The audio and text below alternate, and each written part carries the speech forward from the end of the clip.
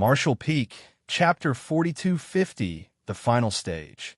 The two of them had only just sat down for less than 6 hours. They were comprehending the secret art when they suddenly heard a loud laughter. I did it. I comprehended it. Blood Monster Divine Monarch's inheritance is mine. The wild laughter was extremely wanton and arrogant. Affected by this disturbance, all the cultivators who were quietly comprehending the secret art under the steel involuntarily opened their eyes. They looked forward and saw the great Thousand Bloodland disciple laughing maniacally with his head thrown back. The blood mist surrounding his body churned violently. It was terrifying to see. At this moment, he was laughing while striding towards the blood lake. His eyes were filled with a look of desire. As long as he could pass the final section of the blood lake, then he could arrive at the palace in the middle of the lake and get a glimpse of the inheritance. A black mist suddenly surged forward and turned into a pitch-black python. The black python opened its mouth wide and lunged at him. It looked extremely lifelike. Moreover, it was overflowing with demon chi, making it all the more horrifying. The man jumped in fright and hurriedly backed away. The blood mist around him shuddered, wriggling and changing to transform into a blood-colored knife that came slashing down on the black python's head. The blood knife beheaded the black python, but before the great Thousand Bloodland disciple could let out a breath of relief, the severed pieces of the black python suddenly exploded into countless tiny snakes. Their tongues flickered as they hissed and shot towards him like lightning. He gave a roar and used both hands to send out secret techniques. The blood knife instantly turned into 1,000 blades that he slashed out as he backed away. Black snake after black snake was cut to pieces and dissipated as demon chi. The blood blades also vanished in a short time. By the time all the black snakes were beheaded, the blood mist surrounding the great Thousand Bloodland disciple had weakened considerably. He abruptly turned around and glared in a certain direction. Pei Wenxian, what's the meaning of this? The attack just now had been too obvious. He didn't even need to guess to know that the attack came from Pei Wenxian of Myriad Demons Heaven, and he was both shocked and furious. Pei Wenxian sat there motionlessly and stared at the great Thousand Bloodland disciple coldly. I just can't stand the sight of you. The great Thousand Bloodland disciple was absolutely livid. Unfortunately, his strength was lacking. He knew that he was not Pei Wenxian's opponent, so he was forced to suppress his rage. Brother Pei, this Zhou, you will not forget your gift today and will be certain to return the favor in the future. The meaning behind his words clearly indicated that he would get his revenge one day. After throwing out those harsh words, he moved to set out for the palace in the middle of the lake. He had only just started walking when he heard Pei Wenxian saying faintly, I dare you to take a step forward and see what happens. Zhou, he paused mid-step and did not dare to put his foot down. He glared at Pei Wenxian. What do you mean, Brother Pei? He could sense that Pei Wenxian's gaze was locked tightly on him like a panther that was about to pounce on its prey. The rage in his heart was like a volcano that was about to erupt, squeezing him to the point where it was very uncomfortable. Pei Wenxian calmly replied, If you left quietly after comprehending the Bloodlight scripture, this Pei would not have bothered to cause trouble for you, but you deliberately made such a ruckus to disturb me. Because of that, all of my previous efforts were wasted. Did you think this Pei was so easily bullied? Zhou, he gritted his teeth. I was simply overjoyed just now and lost control of myself. It was not intentional. Pei Wenxian sneered. Whether it was intentional or not, it's up to me to decide. It's pointless for you to argue with me. Zhou, he shouted. What do you want, Brother Pei? Nothing. Pei Wenxian lazily cracked his neck. You just need to stand there quietly. Once this Pei finishes comprehending the Bloodlight scripture, you can set off together with me. Zhou, he was furious. He had been in the lead ever since he came to the Blood Lake. Not to mention that it was the final stage, and he was much further ahead compared to everybody else. How could Pei Wenxian force him to wait here? How could he be willing? If that truly were the case, then all his efforts and advantages from before would come to nothing. He had planned to set off early to see if he could obtain Blood Monster Divine Monarch's Tao of Blood Inheritance. No matter what, It would always be advantageous to be the first to enter the palace in the middle of the lake before everybody else. Brother Pei, did you think that this Zhou was a pushover? You might be a disciple of myriad demons' heaven, but none of us are in the open heaven realm yet. The difference between our strengths is not that great. If you really want to stop me, Brother Pei, this Zhou will have no choice but to ask you for a demonstration of strength. If we end up fighting each other, it will only be advantageous for the others. His words were a mixture of reason and threat, but his response was not bad. Pei Wenxian sneered and pointed at the people around him. If you think that way, then you are sorely mistaken. Ask them yourself. Let's see if they agree to let you leave first. Zhou, he turned to look in that direction. Sure enough, there were many malicious gazes staring at him. Many of them looked like they were itching to take action. Hence, he immediately became frightened. He realized that his actions just now had incited public anger. In addition to everything that he had done earlier, he had made himself into a target. Therefore, his complexion turned pale. It was just as Pei Wenxian mentioned. He had deliberately laughed out loud to disturb the others who were in the middle of comprehending the Bloodlight scripture. He wanted to make them waste a little more time. Who could have expected that he would lift a rock only to drop it on his foot instead? He might have gotten away with it if nobody had stepped forward to complain, but Pei Wenxian just had to stop him from leaving. With all the commotion they made, how could he possibly be allowed to leave now? If he really were to force his way out of here, he would instantly be besieged by everybody. With that thought in mind, he gritted his teeth. Good. I will do as you say, Brother Pei. I will wait for you. I just hope you won't make me wait too long. Zhou, he was a man who knew how to adapt to the situation.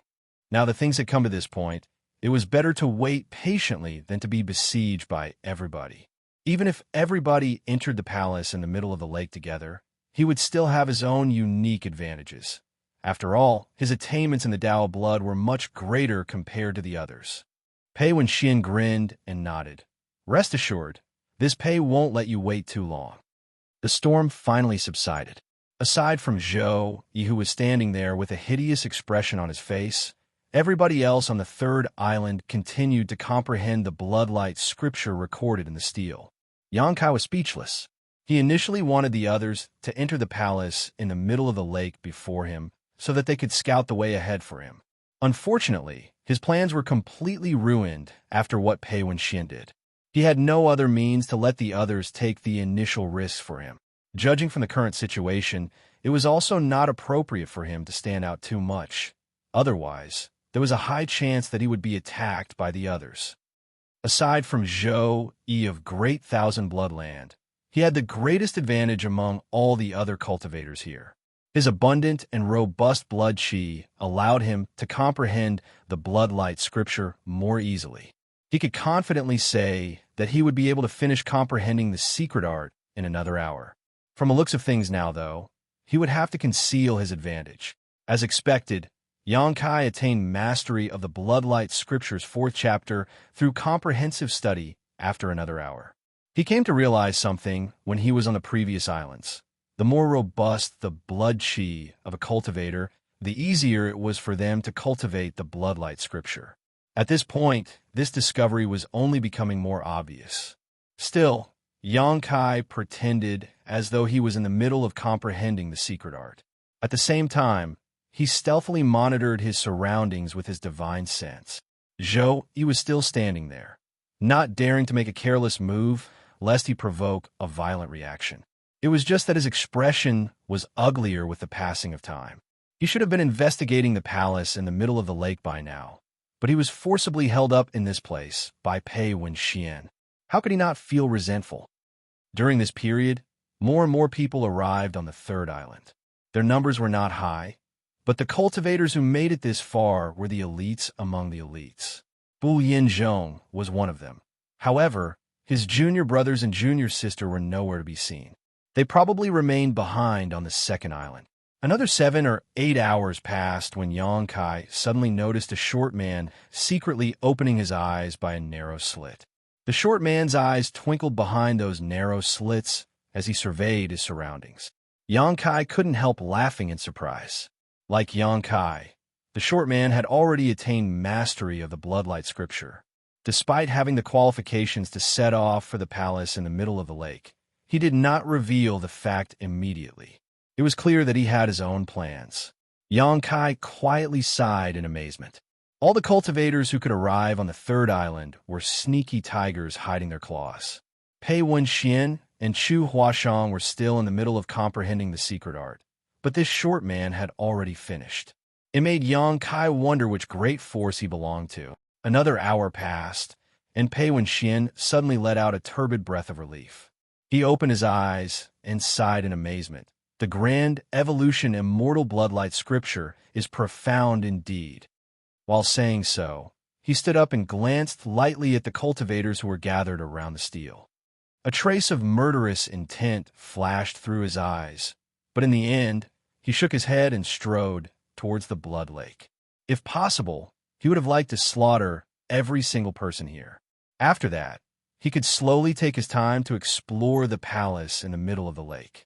However, he knew that it was not realistic to think that he could kill all these people. After waiting for such a long time, he immediately followed suit when he saw that Pei Wenxian was finally moving forward. In the next moment, the short man that Xianxia noticed earlier also stood up. Another 3 or 4 others stood up at the same time. They looked at each other before tacitly shifting their gazes away. There were 5 or 6 people heading towards the palace in the middle of the lake all at once, so it was only natural that it caught the attention of many people. They raised their heads to look in that direction with expressions of envy. Xianxia glanced at Chu Huashang suspiciously. Logically speaking, she should have finished around the same time, but on the contrary, she was frowning deeply. It was obvious that she was still immersed in comprehending the secret art, and seemed to have encountered a problem. This puzzled him. After all, she was one of Yin Cave Heaven's core disciples. Moreover, she condensed 6th-order elements. Both her aptitude and her comprehension abilities were the best among the best. So why was she taking so long? After further consideration, though, Xianxia realized that it might be related to her gender. She was a woman, so her body was inherently more yin-aligned, which would make her blood qi less vigorous. These 2 points might be the reason why her progress was slower than the others. Not to mention, there were no other women on the third island aside from her. Still, Chu Huashang was not that much slower than the others. An hour after Pei Wenxian and the others left, she finally opened her eyes and glanced at Xianxia affectionately. Xianxia gestured, "Let's go." He was slightly unsettled by this woman. He had not noticed anything when they were in the grand ancient ruins boundary, so he did not know why she was being so affectionate and forward when he met her again today. And she nodded. The 2 of them walked side by side towards the blood lake. Circulating the grand evolution immortal bloodlight scripture, a layer of blood mist immediately surged around their bodies to protect them. When they stepped onto the blood lake, the various disturbances and the pulling force that came from the blood lake were more than 10 times stronger than before. It was conceivable that one could not safely cross this stretch of the blood lake if they did not integrate and link all 4 chapters of the bloodlight scripture recorded on all 4 steels together. Martial Peak, Chapter 4251, Something Feels Off. The last stage was several times harder to comprehend than the previous 2 stages. It was just that those who could reach the third island were all talented and intelligent people, so the casualty rate was much lower. All the people who departed earlier were safe and sound, about to arrive at the palace in the middle of the lake soon. After another quarter hour or so, those people more or less arrived at the island where the palace was located. They exchanged a glance with each other for a moment. Then they rushed towards the palace in unison and vanished out of sight in the blink of an eye. Pei Wenxian was the only one who remained there. He turned around and looked towards Xianxia, who was making his way across the blood lake. Their gazes met, and Xianxia felt his heart sinking and thought to himself, "This is bad. This guy's going to pull some dirty trick." Pei Wenxian had tried to make trouble for Xianxia when he first arrived at the blood lake, only to be stopped by Chu Huashang at the time. Now, that Pei Wenxian was safely standing on the island in the middle of the lake while Xianxia was standing on the surface of the lake, he finally found the perfect opportunity to do something. The thought had only just occurred to Yang Kai when he saw Pei Wenxian grinning at him. Following that, Pei Wenxian clenched his fist and punched out in Yang Kai's direction. Both demon qi and blood qi churned violently all over his body before flowing out along his arm to become a pitch-black demon dragon that bared its fangs menacingly. The demon dragon skimmed across the surface of the lake and came charging in this direction with a shocking momentum. Under normal circumstances, Yang Kai might not have taken this blow seriously. However, he was currently standing in the middle of the blood lake. Most of his concentration was being used to maintain the bloodlight scripture in order to resist the pulling force coming from the blood lake. He could not even bring out 30% of his actual strength. If he was hit by an attack of this caliber, his concentration might lapse for a moment, and he might make a mistake in circulating the bloodlight scripture. The situation would surely end in tragedy then. Pei Wenxian had truly chosen the best timing to attack. "Senior Sister Chu, get away from me!" Yang Kai shouted. At the same time, he glared fixedly at the demon dragon charging towards him while silently urging his strength in preparation to defend against the attack. However, the demon dragon only flew a couple dozen meters before it suddenly sank into the blood lake and vanished out of sight, like it was pulled downward by some unknown guiding force. It didn't even make a single ripple on the surface of the lake. Yang Kai was taken aback. Similarly, Pei Wenxian was dumbfounded. He frowned slightly and fired another violent attack in disbelief. Just like before, the attack was absorbed into the blood lake before it could even approach Yang Kai. This situation made his expression turn ugly. He coldly snorted and glared at Yang Kai fiercely. "You got lucky this time." After that, he turned around and rushed towards the palace. The fact that the blood lake could even absorb attacks was beyond his expectations. Otherwise, he would have made Yang Kai suffer greatly. In this situation, there was no point in wasting more of his time here. The others had already entered the palace ahead of him. Besides, he was also eager to try his luck inside the palace. Yang Kai stared at Pei Wenxian's disappearing back, a hint of murderous intent flashing in his eyes. Secretly gritting his teeth, he called out to Chu Huashang, "Let's go." The two of them continued onward, taking almost an hour before they arrived at the small island where the palace in the middle of the lake was located. The moment they stepped foot on the island, Chu Huashang heaved a sigh of relief. The anxiety that had been weighing down on her finally lifted from her shoulders. Turning around, she studied her surroundings and said, "Junior brother Yang, there doesn't seem to be a reward for this stage." Yang Kai made a non-committal response. He had already noticed this when Pei Wenxian, Zhou Yi, and the others arrived on the island earlier. Unlike the previous 3 islands, this place did not offer any monster cores as rewards. This discovery disappointed him very much. Based on his calculations, the rewards for the first, second, and third islands had been, on average, 4th order, 5th order, and 6th order monster cores, respectively. In that case, there was a high possibility that 7th order monster cores might appear on the central island. Unfortunately, it turned out that there was nothing here at all. It would seem that 7th order monster cores were extremely rare, even in the blood monster cave heaven. It was not something that could randomly be given out as a reward. Not to mention, blood monster divine monarch's Tao of blood inheritance might be hidden inside this palace. What reward could be more valuable than the inheritance itself? It was just that Yang Kai mainly came here in hopes of obtaining high-rank, open heaven materials. Having gained nothing after coming here, it was only natural for him to feel extremely disappointed. Nevertheless, he was already here. He might as well go inside and have a look. Who could say whether he might find other treasures inside? Yang Kai and Chu Huashang glanced at the palace with a measuring look before walking towards the gates of the palace. A short while later, they entered the grand hall and immediately felt a chill running up their spines. This place was so eerie that it made all the hairs on their bodies stand on end. Yang Kai initially assumed that there would be more tests and greater dangers set up in this place, but now it seemed things were completely different from what he had imagined. The grand hall was small enough that the entire situation within could be seen at a glance. Moreover, it was completely empty except for the platform located right in the center. A white skeleton sat cross-legged on that platform. There was no saying how many years it had been since the owner of the skeleton died. All the flesh had long since fallen off the bones, but the skeleton remained as white as jade, even exuding a faint trace of spirituality. Xianxia was extremely impressed. Although he did not know which era of blood monster divine monarch lived as one of the apex masters of his time, he was certain that at least several tens of thousands of years had passed since then. It might even be longer than that. The fact that the skeleton of a person from that era could remain preserved in such pristine condition after his death only served to show just how powerful his cultivation was when he was alive. The people who arrived earlier were gathered around the skeleton.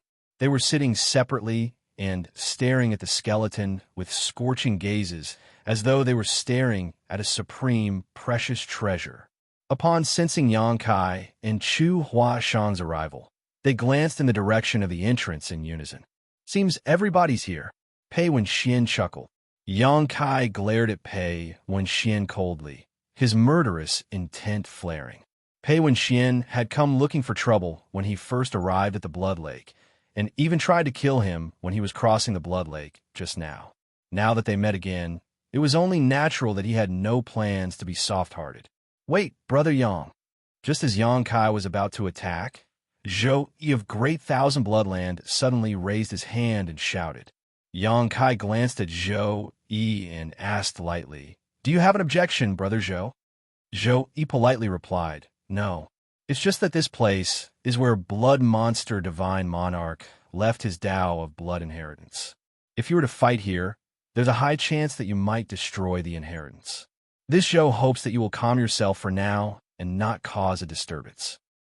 This place is where Blood Monster Divine Monarch left his Tao of Blood Inheritance." Xianxia frowned slightly. Zhou Yi nodded seriously. "Indeed." Several others nodded in agreement. "How do you know?" Zhou Yi pointed at the skeleton. "You will know just by immersing your mind in the jade skeleton, Brother Yang." Xianxia glanced at Zhou Yi suspiciously. Spreading out his divine sense, he immersed himself into the jade skeleton. His expression soon changed drastically, and his eyes filled with astonishment. He could sense the rest of the grand evolution immortal bloodlight scripture inside the jade skeleton. They passed through the 3 islands earlier, and including the stele on the shore, there were a total of 4 steles. The steles each contained one of the first 4 chapters of the bloodlight scripture. However, the 4 chapters did not make up a whole. They could only be said to make up less than half of the secret art. Xianxia had guessed that the rest of the secret art would be located within the palace in the middle of the lake. It was only by joining both parts into one would the grand evolution immortal bloodlight scripture be considered complete. At this moment, he could sense the rest of the bloodlight scripture coming from this skeleton that had died countless years ago. This skeleton. Zhou Yi looked at Xianxia and explained, "If my guess is correct, this skeleton is the remains of Blood Monster Divine Monarch. He set up a test in this place and engraved the second half of the bloodlight scripture on his skeleton, all in the hopes of encountering a fateful person. This is the skeleton of Blood Monster Divine Monarch." Xianxia had the vague feeling that something was off. Didn't they say that Blood Monster Divine Monarch's inheritance was hidden deep within the Blood Monster Divine Palace? And the Blood Monster Divine Palace is located in the depths of the Blood Monster Cave Heaven. We have only been here for a few days. This area is only in the periphery of the Blood Monster Cave Heaven. Why would the inheritance appear here? The location doesn't match up. It was true that the tests in the Blood Lake were extremely dangerous, but he could not shake the feeling that something was not right. But the bloodlight scripture in this jade skeleton does not seem to be fake. The most important basis of Blood Monster Divine Monarch's Tao of Blood Inheritance was the bloodlight scripture. If they comprehended the mysteries of the bloodlight scripture, then it would be no different from obtaining Blood Monster Divine Monarch's Tao of Blood Inheritance. Just what is going on? Xianxia frowned, feeling doubtful. Zhou Yi continued, "Blood Monster Divine Monarch died many years ago, so the bloodlight scripture is now unique in the world. His skeleton might look like it is perfectly preserved, but nobody can guarantee that it can withstand violent impacts. If anybody were to fight here, they will most likely destroy the skeleton containing the inheritance. That was why we came to a consensus before you arrived, Brother Yang. We agreed to get rid of anybody who tries to use force in this place. Xianxia had wondered why they were still standing around peacefully even though they arrived more than an hour earlier. It would seem that they had taken some time to reach a consensus. In addition, they were only being so restrained towards one another out of fear that the impacts of their fight would destroy the jade skeleton. He glared at Pei Wenxian coldly. The other party returned the look with fierce fighting intent and a reckless expression, which made the others frown in response. Zhou Yi secretly sent a divine sense transmission to Yang Kai. Brother Yang, please endure for a moment. I will join forces with you later, and we can kill him together when this matter is over. He had been harassed by Pei Wenxian earlier. Unfortunately, he knew that he was not Pei Wenxian's opponent and had no choice but to endure the humiliation as a result. With the chance of working together with Yang Kai in front of him, it was only natural that he did not wish to miss the opportunity. After pondering for a while, Yang Kai nodded. Good. I'll let him live for a little while longer. Pei Wenxian immediately sneered. It's uncertain who is the one with the opportunity to live a little longer. Zhou Yi was overjoyed and cupped his fists. Many thanks, Brother Yang. Since everybody has no objections, let's start. After saying that, he eagerly closed his eyes and immersed himself in the jade skeleton to comprehend the secret art. He deeply believed that he had a great advantage, and it was inevitable that he would obtain Blood Monster Divine Monarch's Tao of Blood Inheritance. It was for that reason that he was also the most afraid of conflict breaking out among each other. Otherwise, he would not have persuaded Yang Kai as soon as he saw him arrive. The others naturally followed suit. Yang Kai and Chu Huashang took a few steps forward. They found a seat below the skeleton and looked up at the jade skeleton. After thinking about it, Yang Kai sent a transmission to Chu Huashang. Be careful, senior sister Chu. If you notice something wrong, protect yourself immediately. Chu Huashang turned to look at him and asked quietly, Junior brother, did you notice something wrong? He shook his head. It just doesn't feel right. He could not say what was off about this place. He simply felt that Blood Monster Divine Monarch's inheritance would not be located in this place. But he could not guarantee that his conjecture was correct either. What if this really was Blood Monster Divine Monarch's Tao of Blood Inheritance? Focusing his mind, he closed his eyes and immersed himself into the jade skeleton once more. A string of characters immediately jumped out at him inside his mind. Whoever obtains this king's inheritance may inherit the Blood Monster Cave Heaven. Yang Kai had only taken a quick glance earlier, so he failed to notice this sentence just now. However, the feeling of unease in his heart became even stronger after seeing this sentence. Martial Peak, Chapter 4252, Another Divine Monarch. Blood Monster Divine Monarch was proficient in the Tao of Blood and the Tao of Beast Taming when he was still alive. This fact was portrayed extremely evidently throughout the Blood Monster Cave Heaven. The Blood Lake was the manifestation of the Tao of Blood, while the various monster beasts were the embodiment of the Tao of Beast Taming. So, why would a person be able to inherit the entire Blood Monster Cave Heaven just by obtaining the Tao of Blood Inheritance? Another point that puzzled Yang Kai greatly was the location of the Blood Lake. The location of the Blood Lake could not be considered hidden. The area in which the Blood Lake was located was also indicated in the map given to him by the proprietress. In other words, their predecessors had definitely explored this area before. However, the Blood Lake was not marked clearly upon the map. If the Blood Lake had existed in the past, then why was it never mentioned before over the years? After all, the Tao of Blood Inheritance was no trivial matter. The slightest information leak regarding this matter would cause such a huge commotion that everybody would know about it. Be that as it may, nobody had ever heard about the existence of the Blood Lake or the Tao of Blood Inheritance until the Blood Monster Cave Heaven opened this time. As such, there was only one explanation that would make sense. The Blood Lake and the Tao of Blood Inheritance only appeared recently. It had not appeared in the past. That was why their predecessors who entered the blood monster cave heaven in the past had no knowledge about this matter. That was also why the blood lake was not marked on the map. The cultivators who entered the blood monster cave heaven were the first batch of people to come into contact with the Tao of blood inheritance.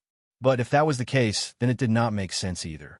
If Blood Monster Divine Monarch had set up various tests in this place in hopes of handing down his Tao of blood inheritance to his destined successor, then there was no reason for him to hide this place for so many years. It was not until the most recent opening of the Blood Monster Cave Heaven that this place was revealed to the public. If he really wanted to find an inheritance disciple, then this blood lake should have appeared before the eyes of the world a long time ago. After all, the most likely result of hiding this place too deeply was the loss of his legacy with time. It doesn't make sense. I just can't figure it out. Xianxia shook his head while comprehending the rest of the Bloodlight scripture. In any case, the Bloodlight scripture was definitely genuine. Such an exquisite secret art was very rare.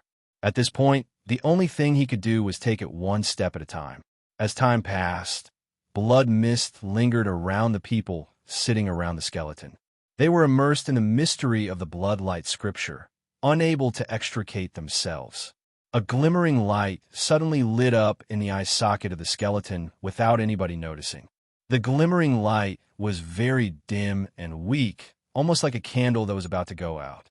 It silently drifted out of the sunken eye socket, circled around the skeleton leisurely before floating over to Chu Huashan. The glimmering light floated up and down, seeming to be searching for something. It did not stay in front of Chu Huashang for long before moving on to the next cultivator. The short man who hid his abilities earlier was sitting to her right, not far away from her. The glimmering light seemed to have a sentience of its own, and after observing the short man for a while, it moved away. After investigating the cultivators one by one, the glimmering light came to Zhou Yi.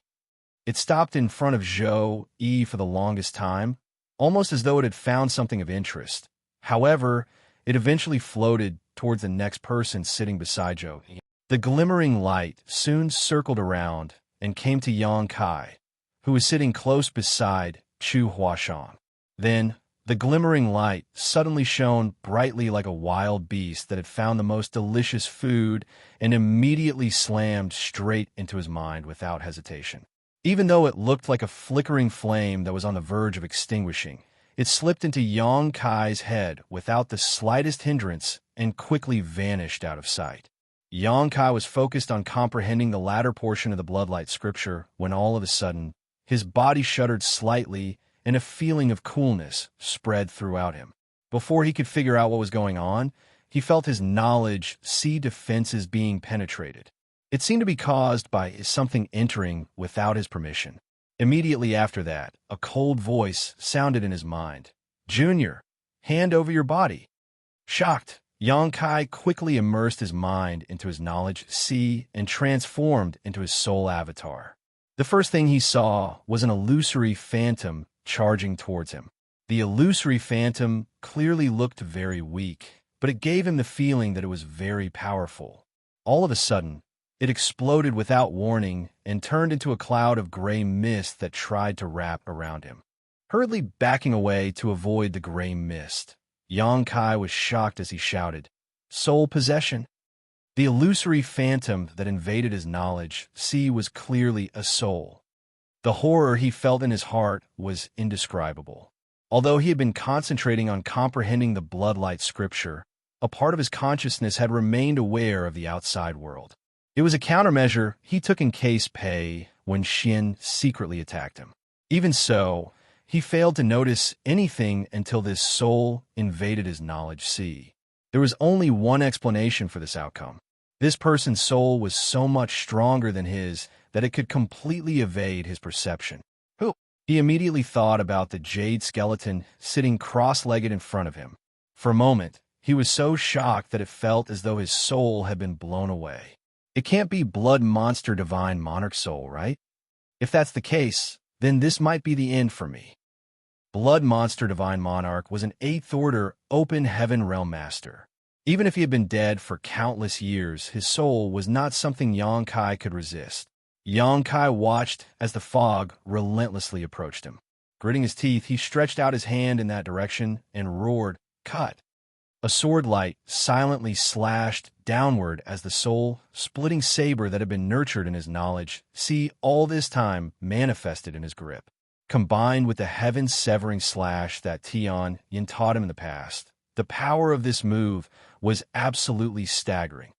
However, what made Xianxia sink into utter despair was that the mist only scattered for a moment under the sword light of the soul-splitting saber before it converged together once more and doggedly chased after him. He nearly spat blood at the sight. The soul-splitting saber was an emperor artifact. Its strength was no longer able to keep up with his cultivation progress, so it had fallen into disuse. Nevertheless, it was specially meant to target souls. Not to mention that it had been nurtured with the heaven-severing secret technique for so long. It could be said that even a low-rank open heaven realm master who was caught off guard by this move would become dazed. Be that as it may, the mist was completely unobstructed in any way. It could be seen just how pure and powerful the soul was. "Junior, are you trying to resist?"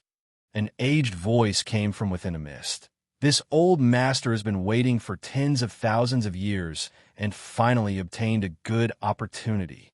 How can you possibly resist? Obediently hand your body over to this old master, and you will suffer less pain. Xianxia, of course, ignored the voice and repeatedly activated the soul-splitting saber. The soul-splitting saber transformed into countless sword lights that slashed down. Accordingly, his spiritual energy also flowed out like the ebbing tide. Every blow from the sword light would scatter the mist, but the mist would gather together again quickly. Although the attacks seemed to have no effect on the other party, they bought Xianxia precious time to escape. After all, everything would be over if he was enveloped by the mist. After launching several dozen consecutive attacks, Xianxia calmed down considerably. Judging from the situation, this invading soul was indeed extremely powerful. However, too much time had passed. It was no longer in its peak condition. How could he have resisted otherwise? Furthermore, it turned out that the attacks of the soul-splitting saber were not completely ineffective. The gray mist had faded ever so slightly after being subjected to this barrage of attacks. It was not very obvious. Nonetheless, this place was within his knowledge, so how could he not notice the changes? "Insolent Junior, once this old master has seized your body, I will capture your soul and make you beg for death." An exasperated voice came from within the gray mist. Xianxia became more and more at ease upon hearing those words.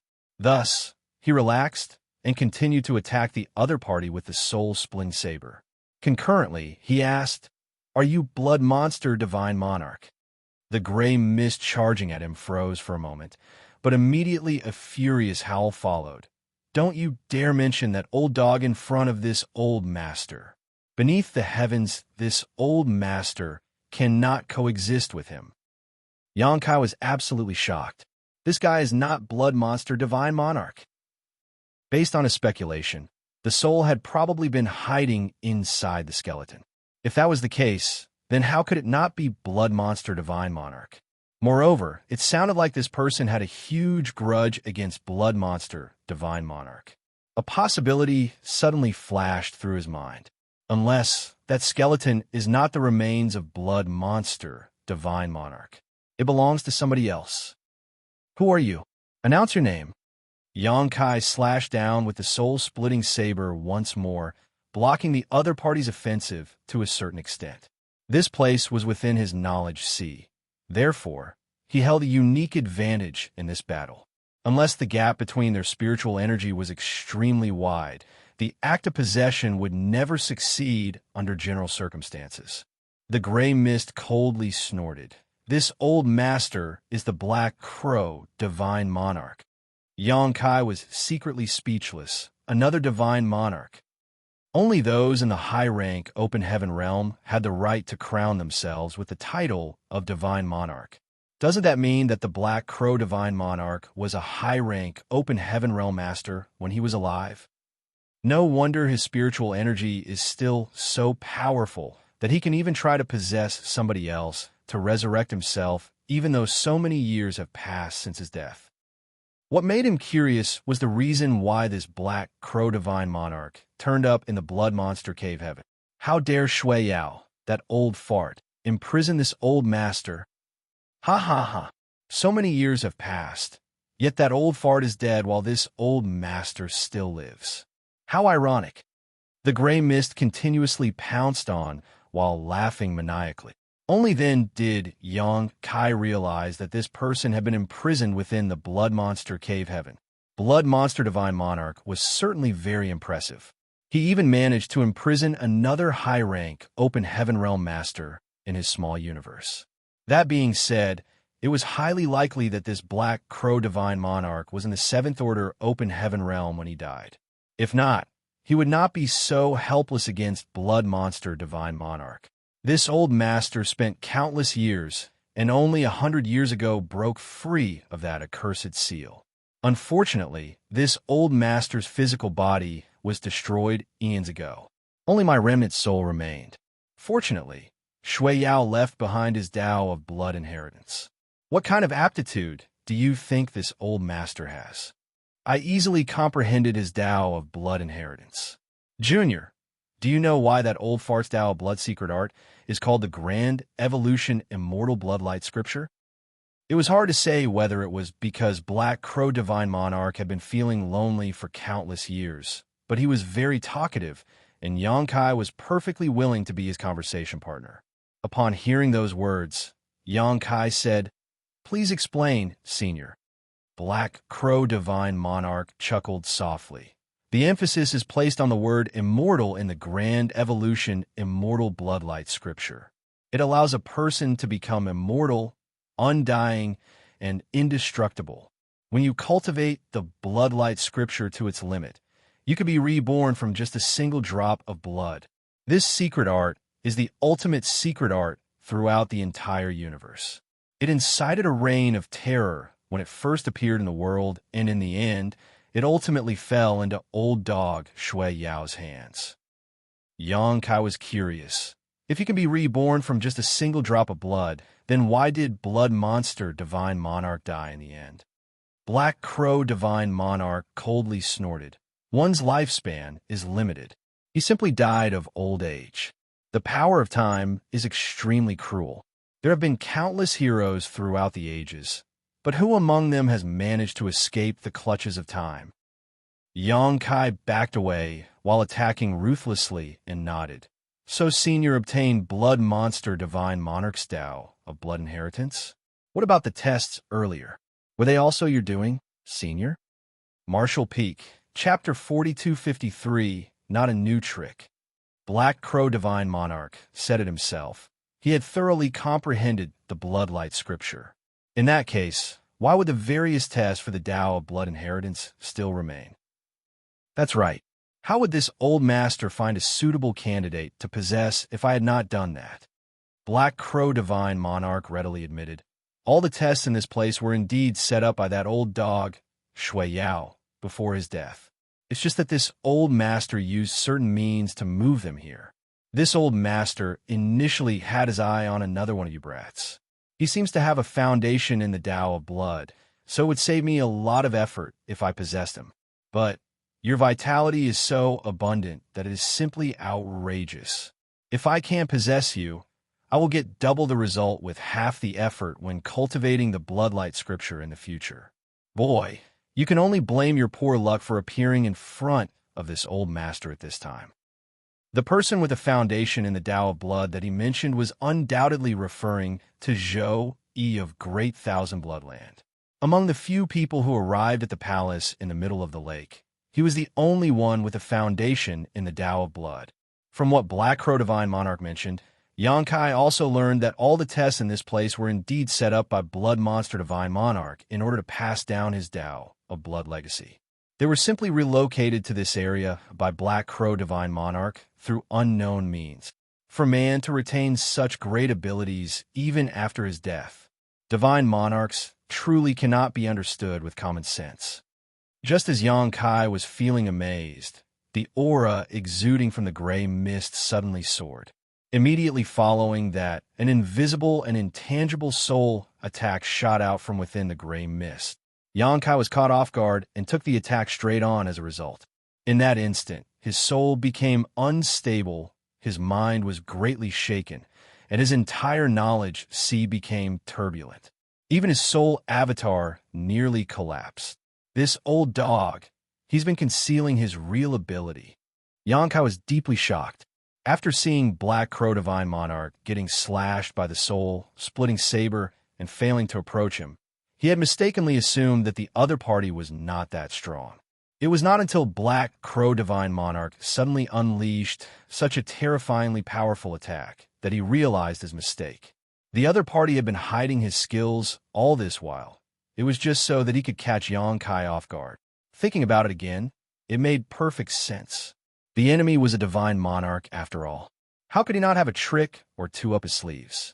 If not, how could he have penetrated Xianxia's knowledge, see defenses, or even plan on possessing him? Ha ha!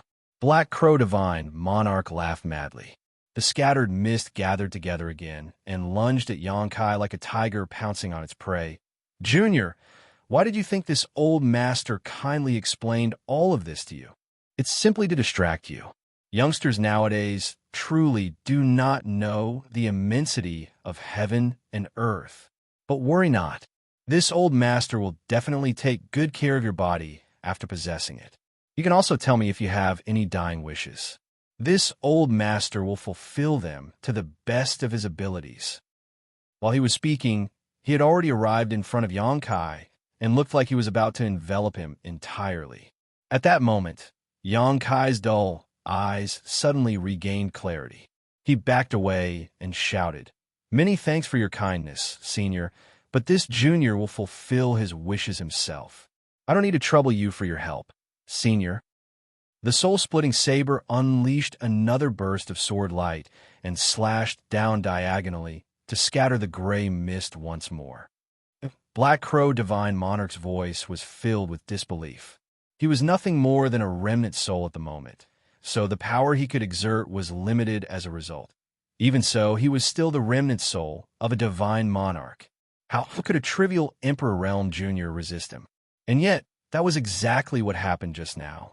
The boy in front of him had recovered in a matter of moments, causing the plans he believed were foolproof to go horribly wrong. Xianxia did not give Black Crow Divine Monarch the slightest chance to approach him again. Having suffered once just now, he did not dare to underestimate his opponent. He reached out a hand when the sword light came slashing down, and his spiritual energy surged violently as he shouted, "Blossoming Lotus!" A lotus suddenly blossomed in the middle of the gray mist.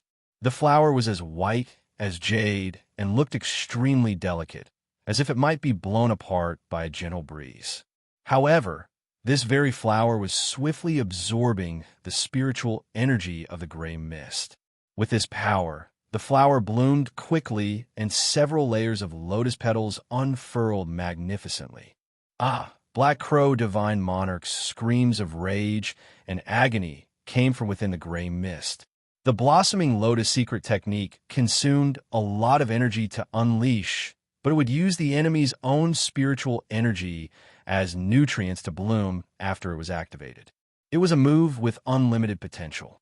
If this attack struck an opponent of similar strength, their soul would immediately suffer heavy damage. Unfortunately, the power of Black Crow Divine Monarch's remnant soul was simply on a different scale. Xianxia immediately clenched his fist after unleashing the blossoming lotus and shouted, "Sealed Lotus!" Another huge lotus appeared, directly wrapping the gray mist within its petals. It practically presented the exact opposite situation compared to when the blossoming lotus secret technique first appeared. This huge lotus swiftly closed and turned into a bud, sealing the gray mist within its petals so that it was plunged into an endless darkness. Hong. A huge force exploded from inside the flower, and the entire lotus was torn apart immediately. The gray mist came rushing out aggressively from within the lotus and charged at Xianxia viciously. Black Crow Divine Monarch roared in fury. Your resistance is futile. Junior, this old master will not allow you to act so impudent in front of me. It was not until this moment that he finally revealed his true power. At the beginning, he had only wanted to numb Xianxia's will so that it was easier for him to take over his body. He was a remnant soul after all, so what little remained of his strength was running out, and he had to use that power sparingly. Otherwise, he might be wiped out before he could even possess Xianxia.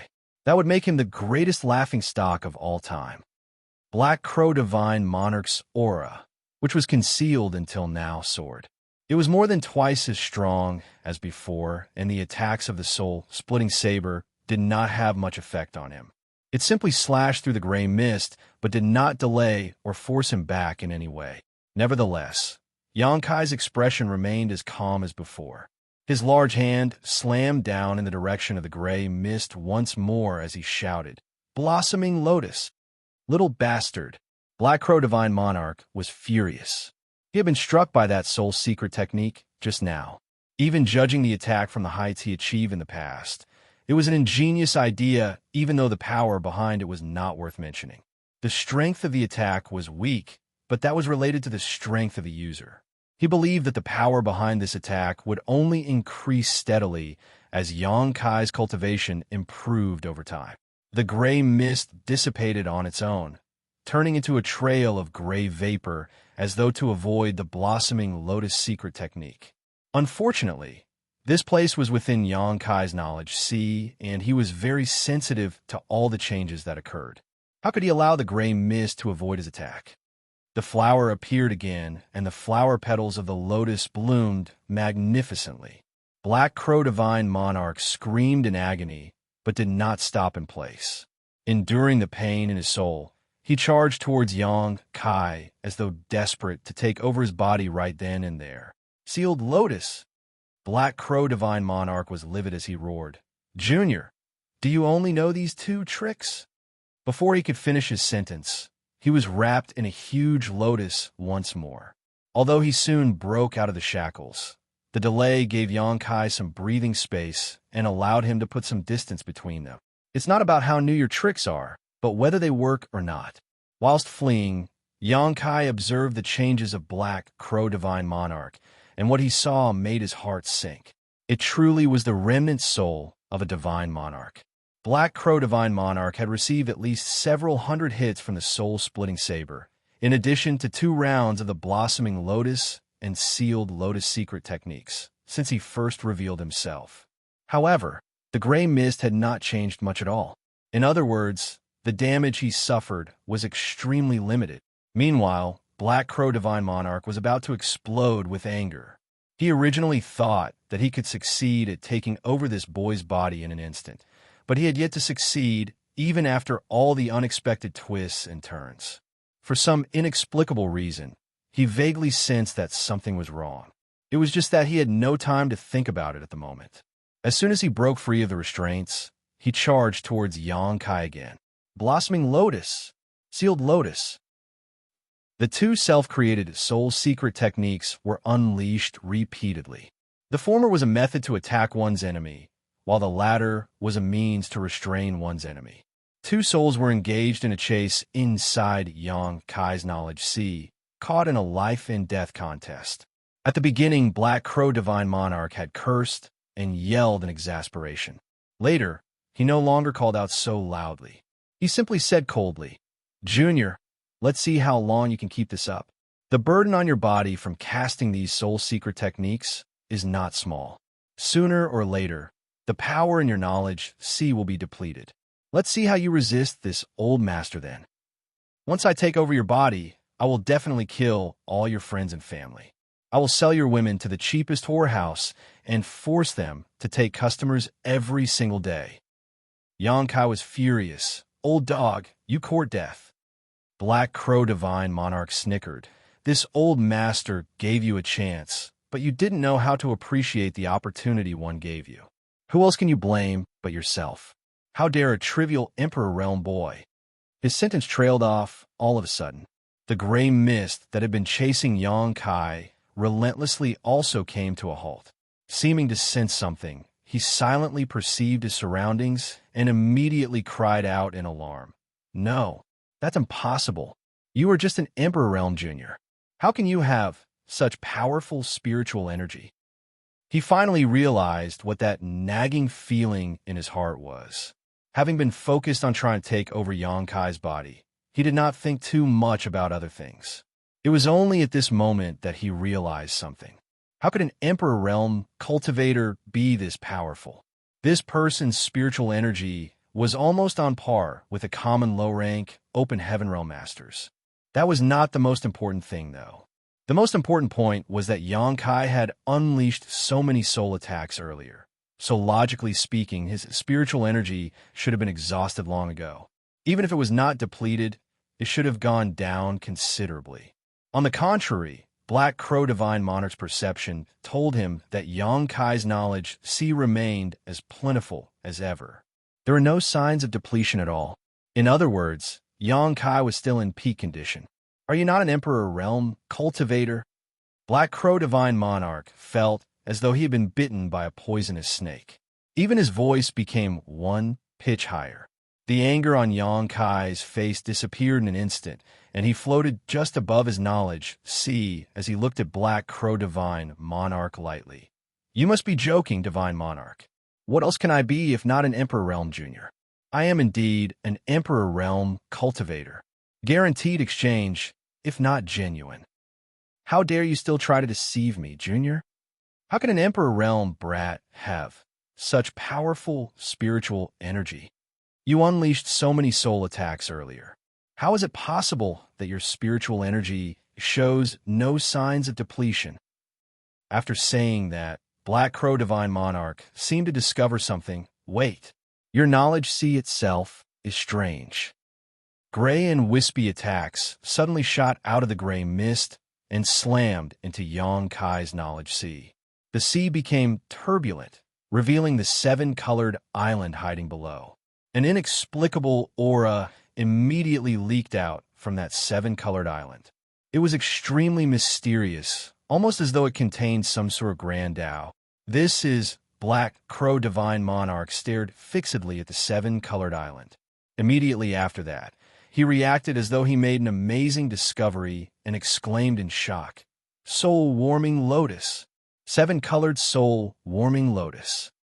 You sure are well-informed, Divine Monarch. Your vision is indeed sharp. This junior is impressed. Xianxia said lightly. Stretching out his hand, the seven-colored island flew out of his knowledge and transformed into a seven-color lotus. It bloomed with a dazzling light, floating just beneath his feet. Since it had been discovered, then there was no need to hide it any longer. Xianxia figured he would just display it proudly. It would also serve as a form of deterrent. Martial Peak, Chapter 4254, A Cunning Escape Strategy. Above his knowledge Xianxia's soul avatar stood silently on the soul-warming lotus and stared at the gray mist calmly. If Black Crow Divine Monarch had a physical body right now, he would be dripping with cold sweat. He spoke in a voice full of disbelief. Junior, were you plotting against me all this time? If he remembered correctly, Xianxia had appeared panicked and flustered several times before. Only now did he realize that there was no reason for Xianxia to panic when the latter had the support of a supreme treasure like the soul-warming lotus. It was clearly all just a ruse. The soul-warming lotus was a supreme treasure that constantly nourished the soul. Moreover, the lotus in front of him shone with seven colors. With such a foundation, Xianxia's soul was a virtually indestructible existence, and his spiritual energy would be replenished at many times the average rate. He was hoping to possess Xianxia when he exhausted himself, but now such hopes were clearly nothing more than an illusion. I simply replied in kind. Xianxia glanced at the gray mist faintly. How could he possibly hold back after learning that the other party was the remnant soul of a divine monarch? Who knew what kind of means these divine monarchs might have? Black Crow Divine Monarch gnashed his teeth in hatred. The gray mist shifted erratically for some time, indicating the fluctuations in his mood. He was currently stuck in this situation with no way out, so he was secretly feeling regretful. If he had known about this earlier, he would have chosen the junior with the foundation in the Tao of blood instead. At the beginning, he simply felt that Xianxia's aura was much more vibrant, which would be more advantageous when cultivating the bloodlight scripture in the future. From the looks of the situation, though, he walked himself right into a deep pitfall.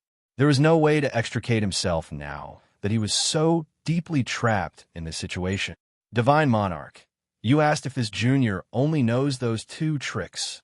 Xianxia leisurely lifted his hand while speaking. A sense of crisis suddenly filled Black Crow Divine Monarch's soul, and he instinctively realized that Xianxia was going to unleash a far more dangerous move. Now I can finally answer your question, Divine Monarch. This junior indeed has another trick, but I wonder if you'll appreciate it. After saying that, Xianxia gestured forward with his hand and commanded, "Consume him." A loud buzzing sound suddenly filled the air. Immediately after that, small black dots suddenly flew out from a bracelet on Xianxia's wrist. Those black dots were innumerable and soon turned into a large black cloud that swiftly enveloped the gray mist. Black Crow Divine Monarch was extremely horrified as he shrieked in terror, soul-devouring insects. Those small black dots were not black dots at all. They were distinct and oddly shaped insects. It was not as if Black Crow Divine Monarch had never seen soul-devouring insects before. These kinds of exotic insects specialized in devouring spiritual energy and could be said to be the natural nemesis of all souls. That was also precisely the reason why they had a hard time surviving or reaching maturity, because most cultivators who came across them would exterminate them while they were still young and weak. Generally speaking, it was difficult for even mature soul-devouring insects to threaten cultivators who were in the Tao Source realm and above. However, these soul-devouring insects far surpassed his cognition. Each insect exuded a ferocious aura that caused Black Crow Divine Monarch's soul to feel terrified. He was almost certain that things would not end well for him if he were to be enveloped by this cloud of insects. No matter how powerful his soul was, he could not withstand the devouring of these insects. His guess was right. Xianxia had the seven-colored soul-warming lotus, so his spiritual energy was virtually inexhaustible. As such, there was no need to worry about his soul being damaged. He could safely use his own spiritual energy to rear these insects. After so many years, how could they not become powerful? If Black Crow Divine Monarch had been at his peak, he might not have been threatened by this cloud of insects. Unfortunately, he was currently just a weakened remnant soul. He was nothing but delicious food in front of these soul-devouring insects. The soul-devouring insects had been dormant when Xianxia hid them inside the insect enslavement bracelet earlier. But now that they were released, they eagerly swarmed towards the gray mist like a cat that had caught the scent of a delicious fish. Black Crow Divine Monarch gave a strange cry before turning and fleeing. The cloud of insects followed closely behind, relentlessly giving chase. Standing on top of the soul-warming lotus, Xianxia coldly watched from the sidelines. Black Crow Divine Monarch was not the first person to invade his knowledge sea, or even the first person to try and possess him.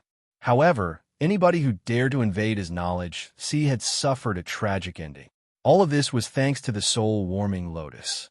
It was certainly worthy of being known as a supreme treasure. Not only did it nourish his soul over the years, but also made his spiritual energy become unimaginably powerful. It was what allowed him to turn certain defeat into victory numerous times in the past. It could be said that Xianxia would have died countless times by now if not for the soul-warming lotus. This supreme treasure that he obtained a long, long time ago had helped him a lot throughout his journey on the martial Tao. Thus, he was very grateful for it. It had to be said that Black Crow Divine Monarch was both cunning and resourceful.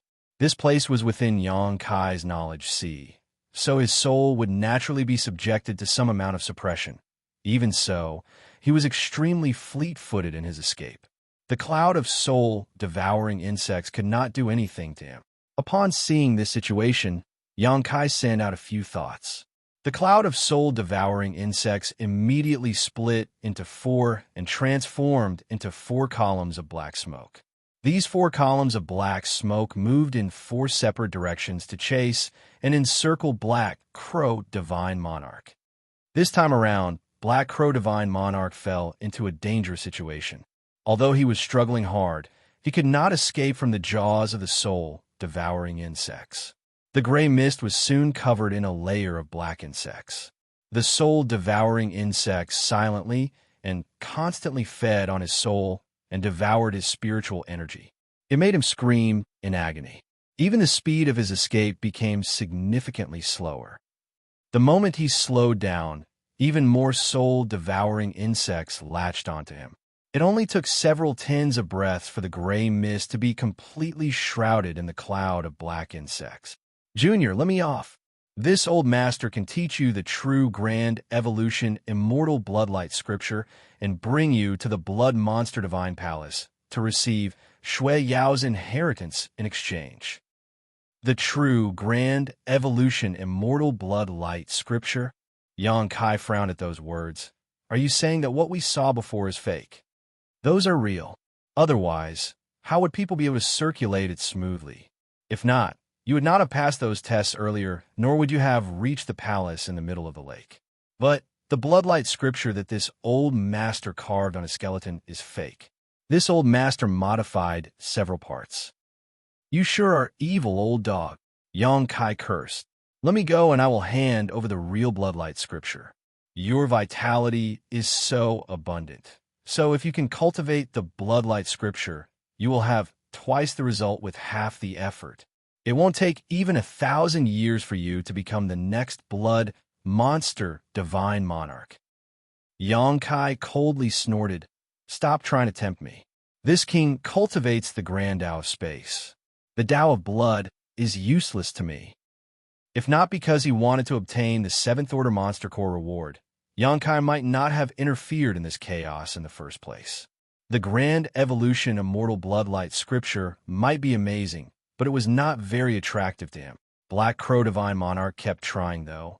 Of course, it's good to have your own Tao, but the bloodlight scripture is a miraculous creation. If you cultivate it to the limits, you can even resurrect from a single drop of blood. You will be immortal and indestructible. Doesn't that tempt you at all? Blood Monster Divine Monarch died. What do you mean by immortal and indestructible? Yang Kai snorted with disdain. The Black Crow Divine Monarch was furious. Even if you don't need the Tao of blood, don't tell me you don't want Shui Yao's inheritance. It's the inheritance of an 8th Order Open Heaven Realm Master. If you obtain that, you will instantly become wealthy beyond your imagination. Yang Kai faintly said, Of course I want it. How can I not want it? But I don't trust you. The other party was a divine monarch after all. It was better for him to just ignore such tempting words. If he really became interested, then he would surely be devoured to the point where even his bones would be gone. The words of this old fox who had lived for countless millennia were incomparably shrewd. How could they be so easy to deal with? Junior, do you really plan to kill this old master? Black Crow Divine Monarch roared furiously. You wanted to possess me, Divine Monarch. Why should I show you mercy? Time is running out. Divine Monarch, please stop resisting and just hurry up and die. How you vex this old master. Black Crow Divine Monarch was furious. If he was given another chance to choose, he would never have tried to possess Yang Kai. Unfortunately, things had already progressed to this point where regret would not make a difference. Thus, he ruthlessly made up his mind and snarled, Junior, if you want this old master to die, then don't think you will get off easily either. This old master will fight you to the death. While saying so, the gray mist that was covered in a layer of soul-devouring insects abruptly turned around and charged towards Yang Kai. A terrifying spiritual energy fluctuation came from within the gray mist, and it was obvious that Black Crow Divine Monarch was about to unleash a powerful secret technique. How could Yang Kai dare to take the desperate soul attack of a remnant high-rank Open Heaven Realm Master's so lightly? He immediately drew upon the power of the soul-warming lotus. 7-colored light shone brightly, wrapping around his soul avatar. With the protection of the soul-warming lotus, he would not be defeated regardless of how mighty the attack unleashed by his opponent. Xianxia had only finished preparing when the gray mist arrived in front of him. The gray mist slammed into the seven-color light barrier without any hesitation whatsoever. Violent spiritual energy burst out, killing countless soul-devouring insects that were latched onto the gray mist in an instant while the rest were sent flying by the impact. The seven-color light barrier shuddered fiercely, and even Xianxia, who was standing atop the soul-warming lotus, felt the impact shaking his soul. He couldn't help feeling shocked. The desperate struggle of a divine monarch's remnant soul was certainly impressive. He had to admit that he had underestimated his opponent's strength. A buzzing sound rang out as the soul-devouring insects that were sent flying earlier swarmed towards the gray mist once more. It didn't take long for them to devour the gray mist cleanly. Xianxia was slightly taken aback. Has Black Crow Divine Monarch died? Even though the last attack was very powerful, Xianxia couldn't help feeling that it was more show than substance. It didn't feel right. Just as Xianxia was mulling over this matter, he suddenly grunted as he could feel that his soul defenses had been torn open and something was fleeing from his knowledge sea. It was all a diversion to escape. Resentment filled Xianxia's heart. He had taken all sorts of countermeasures and guarded against countless possibilities, but in the end he still allowed Black Crow Divine Monarch to escape. He had assumed that Black Crow Divine Monarch's attack was a last-ditch attempt born out of desperation, but who could have known that the other party was simply making a feint? It was uncertain what kind of secret technique it was, but Black Crow Divine Monarch managed to separate out a thread of his consciousness. By doing so, he attracted the attention of Xianxia and the soul-devouring insects while the rest of his remnant soul immediately found a chance to escape. He truly is an old fox. Cunning indeed. Nevertheless, what Black Crow Divine Monarch did would severely damage his foundation even though he survived. In the beginning, he had been slashed countless times by Xianxia with the soul-splitting saber. Next, he suffered several rounds of the blossoming lotus and sealed lotus secret techniques. Afterward, his soul was gnawed on by the soul-devouring insects. In the end, he was forced to split a thread of his consciousness to fake his death and escape. It could be said that Black Crow Divine Monarch had suffered great losses. It would be a miracle if he even managed to retain half of his spiritual energy from before. Now that he has escaped from my knowledge sea, he will surely try to possess somebody else. Xianxia did not dare to be negligent and hurriedly dragged his mind out of his knowledge sea, opened his eyes, and glanced around his surroundings. What he saw shocked him greatly. That was because he was the only one who was safe and sound among all the people present. On the other hand, the vitality of the others was churning violently. The blood mist around their bodies was dense. Moreover, they had pained expressions on their faces like they were enduring great suffering. They were all experiencing cultivation dissonance. Martial Peak, Chapter 4255 fooled you. Black Crow Divine Monarch himself mentioned that he had modified the second segment of the bloodlight scripture that he left in his skeleton. Therefore, it would be weirder not to experience cultivation dissonance after cultivating the modified bloodlight scripture. Only Xianxia escaped this crisis because he was too busy to cultivate this secret art when Black Crow Divine Monarch penetrated his knowledge sea. Xianxia turned his head to look at the people around him and swept his divine sense across the grand hall, but he failed to locate any traces of Black Crow Divine Monarch's remnant soul. Nevertheless, he was certain that the other party was not only still here, but had also entered somebody else's body. Black Crow Divine Monarch was most likely in the process of taking over somebody's body right now. It was a pity that Xianxia had no way to determine who Black Crow Divine Monarch was trying to possess. A groan came from beside him. It was Chu Huashang sitting next to him who made the sound. At this moment, her complexion was flushed red and the blood mist around her body was literally steaming. She looked like she was in great pain. Xianxia had no time to search for Black Crow Divine Monarch. If he could not find a way to resolve Chu Huashang's current situation, then it was likely that her meridians would be destroyed and she would become a cripple. Coming to stand behind her with a flash, Xianxia slapped his palm against her back and circulate his strength. He poured his own power into her body, attempting to restore her chaotic vitality and emperor qi to order. Although she was experiencing dissonance in her cultivation, it had not been long since it began. She instinctively realized that something was wrong, so she did not reject his help and willingly cooperated with him instead. Soon after, her churning vitality gradually calmed down. The entire process only took about half a cup of tea's time. Her complexion softened, and her blood qi that had been churning like boiling water became calm once more. She slowly opened her eyes, a trace of lingering fear flashing through her eyes as she said softly, "Many thanks, junior brother." She did not know what had gone wrong. After comprehending the second part of the bloodlight scripture recorded in the skeleton, her blood qi went out of control and began to boil. Even her consciousness became hazy. If Xianxia had not stepped in to rescue her at that moment, she would have suffered a disastrous fate. "Senior sister, it's more important to treat your wounds immediately," Xianxia said.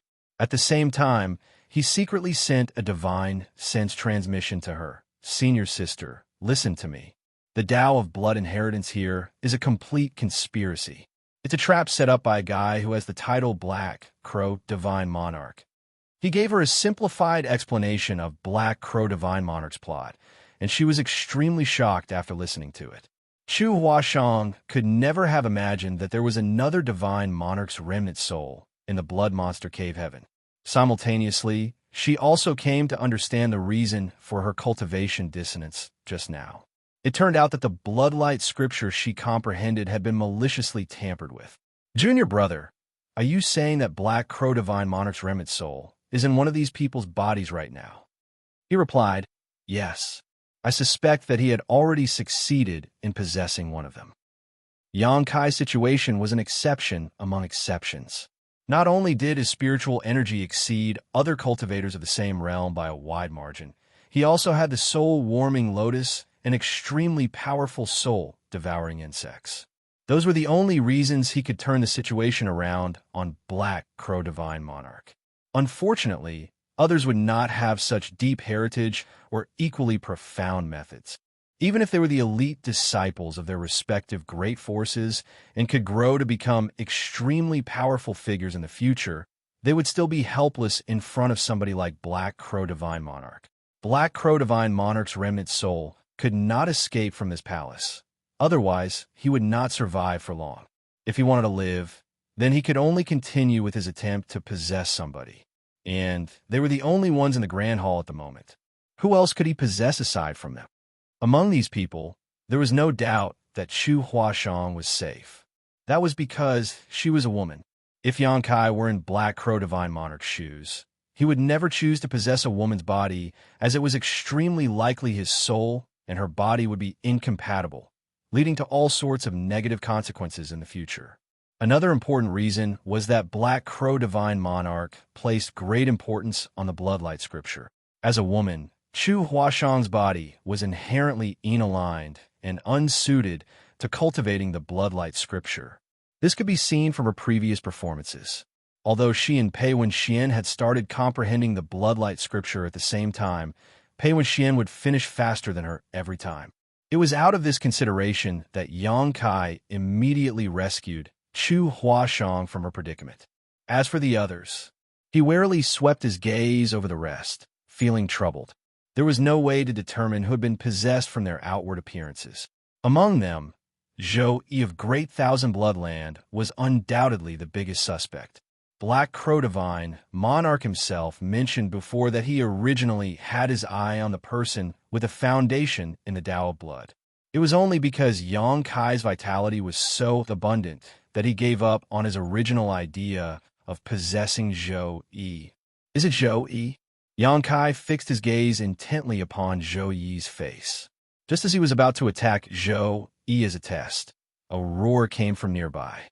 Immediately after that, Pei Wenxian abruptly jerked his eyes open. His eyes trembled violently, and the demon qi in his body churned vigorously. While roaring loudly, he punched himself hard in the chest. Fresh blood spurted out of his mouth, and his aura weakened significantly as a result. He then immediately got to his feet and glared at the skeleton in front of him furiously while swearing and cursing. What the hell?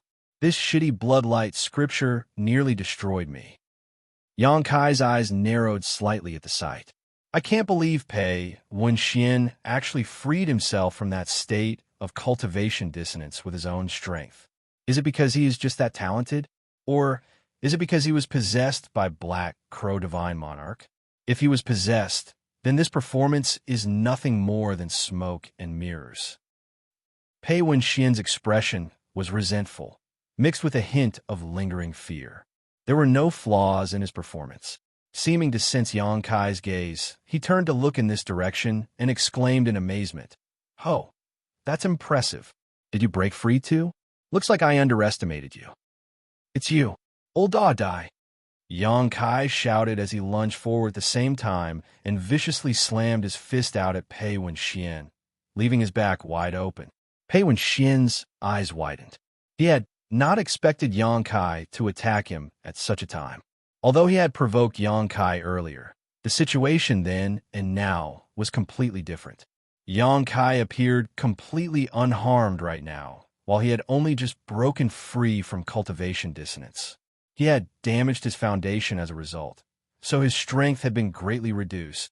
Even so, Pei Wuxian was still a disciple of myriad demons' heaven and had his own pride to uphold. Thus, he laughed fearlessly instead of becoming furious. "Since you're begging for death, this Pei will grant your wish. I'll bring your head back as proof that I completed my mission." Forcefully enduring the pain coming from his body, he pushed his palms forward with great vigor. The demon chi in his body surged like the waves in the sea, suppressing Yang Kai with overwhelming force. Meanwhile, Yang Kai's fist turned into a barrage of fist shadows, slamming into the demon chi with little effect.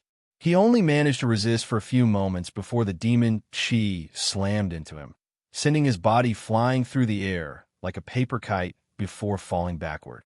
At that moment, Chu Huashang suddenly screamed, "Junior brother, watch out." Pei Wuxian couldn't help feeling stunned. That was because he saw Zhou Yi, who had been sitting cross-legged all this time while suffering from signs of cultivation dissonance, opening his eyes abruptly. Then, Zhou Yi's figure drifted towards Yang Kai's back like a ghost, his hand stretched out like a claw, aiming straight for Yang Kai's heart. Not far away, Chu Huashang tried her best to rush forward to provide support. Unfortunately, Yang Kai was falling in the direction of Zhou Yi, so there was no way she could reach him in time. By the time she arrived, he would already be a corpse. Why did Zhou Yi launch a sneak attack on Yang Kai? The sudden turn of events left Pei Wuxian feeling confused. Be that as it may, he could not be happier. He was severely injured at the moment, so it was inconvenient for him to engage in protracted battle. If Yang Kai was killed by Zhou Yi, then it would save him a lot of trouble. While watching coldly from the sidelines, he suddenly felt that something did not add up. That was because Yang Kai's expression was so calm that it was terrifying. Besides, this guy isn't that weak, right? It was rumored that Yang Kai had defeated Yu Luo Sha in one move in the Azura arena. Even if the rumors had exaggerated the truth, it made no sense for him to be sent flying with a single blow, much less from a hasty attack made by him right after having suffered from cultivation dissonance and receiving heavy damage as a result. This bastard is up to something. A thought crossed Pei Wuxian's mind as he knit his brow. At this moment, a harsh and ear-splitting sound of metal rubbing against each out rang out. Sparks flew all over the place. Yang Kai spat out fresh blood as though he were struck by lightning and was sent flying back towards Pei Wuxian again. Spinning his body around, he turned and landed not far from him. Pei Wuxian did not make another move. How could he attack again when he could tell that something was wrong?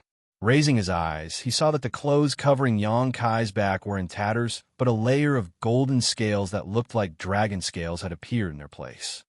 It was just that most of the dragon scales had been blown away at this moment, leaving a bloody wound that stretched across Yang Kai's entire back. It was a horrifying sight, and under his gaze, he saw the dragon scales slowly fade and vanish out of sight. Only the bloody wound remained. Not far away, He looked down at his hand with a slightly puzzled look. He seemed surprised that Xianxia had survived his sneak attack. When they came into contact earlier, he distinctly sensed a powerful layer of defense covering Xianxia's body. It was that layer of defense that caused all his previous efforts to come to naught.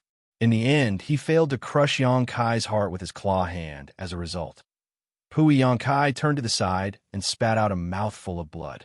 Lifting his chin, he looked down on Zhou Yi with a condescending expression. Fooled you, old dog. Attacking Pei Wenxian was a feint. Luring Black Crow Divine Monarch into action was his real aim. In the situation just now, Xianxia had no way of knowing who Black Crow Divine Monarch had possessed. There was no way for him to rescue the others under those circumstances. He might not be able to defend himself if Black Crow Divine Monarch attacked him while he was busy trying to rescue the others. If Pei Wenxian had really been possessed, then it would be perfect. He could take the opportunity to kill him. Fortunately, Black Crow Divine Monarch failed to hold back and leaped out first. Even though Xianxia had already prepared himself in advance, he still nearly died at the hands of Black Crow Divine Monarch. If he had not used his dragon transformation secret art to form dragon scales on his back at the critical moment, he would not have gotten off with such light injuries. What are you talking about? Zhou, he looked at Xianxia calmly. Are you still going to pretend? Xianxia looked at Zhou contemptuously. Does a noble divine monarch really need to act so cautiously in front of a mere junior like me? Divine monarch? Pei Wenxian was dumbfounded by those words. He was also very tempted to ask Xianxia, what in the world are you talking about? How could a disciple of Thousand Great Bloodland be a divine monarch? That was a title only high-rank, open heaven realm masters could possess. Brother Pei, open your eyes wide and look carefully. Xianxia pointed at Zhou. The person in front of you is not Brother Zhou from Great Thousand Bloodland. He has been possessed by an old ghost by the name of Black Crow Divine Monarch. Black Crow Divine Monarch was imprisoned in the Blood Monster Cave Heaven by Blood Monster Divine Monarch. After Blood Monster Divine Monarch died, he stole Blood Monster Divine Monarch's Tao of Blood Inheritance and moved it to this place. It was all to lure us here, so that he could find a suitable candidate to possess. Pei Wenxian frowned. How do you know all that? Xianxia replied. Because he tried to possess me just now, but he failed. That's why he changed targets and possessed Zhou Wu instead. Pei Wenxian turned to glance at Xianxia. He instinctively felt reluctant to believe his words, choosing instead to believe that Xianxia was up to something nefarious. After all, who in this place could escape if a divine monarch tried to possess them? But Xianxia claimed that the other party had failed to possess him.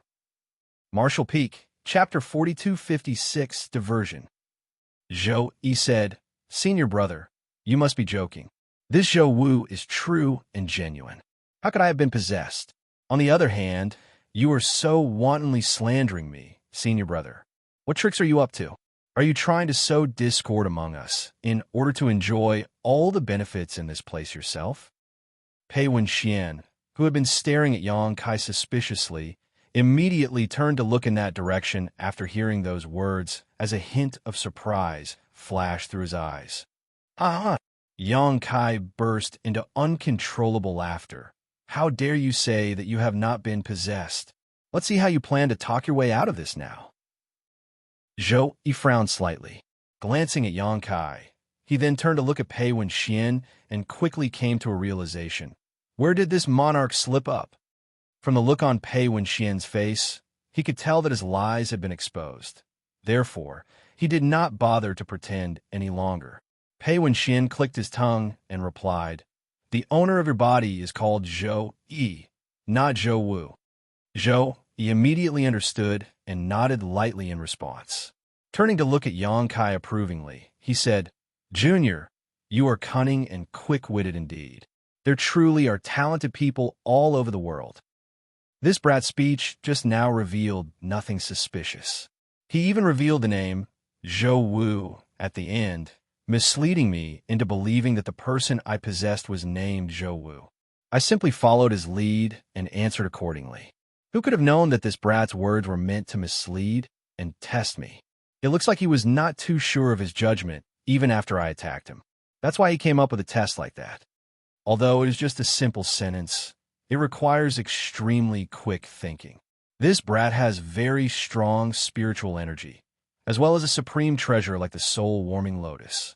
At this rate, he will surely become extremely powerful once he matures. If I want to kill him, I have to do so now. Or else, I might not be able to in the future.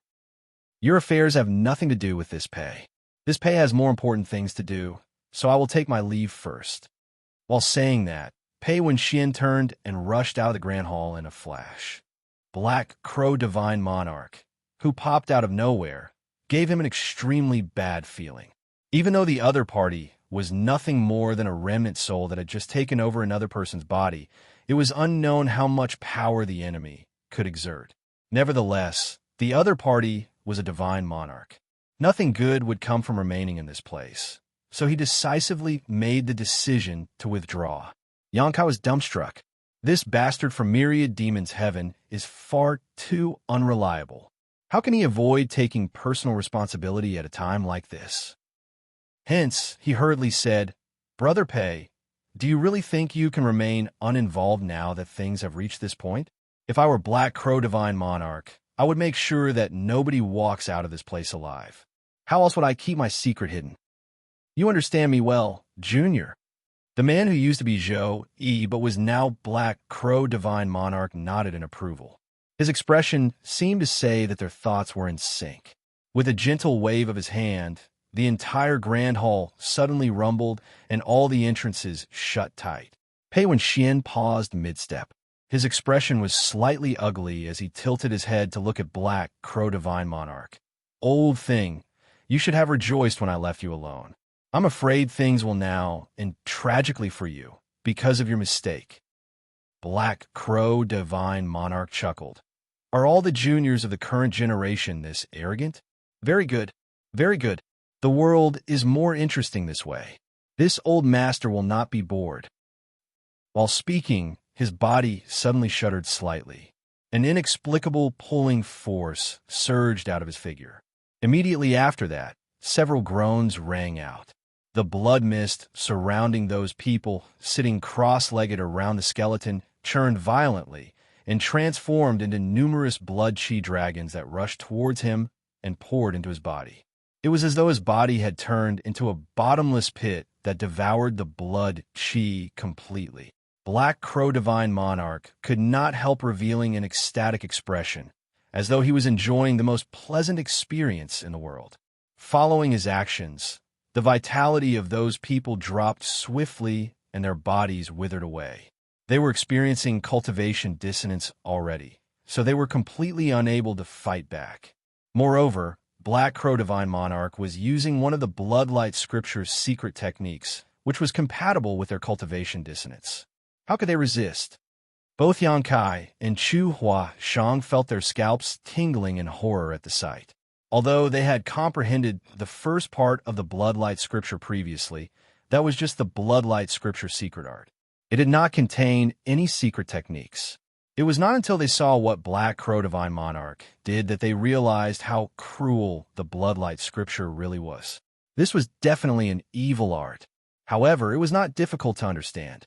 Blood Monster Divine Monarch was not a kind and benevolent man. It stood to reason that the Bloodlight Scripture he cultivated was not a peaceful secret art either. What made Yang Kai even more uneasy was that the aura around Black Crow Divine Monarch's body was climbing steadily with his actions. Although Zhou Yi was originally an elite disciple of Great Thousand Bloodland, he was not that strong. On the other hand, Yang Kai could feel a sense of oppression coming from him after he was possessed by Black Crow Divine Monarch. A person who could cultivate to the realm of a divine monarch could not be a soft-hearted weakling. In addition, Black Crow obtained an inheritance like the Bloodlight Scripture. The various unimaginable methods made him even more powerful than before. We can't let him continue any longer. This is definitely the best time to attack. He has only just taken over Zhou Yi, so his soul and his body may not have fully integrated yet. Combined with the fact that Zhou Yi's heritage is limited, it can be said that he is currently at his weakest. He will definitely become much stronger once he completely devours the vitality of those people. Attack! A shout entered Yang Kai's ears as Pei Wenxian was the first to take action. He evidently came to the same conclusion as Yang Kai. While shouting, he pushed his hands forward. A large pitch-black cone sliced through the air and swiftly shot towards Black Crow Divine Monarch. The pitch-black cone was formed from pure demon chi and rotated rapidly, almost like it could even rip through space. Pei Wenxian was not finished yet. Immediately following behind the cone, he lunged forward like a panther. His hands were clawed, stretching towards Black Crow Divine Monarch through the air. All 5 of his fingers contained metal, wood, water, fire, and earth element powers, forming a cycle of the 5 elements which mutually reinforced each other. His power increased significantly as a result. Likewise, Yang Kai's reaction was very fast. In other words, he would have attacked even if Pei Wenxian had not.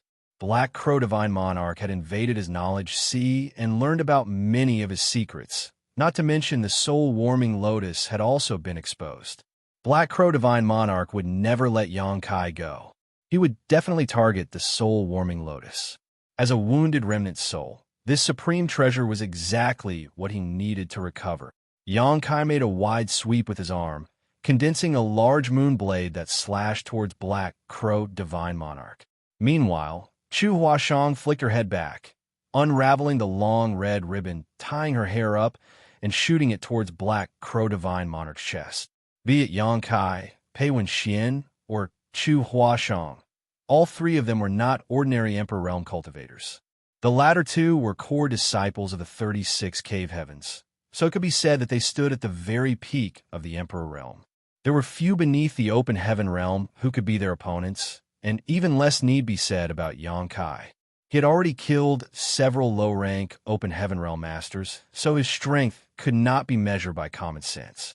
The power unleashed by the combined attacks of these 3 was something even Black Crow Divine Monarch could not help but acknowledge.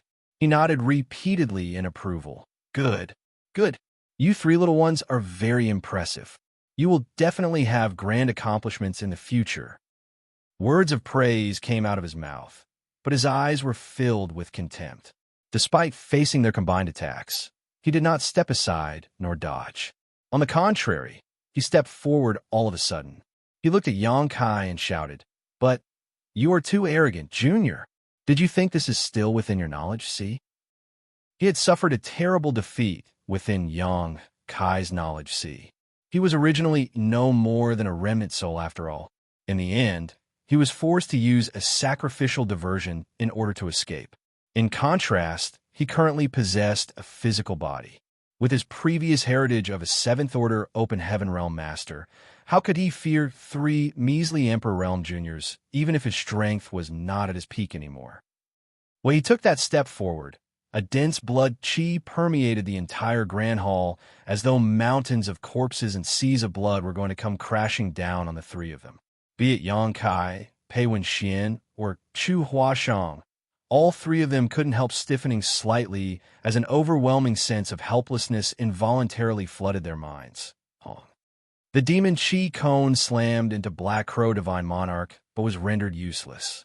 The attack was stopped by the dense layer of blood chi more than a meter away from its target. On the other hand, Yang Kai's moon blade tore apart Black Crow Divine Monarch's defenses. Unfortunately, its speed dropped sharply after it sank into the blood chi, allowing the latter to easily sidestep the attack. Chu Huashang's hair ribbon had even less to show for her efforts. After sinking into the blood chi, its halo immediately began flickering violently. It lost so much spirituality in an instant that she hurriedly withdrew the ribbon in shock. Even low-rank Open Heaven Realm Masters would not dare to take the combined attacks of these 3 lightly. Nevertheless, Black Crow Divine Monarch blocked them all with little effort. At the same time, he finished devouring all the blood chi of the other cultivators within the room. Their bodies shriveled up like mummified corpses. Up until their deaths, those people had been clueless about what was going on.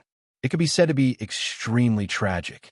Those who could reach this palace were the best among their respective great forces.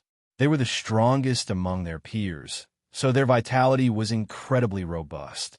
Having received nourishment from them, Black Crow Divine Monarch's aura soared madly and reached a level that terrified the three of them. Although he did not have the aura of the Open Heaven realm, his momentum at this moment was almost as imposing as that of a mid-rank Open Heaven realm master. In other words, he was a mid-rank Open Heaven realm master who could not exert the signature power of the Open Heaven realm. The three of them felt their hearts sinking. If that really were the case, then there was no way for them to win. Even if Black Crow Divine Monarch was unable to utilize World Force due to Zhou Yi's lacking heritage, he still had the foundation of a high-rank Open Heaven realm master. There was no saying just how much strength he could display. The blood chi around him churned violently, making him look like he was covered in a mist of blood. He stared fixedly at Yang Kai and sneered. "Junior, how dare you act so presumptuous before this monarch? I will start with you." While saying that, he suddenly waved his large hand. A rain of blood suddenly fell on Yang Kai from above. The blood rain did not look special in any way, but it obviously contained great power. Yang Kai's figure flickered repeatedly to avoid the blood rain, but contrary to expectations, his perception told him that Black Crow Divine Monarch was ignoring him after the initial move. A hand suddenly reached out from within the blood mist and clawed at Pei Wenxian across the barriers of space. This old dog was truly cunning and insidious. Even when facing these three youngsters, he did not hesitate to use feints and diversions. Thinking about it again, it made sense. Black Crow Divine Monarch coveted Yang Kai's soul-warming lotus, so how could he kill him so easily? He most likely planned to capture Yang Kai alive in order to claim the soul-warming lotus as his own. If he could not kill Yang Kai, then he could only attack Pei Wenxian and Chu Huashan. Pei Wenxian had taken the lead to attack him earlier, so he probably held some grudges for that. Yang Kai had not expected Black Crow Divine Monarch to take such actions, and neither did Pei Wenxian. Therefore, the large hand immediately wrapped around Pei Wenxian's neck tightly as a layer of red blood chi swiftly seeped and enveloped the latter. Martial Peak, Chapter 4257, Try If You Dare. Pei Wenxian had lunged at Black Crow Divine Monarch after unleashing his previous attack, but at this moment, it seemed like he walked straight into his death instead. He was caught off guard and captured almost instantly. Wrapped by the blood chi, Pei Wenxian felt as though something was suppressing the power in his body and blocking his meridians so that his strength could not flow out. He was absolutely horrified. Is this really the power that an Emperor Realm cultivator can exert? Zhou Yi was no more than a disciple of Great Thousand Bloodland. His aptitude and comprehension abilities were incomparable to those of Pei Wenxian. If it were before he was possessed, then Pei Wenxian alone would have been able to defeat 3 to 5 of him without breaking a sweat. Unfortunately, he became capable of subduing Pei Wenxian in a single move after being possessed by Black Crow Divine Monarch. It was not until this moment that Pei Wenxian finally understood one thing. This might be Zhou Yi's body, but the Zhou Yi that stood in front of him could no longer be viewed as the same person at all. "Die, Junior!" Black Crow Divine Monarch grinned, exerting a sudden burst of force in his hand in order to kill Pei Wenxian on the spot. However, his brow twitched at that moment, and a huge sense of crisis enveloped him as the aura of death loomed over him. Pei Wenxian's identity token that had been hanging at his waist suddenly burst out with dazzling white light. It was extremely blinding, so blinding that it breached the blood-colored sea even through the thick blood mist. The white light leaped out from the identity token like a bolt of candlelight. It was not very conspicuous at first, but the light exploded in an instant to transform into a blade of overwhelming demon chi. Then the blade came slashing down on Black Crow Divine Monarch. Black Crow Divine Monarch was shocked. How could he dare to remain standing in place after sensing the terrifying power contained in this strike? Releasing his grip on Pei Wenxian, he turned into a ray of bloodlight and quickly retreated. However, he could not escape the power of this blade, no matter how he tried to dodge. The blade slashed down, and a scream rang out. The bloodlight was split into two, revealing two bloody halves of a body. Pei Wenxian landed heavily, coughing hard with his hands clutching at his neck. He glared fiercely at Zhou Yi's corpse that had been sliced in half and ground his teeth. "How dare you mess with me, old dog? How dare you attack me? Serves you right for ending up dead." He let out a gloomy laughter that sounded quite ghastly. While he was speaking, the identity token hanging around his waist cracked and shattered before turning into dust. Xianxia was amazed by the sight. He had long known about the identity tokens carried by the core disciples of the cave heavens and paradises. These identity tokens not only symbolized their personal status, but also contained a divine ability granted by their elders to protect them. It would automatically be activated in the event that their lives were in danger. Although it could only be used once, it could save their lives at a critical moment. Just like what happened here. Xianxia suspected that even a mid-rank open heaven realm master might not have been able to withstand that attack if taken head-on. Pei Wenxian's honored master was definitely a high-rank open heaven realm master. Black Crow Divine Monarch had possessed Zhou Yi, and while he had the heritage of a high-rank open heaven realm master, he was limited by Zhou Yi's body. Combined with the fact that he was a wounded remnant soul, the strength that he could exert at this moment was far from his peak. How could he come out unscathed after being hit by a divine ability like that? This old guy has been plotting for countless years only to suffer such a tragic ending when he finally succeeded in possessing somebody. I'm sure that he himself never anticipated such an outcome. Xianxia couldn't help but sigh in amazement. Zhou Yi's body had been sliced into two, but Black Crow Divine Monarch's remnant soul remained nowhere to be seen.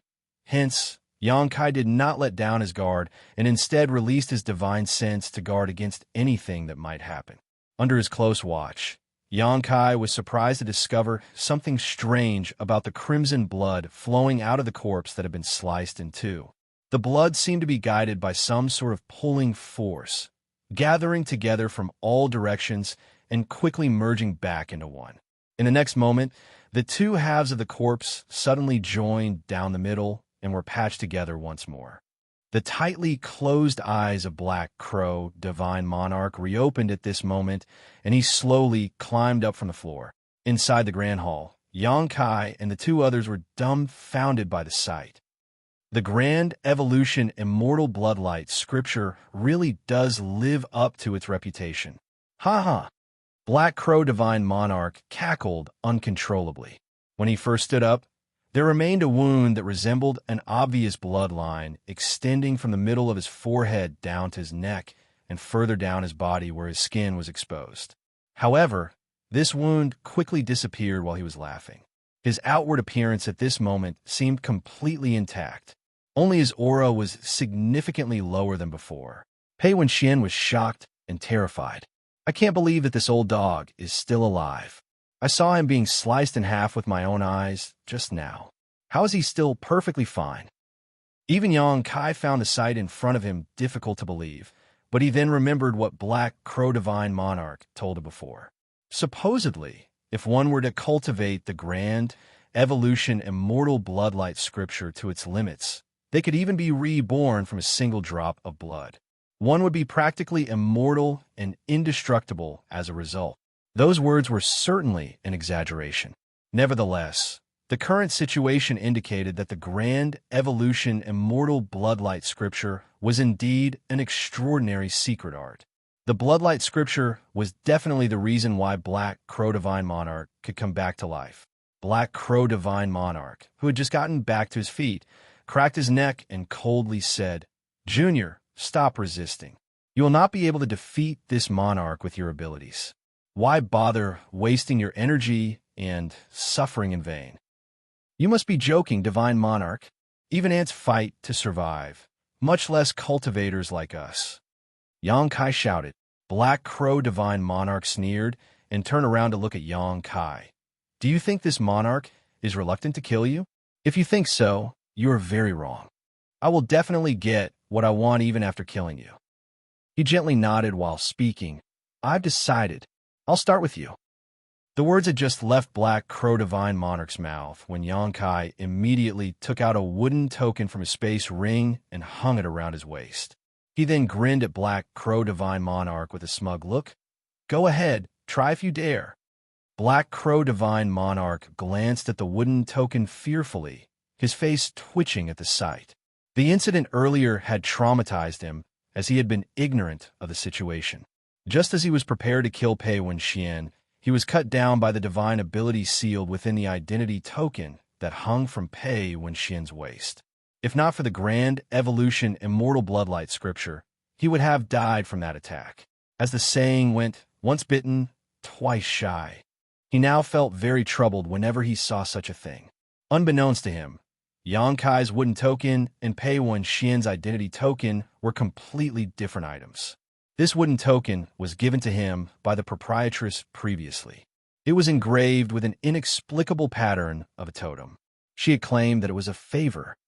Therefore, there was no divine ability sealed within. On the other hand, he also held a divine ability bead that was given to him by the proprietress. That was his greatest trump card. Black Crow Divine Monarch gave Xianxia a hateful look. Then, he turned to look at Chu Huashang. Chu Huashang was no fool either, so she gently reached out and tapped the identity token hanging at her waist. These juniors are too much. Black Crow Divine Monarch felt a great sense of hatred. Divine Monarch, if you wish to kill somebody, then there's a good candidate right there. Xianxia pointed in Pei Wenxian's direction. You died at his hands just now. It's a good opportunity for you to take revenge for what happened. Pei Wenxian was already coughing, but he nearly spat blood at those words. He gritted his teeth and snarled. Xianxia, this Pei will never forgive you if I die in this place.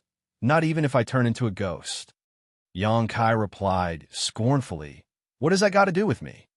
Pei Wenxian was so filled with hatred that his teeth hurt, but there was nothing he could say or do. His identity token had been destroyed, so he no longer had a deterrent. If Black Crow Divine Monarch really attacked him, then he could only fight to the death. I'll do as you wish then. Black Crow Divine Monarch nodded. His body suddenly transformed into a blood ray that charged towards Pei Wenxian. He had been killed by the Sword Light divine ability earlier and severely damaged his foundation as a result. At this moment, he desperately needed to replenish his strength. Since he did not dare to touch Xianxia and Chu Huashang, he could only target easy prey like Pei Wenxian. After he slaughtered Pei Wenxian, it would not be too late for him to slowly torture the other two to death. In any case, the Grand Hall had been completely sealed shut, so there was no fear that they might escape. When Pei Wenxian saw that Black Crow Divine Monarch was charging toward him again, he felt a mixture of fear and rage. He let out a fierce roar, and his demon, Qi, churned violently. Raising his hand, he summoned his coiling dragon shears and sliced through the bloodlight with them. The coiling dragon shears was a powerful artifact, and the energy fluctuations that emitted were by no means weak. Even so, the light flickered erratically when it sank into the bloodlight, and its spirituality dropped sharply. Chu Huashang had encountered the exact same situation just now. The bloodlight seemed to be extremely damaging and resistant towards artifacts. Pei Wenxian turned pale in shock and involuntarily backed away while hastily forming a set of hand seals with both hands. One after another, a barrage of fierce attacks rained down on the bloodlight without any restraint. The explosions rang out endlessly as each of these attacks were defeated. The bloodlight flashed towards him like lightning, continuously shooting out blood-colored blasts from within the bloodlight. The attacks were so oppressive that he was forced to retreat in a miserable fashion. Even if Black Crow Divine Monarch had been cut down once and suffered heavy damage to his foundation as a result, Pei Wenxian was still not capable of being his opponent.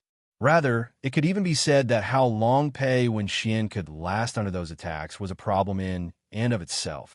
In just a few breaths of time, Pei Wenxian could feel that he had reached his limits. At this moment, he felt the pressure lightening all of a sudden as Black Crow Divine Monarch's evil laugh entered his ears. Junior, you truly are insidious and cunning. Did you think this monarch would not be wary of you? The bloodlight that was approaching him halted without warning, and Pei Wenxian looked up to see that Black Crow Divine Monarch had revealed his figure. Black Crow Divine Monarch had one hand blocking an attack to his side. Amidst the dense blood qi, Xianxia had arrived with a spear in his hands at some point in time. It was just that he was trapped in the blood qi. It was like being stuck in a quagmire, making his movements extremely sluggish. That was not all. Sizzling sounds were coming from his body, and it was obvious that the blood qi was corroding away at him. Pei Wenxian immediately understood the situation. Xianxia's sneak attack caused Black Crow Divine Monarch to have no choice but to focus on dealing with him. That was definitely the reason why the pressure had suddenly eased off him just now. It could even be said that it was Xianxia who rescued Pei Wenxian at the critical moment. Even so, Pei Wenxian was not grateful. This bastard sent Black Crow Divine Monarch after me. How abominable! Taking advantage of Black Crow Divine Monarch's distraction, Pei Wenxian's figure flashed consecutively, finally putting some distance between him and the other party, which gave him some breathing space. As one of myriad demons' heaven's core disciples, he was practically an invincible existence among those beneath the open heaven realm. The fact that he could be defeated in such a short span of time only served to show just how powerful Black Crow Divine Monarch was. Moreover, this was after Black Crow Divine Monarch had been killed already. If this were before he had suffered death once, how much strength could he have exerted? For a moment, Pei Wenxian was both thankful and frustrated. He was thankful that Black Crow Divine Monarch was heavily injured at the moment, but frustrated that his identity token was gone as a result. Inside the blood qi that resembled a quagmire, Xianxia's movements were sluggish, but his expression was calm as he roared, "Break!" A small pitch-black light appeared at the top of the Azure Dragon Spear. When this pitch-black dot appeared, it was only the size of a pea. However, it immediately expanded wildly and turned into a massive black hole. Everything instantly collapsed. Rupture. Martial Peak, Chapter 4258, Joining Forces to Battle a Divine Monarch. Blood qi poured into the black hole that appeared and vanished into nothingness, allowing Xianxia to break free of its restraints and thrust his spear straight at Black Crow Divine Monarch. This attack was made in a direct, seemingly straightforward, simple, and ordinary manner. However, it contained intense, murderous intent, perfectly demonstrating the strength of Xianxia's personal spear technique. The Tao of Space. Black Crow Divine Monarch narrowed his eyes. He distinctly felt the fluctuation of the space principles at that moment. Moreover, he could infer from those fluctuations that Xianxia's attainments in the Tao of Space were superb. As those words left his mouth, the spear sliced through the air towards him. Black Crow Divine Monarch wanted to avoid the attack, but was surprised to find that it had sealed off all his paths of retreat. There was no way to dodge. The spear pierced through his head and came out through the back. If it were a normal cultivator, they would not have survived after receiving such heavy injuries. But the person who received this wound was none other than Black Crow Divine Monarch, who even revived after being sliced clean in half. Xianxia did not reveal the slightest hint of joy at succeeding. The truth was that this attack had not affected Black Crow Divine Monarch in any significant way. Although the Azure Dragon Spear had pierced Black Crow Divine Monarch's head, Xianxia had not felt the sense of having stabbed anything. It was as though Black Crow Divine Monarch's head did not contain any resistance whatsoever at that moment. "Boy, where did you get this spear?" Black Crow Divine Monarch asked in surprise. He had a good eye, so he instantly noticed just how extraordinary the Azure Dragon Spear was. This brat is not only proficient in the Tao of Space, but also in possession of such an astounding treasure. He probably comes from quite a prominent background. "Why are you spouting such nonsense? Just die, old dog." Xianxia coldly snorted. The spear trembled slightly, and a jet-black flame suddenly spread out across its length, igniting Black Crow Divine Monarch's head. "Ah!" Black Crow Divine Monarch screamed loudly, and his body abruptly retreated backward. The hole in the middle of his forehead swiftly sealed up, leaving him uninjured. Be that as it may, the pitch-black flames continued to burn him, causing him to suffer excruciating pain as he screamed in horror. Golden Crow's true fire. You condense the Golden Crow's true fire. While screaming, his heart flooded with a deep sense of regret. He had tried to possess Xianxia earlier, but in the end, he suffered miserably inside Xianxia's knowledge, and severely damaged his foundation in the process. He had been forced to separate out a thread of his consciousness in order to create a diversion to escape. When he finally possessed Zhou Yi and obtained a physical body, he thought that it would be easy for him to get rid of the juniors around him. But how could he have known that Xianxia would wield a high-rank element power? Not to mention, this was the Golden Crow's true fire that was said to be able to burn everything in existence. Didn't that mean this boy condensed high-rank open heaven elements?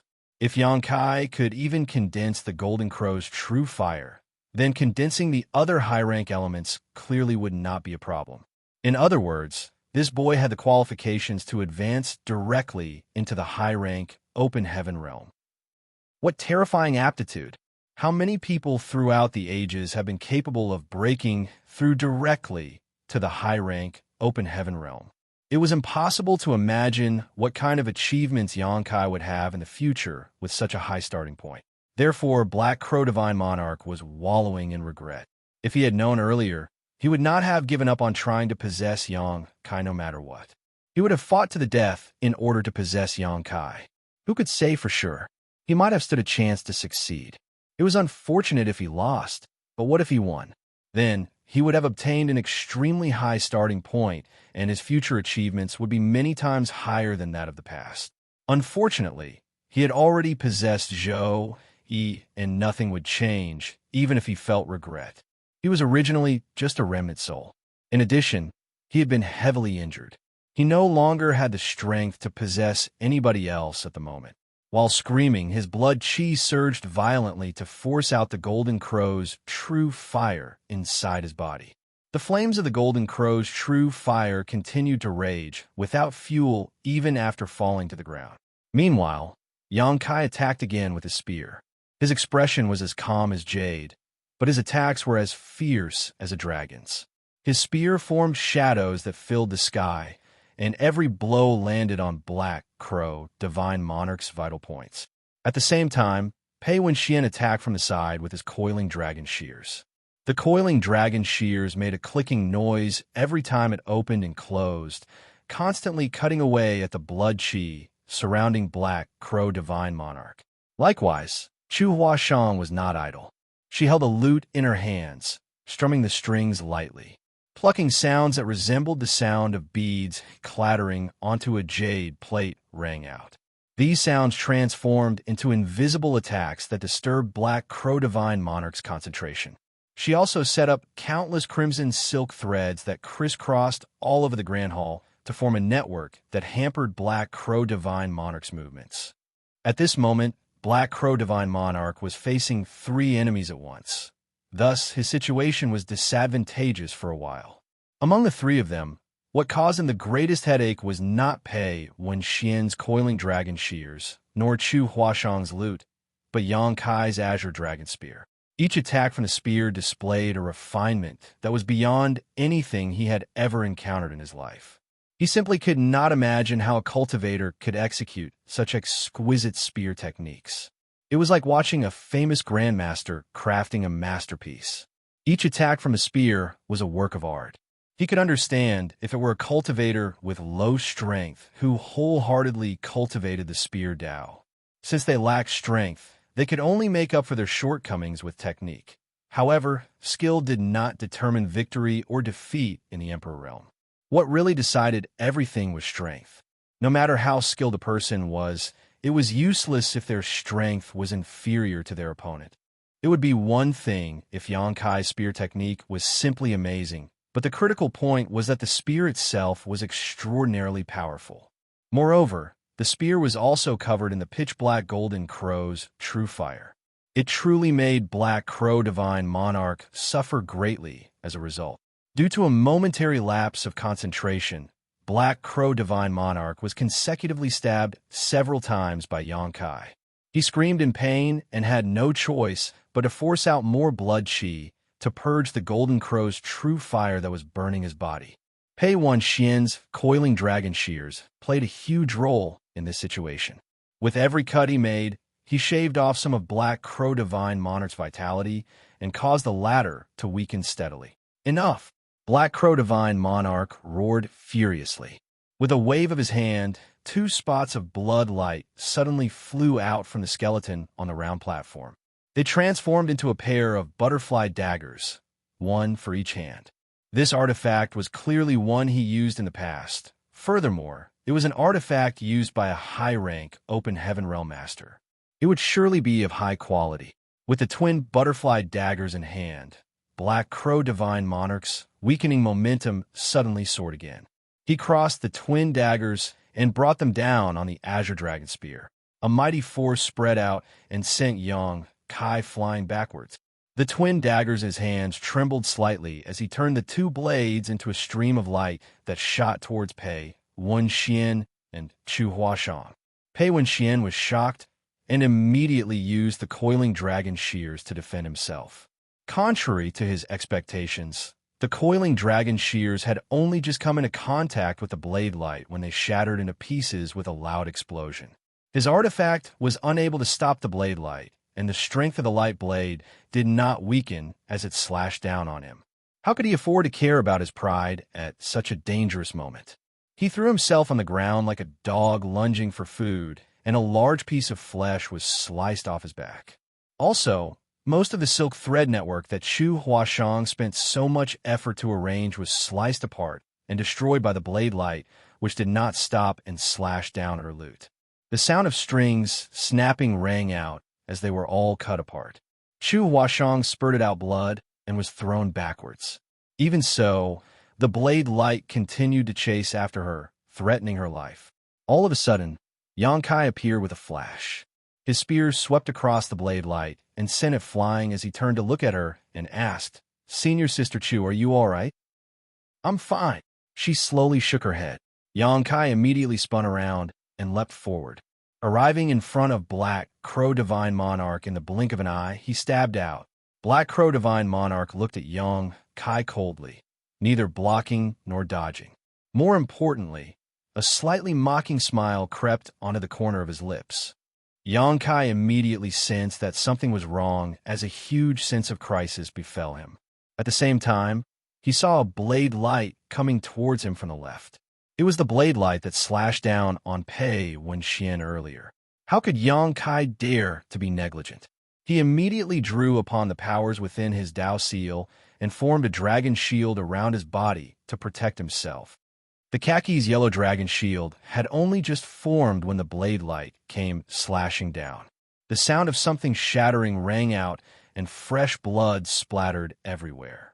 Xianxia retreated by several tens of meters with a new wound in his waist, one so deep that bone was showing. Black Crow Divine Monarch's gaze was scorching. A high-rank earth element power. The Dragon Shield secret technique was obviously formed from a high-rank earth element power. Combined with the Golden Crow's true fire that Xianxia displayed earlier, Black Crow Divine Monarch became more and more convinced that Xianxia was aiming to become a high-rank Open Heaven Realm Master directly. This brat is definitely a rare genius. Xianxia lowered his head to gaze at the wound on his waist. The spear in his hand trembled slightly as he lifted it with one hand and stared at Black Crow Divine Monarch mockingly. "Seems a Divine Monarch is nothing much." Black Crow Divine Monarch snorted. "What an arrogant mouth you have, boy. I will make you beg for mercy on your knees soon enough." While saying so, his body jerked slightly and took the initiative to fall apart of his own volition. He transformed into hundreds of thousands of blood crows that cawed loudly. They covered the sky as they threw themselves at Xianxia. Xianxia kicked off against the ground and backed away, but kept his eyes forward. He realized that his enemy feared his golden crow's true fire. That was why he created hundreds of thousands of blood crows to confuse him. He did not know what kind of secret technique it was that could produce such shocking effects, and it did not look like part of the Orthodox bloodlight scripture. It was most likely Black Crow Divine Monarch's own divine ability. Black Crow Divine Monarch's voice rang out from all around. Boy, this monarch believes that you have a bright future ahead of you. If you kneel down and beg for mercy, I can spare your life. Possessing Xianxia was no longer an option, but subduing and taking Xianxia under him could also be considered a kind of compensation. The brat was a genius who could probably advance into the high-rank, open heaven realm in the future, so accepting Xianxia as a subordinate was not a bad idea. His voice floated around, giving no hint of his true location. There was no way for anybody to figure out which blood crow his soul was hiding in. If it were anybody else, they would have no means of attacking in this situation. However, Xianxia put the Azure Dragon Spear away and summoned a bottle gourd instead. He pointed the mouth of the gourd forward and grinned wickedly. This junior is honored by your offer and would like to offer a gift to show his thanks, Divine Monarch. Please accept it. While saying so, he activated the power of the Yuan Magnetic Divine Bottle Gourd, sending a blinding light pouring out of it to sweep across the flock of blood crows. The Yuan Magnetic Divine Light was a sixth-order metal element power, and even a low-rank Open Heaven Realm Master would need to use their world force to block it. How could Black Crow Divine Monarch withstand this attack? Countless blood crows were struck by the Yuan Magnetic Divine Light and instantly riddled with holes, dropping to the ground while cawing loudly before turning into puddles of blood. In just a few breaths of time, 20% of the blood crows were destroyed while the Yuan Magnetic Divine Light poured out strongly and continuously.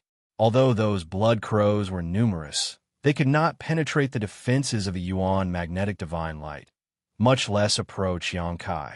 Chu Huashang hurriedly came to stand behind Xianxia, lest Black Crow Divine Monarch attack her.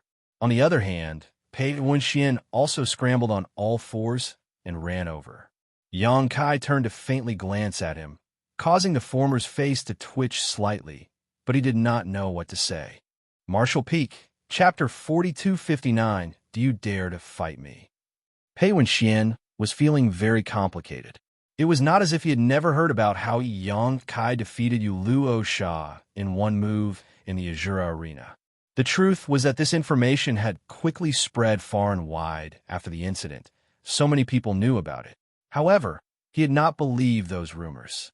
That was because he knew how capable Luo Sha was. She might not be as strong as him, but she was not much weaker either. Core disciples of the various cave heavens and paradises like themselves were capable of fighting to a certain extent, even if they encountered a low-rank, open heaven realm master. Therefore, the reason Xianxia defeated Luo Sha in one move when they were in the same realm was either a sneak attack or Luo Sha had greatly underestimated her opponent. When Pei Wenxian met Xianxia at the Blood Lake, he wanted to test his ability. It was just that Chu Huashang had stepped in to stop him at the time, so he could only give up. He had been feeling extremely unconvinced as a result. But, by the looks of things, it was fortunate that Chu Huashang had intervened back then. Otherwise, he would have embarrassed himself instead. He was practically helpless against Black Crow Divine Monarch's attacks, and it had taken all his strength just to fight back just a few times. Even his coiling dragon shears were destroyed in the process. On the other hand, Xianxia was able to hold his ground against the enemy with confidence. The difference between them was obvious at a glance. Such talent was completely unheard of, and his ability to defeat Luo Sha in one move no longer seemed like an exaggeration now. Pei Wenxian had always thought highly of himself, so he couldn't help feeling rather deflated at the moment. Blood crows flew about within the spacious grand hall, cawing loudly. It was very distracting. The Yuan Magnetic Divine Light flashed brightly. Thanks to the sixth-order metal element power, the countless blood crows could not approach them. Once in a while, the occasional blood crow would manage to penetrate the defenses, but they were killed by Chu Huashang and Pei Wenxian in short order. Every single blood crow they killed would transform into a strand of crimson blood chi that dissipated in the grand hall. All of a sudden, the hundreds of thousands of blood crows gathered and merged together once more to return to their original appearance. It was just that Black Crow Divine Monarch's complexion was slightly paler compared to before. His aura was also no longer at its peak, and it was obvious that he was heavily injured. His eyes were filled with deep hatred. Kill! Xianxia turned the mouth of the gourd around, and the Yuan magnetic divine light immediately gushed towards Black Crow, divine monarch. At the same time, he reached out his free hand and summoned his azure dragon spear. With a flash of his body, Xianxia charged towards Black Crow, divine monarch. Chu Huashang and Pei Wenxian immediately followed suit. They were both well-versed in grasping the flow of the battle. Black Crow Divine Monarch's aura was obviously an all-time low, so with the opportunity to defeat him right in front of their eyes, how could they not act? 3 figures attacked Black Crow Divine Monarch, surrounding him from 3 different directions. Xianxia took the lead while Pei Wenxian and Chu Huashang supported him from the side. They did not engage Black Crow Divine Monarch too much and only attacked whenever the opportunity arose. With the combined forces of these 3, the battle with Black Crow Divine Monarch instantly became extremely heated. However, the 3 of them became increasingly frightened the longer they fought. At this moment, it was clear that Black Crow Divine Monarch's strength had dropped sharply. Even so, he continued to fight them on equal footing. I just want to show how powerful he used to be. Luckily, the 3 of them had whittled down a considerable amount of his blood chi earlier. Otherwise, it would have been an extremely dangerous battle for them. Inside the tightly shut Grand Hall, the lights of various secret techniques and artifacts flared blindingly. At the same time, these lights were accompanied by several groans and grunts. It didn't matter whether it was Black Crow Divine Monarch or Xianxia's party. Both sides were covered in wounds in just a short period. Black Crow Divine Monarch's bloodlight scripture was extremely troublesome. All the injuries to his body would only cause his vitality to drop by a small margin, while even the most lethal and fatal injuries could not kill him. That was in stark contrast to the situation when Xianxia and the 2 others were injured. The blood from their wounds seemed to be guided by some kind of invisible force, transforming it into blood mist that gathered around Black Crow Divine Monarch and poured into his body, vanishing from sight to become part of his strength. Xianxia had the wood element power stemming from the essence of the immortal tree, as well as a very pure dragon clan bloodline flowing in his body. Therefore, his regenerative abilities were incredible and his wounds healed very quickly. For this reason, the bloodlight scripture affected him the least. Unfortunately, the same could not be said for Pei Wenxian and Chu Huashang. It was hard to say exactly how much vitality they lost in such a short period, but their complexions were now extremely pale. Nevertheless, nobody retreated after things had come this far. That was because all 3 of them knew that only one side would survive the battle today. The slightest negligence or sign of weakness could bring about an irreversible and catastrophic outcome. Kill! Xianxia's roar reverberated throughout the Grand Hall as his spear stabbed forward and space principles fluctuated wildly. The spear disregarded the barriers of space and stabbed towards Black Crow Divine Monarch's head, even though he was standing 1,000 meters away. Black Crow Divine Monarch narrowed his eyes and lifted his hands to push out a wall of blood chi. There was a loud explosion and Xianxia was sent flying by the impact. Similarly, Black Crow Divine Monarch was also thrown backwards. He spun lightly in mid-air and landed on the ground, glaring at Xianxia with deep hatred as he viciously snarled, "Just you wait, Junior. Once this monarch replenishes his strength, he will return to fight you again." After saying that, he turned around and shot a blast of light behind him. Xianxia felt his heart jump in horror as he witnessed this. He hurriedly stopped his body from flying backward any further and shouted, "Stop him! He's trying to escape."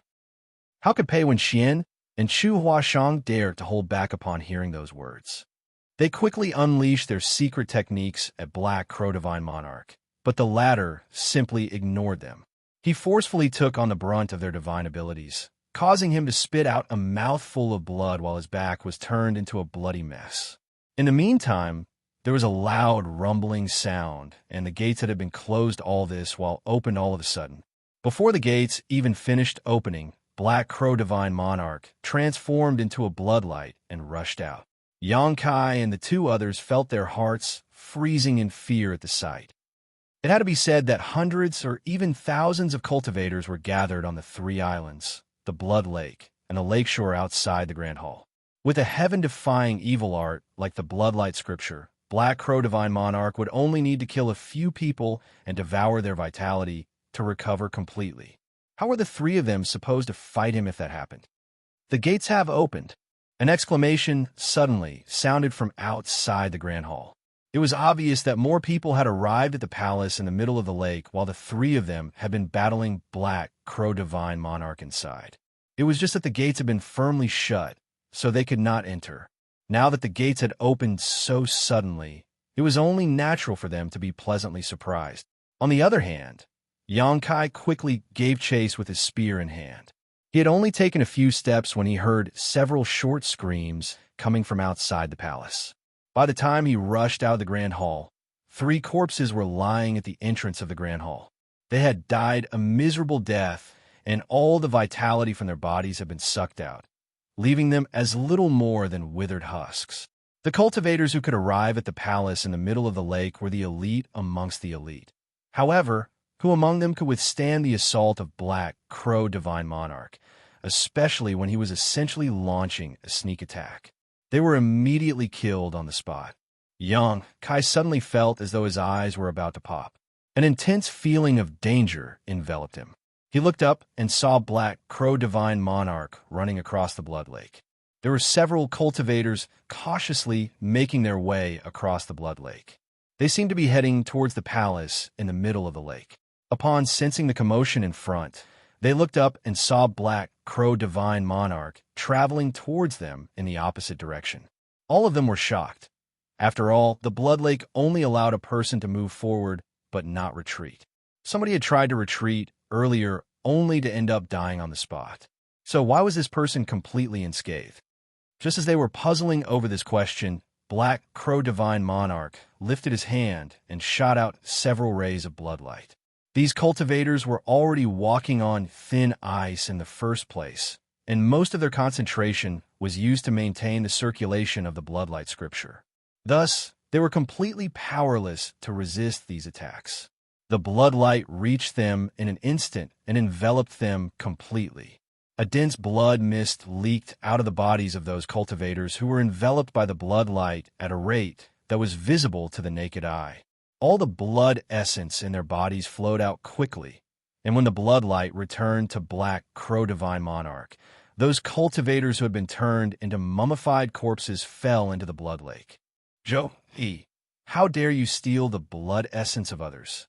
You will definitely suffer the heaven's wrath for committing such evil and despicable acts. Somebody who probably knew Zhou roared furiously. Black Crow Divine Monarch was naturally unmoved.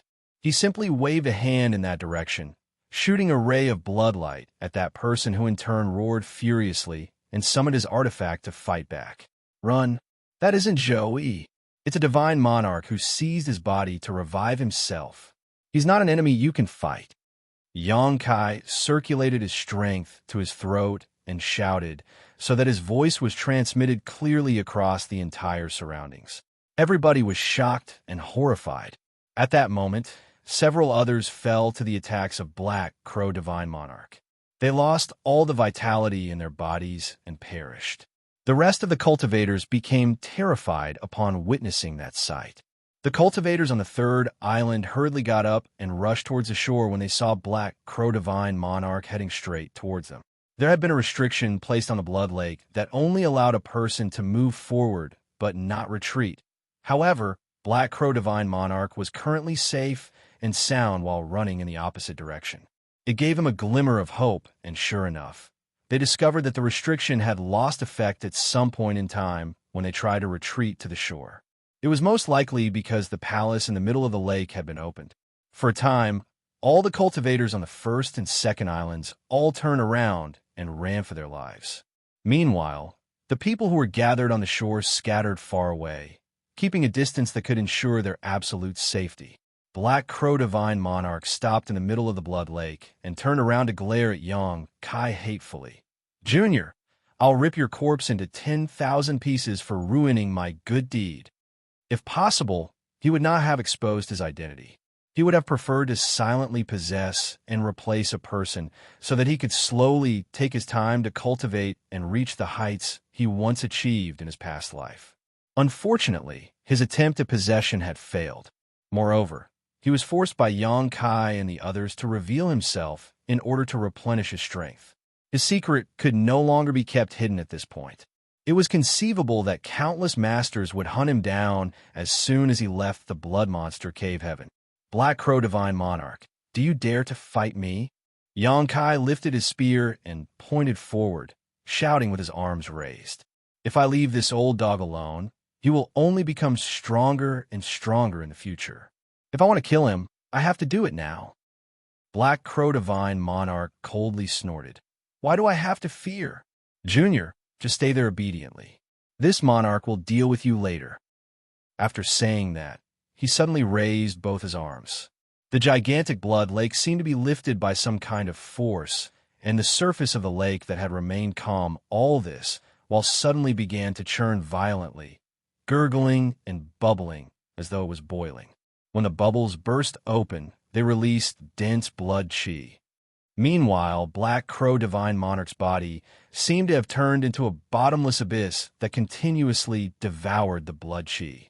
Yang Kai felt his entire body going cold with fear. The blood lake was definitely something Blood Monster Divine Monarch prepared for his inheritance disciple. After all, there was no point in inheriting his Blood Dao inheritance and cultivating the Bloodlight Scripture if one did not have enough vitality. That was why he prepared this blood lake in advance. Yang Kai had not given much thought to this matter before, so it was not until this moment that he understood. All the water in the blood lake was formed from genuine fresh blood. Just how many people were sacrificed to fill such a large blood lake? As expected, Blood Monster Divine Monarch was not a good or kind man either. Martial Peak, Chapter 4260, Fleeing. Black Crow Divine Monarch was unstoppable now. Having devoured all the vitality contained within the blood lake, his aura increased to new heights. Not only were his injuries from before completely healed, but he also experienced a huge boost in strength. His strength had reached a level where it was simply impossible to resist. Let's meet again in the future. Pei Wenxian immediately shouted at the sight. Turning around, he transformed into a cloud of black smoke and fled in a certain direction.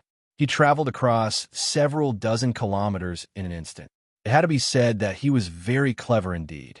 He knew that nobody here was Black Crow Divine Monarch's equal in terms of strength. Furthermore, the first thing Black Crow Divine Monarch would do once he finished devouring the blood lake was to come after Yang Kai. The old fart had suffered so badly at Yang Kai's hands after all. It was only natural for him to take his revenge against him. Knowing all of this, why would Pei Wenxian continue to stick around with Yang Kai? Yang Kai was so vexed that his teeth nearly cracked from grinding together. However, he did not dare to delay either.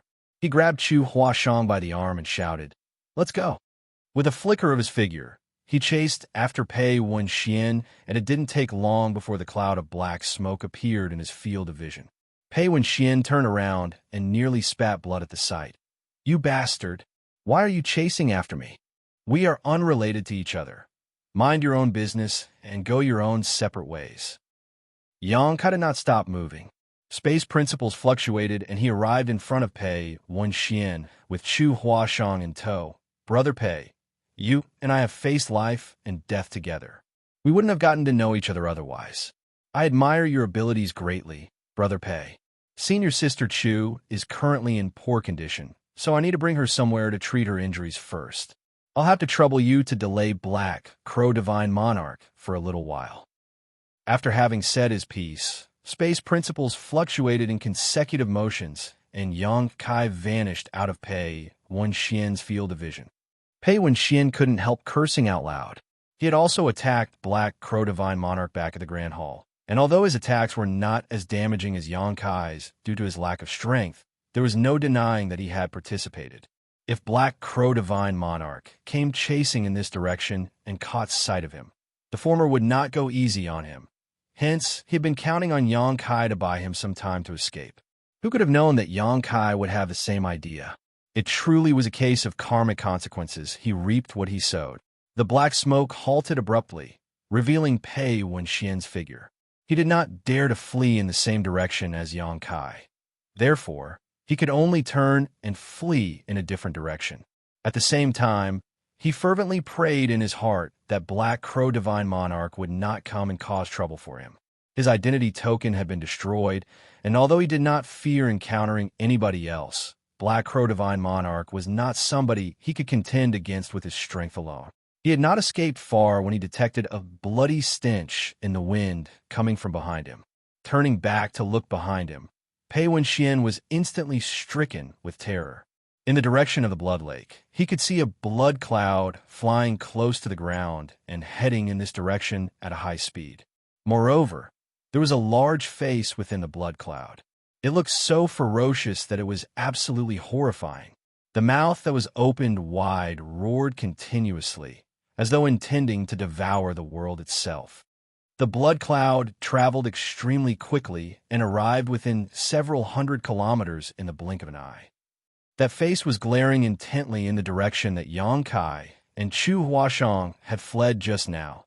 Thus, Pei Wenxian secretly rejoiced.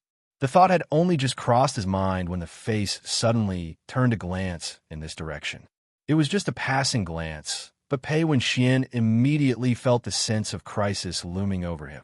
The face opened its mouth and a blood arrow shot out, slicing through the void and arriving in front of Pei Wenxian in an instant.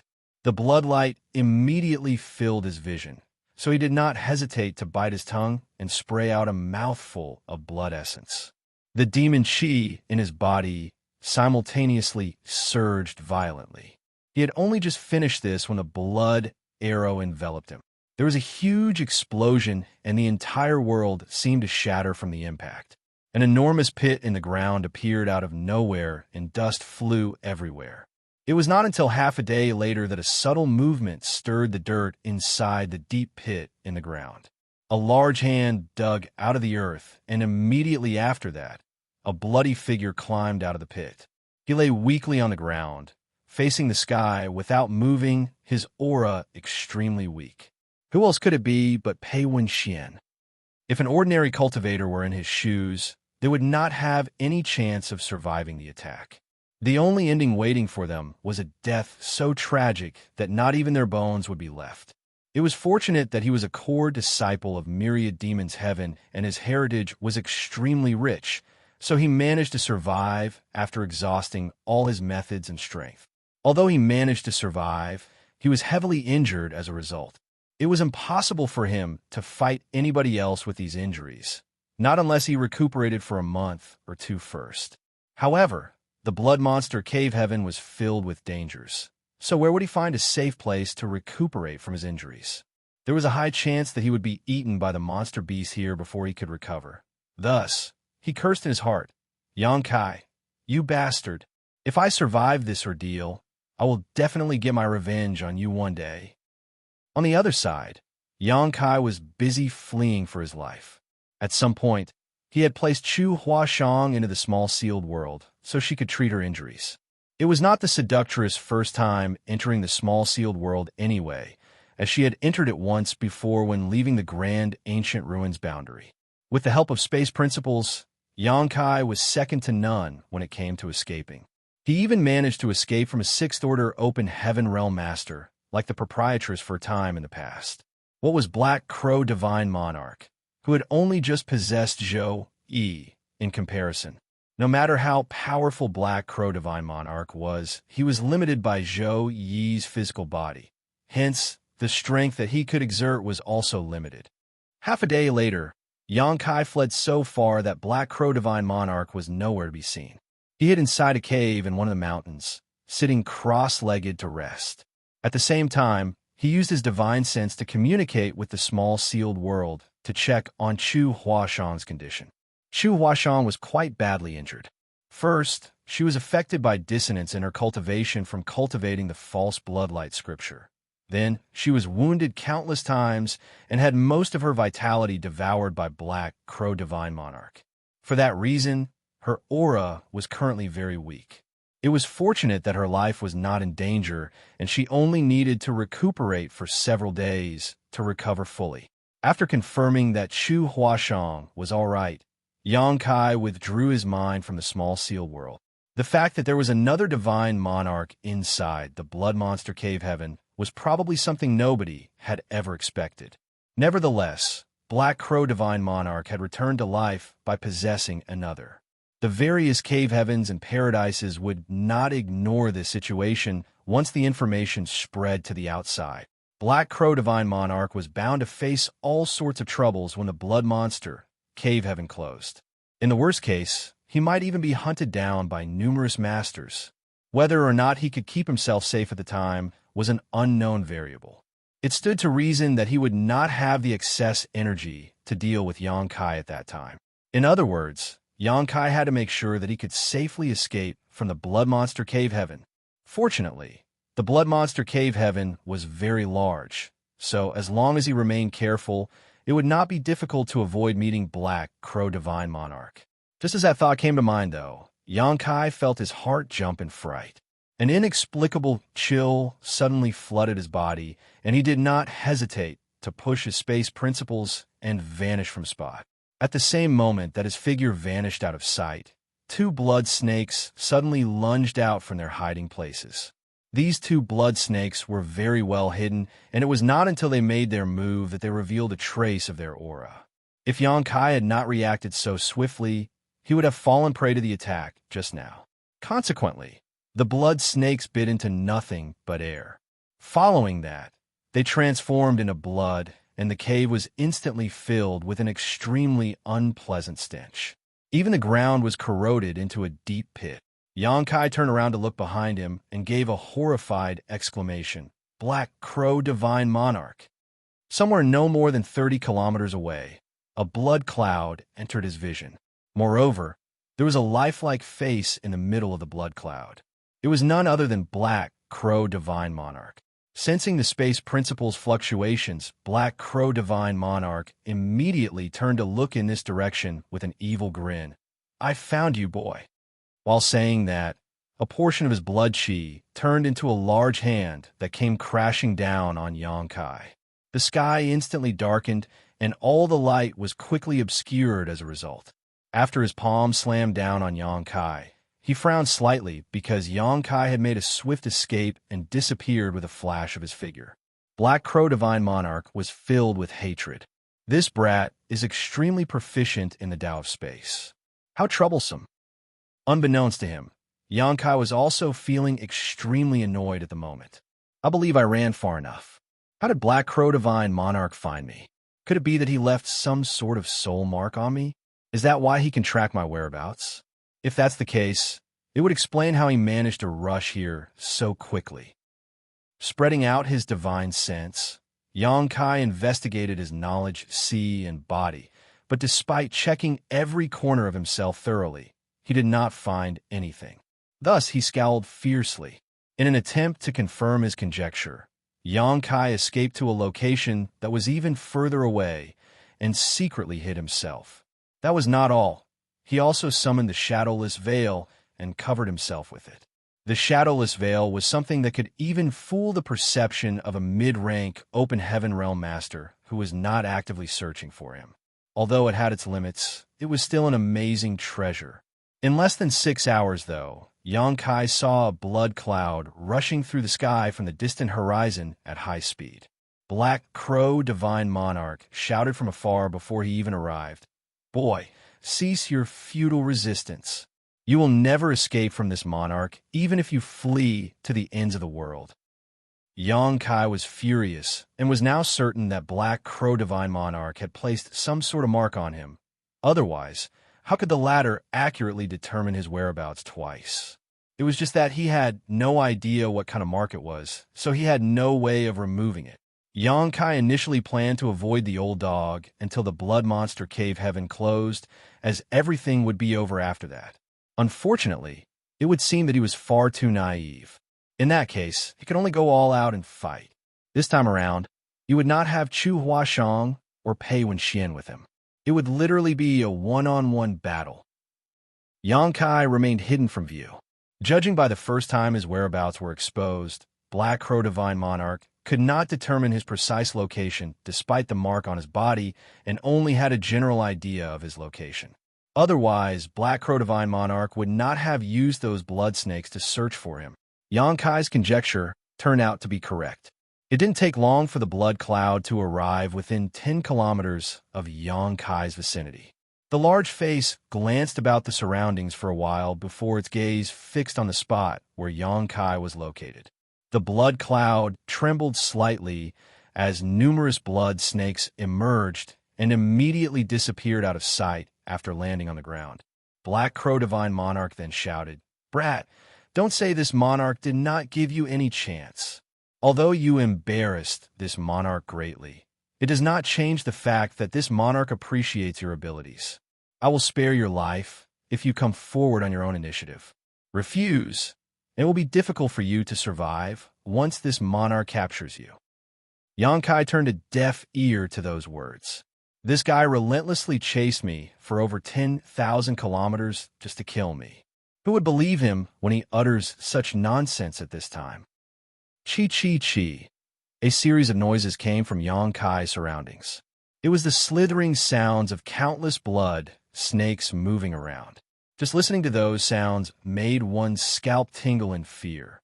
Xianxia, who was in hiding, could even discern clearly that the countless blood snakes were forming an extremely large net as they swept towards him like a blanket. At this rate, his location would be exposed once they reached his hiding spot. Martial Peak, Chapter 4261, Desperate Battle. The endless hissing of the blood snakes entered Xianxia's ears. Their bodies wriggled forward, gradually approaching the place where he was standing. "I'm going to be found." He closed his eyes and adjusted his breathing to suppress both his heartbeat and his aura to make himself seem as still as a rock, becoming completely motionless. Now that things had come to this, he could only take a gamble.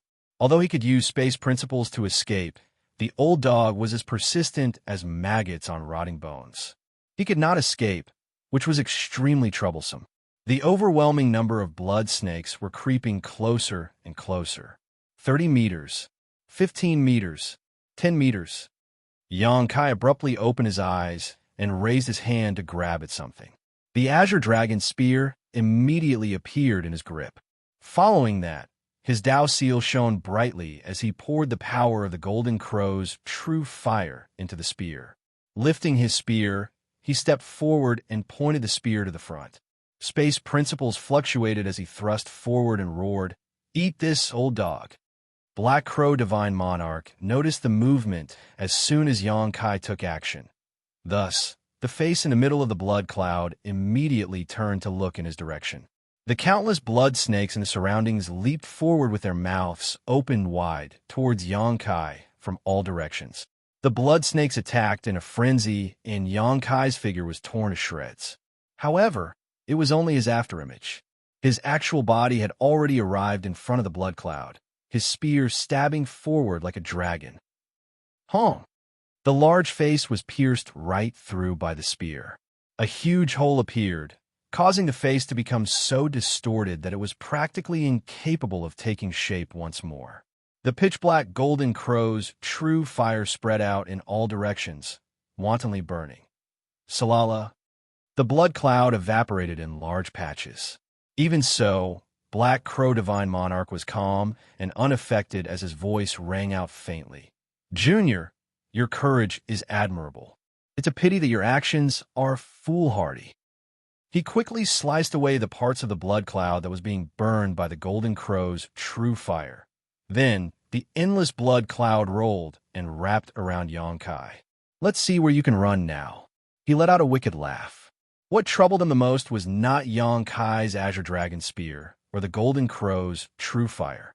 Rather, it was his space principles. If Xianxia was determined to escape, he would not be able to catch up to him.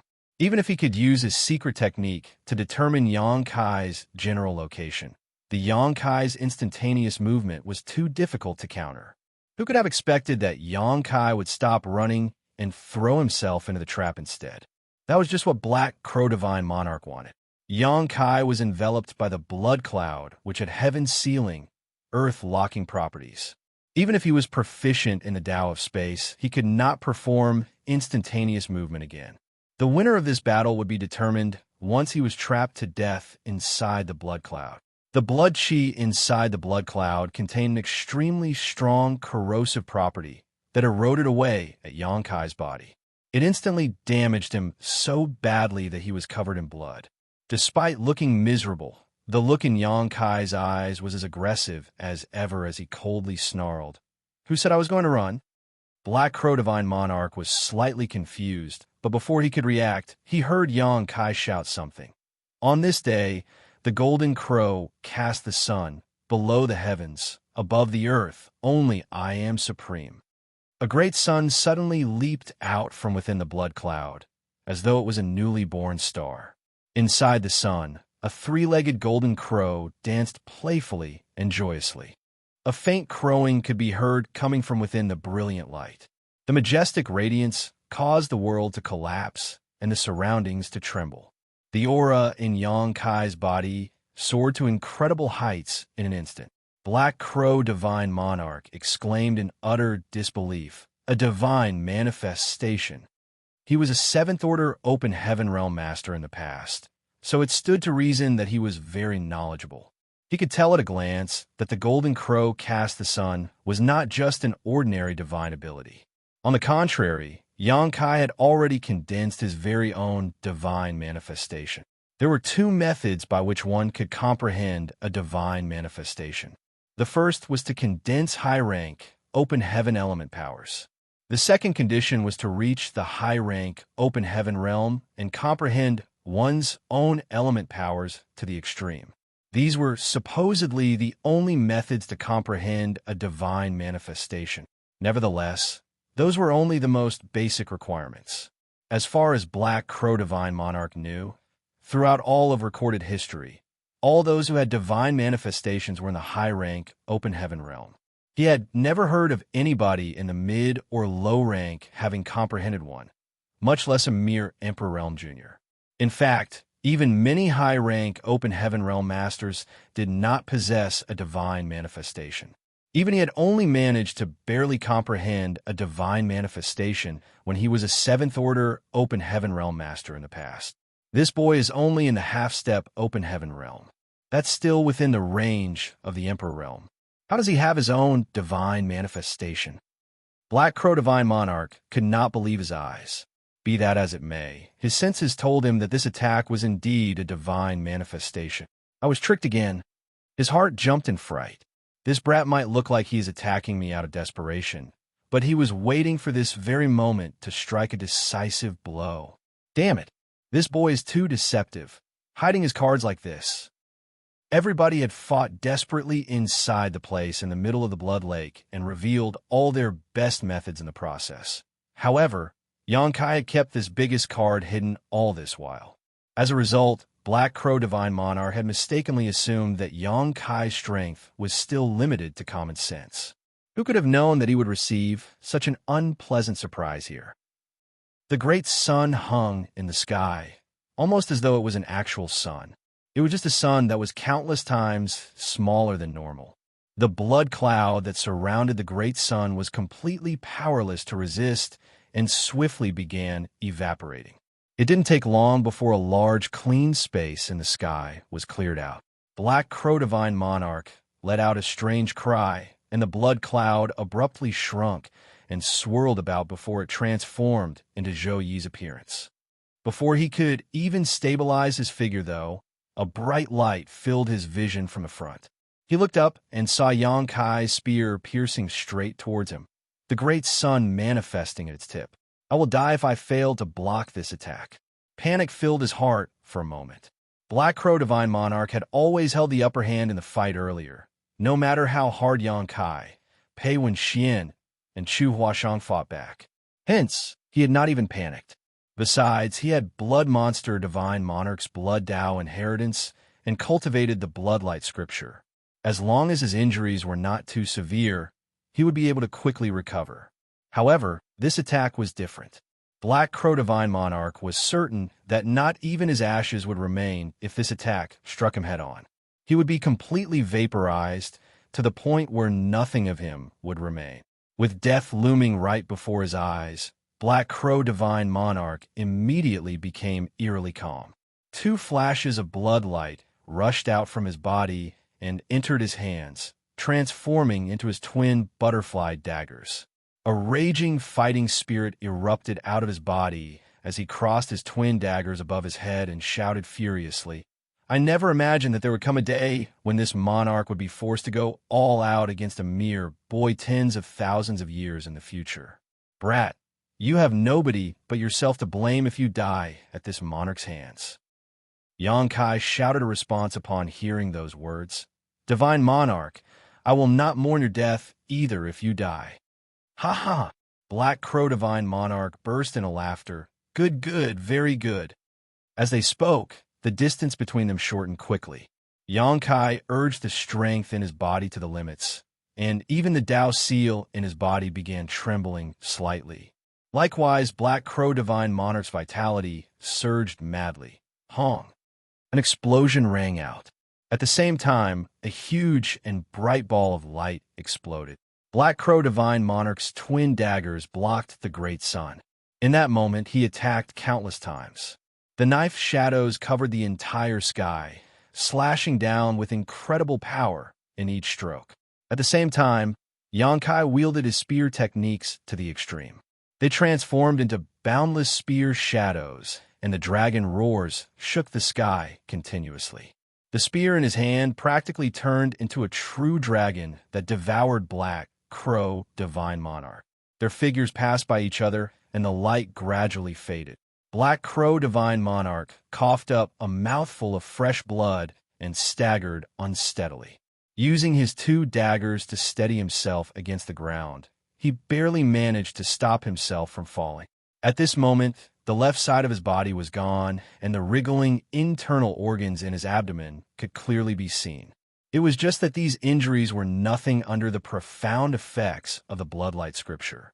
He had come back to life, even after being sliced in half by the divine ability sealed within Pei Wen Xian's identity token. So what were injuries like these in comparison? His flesh squirmed and blood gathered in that spot. The half of his body that he lost was soon regrew in the blink of an eye. On the other hand, Xianxia stood motionless with the azure dragon spear in his hand. It was just that the great sun attached to the tip of the spear had vanished.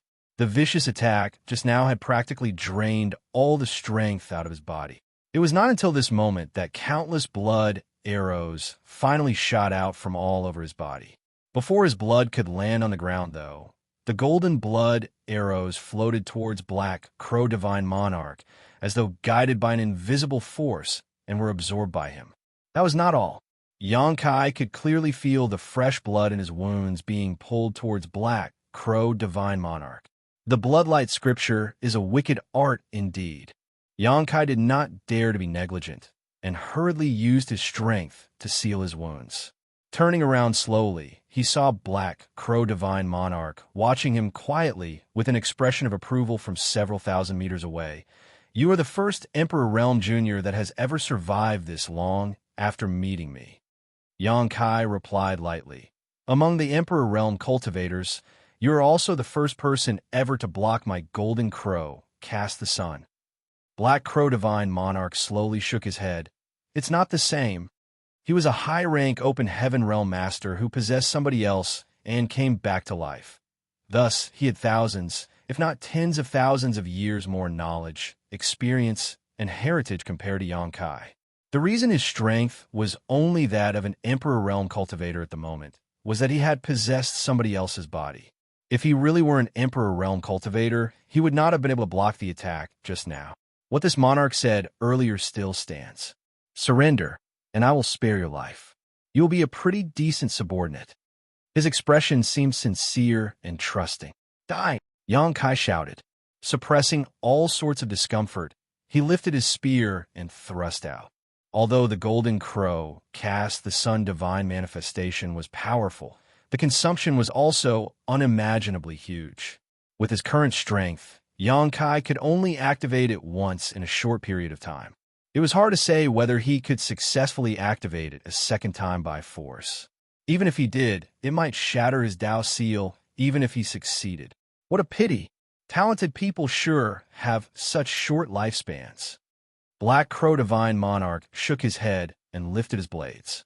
The twin daggers turned into bloodlights that came slashing down on Xianxia from both sides.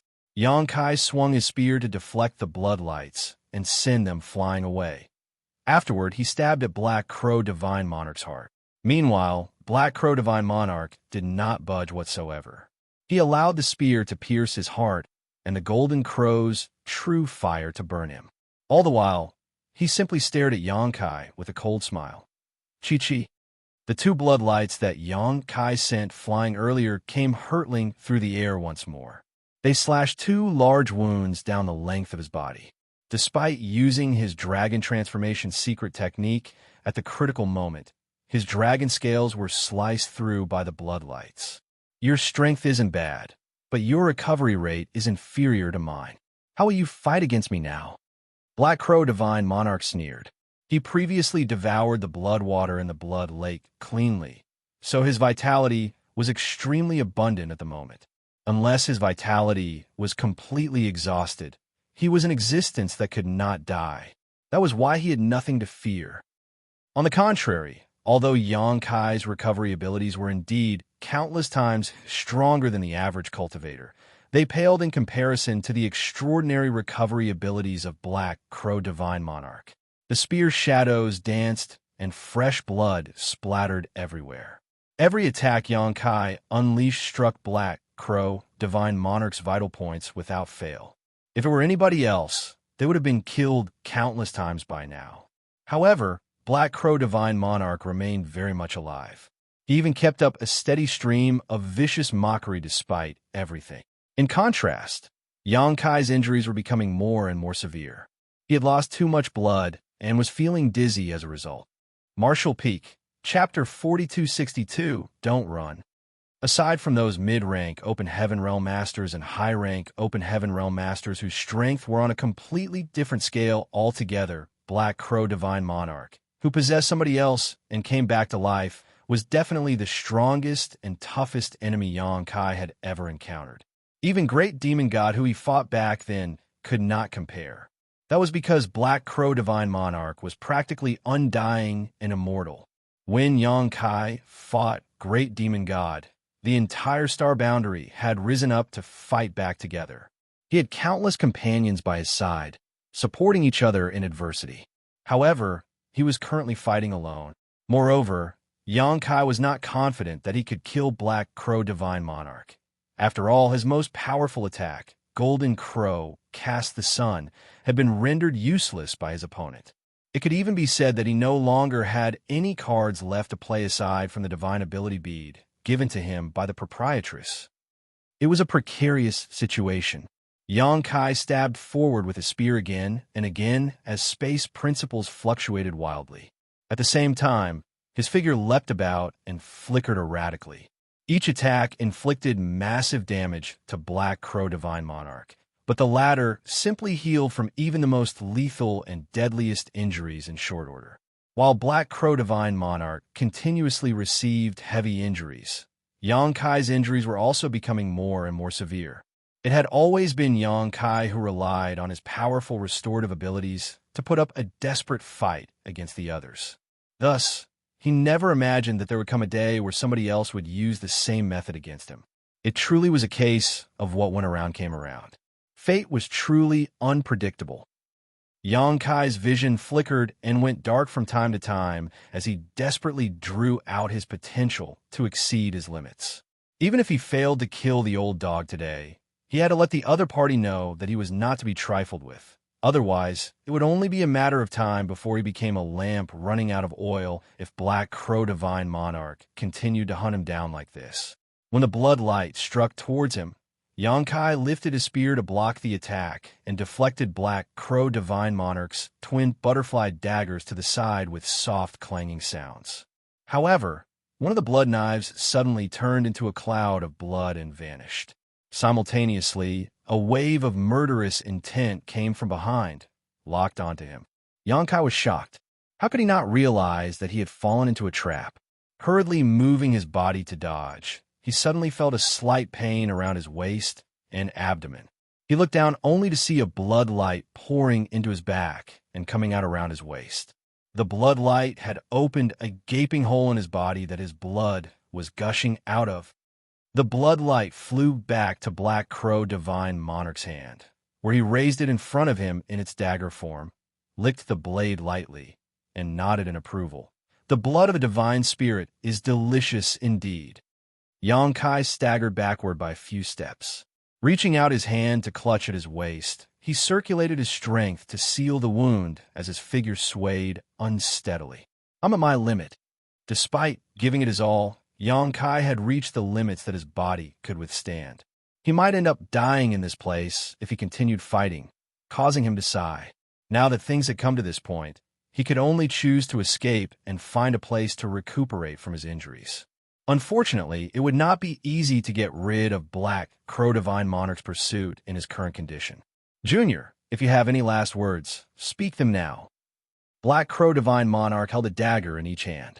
After saying that, his figure shifted slightly, and he rushed forward to come directly in front of Xianxia. The twin daggers came slashing down from both sides as overwhelming murderous intent surged from him. Xianxia raised his spear to parry, and in the next instant there was a loud explosion. He could sense an overwhelmingly powerful force coming from above him, and even with his half-dragon body, he could not withstand the impact. His entire figure was pressed down by the force, so much so that he was almost kneeling on the ground. His vision went black again, and by the time it recovered, Black Crow Divine Monarch's face was practically right in front of him, grinning as he sneered, "Die." Xianxia grit his teeth and let out a roar. His spiritual energy erupted violently from within his knowledge sea, turning into a haphazard attack that blasted towards Black Crow Divine Monarch. Black Crow Divine Monarch's savage grin instantly stiffened in response, and even his eyes seemed to bulge as though he received a huge shock. The terrifying pressure suddenly relaxed. Taking advantage of this opportunity, Xianxia quickly steadied himself and swung his spear at Black Crow Divine Monarch. His attack sent the latter flying, and before Black Crow Divine Monarch could get further away from him, the Azure Dragon Spear had already thrust out hundreds of times in a row. Every single attack blasted out with heaven-destroying and earth-shattering power.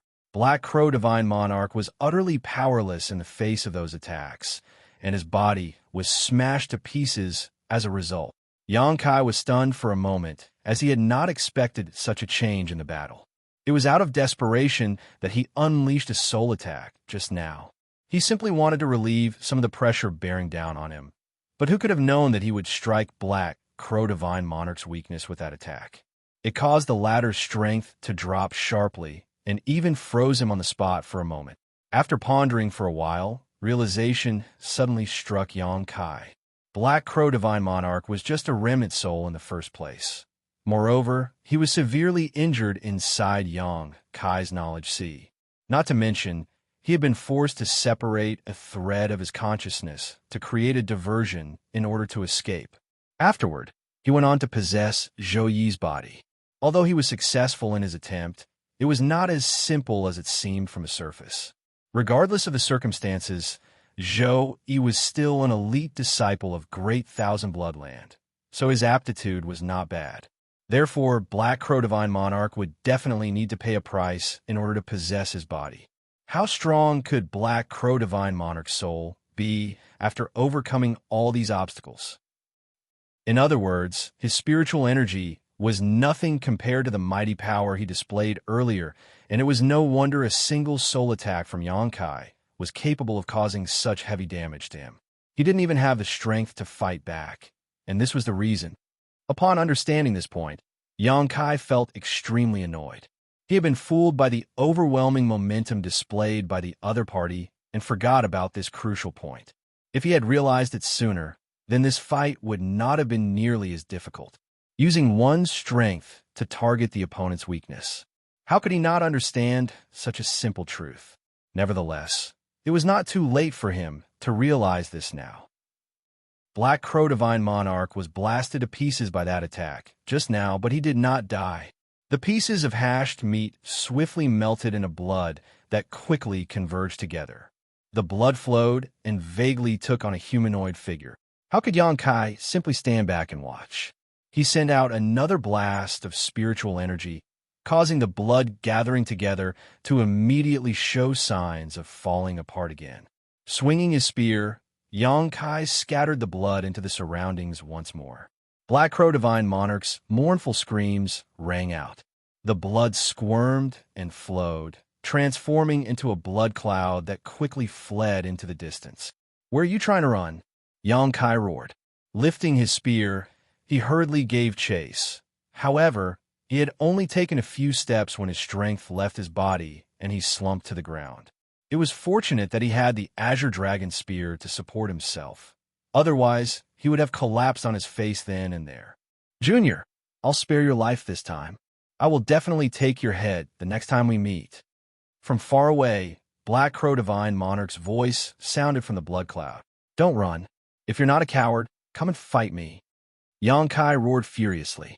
He wanted to pursue Black Crow Divine Monarch, but did not have the strength to do so. Hence, he could only watch helplessly as his enemy fled further and further away until he vanished out of sight. Yang Kai smashed his fist heavily onto the ground, his expression full of annoyance. Having missed the perfect opportunity to kill Black Crow Divine Monarch this time, he was not sure if another chance would appear again in the future. An old monster that had been sealed for countless years like Black Crow Divine Monarch was not a common occurrence in the first place. After catching his breath for a while, Yang Kai turned and studied his surroundings. He did not know if Black Crow Divine Monarch had really retreated or if he was only feigning retreat. In any case, he was currently in terrible condition and could not help feeling slightly uneasy as a result. He did not dare to remain in place for long, lest he suffer if the old dog decided to turn around and attack him. Putting the Azure Dragon Spear away, Yang Kai stuffed a handful of restorative spirit pills into his mouth before fleeing in a certain direction. He had not gone further than a few hundred kilometers, though, when he suddenly collapsed on the ground, lacking the strength to move a single finger. The fight with Black Crow Divine Monarch had exhausted him completely, and it was a miracle he could escape even this far. Yang Kai was feeling extremely dizzy, and his vision turned dark from time to time as he felt as though he could faint at any moment. Nevertheless, he forced himself to stay awake as he did not dare to lose consciousness. That was because there was no saying what would happen to him if he passed out under these circumstances. After all, there were countless monster beasts and cultivators in the Blood Monster Cave Heaven at the moment. He barely managed to activate his divine sense and open the boundaries of the small sealed world to release Chu Hua Shang from within. Before he could even say anything to her, his head tilted to the side and he fell unconscious. Chu Hua Shang had been in the middle of treating her injuries when she was brought out of the small sealed world by Yang Kai. She initially felt confused about the situation, but then she turned around to see Yang Kai lying on the ground and covered in blood. His clothes were in tatters, and numerous bone-deep wounds dotted his body. In addition, there was a gaping hole that penetrated his body from front to back at his waist. Thus, she couldn't help being shocked by the sight and called out in alarm, "Junior brother Yang! Junior brother Yang!" Rushing over, she knelt beside him, her complexion pale. She had no idea what he went through while she was recuperating from her injuries. However, judging from the extent of his injuries, it was definitely an extremely dangerous battle. She tremblingly placed a hand under his nose and discovered that he was still breathing, albeit faintly. Letting out a deep breath of relief, she slumped to the ground weakly. "I thought he was dead. I'm so glad he's still alive." But with injuries this severe, she reached out a hand and lightly brushed against those vicious-looking wounds, her body shivering lightly. Leaving aside how long it would take for him to heal from these injuries, there was no saying what kind of consequences he might suffer, even after fully recovering. She more or less had a grasp of Yang Kai's true abilities and knew that not many people or monster beasts in the Blood Monster Cave Heaven could possibly force him to this extent. Could it be that Black Crow Divine Monarch was pursuing us? The moment that thought crossed her mind, she suddenly became agitated and anxious. She did not dare to remain in this place. Therefore, she hurriedly took out some topical healing medicine, tore open his clothes, and applied some of the medicinal liquid to his body. Afterward, she took out a robe from her own space ring and wrapped him in it. Lifting him on her back, she then quickly ran off. Young Kai vaguely felt his body moving up and down in his unconscious state. A fragrant scent entered his nose, enticing him sweetly. Furthermore, there was a soft and plump sensation pressing against his body. Something tickled his cheeks, almost as though a strand of hair was gently stroking his heartstrings. It was the very picture of a so-called tender love nest. For a time, he could not figure what kind of situation he was in, but just as he was about to get a clear look of his surroundings, a burst of pain erupted throughout his entire body, causing him to hiss in pain. "Junior brother Yang, are you awake?" Chu Huashang's voice entered his ears. She was out of breath, and her voice sounded weak. "In," he responded, and opened his eyes to look. Only then did he realize that he was being carried on her back. Her hands were supporting his thighs, and she was leaning forward slightly while running quickly. In addition, his head was resting crookedly on her shoulder. Due to a matter of angle, his mouth would occasionally come into contact with her delicate cheeks and fair neck. He never imagined that he would be greeted by this kind of situation as soon as he opened his eyes. Thus, he was stunned for a moment. Marshall Peak, Chapter 4263, Sharing Life and Death. Yang Kai had barely managed to keep himself awake long enough to release Chu Huashang from the small sealed world at the time. The reason for his actions was so that she could watch over him in case he was attacked by either a cultivator or a monster beast when he was unconscious. It should have been safer for him that way. However, he had no idea why this woman was running desperately whilst carrying him on her back. When his body rose and fell with her movements, all the wounds on his body screamed in pain, causing him to grunt in agony. Patting her on the shoulder, he weakly said, "Senior sister, please put me down." "I can't, junior brother." She shook her head, her hair brushing against his cheek. Just as he was about to ask why, he suddenly detected a violent attack coming from behind. The attack sliced through the air with a loud, rumbling noise, forcing her to dodge to the side, narrowly avoiding the attack. Yang Kai was shocked and groaned. "Is that old dog still chasing me?" He could not tell how long he had been unconscious for. However, judging from the recovery of his injuries, it must have been 2 or 3 days by now. If they were ordinary wounds, he would already have recovered completely. But the situation this time was different from the usual. It was very difficult for the wounds that he received from his fight with Black Crow Divine Monarch to heal. Therefore, he was still extremely weak, and his strength had not recovered by much. There was a strange and troublesome force festering in his wounds that constantly ate away at them and prevented them from healing. So much time has passed. Don't tell me Black Crow Divine Monarch is still chasing me. Yang Kai could not imagine how Chu Huashang had persevered for so long. "It's not Black Crow Divine Monarch." She shook her head again. While speaking, she stumbled and nearly lost her balance. She herself had yet to recover from her injuries, so she was in dire need of recuperation. Unfortunately, she was currently being chased. Although she was not yet a lamp running out of oil, she wasn't in good condition either. "Then who is it?" Yang Kai asked in surprise. At this moment, a person's voice came from a distance behind them. "Junior Sister Chu, this senior brother has no intention to harm you. Put Yang Kai down, and you are free to leave on your own. Why do you have to struggle so hard to escape?" The voice sounded rather familiar, and Yang Kai vaguely felt like he had heard it somewhere before. After thinking about it, he abruptly became furious. Doesn't this voice belong to that little bastard Xianxia from Xianyuan Cave Heaven? Before the blood monster Cave Heaven opened, Xianyuan Cave Heaven had come to seize their spot. In return, Yang Kai used his mastery of the Tao of Space to steal many of their entrances. He had targeted Xianxia in particular and stolen the entrance that was nearest to him. Hence, Yang Kai wrongly assumed that Xianxia would not have the chance to step into the blood monster Cave Heaven. Who could have known that they would encounter each other here? Moreover, the other party was relentlessly hunting him down. This guy has pretty good luck. How did he enter the blood monster cave heaven under those circumstances? Turning back to look, Yang Kai saw Xianxia doggedly chasing Chu Huashang, and he was not alone either.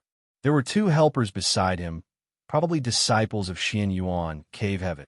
In terms of strength, Chu Huashang was probably not inferior to Xianxia, and neither of them would lose to each other in a one-on-one fight. It was just that she was still injured and the other side had two helpers with him. How could she be their opponent?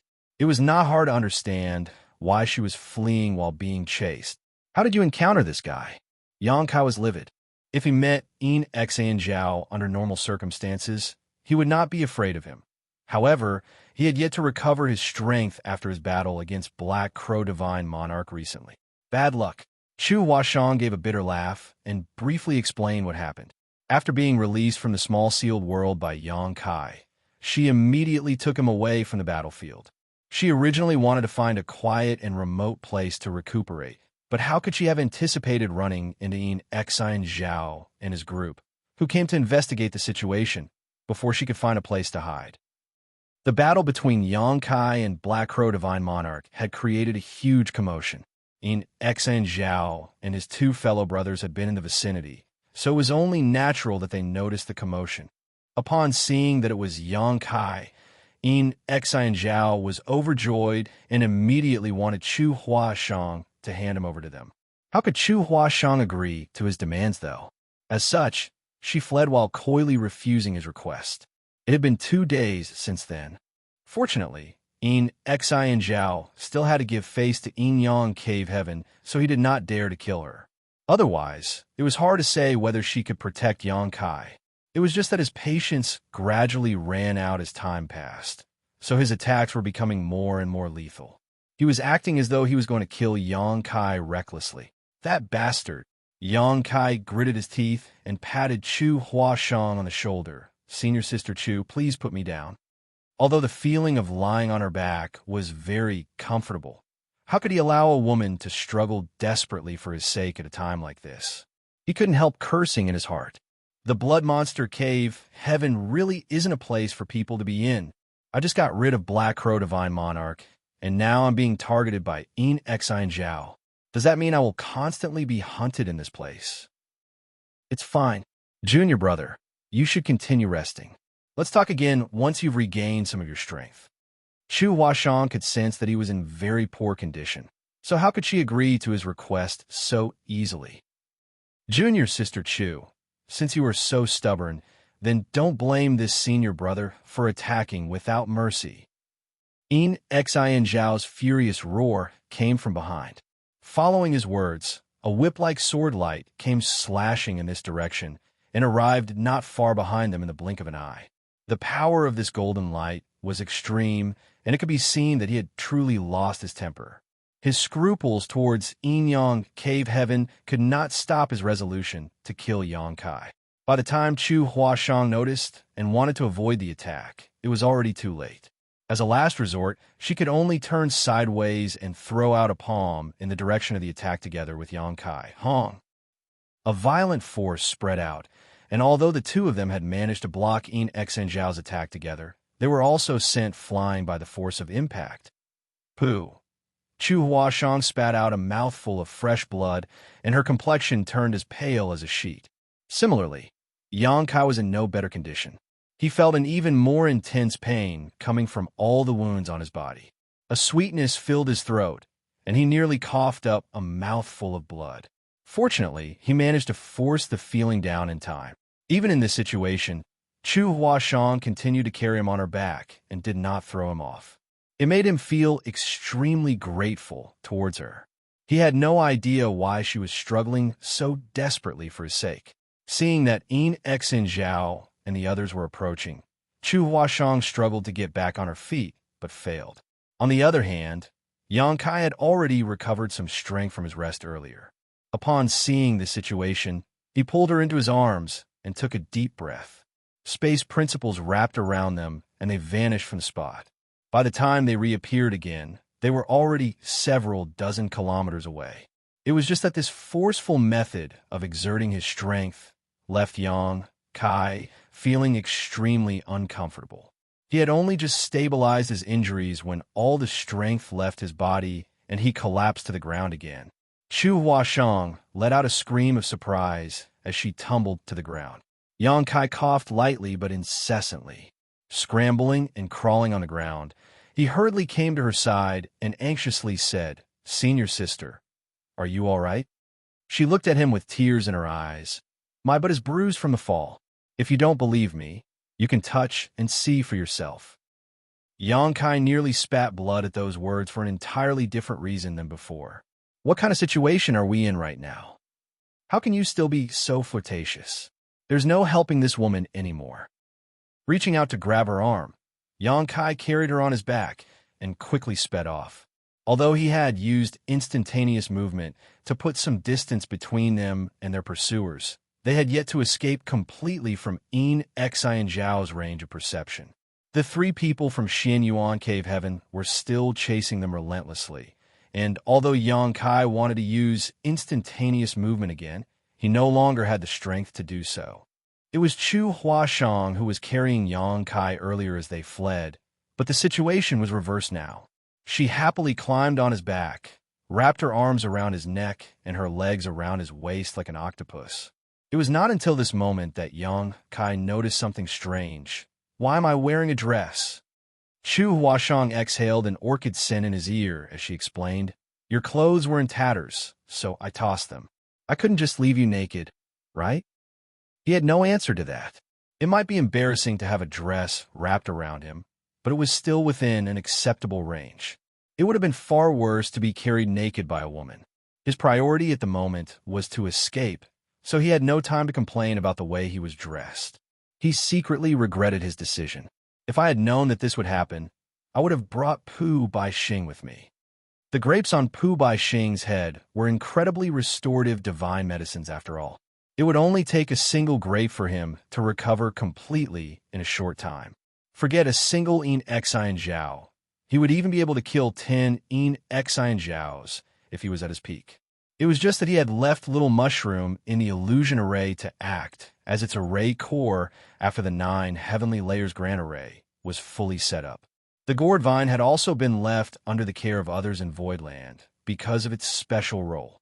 Out of the 3 divine medicines that Yang Kai brought out of the grand ancient ruins boundary, 2 had to stay in Voidland, so naturally, Pu Bai Xiong was not willing to leave either. He was adamant about staying behind in Voidland to accompany Little Mushroom and the Bottle Gourd brothers. Therefore, Yang Kai had allowed him to do as he pleased. Who could have known that a divine monarch would possess somebody and come back to life inside the Blood Monster Cave Heaven? Who could have expected the situation would become so dangerous? Yang Kai had assumed that his strength was enough that he could run wild in the Blood Monster Cave Heaven. At the very least, he would not be in any danger. I was too careless. No matter what, I have to bring a few grapes along with me next time for emergencies. Junior brother, can we consider ourselves lovers after sharing life and death together? Chu Huashang suddenly asked. Lovers my foot. Yang Kai was rendered speechless by her. He had initially felt nervous being pursued by enemies, but the tense atmosphere vanished after listening to what Chu Huashang said. She pouted in an aggrieved tone. I've never struggled so desperately for a man in my life. To which Yang Kai nodded. This junior brother will keep in mind the life-saving grace you have shown me today, senior sister. I will never forget it. Chu Huashang giggled and replied lightly. Junior brother also saved me back in the grand ancient ruins boundary. Besides, I would have lost my life if you had not stopped Black Crow Divine Monarch earlier. Taking all these into account, you helped me more. Things like favors and life-saving graces can never be settled with numbers. That's true. She leaned her head against his shoulder and nodded lightly. A short moment of silence later, she said, Junior brother, put me down. You should escape on your own. Yang Kai was taken aback by her words. What about you? Her voice had weakened considerably as she muttered. I'm afraid I can't go on any longer. I'm too tired. I think I'll take a little nap. His expression changed drastically. Hold on, senior sister. You can't fall asleep. It was not until this moment that he noticed his palms were sticky He lifted his right hand and saw that they were covered in bright red blood. His blood was golden, so this red blood undoubtedly belonged to her. Although they joined forces and managed to block Xianxia's attack earlier, it was obvious that she had been injured at the time. Yang Kai swept his divine sense over her and discovered that she had a vicious wound on her waist. Moreover, her blood stained the ground in their wake. Martial Peak, Chapter 4264, Seeking Life by Crossing the Gates of Death. Hold on, Senior Sister Chu, Yang Kai shouted. You'll be all right. If something happens to me, will you be sad? Chu Huashang asked softly. Of course. So, you can't let anything happen to you. Yang Kai nodded with certainty. As a Yin-Yang Cave Heaven disciple, Xianxia would not have dared to lay a finger on her if she had abandoned him to his own devices. However, Chu Huashang had chosen to flee while carrying him and was currently on the verge of death as a result. If anything happened to her, he would definitely feel guilty for the rest of his life. In that case, I'm relieved. She chuckled softly, but it's a little regretful. Senior Sister, what do you find regretful? Let's hear it, he quickly asked. She was currently in poor condition, so a conversation was just the thing to keep her focused. I've never tasted a man before. If I died just like this, then wouldn't I have lived my life in vain? Her tone was humorous. Yang Kai had nothing to say in response. As expected of an Yin-Yang Cave Heaven disciple, she really dares to say just about anything. However, it was not that strange either after he thought about it. This woman was somebody who could clearly and eloquently discuss the grand Tao of Yin-Yang Union cultivation with him after all. Junior brother, can you promise me one thing if I survive this time? Don't hold back, Senior Sister. Forget one thing. I don't mind doing 10 or 100 things for you. Dual cultivate with me. Her words were incredibly shocking. It was almost as though she would not be happy unless she frightened him to death. Yang Kai stumbled and nearly tumbled headfirst to the ground. His voice sounded rather uncertain. Senior Sister, what did you say just now? I believe I misheard you. She chuckled softly. You didn't mishear me, Junior brother. Why are you still joking around at a time like this? He angrily snapped. Nevertheless, she replied in all seriousness. I am not joking around. I want to cultivate together with you. I want to do what men and women do when they are together. He shook his head. Senior Sister, your injuries are too severe. You seem a little delirious. Why don't you take a rest? After saying that, he poured his strength chi into her body slightly, causing her to stiffen then faint on his back. Behind them, Xianxia and his two fellow disciples were getting closer and closer. Although Yang Kai had used instantaneous movement to put some distance between them earlier, he could not escape their pursuit in his current state. During their conversation, just now, Xianxia and the two others had already arrived within 5 kilometers. Such a distance was nothing to a half-step open heaven realm master. The lights of various secret techniques and artifacts blasted out as Xianxia's group attacked from the rear. Yang Kai shifted Chu Huashang, carrying her in his arms to prevent her from being hit by the attacks. At the same time, he activated the dragon transformation secret art to cover his back with dragon scales. He planned to avoid as many attacks as possible, but for those he couldn't, he had to take them with his body. After several rounds, blood flowed endlessly and his condition worsened even further. Yang Kai, weren't you acting so high and mighty back in the blood monster territory? Why don't you stop and fight me now if you have the guts? Let's see if this can't take your life. Xianxia shouted whilst in pursuit. Yang Kai roared furiously. Xianxia, I will definitely kill you one day if I survive this. Xianxia roared with laughter. Looks like you will never get the chance, because you will definitely die here today. Yang Kai coldly snorted. He couldn't be bothered to argue with Xianxia. While he had the divine ability bead given to him by the proprietress, Xianxia also had his identity token. It was just that one required active stimulation while the other was for passive protection. Be that as it may, Yang Kai had to admit that it was impossible for him to harm Xianxia even if he used the divine ability bead. He had witnessed the situation himself when Pei Wan Xian's identity token was activated earlier. This was the first time he had such a hard time escaping ever since he began cultivating the Tao of Space. What vexed Xianxia even more was that his pursuer's strength was inferior to his own. It truly was a case where a dragon could be toyed with by a shrimp in shallow waters, while a tiger could be bullied by a dog if it left the mountains. I have to find a way out of this crisis. Otherwise, things will end tragically for me. Just as Xianxia was studying his surroundings, he suddenly heard a loud noise coming from a certain direction. It was accompanied by extremely violent energy fluctuations. There were masters fighting nearby. Xianxia turned to look in that direction, and it didn't take long before he heard another deafening bout of noise. The sound of explosions was mixed with the howls of a beast. Realization struck Xianxia immediately. One of the parties involved in the fight was unquestionably a monster beast. Moreover, it could be inferred from the energy fluctuations that the level of this fight had exceeded that of the Emperor realm. There was no world force, but the energy fluctuations indicated strength that was definitely on par with Open Heaven Realm Masters. The fight in the distance felt like two Black Crow divine monarchs fighting each other. The strongest monster beast Xianxia encountered ever since entering the Blood Monster Cave Heaven was only in the 5th order. Based on his estimation, a 5th order monster beast was the equivalent to an ordinary half-step Open Heaven Realm Master. In a desperate battle, a 5th order monster beast might be slightly weaker than the core disciples of the Cave Heavens and Paradises. However, the difference would only be a small margin. If Chu Huashang were to battle a 5th order monster beast alone, she would have to pay a price even if she managed to slay the monster beast in the end. On the contrary, the turmoil of the battle had already exceeded the limits of a 5th order monster beast. It was a 6th order monster beast. Furthermore, it was most likely a fight between two 6th order monster beasts. 6th order monster beasts were not something the cultivators who entered the Blood Monster Cave Heaven could fight alone.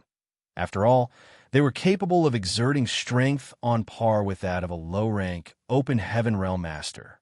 As for the 7th order monster beasts, Xianxia could not make an inference. Looking in the direction of the commotion, Xianxia grit his teeth and rushed towards it with Chu Huashang in his arms. The current situation could not get any worse.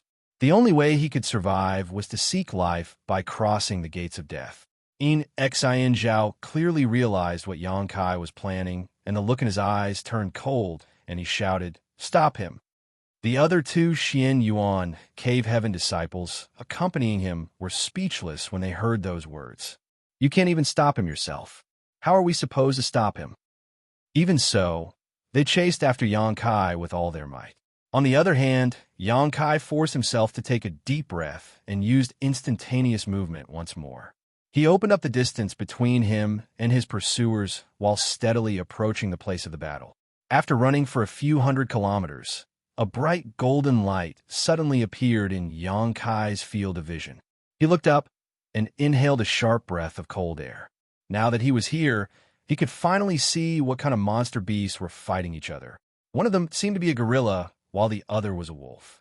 Be that as it may, both the gorilla and the wolf had bodies that were several tens of meters tall, making them incredibly huge. Furthermore, both of them were gleaming with a dazzling golden light, and every movement they made revealed great power.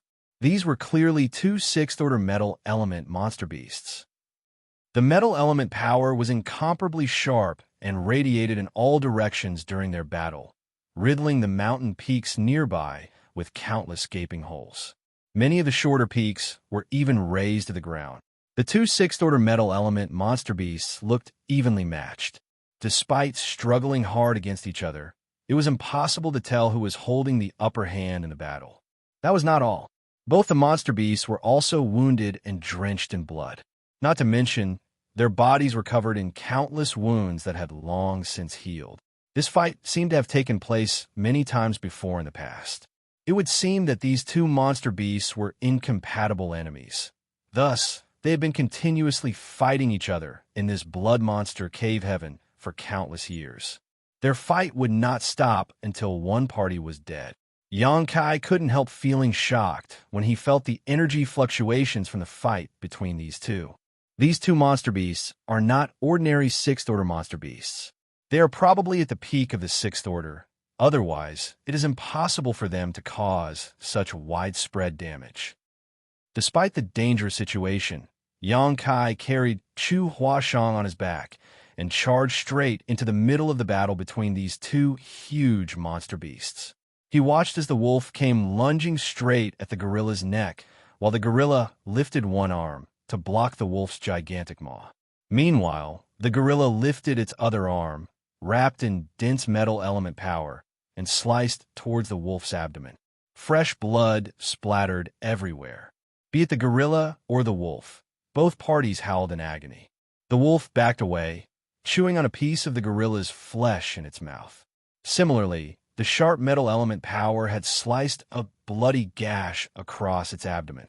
The two monster beasts stood thousands of meters apart and glared at each other across the distance. All of a sudden, they turned around in unison and looked in Yang Kai's direction with vigilant expressions. It was obvious that they noticed his presence. Yang Kai did not dare to be careless, and hurriedly drew upon the power of his dragon source to reveal his Dragon Clan aura. Although these two monster beasts looked like they were unrelated to the Dragon Clan, they were still monster beasts. As the head of the divine spirits, the Dragon Clan's aura could act as a deterrent for almost all monster beasts. The gorilla immediately let out a roar. Likewise, the wolf bared its fangs at Yang Kai.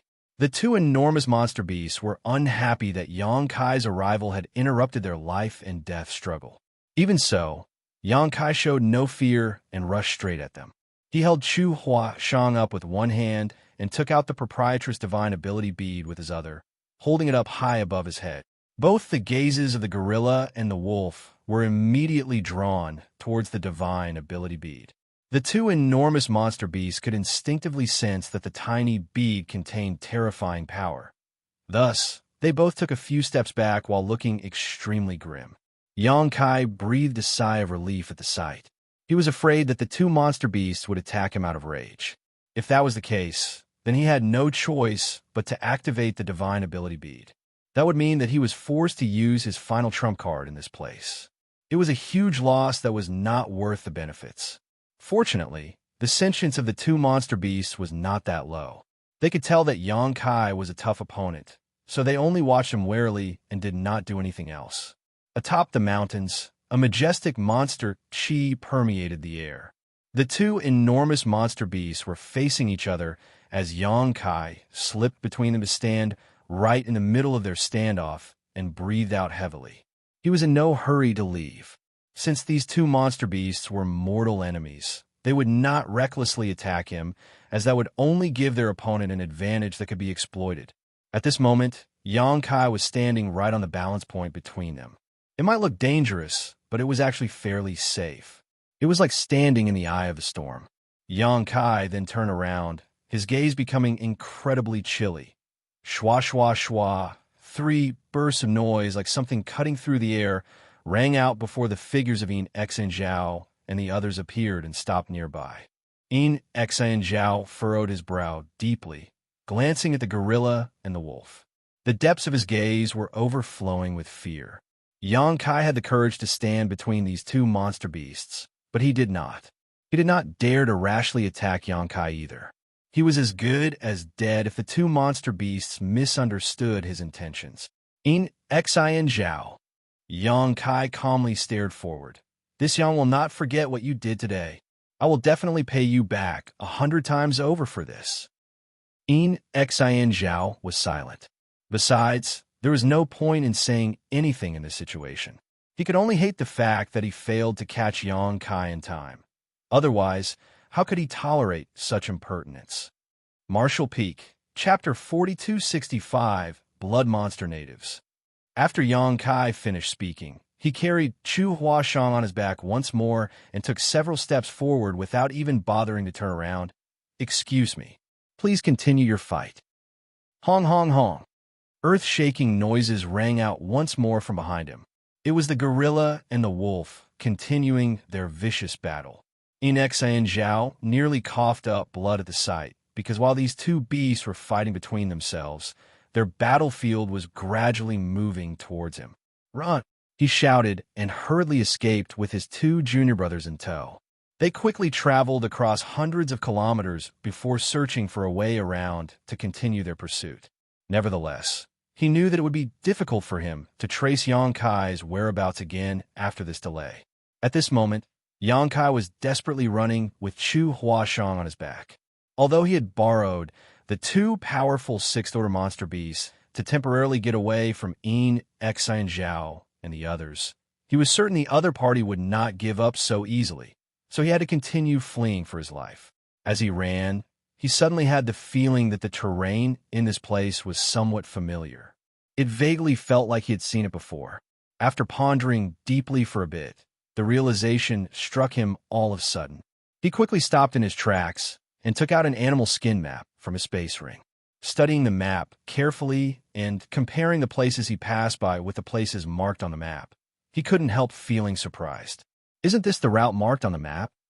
This animal skin map was something he obtained from the first cultivator he encountered in this place. The cultivator had tried to ambush him in the swamp when he first entered the blood monster cave heaven, only to be ambushed himself by a toad monster beast. At the time, Xianxia had studied the map and discovered that it was probably part of a route in the blood monster cave heaven. It was just that he had no idea what was waiting for him at the final destination. Xianxia originally planned to check out this place, as the map looked ancient and might just lead to some hidden treasure. It was just that he met Bulin Zhong and the others along the way. Afterward, he encountered Blood Monster Divine Monarch's Tao of Blood Inheritance and was delayed as a result. Who could have known that he would arrive at the route marked on the map by accident whilst fleeing for his life? Taking a good look around, he found that the final destination marked on the map was located not far away from here. It would take him another 4 hours at most to arrive, so his eyes flashed in anticipation. Putting the map away, he headed in the indicated direction. He was not going there in search of treasure, though. Rather, both he and Chu Huashang were currently in a condition where they were in dire need of a safe place to recuperate from their wounds. Regardless of whether the final destination turned out to be a hidden treasury or something else, it would surely be well hidden. For hours later, Xianxia arrived in front of an enormous lake. He took out the map, checked his location, and confirmed that this was indeed the final destination, but he just stared at the lake with a speechless expression. What am I supposed to do if this is the final destination? The reason he strove so hard to come here was to find a place to hide and recuperate from his injuries. However, the terrain around the lake was completely unobstructed. Forget being chased by Xianxia and the others. Even encountering a monster beast here would be troublesome. Xianxia angrily put the map away. At this moment, he could only conceal himself within the sealed world bead and hide the sealed world bead in a secluded place. It was not as if he had not considered hiding inside the sealed world bead earlier. It was just that every corner of the blood monster cave heaven was fraught with danger. It would be perilous if the sealed world bead was discovered by a cultivator or a monster beast. This lake turned out to be a pretty good spot, though. He could sink the sealed world bead into the lake, assuming that there were no ferocious monster beasts swimming inside of it. Upon considering all this, Xianxia felt slightly better. His efforts to travel here were not completely in vain. He walked over to the edge of the lake and swept his divine sense out to investigate the situation. The next moment, though, his expression changed drastically. There was something strange about this lake. If he looked with his eyes, the lake was incredibly realistic. Light shimmered on its surface in a perfectly natural manner. However, he noticed something strange about it when using his divine sense to probe it. There's a spirit array here. The lake is actually an extremely brilliant and sophisticated illusion array. The lake does not exist at all. Xianxia had only just figured this out when a black shadow suddenly came leaping at him from the surface of the lake. The shadow blocked out the sky and loomed over him. He was startled. Just as he was about to flutter backward, a chill ran down his back at that very moment. Caught unguarded, he hurriedly turned around with a roar and viciously smashed his palm forward. There was a loud explosion, and his palm seemed to strike a person, drawing a grunt of pain from their lips. Then, a ghostly figure appeared in his field of vision. What he sent flying turned out to be a man with short stature. The man looked like he had seen a ghost. It seemed that he had not expected Xianxia to be so strong. After all, Xianxia looked to be severely injured. Who could have expected that he would not be Xianxia's opponent, even when the latter was in such a state? Nevertheless, this short man had achieved his goal. Xianxia was pushed back by the force of the impact and involuntarily staggered, only to fall headfirst into the black shadow coming from the lake. Immediately after that, he felt a mighty restraining force wrapping around him from all directions, trapping both him and Chu Huashang, who was lying in his arms, together. What came leaping out at him from the surface of the lake turned out to be a large net. At this moment, he and Chu Huashang had clearly fallen into an artifact trap. The large net tightened rapidly, causing him to feel extremely uncomfortable. That brat is tough. Quick, use the firm yuan nail. The short man who was sent flying by Xianxia earlier shouted. Chi chi chi. Several cold lights came flying over, and Xianxia felt a slight pain in his body when they stabbed into his body. Following that, he stopped struggling against the net with a look of surprise. The so-called firm yuan nail turned out to be a strange artifact that could restrain the qi in a cultivator's body. From what Xianxia could tell, there was a cold force seeping into his body that sealed his meridians and caused his strength to become obstructed. Xianxia hurriedly surged the power in his Dao seal to let the golden crow's true fire course through his veins, and the firm yuan nails were immediately burned to ashes, allowing his qi to flow smoothly again. Xiao xiao xiao. More than 10 figures landed from all directions, surrounding him in the middle, but Xianxia remained calm. Carrying Chu Huashang in his arms, he glared at his surroundings coldly. If these people believe that my strength has been sealed by the firm yuan nail, then they are in for a rude surprise. Nevertheless, what piqued his curiosity was that these people seemed to have no intention of killing him. Be it the restraining net or the firm yuan nails, they were both only meant to subdue their enemies. Even the short man who attacked him from behind was only attempting to force him into the large net. These people had not displayed any murderous intent from the start. Who were these people? Xianxia initially assumed that they were the disciples of some random sect. However, it did not seem likely now that he had taken a good look at them. That was because they were dressed strangely, slightly differently from everything he had seen before. The young man in the lead was charismatic and handsome with a jade-like face. As he turned to glance at the short man, he asked, "Are you okay?" The short man shook his head. His paltry strength is not enough to harm me. The young man coldly snorted. That guy is severely injured. Did you think you'd be safe otherwise? The short man looked unconvinced. I didn't use my full strength either. The young man ignored the short man and swept his gaze over Xianxia. An outer world visitor? Xianxia frowned, not quite understanding the question. The young man pointed at the sky. Are you from the outside world? Xianxia asked curiously. Aren't you? As soon as the words left his mouth, he suddenly recalled something. The proprietress once mentioned that the blood monster cave heaven not only contained monster beasts, but also some natives. Blood monster divine monarch had placed these people into his small universe so that they could thrive and reproduce in order to strengthen the vitality of his small universe. The small universe of a high-rank open heaven realm master would transform from ethereal to corporeal and become essentially no different from a genuine universe world. So it was capable of sustaining living creatures. For that reason, the small universes of many high-rank open heaven realm masters would contain living creatures in them. It was just that these living creatures were bound by certain restraints and could never advance into the open heaven realm. Not unless they could somehow escape the small universe they lived in. Could it be that these people in front of me are the natives of the blood monster cave heaven? That must be it. No wonder they're dressed differently from those of us from the outside. Upon realizing this, Xianxia immediately nodded in response. That's right. My companion and I both came from the outside world. The other party did not seem to be malicious, so he had no reason to make things difficult for himself. Besides, he had only just escaped from the clutches of two different enemies, so he truly could not afford to fight another battle at the moment. What he needed was a good rest to heal from his injuries. "Has it been 200 years already?" The young man muttered under his breath and looked up at Xianxia. "Don't be scared. We won't kill you, but you will need to come with us." Xianxia retorted in his heart, "I'm not scared." In any case, the other party did not seem to be malicious, so it wouldn't hurt to follow them. He could also take the chance to go to where these people were located to have a good rest.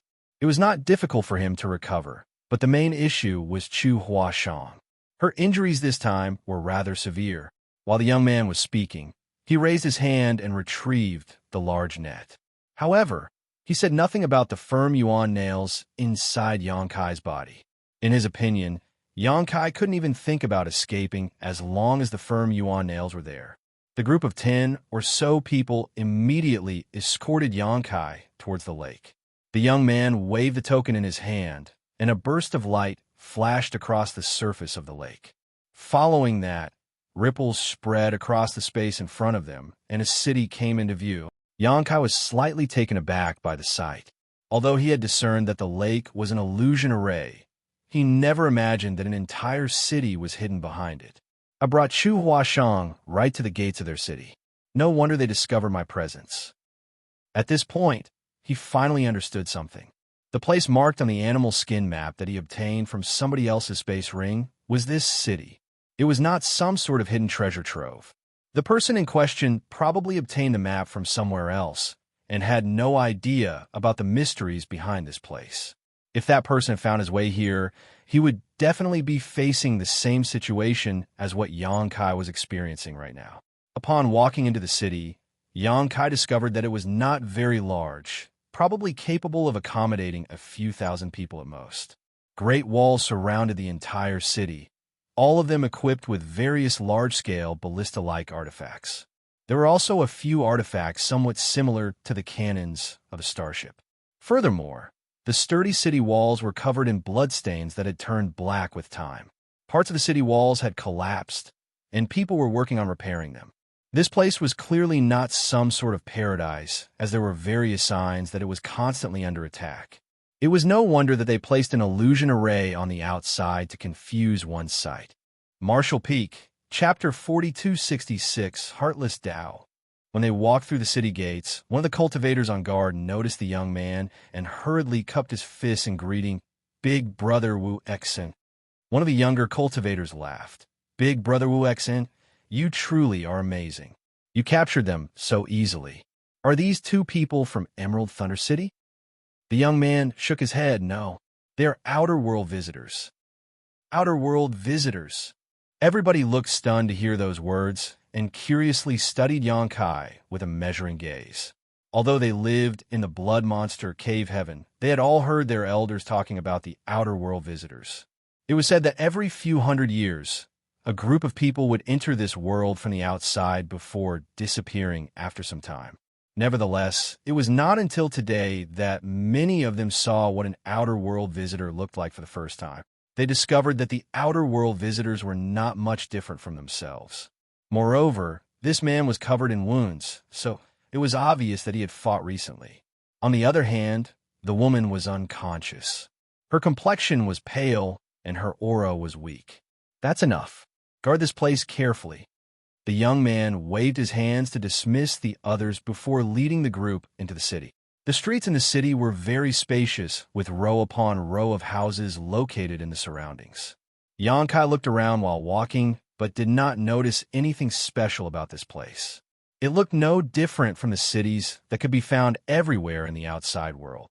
Under the guidance of a young man, they headed straight towards the building in the middle of the city.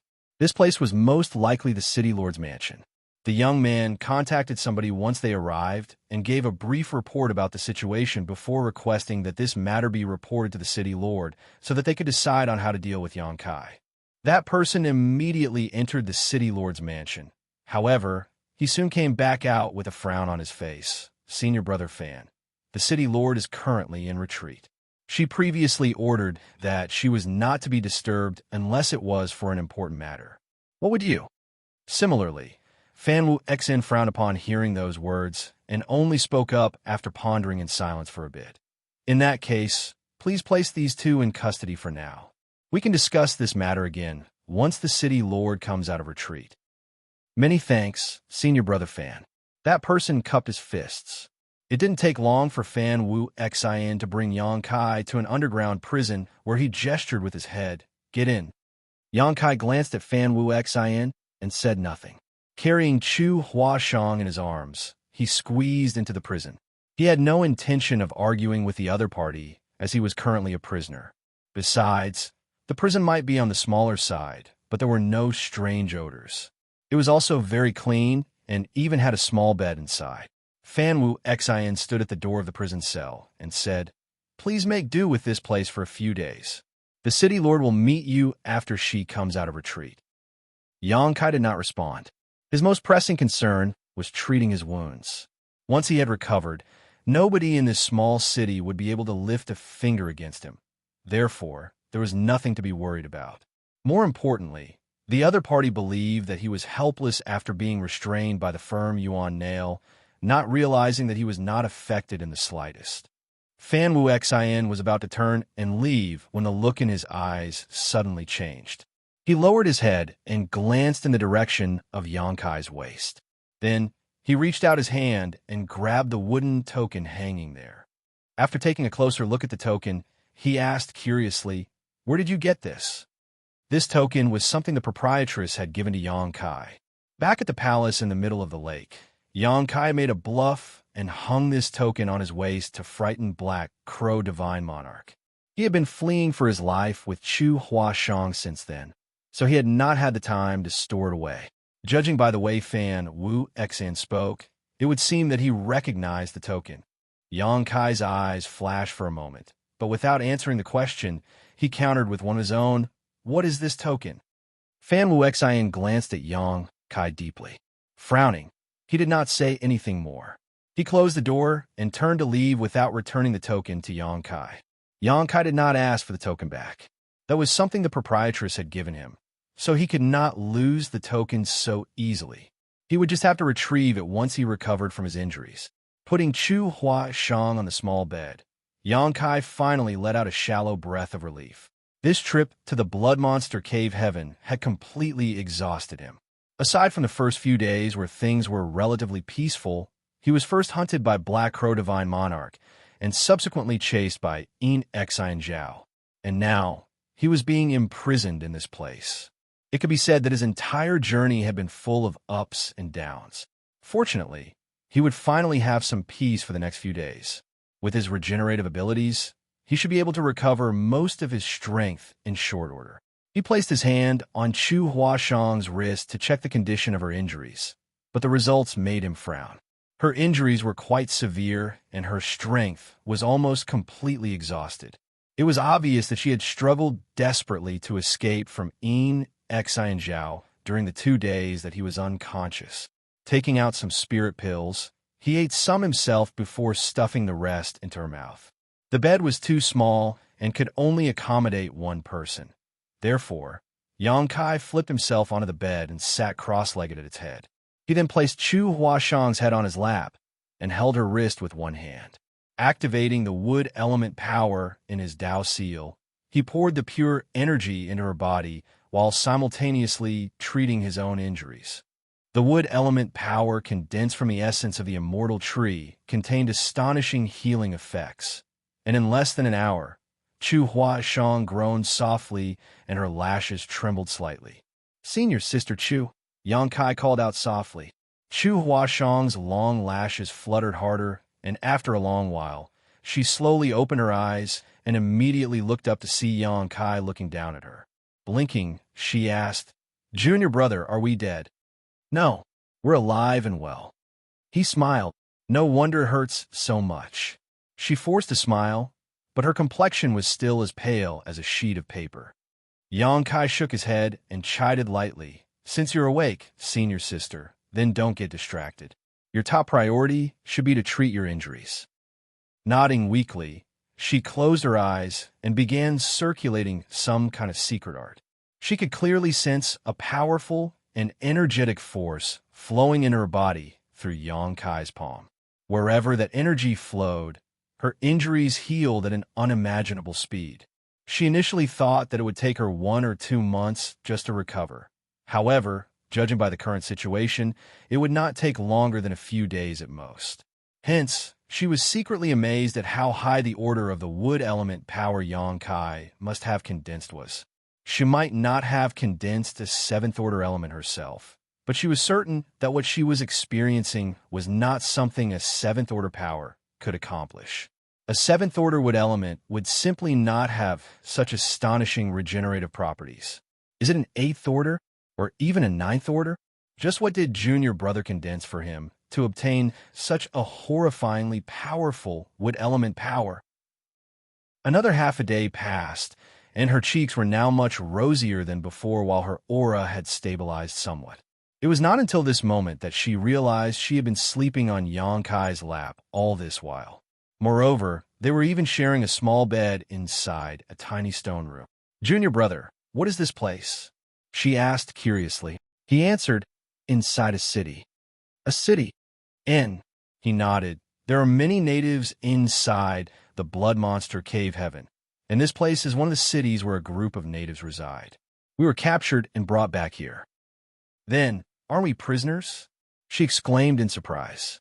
"Just what happened after I fell unconscious? How did we get captured by the natives?" "I guess." Xianxia chuckled. "What do we do now?" Her expression changed. "Who knows whether these natives have any malicious intentions towards us? Since we're already here, then we might as well see how things play out. Let's just focus on recovering for now.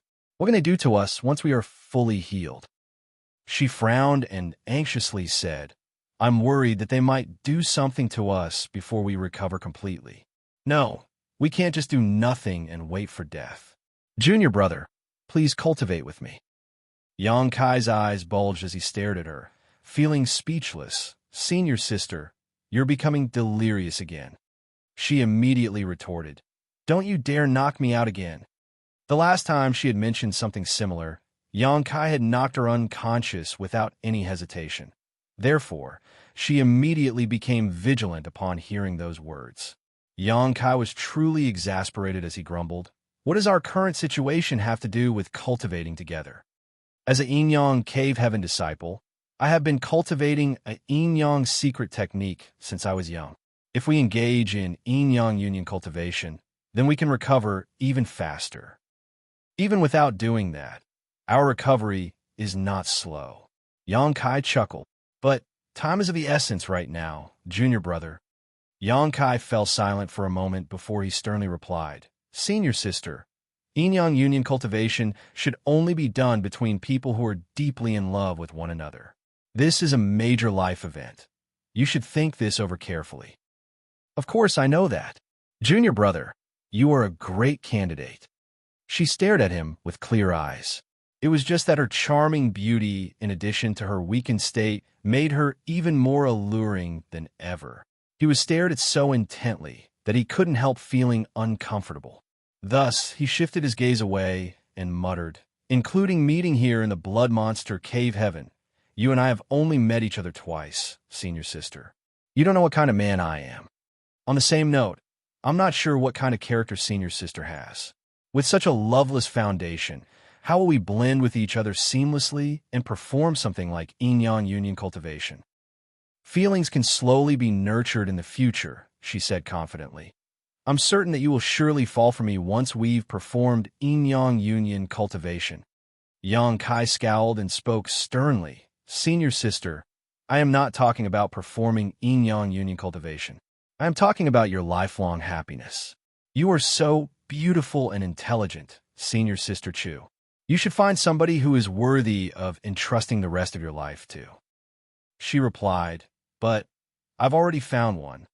Xianxia was on the verge of a mental breakdown, feeling as though he could not communicate with her at all. What he could be certain of was that she had some feelings of admiration for him, just as he did for her. But there is absolutely no love between them. How could she speak about dual cultivating together so easily? "Junior Brother, do you think this senior sister is a woman without morals?" she suddenly asked. Why would I? He shook his head. Over the past few days of interaction, he had more or less grasped her personality. She was not a loose woman. Otherwise, she would not mention that she had never tasted a man before. With her looks, who could resist her temptation and seduction if she really put her mind to it? She broke into a wide smile. In that case, why do you refuse to cultivate with me, junior brother? The conversation went full circle and came back to this topic again. So Xianxia countered her question with one of his own. Senior sister, why are you so insistent on cultivating with me? Chu Huashang paused for a moment before explaining. I'll have to find somebody sooner or later. Junior brother Yang is an outstanding man. I'll never find somebody like you again if I let you slip away. You don't understand. What I cultivate is the heartless Tao. The heartless Tao? She nodded. As a Yin-Yang cave heaven disciple, I must first cultivate the heart in order to advance into the open heaven realm. We can either cultivate the heartfelt Tao or the heartless Tao, and I am cultivating the latter. Martial Peak, Chapter 4267, Elder Tan. Xianxia frowned slightly. Although he did not know anything about the heartless Tao, the name itself made one uncomfortable. Chu Huashang explained, those who cultivate the heartfelt Tao have to fall in love to enter the Tao, while those who cultivate the heartless Tao have to cut off their affections to enter the Tao. But both the heartfelt Tao and the heartless Tao will eventually end up at the same destination. In the end, we will achieve the grand Tao and receive recognition as an open heaven realm master. I still don't understand how that is related to why you want to cultivate together with me, senior sister. Stupid. She rolled her eyes at him. I have to cut off my affections in order to create my own Tao. But I currently have no love to speak of. How am I supposed to cut off my affections and advance into the open heaven realm? He understood. So, you want to fall in love with me and then cut off your affections for me? That's right, she readily admitted and looked at him with a pitiful gaze. Junior brother, just think of it as doing me a favor. Xianxia didn't know whether to laugh or cry. How can there be such strange things in the world? Such a mesmerizing woman wants to cultivate together with me, but it turns out that I'm just doing her a favor? Be that as it may, it was exactly as she said before. Regardless of which Tao, Yin-Yang, cave heaven disciples cultivated, they first had to fall in love with someone. Those who cultivated the heartfelt Tao did not need to go through the trouble of cutting off their affections. On the other hand, the heartless Tao could only be cultivated by those with great perseverance. Otherwise, they would experience dissonance in their cultivation if they failed to cut off their emotions. The consequences would be unimaginable. Senior sister, do you love me? Xianxia asked. She considered the question seriously before making a pinching gesture with her fingers. A little bit, but it's not enough. It doesn't matter.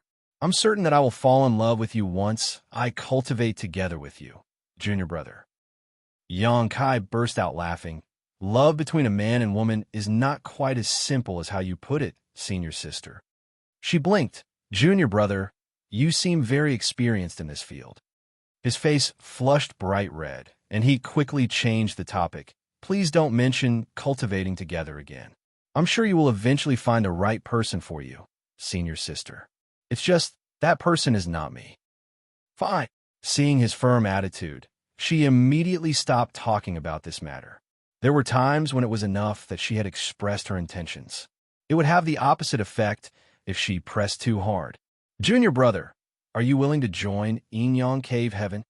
She abruptly changed the topic. I'll be honest with you. I actually came to the Blood Monster Cave Heaven with another task from the Master's sect. What task?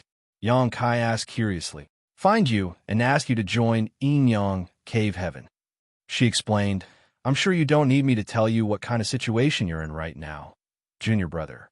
Although you intend to advance into the high-rank open heaven realm directly, you've stepped on too many toes in the process. The cave heavens and paradises only have two attitudes towards an existence like yours. They either want to take the cautious approach and kill you in advance, or they want to win you over into their camp. Yin-Yang Cave Heaven is part of the latter. Xianxia understood that she must have contributed a lot for Yin-Yang Cave Heaven to willingly try to win him over to their side. All of a sudden, what Pei Wenxian mentioned in the past echoed in his ears once more. Pei Wenxian had claimed that he was not the only person in the Blood Monster Cave Heaven who wanted Xianxia dead. It would now seem that many of the Cave Heaven and Paradise disciples in the Blood Monster Cave Heaven were tracking Xianxia's whereabouts in order to kill him. Although I believe that you would enter the Blood Monster Cave Heaven, I never imagined that I would encounter you so quickly. It looks like you and I are destined for each other, junior brother. Chu Huashang laughed lightly. Xianxia asked curiously, Senior sister, you mentioned that Inyang Cave Heaven wished for me to join them. If I join Inyang Cave Heaven, will they guarantee that I can advance into the high-rank Open Heaven realm?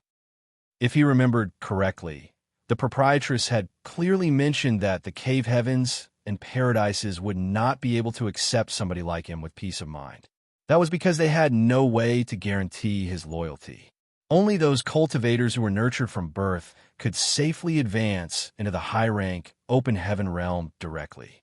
It was just that cultivators like these were incredibly rare throughout the ages. Hence, the appearance of anyone who could directly break through to the high-rank Open Heaven realm was bound to create a huge uproar in the 3,000 worlds. It was not just because the high-rank materials were difficult to find and refine, it was also because forcefully cultivating them when one's Tao seal was not firm enough would only result in death. Even if somebody were to condense high-rank Open Heaven realm powers, they would face great danger when trying to split heaven and earth apart inside their body to create a small universe. Many talented cultivators who condensed high-rank elements would fail at the last moment and extinguish their souls as a result. No, she shook her head. If you join Inyang Cave Heaven, you will have to advance into the 6th Order Open Heaven realm. Xianxia was stunned.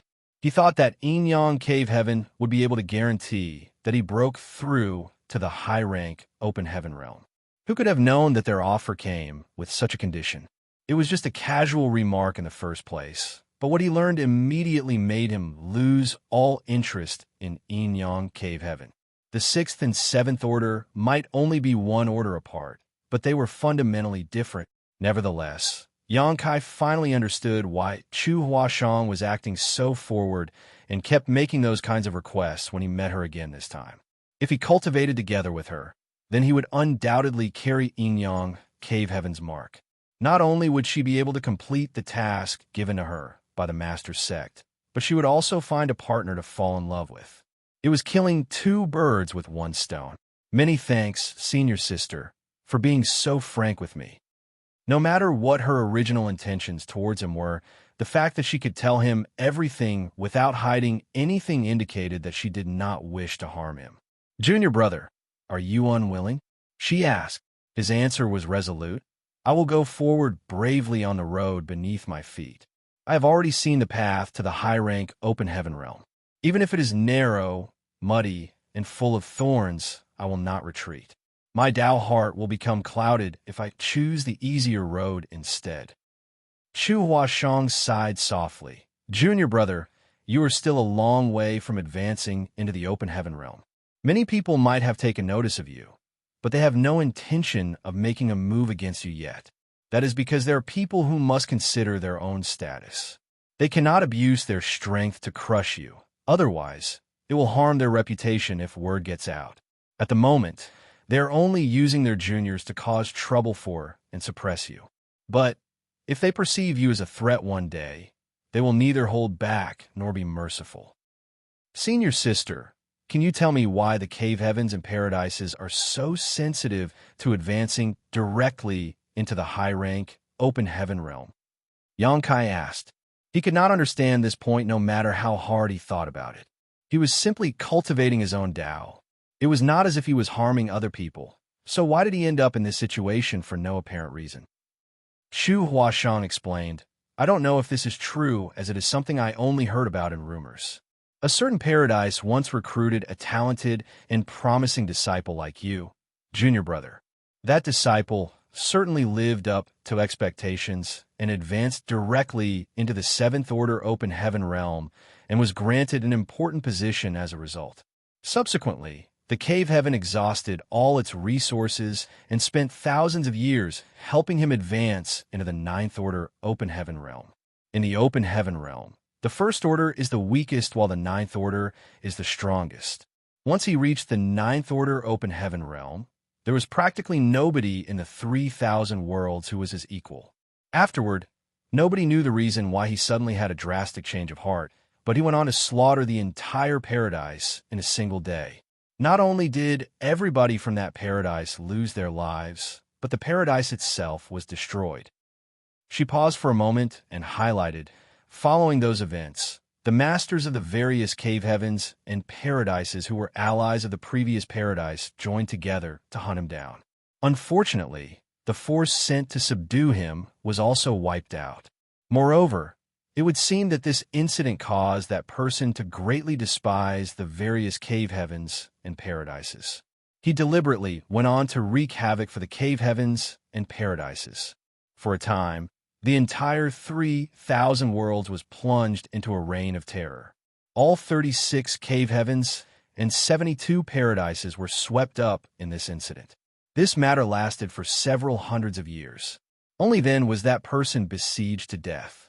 Unfortunately, all the cave heavens and paradises took severe damage as a result. Having learned from the lessons of the past, the current cave heavens and paradises tend to pay great attention to those who advance directly into the high-rank open heaven realm, lest the tragedy repeat itself. She carried on, "At present, there exists a desolate territory where the space is shattered and the vitality is gone. That is where the final battle took place in the past. It is said that several hundred high-rank open heaven realm masters alone died in that battle. It is impossible to calculate how many mid-rank open heaven realm masters and low-rank open heaven realm masters died as well. Even though so many years have passed, that great territory is still fraught with dangers. The power of all sorts of divine abilities remains. No matter how powerful you are, nobody who enters that place has returned alive. The desolate territory was a battlefield in the past. Xianxia was astonished.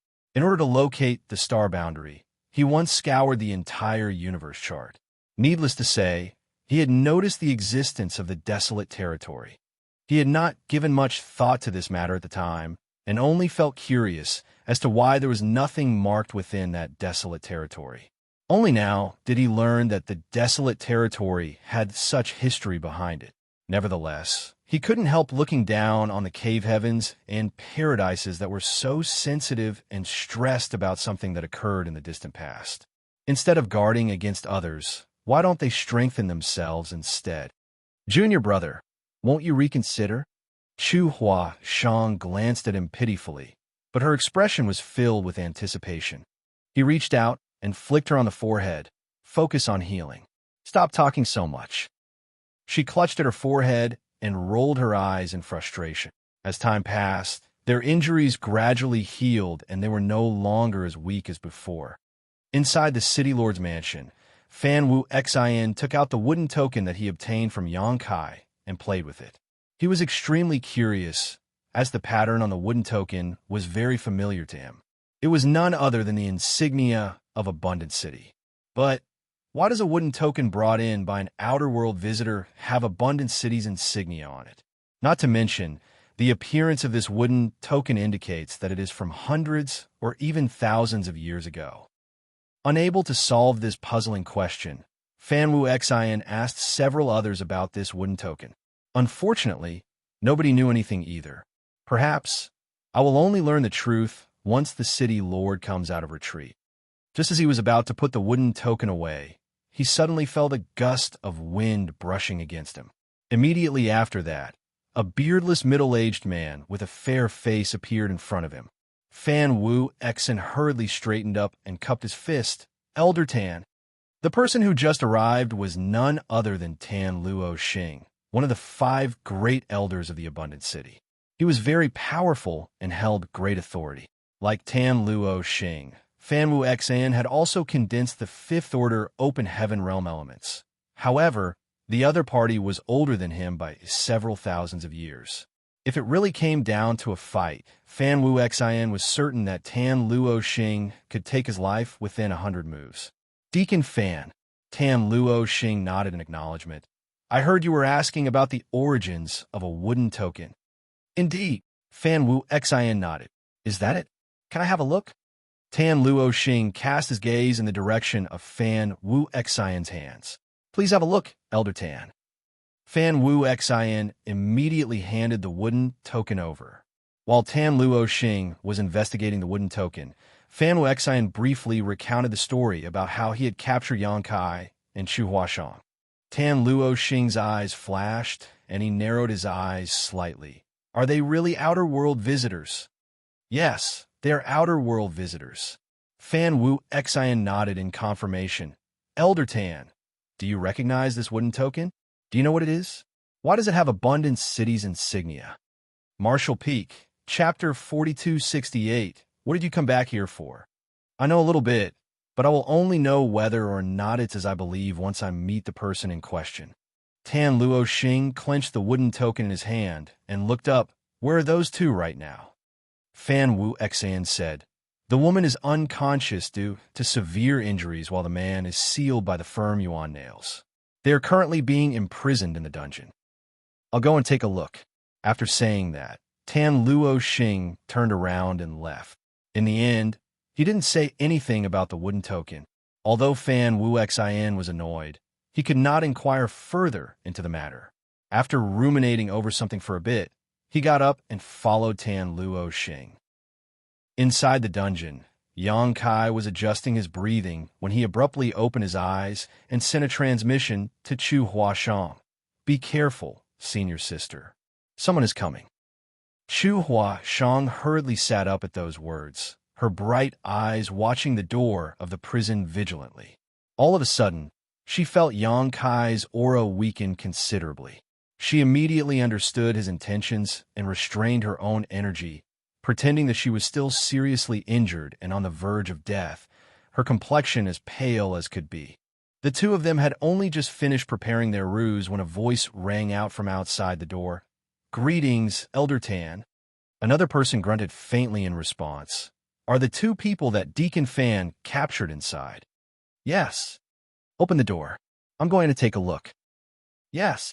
Soon, the door of the prison cell opened and a beardless middle-aged man with a fair face walked in. His expression was gloomy and slightly anxious. When he looked up and saw Xianxia, he immediately paused at the door of the cell, and a hint of astonishment flashed across his eyes before he blurted out, It's you. Xianxia stared at the man suspiciously. What is he talking about? Do we know each other? So many years have passed. What did you come back here for?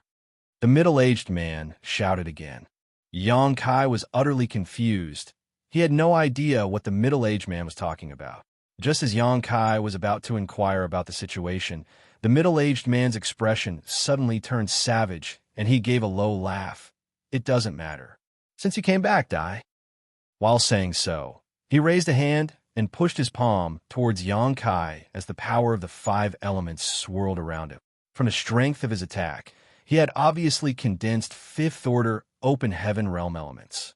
Moreover, he must have been immersed in this realm for many years because his control over his 5-element powers was incredibly refined and potent. Among all the other half-step open heaven realm masters that Xianxia had met so far, none of them could surpass this man in this regard. Moreover, this attack was very aggressive and overflowing with murderous intent. It was obvious that the middle-aged man intended to take Xianxia's life. Xianxia immediately lost his temper. He had never met this man before, so why was he trying to kill him at their first meeting? If he had not neutralized the firm yuan nails that were placed on him earlier, Xianxia would have been helpless in the face of this attack. Fortunately, he was no longer bound by such restraints. Lifting his hand, Xianxia threw his own palm forward while drawing the powers of his Dao seal. His clothes flapped about wildly, making rustling noises even though there was no wind. Xianxia's figure swayed slightly, and the small bed under him immediately shattered into dust. On the other hand, the middle-aged man's expression changed drastically as he was sent flying backward, coughing up a mouthful of fresh blood in midair. The violent force from their exchange swirled and swept out in all directions. The dungeon was unable to withstand the impact and came crashing down with a loud rumble.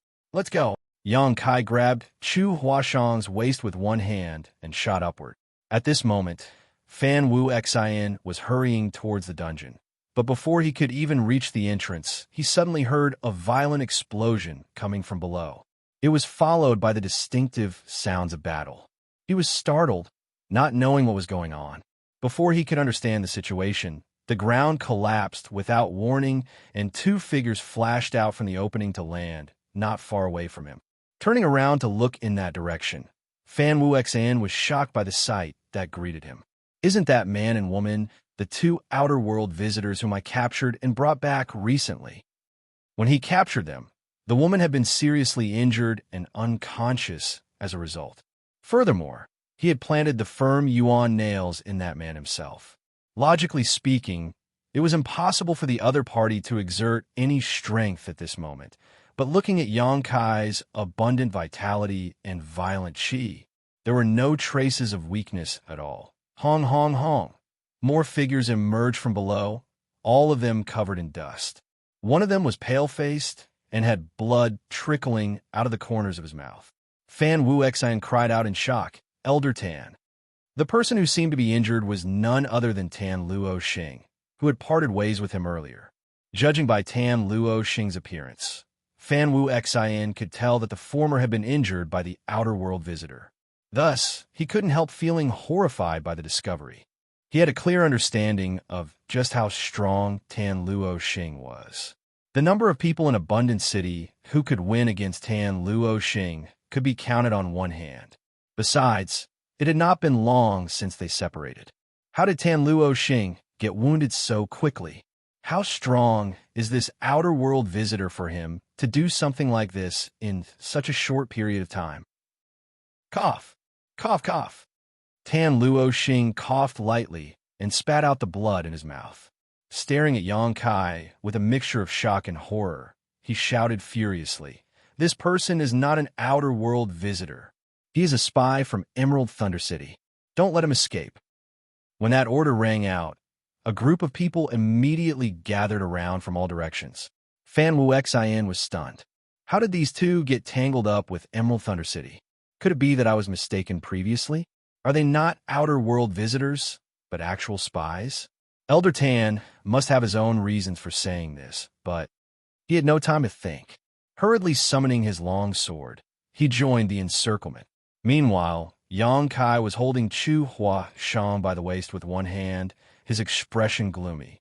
He had willingly let himself be captured in this place because he had urgently needed to find a quiet spot to recuperate from his injuries.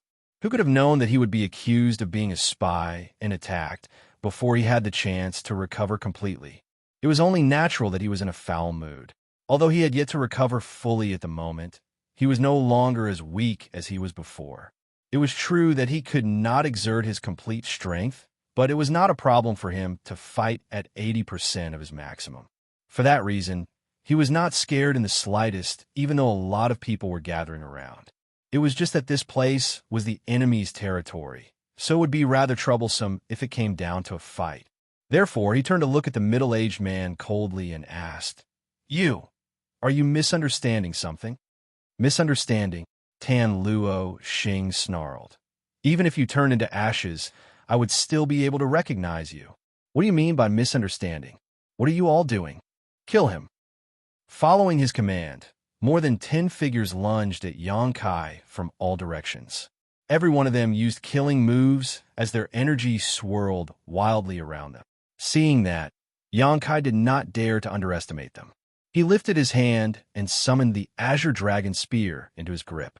A bright light flashed, seemingly shocking the entire world as spear shadows flew in all directions.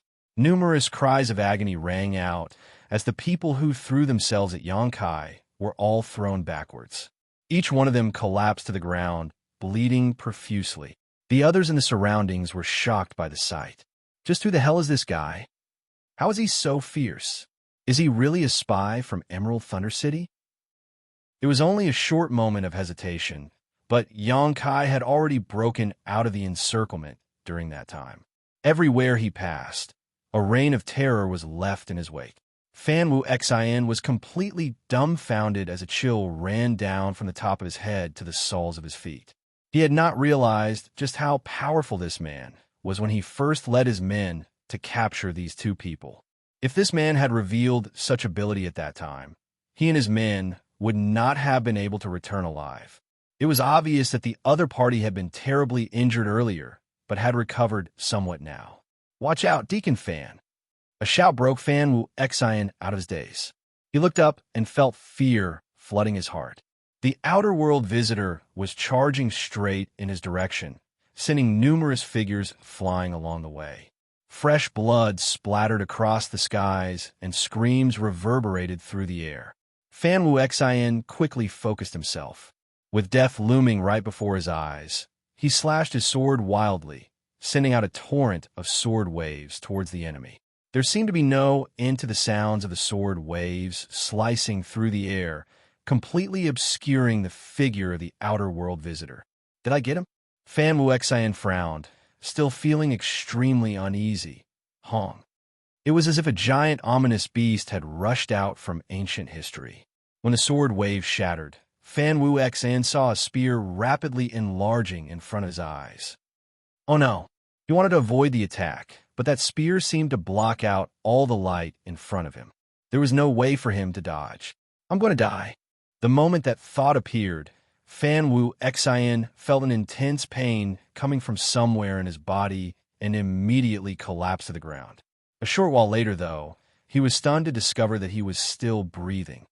Looking down, he saw that he was covered in blood, and there was a wound at his waist area that had penetrated right through his body. Nevertheless, considering his half-step open heaven realm cultivation, such an injury could be considered neither light nor serious because his vitals had not been destroyed. "I can't believe I'm not dead." Did he miss? All of a sudden, a series of groaning sounds entered Fan Wuxian's ears. Looking up, he was stunned by the sight before him. All the people who were defeated by the outer world visitor earlier were injured and bleeding, but not one of them had died. After witnessing this scene, how could Fan Wuxian not understand? The other party had not missed. Rather, he had held back. He had no intention of killing anybody and was simply fighting back and defending himself. Fan Wuxian looked around once more and saw countless cultivators of Abundance City continuing to besiege the outer world visitor. However, none of them could even slow him down. Xianxia left a path of destruction everywhere he went, mowing down his opponents as easily as crushing dry weeds and smashing rotten wood. On the other hand, the cultivators of Abundance City were cut down like wheat in a storm, collapsing to the ground one after another. Is he really human? Fan Wuxian looked dumbstruck. "Kill him!"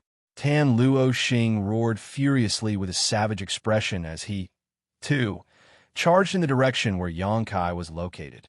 Fan Wuxian hurriedly followed suit after circulating his strength to staunch his bleeding. There was no other choice. He was the one who captured these people in the first place, so he could not just leave them be. Although the other party was still showing mercy, Fan Wuxian could not just sit around and watch as he caused such a huge commotion in Abundant City.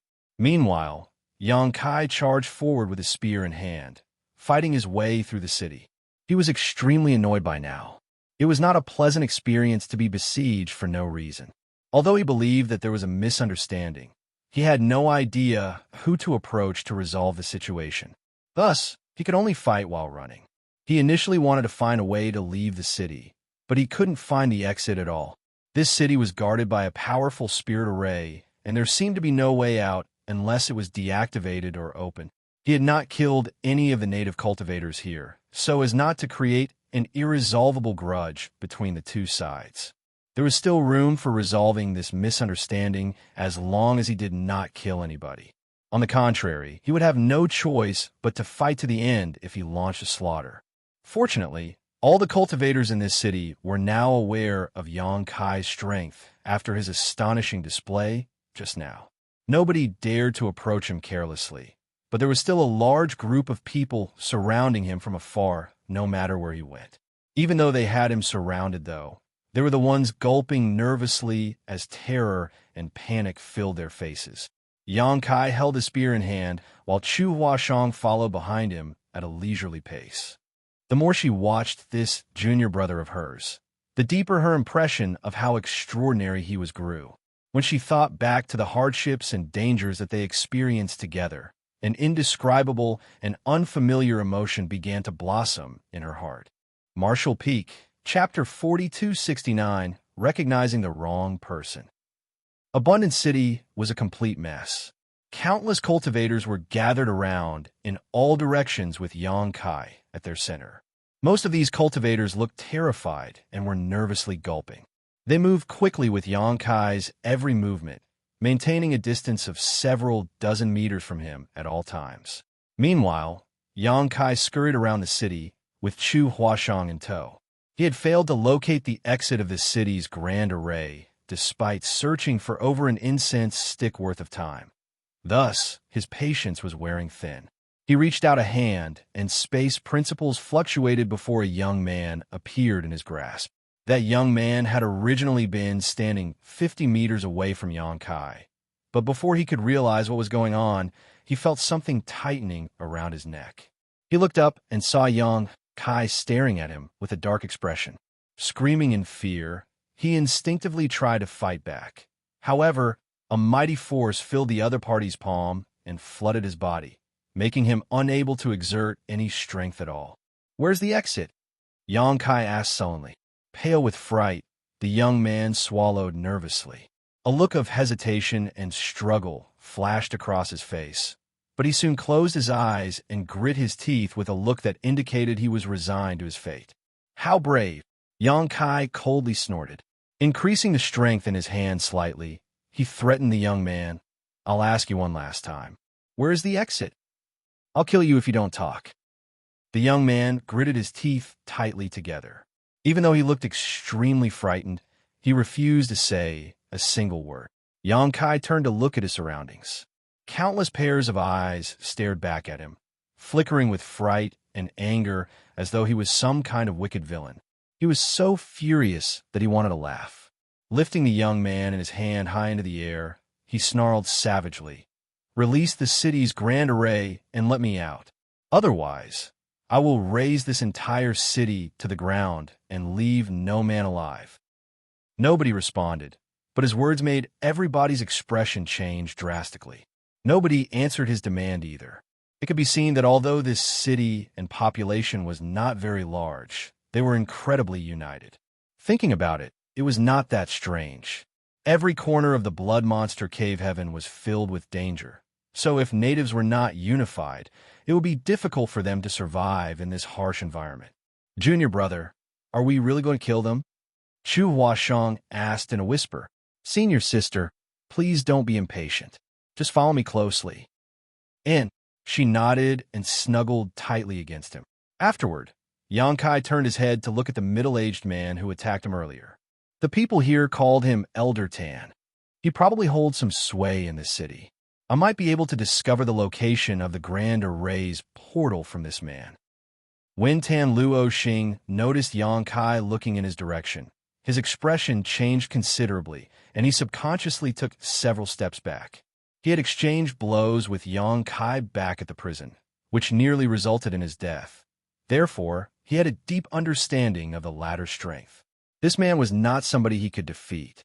In fact, they could not stop him even after all the forces within Abundant City were mobilized. At this point, he seriously doubted that anybody in Abundant City could prevent Yang Kai from wiping out this city if so chose to. At this moment, a shadow rushed over and landed not far away from Yang Kai. It transformed into a girl that looked quite young. She was dressed like a maidservant, and in addition, she had a playful and pure appearance. Upon seeing the situation within the city, the young girl revealed an expression of astonishment. Then, her beautiful eyes landed on Yang Kai. She swept a measuring gaze over his body, as though trying to assess him. "Be careful, Lady Jing. This person," Fan Wuxian shouted. After mulling for a long while, he finally added. He is unfathomable. Lady Jing nodded lightly. Giving Yang Kai an elegant bow, she gently said, "This maid greets you, sir. What do you want?" Yang Kai glanced sideways at her. She said, "I wouldn't dare. The city lord wishes to speak with you." The city lord? Yang Kai squinted at the location in the middle of the city. Fan Wuxian had brought him there once, but the city lord had been in retreat at the time. That was why he and Chu Huashang were eventually thrown into the dungeon. It seems that all the commotion I caused here has roused the city lord from her retreat. Nevertheless, this city lord is certainly quite an interesting woman. Even though he had made such a huge fuss in Abundant City, this person was still inviting him over for a chat. It went to show that the other party was either very generous or was as timid as a mouse. Judging by the maid-servant's attitude, the former was more probable. Just as Yang Kai was about to nod in agreement, Tan Luo Xing suddenly shouted, "You can't. This person is a spy sent by Emerald Thunder City. Furthermore, he is very strong. If we recklessly allow him to approach the city lord, the consequences will be dire.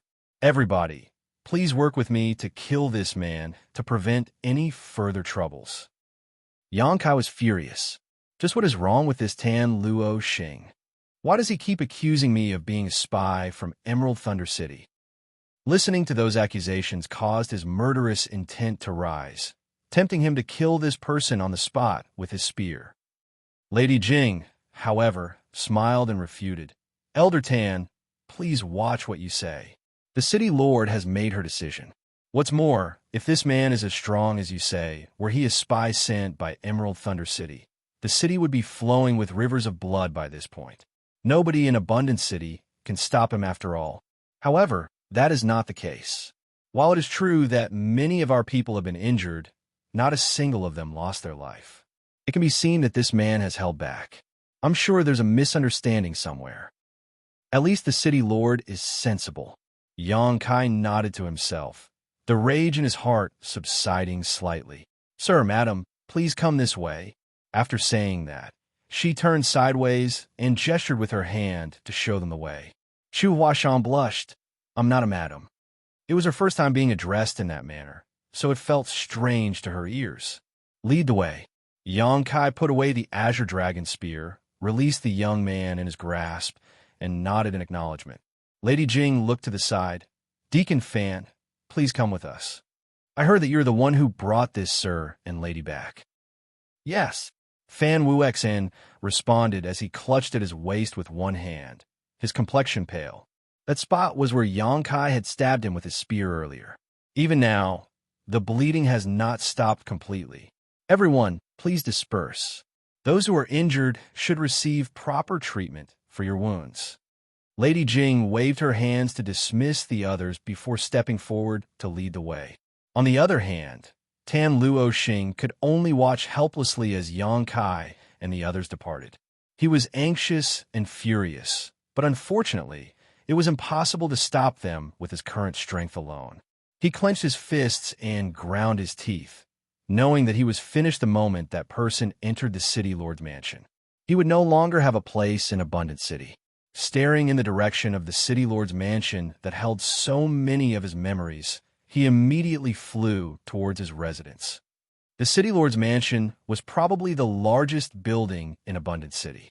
Yang Kai and Chu Huashang had been here before, but they had not been able to enter at the time. Now, though, they had a smooth journey under Lady Jing's guidance and soon arrived at the main hall. Lady Jing stopped outside the doors and announced, "City Lord, I've brought them here. Since you're here, then please come in." A gentle voice came from within. "Sir, please come this way." Lady Jing gestured forward. Yang Kai nodded and strode inside with Chu Huashang. Upon entering the main hall, he immediately felt a dozen or so divine senses shrouding him. He looked up and saw 4 people sitting at the head of the hall. There were 2 on each side, including both men and women. The others were hidden in the shadows, remaining alert and vigilant against him. He was not bothered by their attitudes. After all, he had caused a huge commotion in the city earlier. Even if they invited him here, it was only natural that they took some precautions. Meanwhile, The four people sitting in the main hall were on par with Elder Tan in terms of strength. They were probably the highest-level elders in Abundant City. Besides them, a woman dressed in imperial dress sat demurely on the head seat located at the central platform. When their gazes met, Xianxia discovered that this woman looked to be in her 30s. Time had not left any traces on her face, and her appearance was dignified, looking like a true young lady of the house. What surprised him even more was that the city lord abruptly stood up from her chair the moment their gazes met. She was not the only one to do so, as the other people sitting around them had the same reaction. All of them stood up abruptly and stared at him in shock. In addition, the city lord's eyes reddened, her breathing quickened, and her body trembled lightly. She covered her red lips with one hand. "It's you," an elderly man on the left shouted. Xianxia turned to look in that direction and studied the man, having no clue who he was. He had heard these words twice now. The first time was when Elder Tan met him, and the second was in this place. That was not all. The people here had reacted strangely when they saw him, so much so that the city lord even lost all her composure for some reason. Xianxia frowned as various thoughts ran through his head. Have you mistaken me for somebody else? If they did not mistake him for somebody else, then how could they have these kinds of reactions? As soon as those words left his mouth, everybody stiffened in surprise. Then, they all turned to look at the city lord in unison. The city lord's eyes were red as she called out, "Tingyu, is that you?" Her voice trembled slightly, sounding weak and desolate, like a woman calling out to her lover after waiting for many years. Her voice was filled with longing, but also mixed with a trace of resentment. Upon hearing the name, Tingyu, Xianxia immediately understood what was going on. The people here had indeed mistaken him for somebody else. "Madam, are you referring to Lan Tingyu?" Xianxia asked. Everybody was stunned once more. The city lord's tender body trembled at those words. Her figure fluttered lightly as she came to stand in front of Xianxia. She studied him carefully while weeping softly. However, her expression became disappointed after taking a closer look at him. "You're not him." She slowly shook her head repeatedly. Turning around, she slowly walked back to her seat and sat down as though all the strength in her body was gone. Even her complexion looked lifeless. The elderly man who spoke up earlier took a good look at Xianxia and asked suspiciously, "Are you not Lan Tingyu?" Xianxia cupped his fist. Xianxia greets fellow cultivators. Everybody exchanged glances with each other when they heard his greeting, while one of the women couldn't stop herself from muttering, "How can they look so alike?" Another middle-aged man said, "It's probably not Brother Lan. It has been nearly 1,000 years since we last saw Brother Lan, but this man still looks so young." Yes, what Elder Pang says makes sense. Could he be a descendant of Brother Lan's? Otherwise, how can they be so alike? The last person who abruptly voiced out a whimsical thought was a fatty. The words had just left his mouth when the woman next to him viciously stomped on his foot. The pain was so intense that he grimaced and he called out, "Why did you step on my foot?" That woman glared at the fatty fiercely and gestured upwards with her mouth. The fatty immediately fell silent and sneakily stole a glance in that direction. The city lord was staring at Xianxia blankly, her eyes seemingly flashing with memories of the distant past. Marshall Peak, Chapter 4270, Past Events. "I'm not acquainted with Lan Tingyu, nor have any relationship with him," Xianxia slowly explained. He had only heard about Lan Tingyu from Yu He and the proprietress. Back when Yu He first saw him, she had also shouted out the name Tingyu. "But you look so alike." Some people remained consumed by a sense of disbelief. Xianxia did not say anything else. After all, he had already expressed his point to them clearly. Judging by the current situation, it would seem that Lan Tingyu had not only visited this place in the past, but was also acquainted with the people here. Why else would they have mistaken him for Lan Tingyu when they first saw him? And that city lord. Xianxia observed the city lord's expression, secretly thinking to himself that she must have held deep feelings for Lan Tingyu. If not, she would not have been this agitated. Lan Tingyu sure was popular. First, there was Yu He, and now there's this city lord. Not to mention, the city lord lives in the blood monster cave heaven. TSK. TSK. All of a sudden, he was reminded of the wooden token that the proprietress had given to him. At the time, she mentioned that it was a favor. It would now seem that the wooden token was most likely connected to the people here. She had also hesitated to say anything and looked a little helpless when she handed the wooden token to him. Her reaction seemed to be related to the current situation. She probably expected the situation to turn out this way if he came to this place. It was just that this place was so well hidden.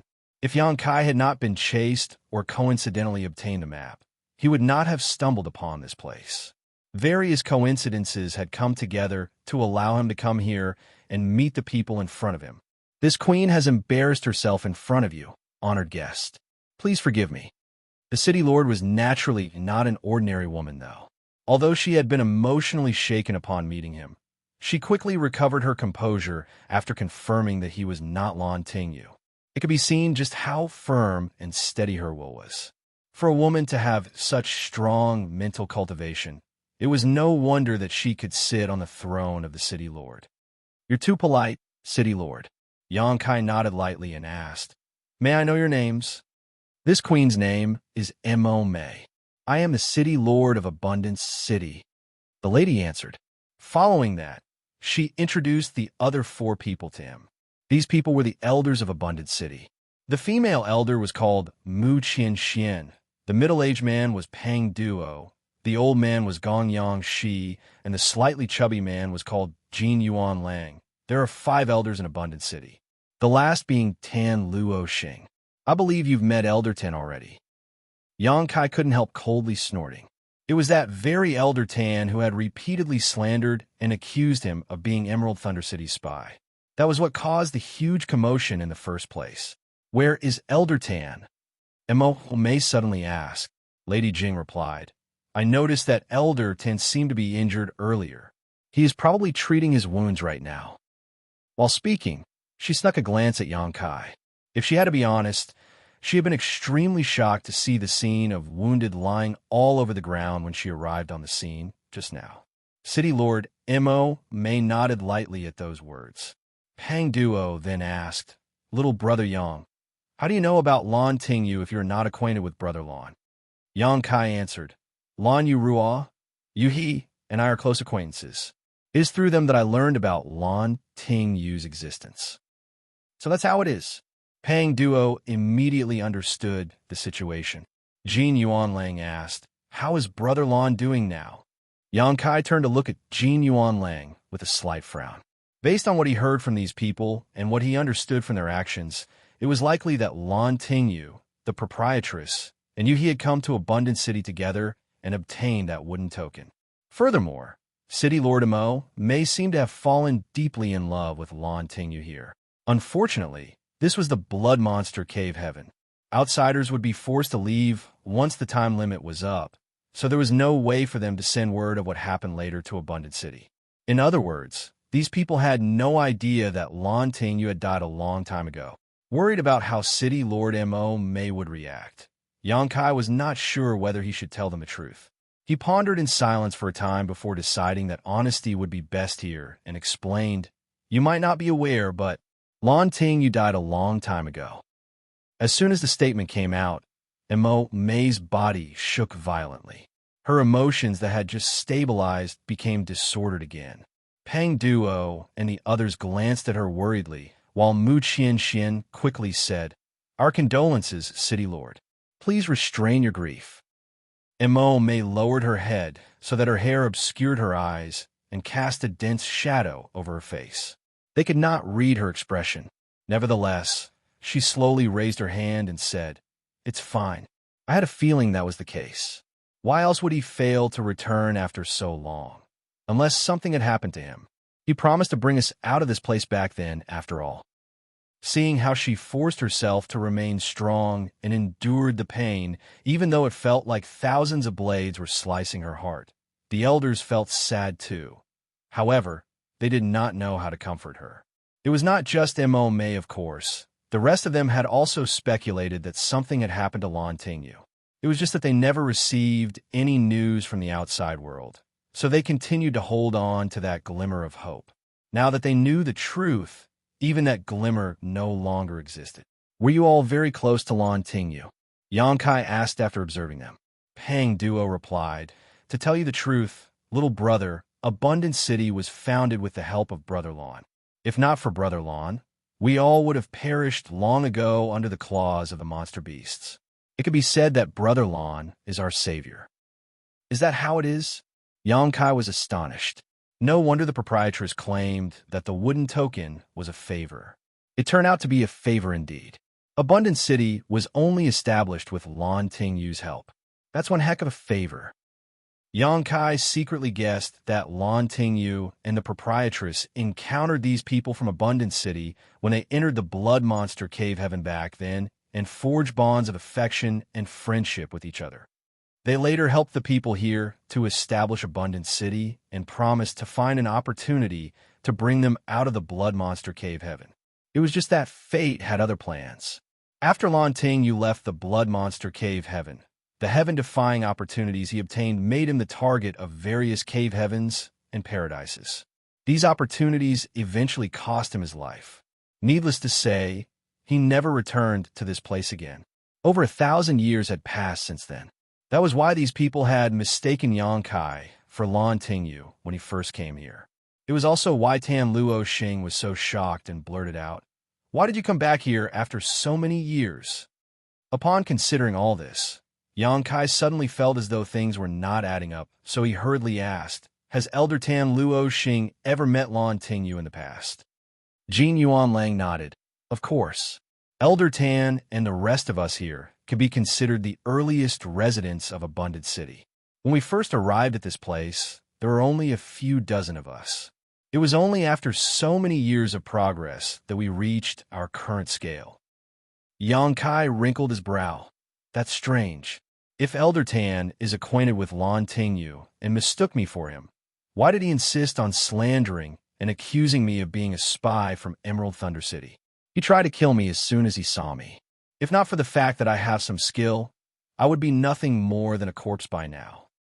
I don't even know where Emerald Thunder City is located. Something like that happened. Pang Duo was surprised. Mu Xianxia pondered in silence, but a moment later, she glanced in Mo Mei's direction and heaved a heavy sigh without saying anything.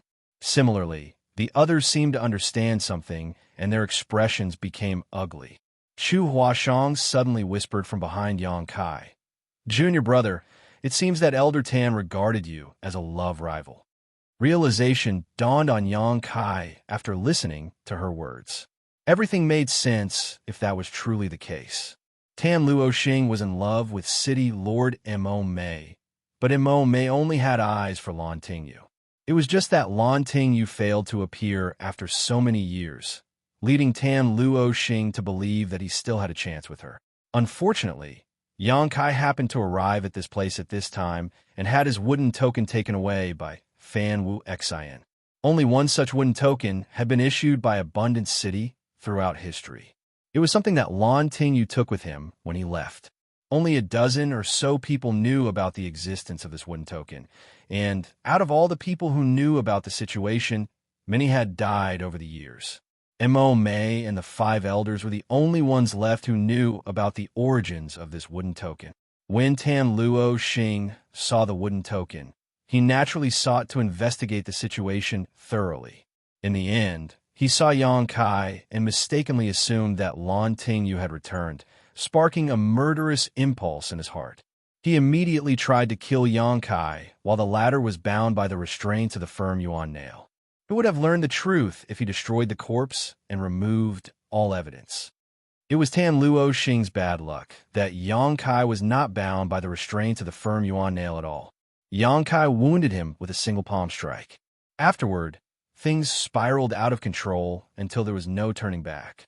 "Jinger, summon Elder Tan here at once. I have something to ask him." Mo Mei's expression was filled with rage. Jinger bowed yes. Immediately afterward, she flew out of the City Lord's mansion to search for Tan Luo Xing. Pang Duo glanced at Fan Wuxia, who had followed along. "Deacon Fan, I heard that you were the one to bring Brother Yang and his companion back." Fan Wuxia quickly replied, "That's right. A few days ago, my men and I were guarding the Grand Array portal when we suddenly noticed a figure approaching, as though searching for something. Worried that it might be a spy sent by Emerald Thunder City to collect intelligence, I led my men to attack and capture this senior brother and senior sister. I can now see that it was all just a misunderstanding. While speaking, he cupped his fist at Yang Kai and Chu Huashang to express his apology, secretly afraid. It was fortunate that Yang Kai had been injured at the time and lost most of his combat capabilities. Fan Wu Xin could not have brought his men back safe and sound otherwise. What happened afterward? Pang Duo asked again. Fan Wu Xin immediately recounted what happened in detail. When he saw the pattern on the wooden token, he felt that it was very similar to the symbol of Abundant City. Thus, he took possession of it and went around asking about it. To his surprise, nobody knew about the wooden token. Tan Luo Xing came looking for him after hearing the news and later took the wooden token and headed straight for the dungeon. What followed was a huge commotion. Tan Luo Xing had issued an order for all the cultivators in Abundant City to besiege Yang Kai in the name of killing a spy. Consequently, many people were wounded by Yang Kai. Upon hearing that Tan Luo Xing had repeatedly accused Yang Kai of being Emerald Thunder City's spy, the expressions of the elders became rather ugly. Even if they ignored the fact that the city lord and Lan Ting were deeply in love with one another, Abundant City was first established with the help of Lan Ting and the others. Therefore, everyone in Abundant City essentially owed their lives to Lan Ting. Tan Luo Xing had been blinded by jealousy and acted foolishly. As one of the 5 great elders of Abundant City, his actions undoubtedly repaid kindness with enmity and brought shame to them all. Where is the wooden token now? Mu Xianxia asked. Fan Wu Xin replied, with Elder Tan. Mo Mei interjected. The wooden token is not important. We only gave Tingyu a faith token back then because he and the others helped to establish Abundant City at the beginning. Abundant City owes the bearer of the wooden token a great favor. Yang Kai, you are the one who brought the wooden token here. If there is anything you need, please speak freely. Abundant City will not refuse as long as it can satisfy your demands. Martial Peak, Chapter 4271, Golden Gorilla King. Yang Kai's eyes lit up at those words, and he quickly asked, does Abundant City have any 7th Order Yin or Metal Element monster cores? Pang Duo laughed bitterly at those words. Little brother Yang, do you think we have the strength to kill a 7th Order monster beast? If a 7th Order monster beast were to appear here, Abundant City would have been razed to the ground a long time ago. We don't have any 6th Order monster cores in stock in Abundant City either. If you need any 5th Order monster cores, then we might be able to share some with you. What use are 5th Order monster cores to me? Abundant City had existed for thousands of years, so Yang Kai originally thought that it would have accumulated some monster cores over the years. There was a possibility that they had what he needed. Only now did he learn that Abundant City was not as wealthy as he imagined. It made sense when he thought about it, though. He estimated that a 7th Order monster beast could exert strength equivalent to a mid-rank Open Heaven Realm Master. How could they win against a 7th Order monster beast with their strength? Since there were no 7th Order monster cores available, then he had nothing else to ask for. In any case, he only came here to treat his wounds. Now that he was almost fully recovered, it was time for him to leave. A blanket of silence fell over the scene. Wu Xin, why don't you take your leave? You should get your wounds treated properly. A short while later, Pang Duo dismissed Fan Wu Xin with a wave of his hand. Fan Wu Xin left immediately. At this moment, Jing'er returned. It was just that she was alone. Moreover, she had a strange expression on her face. The generally taciturn Gong Yang, she was puzzled and asked, "Where is Elder Tan?" She replied, "I couldn't find Elder Tan. His residence is empty." How can that be? Pang Duo was astonished. Have you searched the city? Is Elder Tan treating his wounds somewhere else? Before she could respond, they heard a rush of footsteps coming from outside. Immediately after that, a person urgently shouted, reporting, "Golden Gorilla King is here." What? Jin Yuan Lang shouted. He was so shocked that he jumped up from his chair. Why is he here again? Didn't he come here just a few days ago? Likewise, the others also looked solemn. It was as though something major was about to happen. Yang Kai and Chu Huashang exchanged glances with each other. They did not know who this Golden Gorilla King was, that he could make the people of Abundant City react like they were about to engage a formidable enemy. Reporting. Another shout entered their ears. That shout was followed by a figure landing in the city lord's main hall. Speak, Mo Mei shouted with great majesty. That person cupped his fists. City lord, Elder Tan forcibly opened the Grand Array barrier and fled on his own just now. At this moment, the Grand Array is not functioning, and the entrance to the city is wide open. Bastard! Mo Mei leapt to her feet with a furious roar, while the expression of the others also changed greatly. This truly was a case where when it rained, it poured. Golden Gorilla King's sudden arrival was bad enough, but they could have dealt with the situation no matter how dangerous and critical it was, so long as the Grand Array remained intact. However, Tan Luo Xing had forced open the Grand Array barrier and caused problems with its operation. It was like throwing Abundance City into the fire and roasting them on a stake. If they failed to handle this matter properly, there was a high chance that Abundance City would be reduced to ashes today. Pang Duo was stunned. Why did Elder Tan forcibly open the Grand Array? Why'd he leave? Chu Huashang said, "Are you stupid? It's obvious that bastard surnamed Tan ran away." Ran away? He sounded like he couldn't believe it. He was just about to ask why Tan Luo Xing would flee when he suddenly realized something. Tan Luo Xing clearly knew that he had been exposed for slandering Yang Kai. He was afraid of being punished by the city lord and felt too humiliated to remain in Abundant City. That was why he hurriedly fled. After all, the commotion earlier was quite large. Although nobody died, it was only because Yang Kai had held back. Nevertheless, countless people were injured as a result. If it wasn't for Tan Luo Xing's slanderous words, those incidents would not have occurred.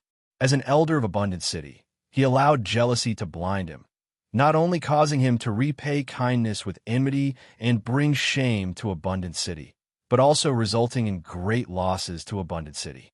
Therefore, he simply had no face to stay. Leave aside the matters involving Elder Tan for now. Our priority at the moment is dealing with Golden Gorilla King. Mo Mei walked down from the city lord's throne.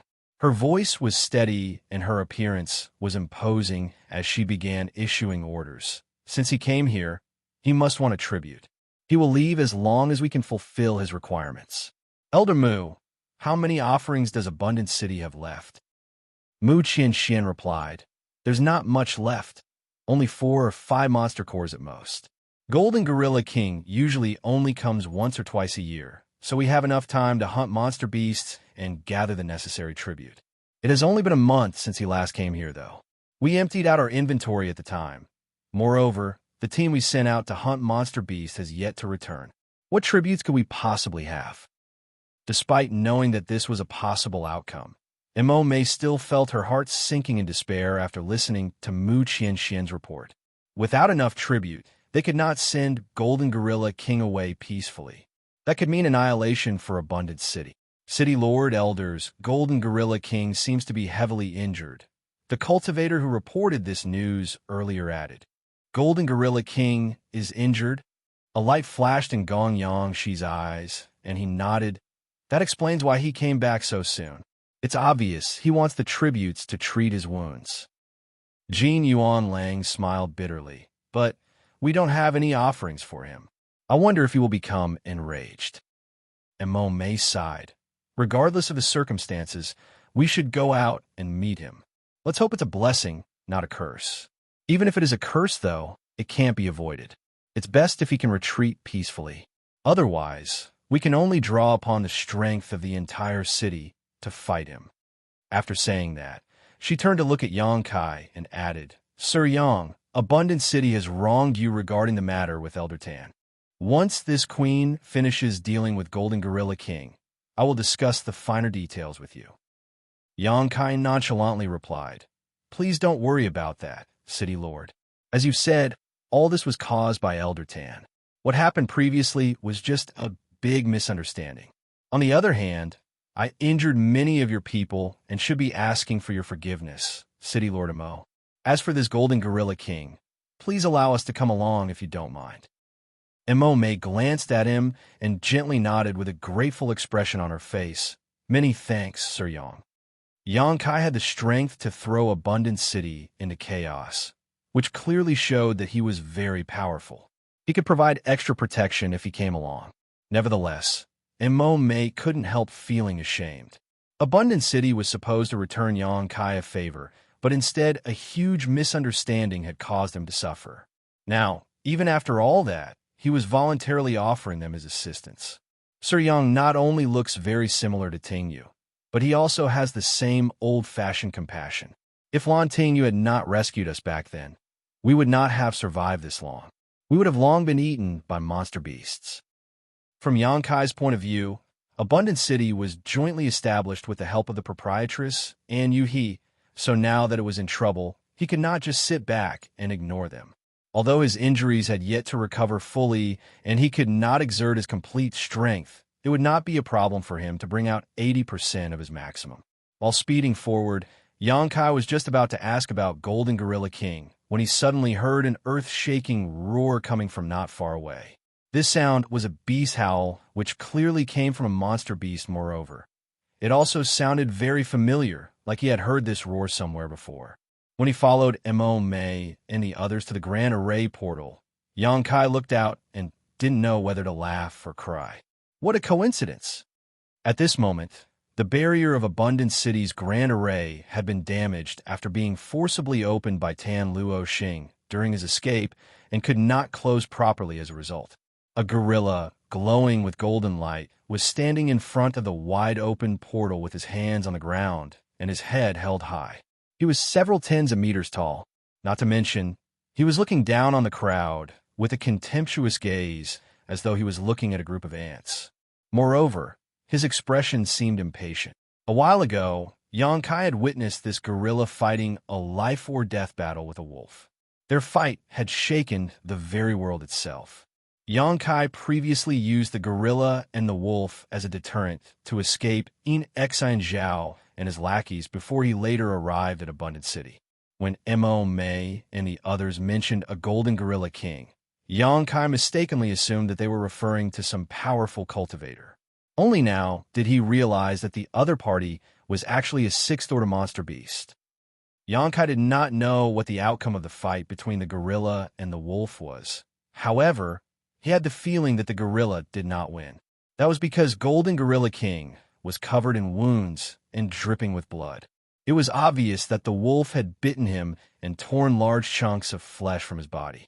Even the golden light covering him seemed a little dim, and his aura was rather weak. Imo May and the others came to a stop several hundred meters away from Golden Gorilla King, each of them wearing a solemn expression. They bowed to him before Imo May spoke. Golden Gorilla King, why have you returned to Abundant City so quickly? Golden Gorilla King lowered his head and growled something. The meaning was unclear, but the way he behaved indicated that he understood what they were saying. It could be seen that his sentience was quite high. Imo May shook her head. We've handed all the tributes we gathered to you earlier. Abundant City does not have any offerings left. We are powerless to help you even if you come here. ****. Golden Gorilla King flew into a rage. He lowered his head and let out a fierce howl, baring his fangs at them. A violent wind blew in their direction, causing Imo May's hair to fly out in the wind. Even so, she remained motionless. Her expression did not change even when she stood in front of a furious sixth-order monster beast, showing her strong spiritual cultivation. Imo May continued once the noise faded. Abundant City will support you if you wish to treat your wounds. It's just that we don't have what you need. Nothing will change even if you lose your temper. Golden Gorilla King let out another furious roar. Not only did he roar louder than before, but he also ran around and smashed several houses with his fists. Afterward, he waved his enormous fist at Imo May and the others as though saying, "Are you scared?" Many of the cultivators who had gathered around couldn't help taking several steps back. On the other hand, Immortal did not move. She simply called out calmly, "You are injured right now. It's best not to get angry so easily. Otherwise, it will be harder for you to recover."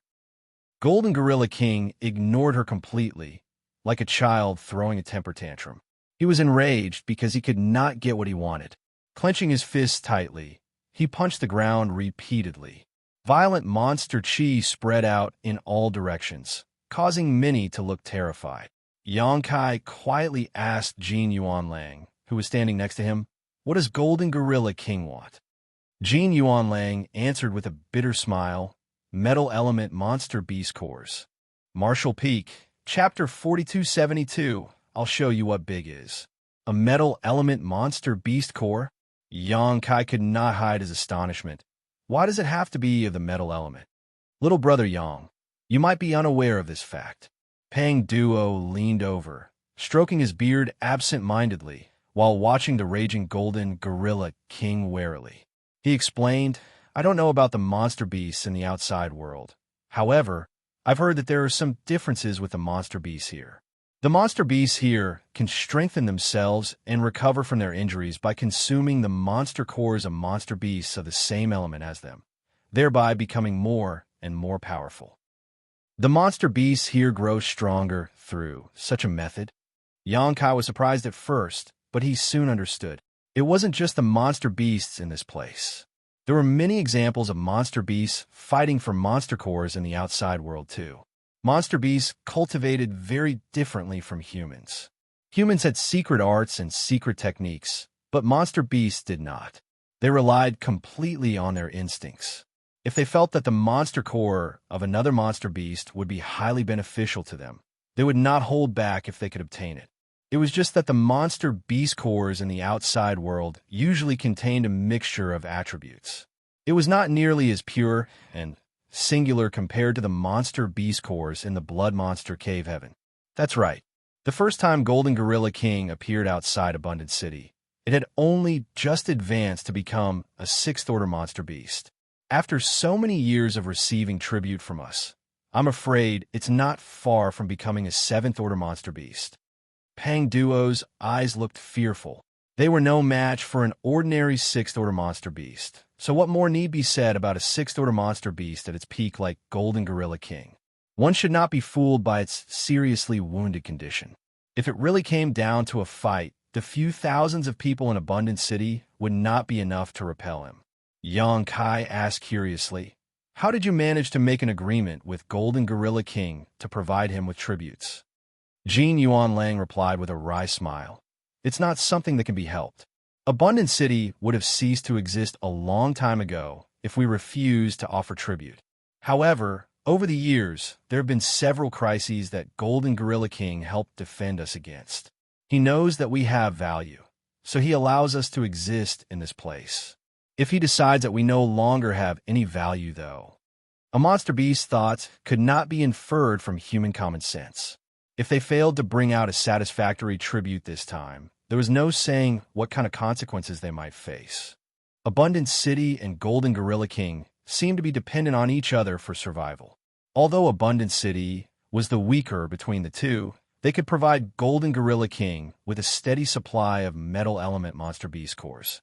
It was for that reason that Golden Gorilla King would occasionally protect Abundant City from danger. During their brief conversation, Golden Gorilla King was becoming more and more furious by the moment. He roared continuously, blowing a foul stench in their faces. Immortal shouted, "Golden Gorilla King, I'm saying this for the last time. Abundant City does not have any tributes to offer at the moment. It's useless no matter how angry you get.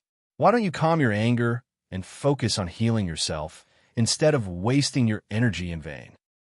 Golden Gorilla King turned to glare at her, his crimson eyes filled with a cruel and ferocious light.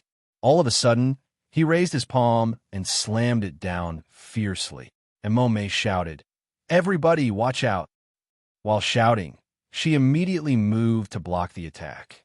Many of Abundant City's cultivators trembled as they quickly used their respective divine abilities and secret techniques.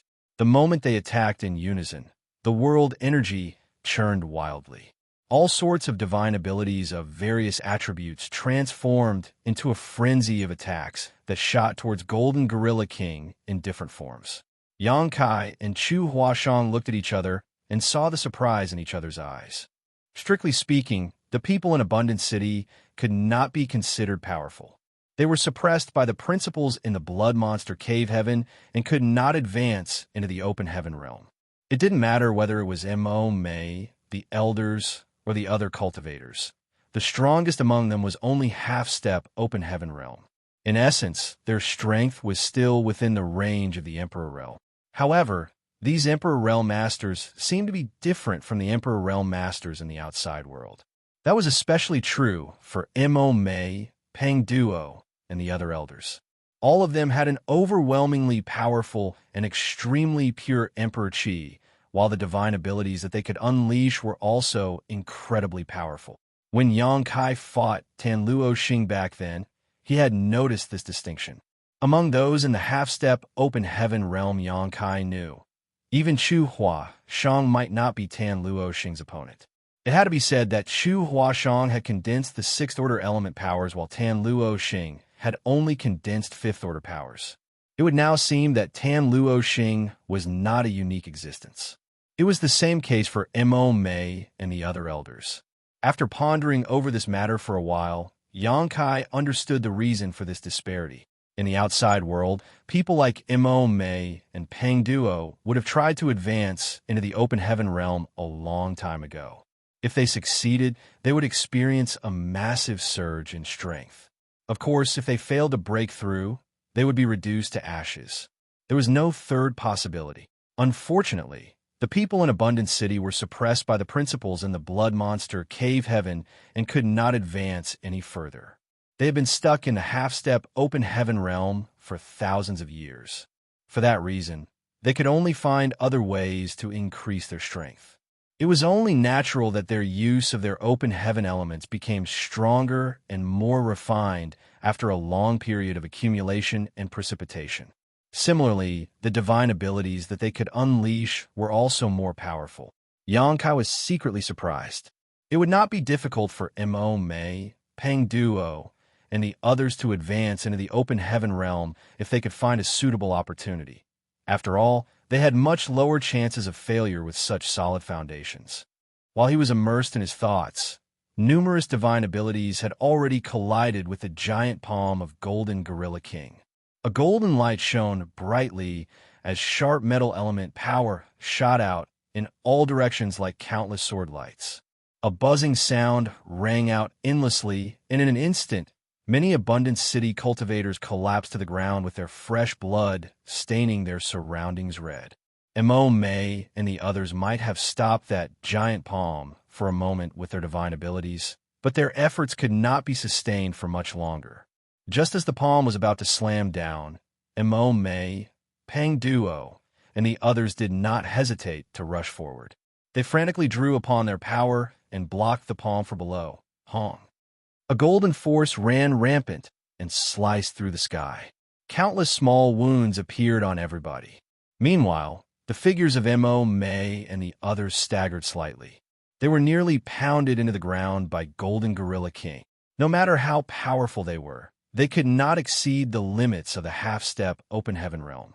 Even if Golden Gorilla King was injured, a peak sixth-order monster beast could exert the strength on par with a low-rank Open Heaven realm master at will. Abundant City had no way to fight back at all. Asterisk crack. Asterisk the sound of something breaking rang out. Jin Yuanlang's legs had been twisted and broken. Despite being in intense pain, though, he grit his teeth and persevered without letting out a single sound. When Yang Kai saw that, he knew he could not stand by any longer. If he continued to just watch without doing anything, there was no telling how many people would die in this place today. He rushed forward and raised his hand, summoning the Azure Dragon Spear. In the next moment, the spear stabbed towards Golden Gorilla King like a dragon going out to sea. Golden Gorilla King turned to look in this direction, and while baring his fangs, he raised his other hand that was covered in dense metal element power and grabbed at Yang Kai. "Sir Yang, be careful," Mo Mei shouted. The words had only just left her mouth when she saw him vanishing out of sight after he was caught squarely in the middle of the Golden Gorilla King's palm. This, Peng Duo and the others looked speechless. They originally thought that Xianxia had extraordinary strength since he could cause such a huge commotion in Abundant City. Who could have known that he would be so vulnerable? That thought had only just come to mind when they heard the Golden Gorilla King crying out in surprise.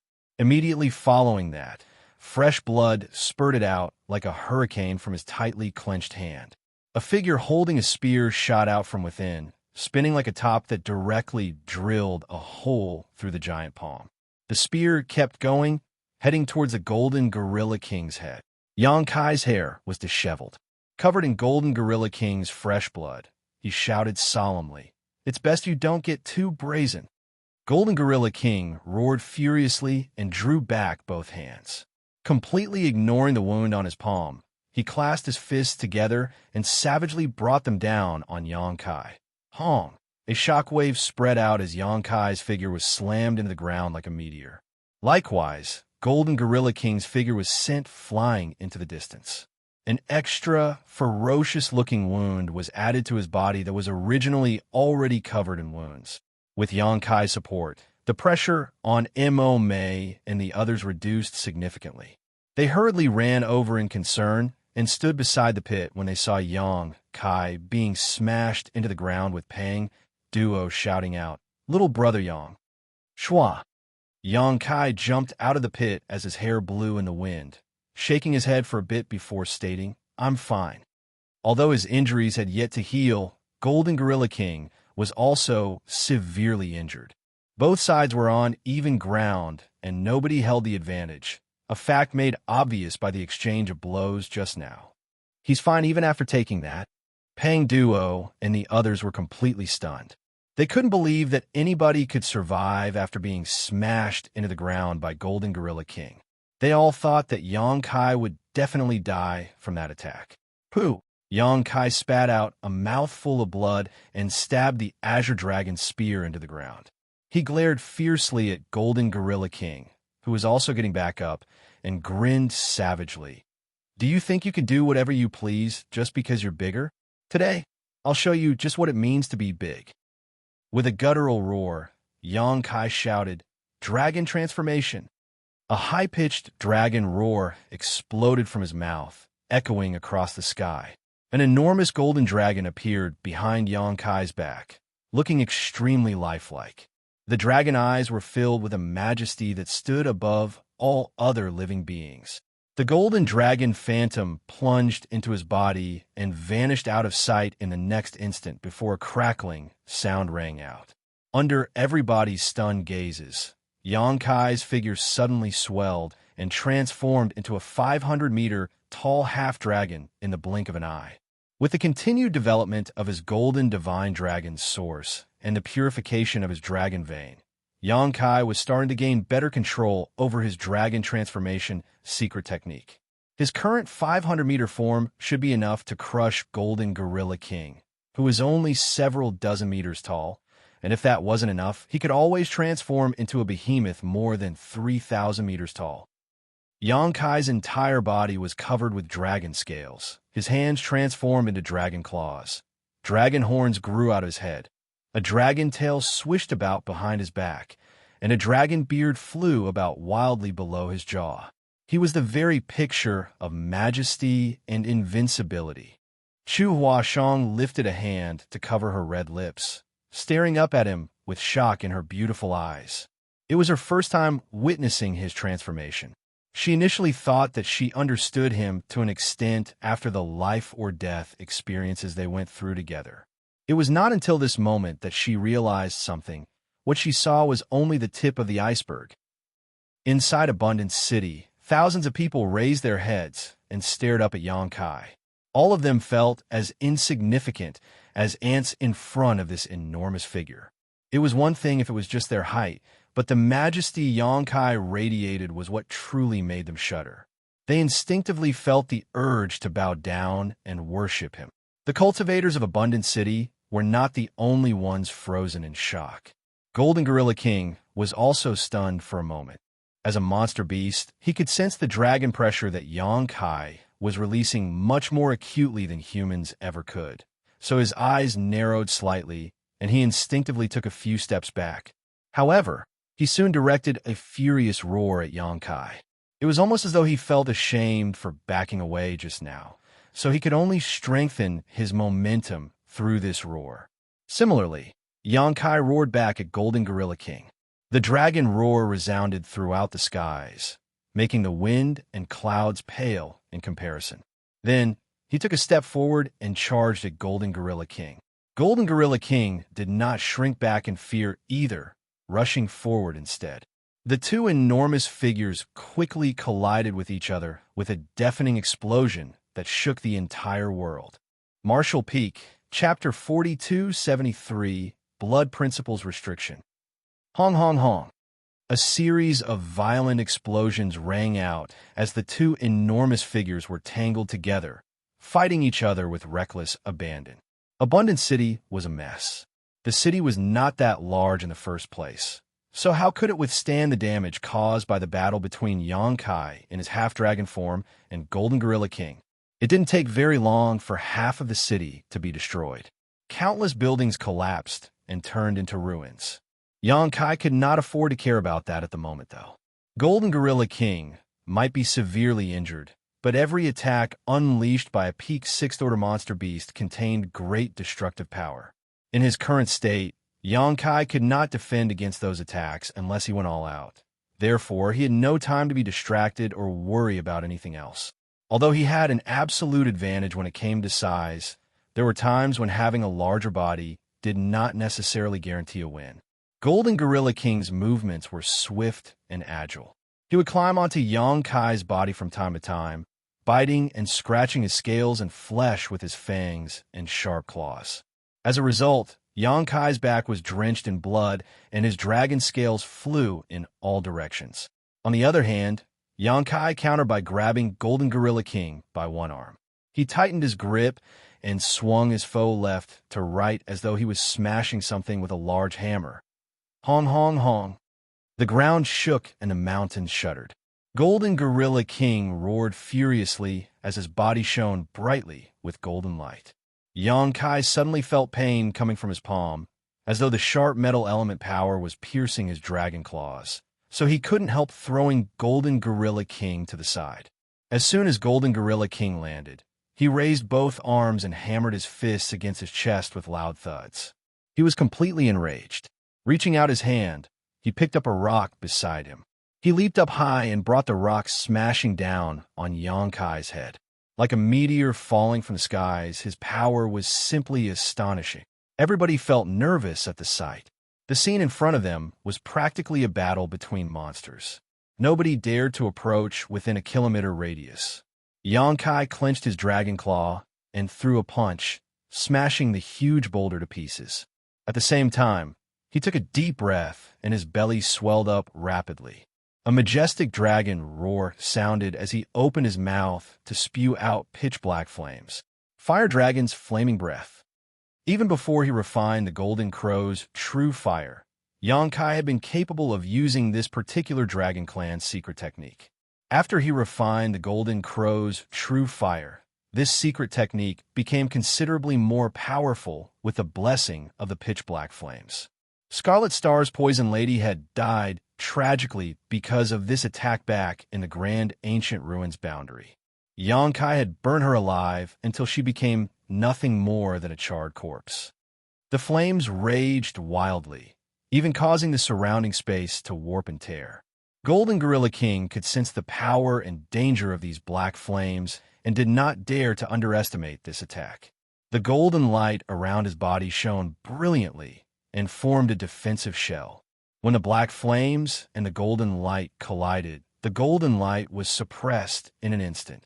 While Golden Gorilla King could exert the strength of a low-rank Open Heaven Realm Master, and his metal element power was comparable to the 6th Order, Xianxia's Golden Crow's true fire was a high-rank Open Heaven power. One was clearly superior to the other. Besides, even among the 5 elements, fire suppressed metal. Hence, the 6th Order monster beast could only forcefully endure the burning of the Golden Crow's true fire and rushed out of the jet of flames.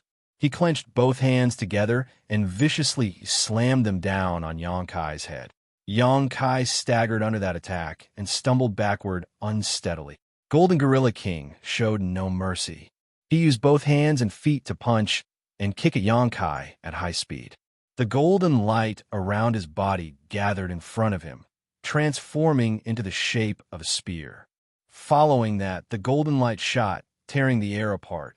A huge sense of crisis filled Xianxia's heart, so he hurriedly activated his Dragon Shield secret technique to protect himself from this piercing attack. Kacha! The golden spear slammed into the Dragon Shield and immediately shattered it to pieces. However, the golden spear did not seem to lose any momentum whatsoever and continued to enlarge rapidly in Xianxia's field of vision. A cold sense of fear swept over him as he quickly retreated. Xianxia realized that he had underestimated Golden Gorilla King. A peak 6th order monster beast was extremely powerful indeed, remaining so ferocious despite his severe injuries. What would he be like if he were fully healed? Of course, Xianxia was also badly injured and had not fully recovered, so he was unable to exert his full strength either. Xianxia reached out his hand and summoned something.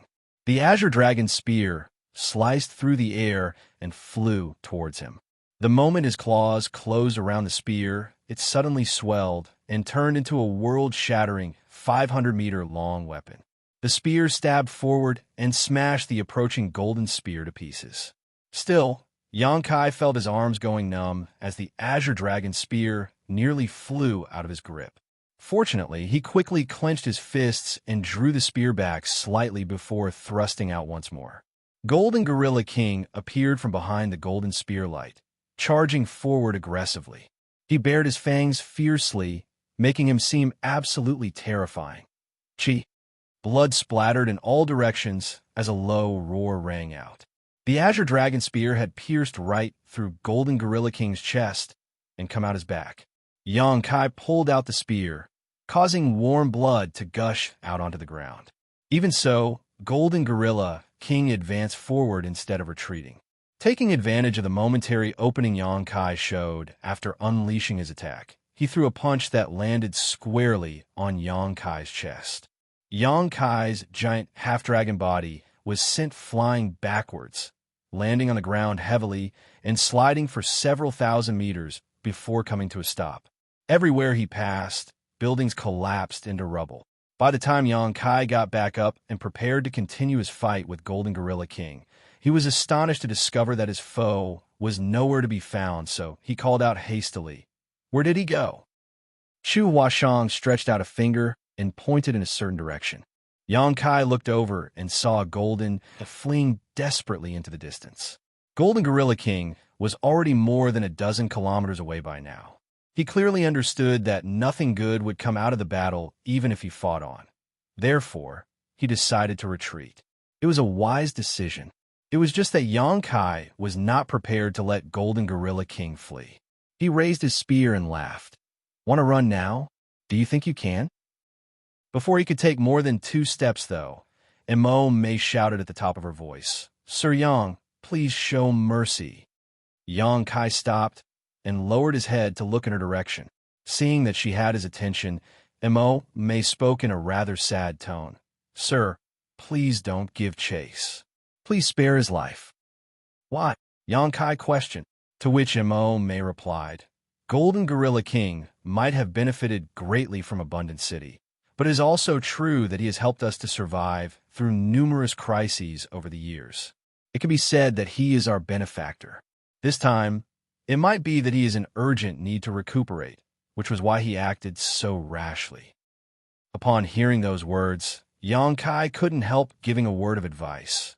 "Save a thief from the gallows, and he will help hang you in the future. City Lord Imo, please think this through." But May insisted, "Sir, please spare his life." Xianxia pondered for a moment before he released his dragon transformation secret art, and he returned to his human form. Since May had already said so much, he couldn't be bothered to chase after Golden Gorilla King anymore. Not to mention, Golden Gorilla King was not an opponent to be trifled with. Although Xianxia was confident he could hunt down and kill Golden Gorilla King with his current strength, there was no denying that he would have to pay a certain price to do so. Immortal thanked him while the other elders were staring at him in shock and awe. It was the first time they had ever seen anyone fighting Golden Gorilla King on equal terms. This guy seems to be even stronger and more aggressive than Lan Tingyu. Many things had happened in Abundant City today. First, Xianxia caused a huge commotion. Then one of the 5 great elders, Tan Luo Xing, forced open the Grand Array and escaped the city. Before the dust had settled on these shocking events, Golden Gorilla King appeared. Xianxia and Golden Gorilla King then fought a fierce battle, which practically leveled half of Abundant City. Looking around at the ruined buildings and wailing residents, Immortal couldn't help furrowing her brow deeply. All the elders were injured. In particular, Jin Yuanlang's legs had been broken. Many others in the city had been injured as well. It could be said that Abundant City had suffered severe damage to its very foundation. Soon, those who were not injured began to rescue those who were under Immortal's command. Another group of people was sent to do emergency repairs on the defensive Grand Array. Thus, the entire Abundant City was swept up in a flurry of activity. Xianxia found a quiet place and rested for a bit. After that, he came out again to check on the situation in Abundant City. He said to Immortal, who stood next to him, "City, Lord Immortal, I'm afraid you can't stay here for much longer.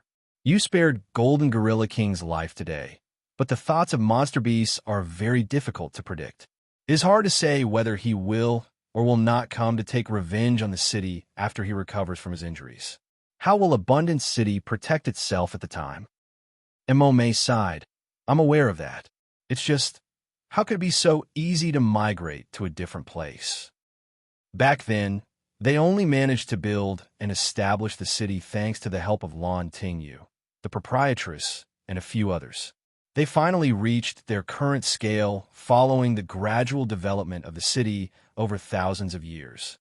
Even if they wanted to migrate elsewhere, they needed to have a safe place to act as their stronghold at the very least. It was just that there were no such safe places in the Blood Monster Cave Heaven.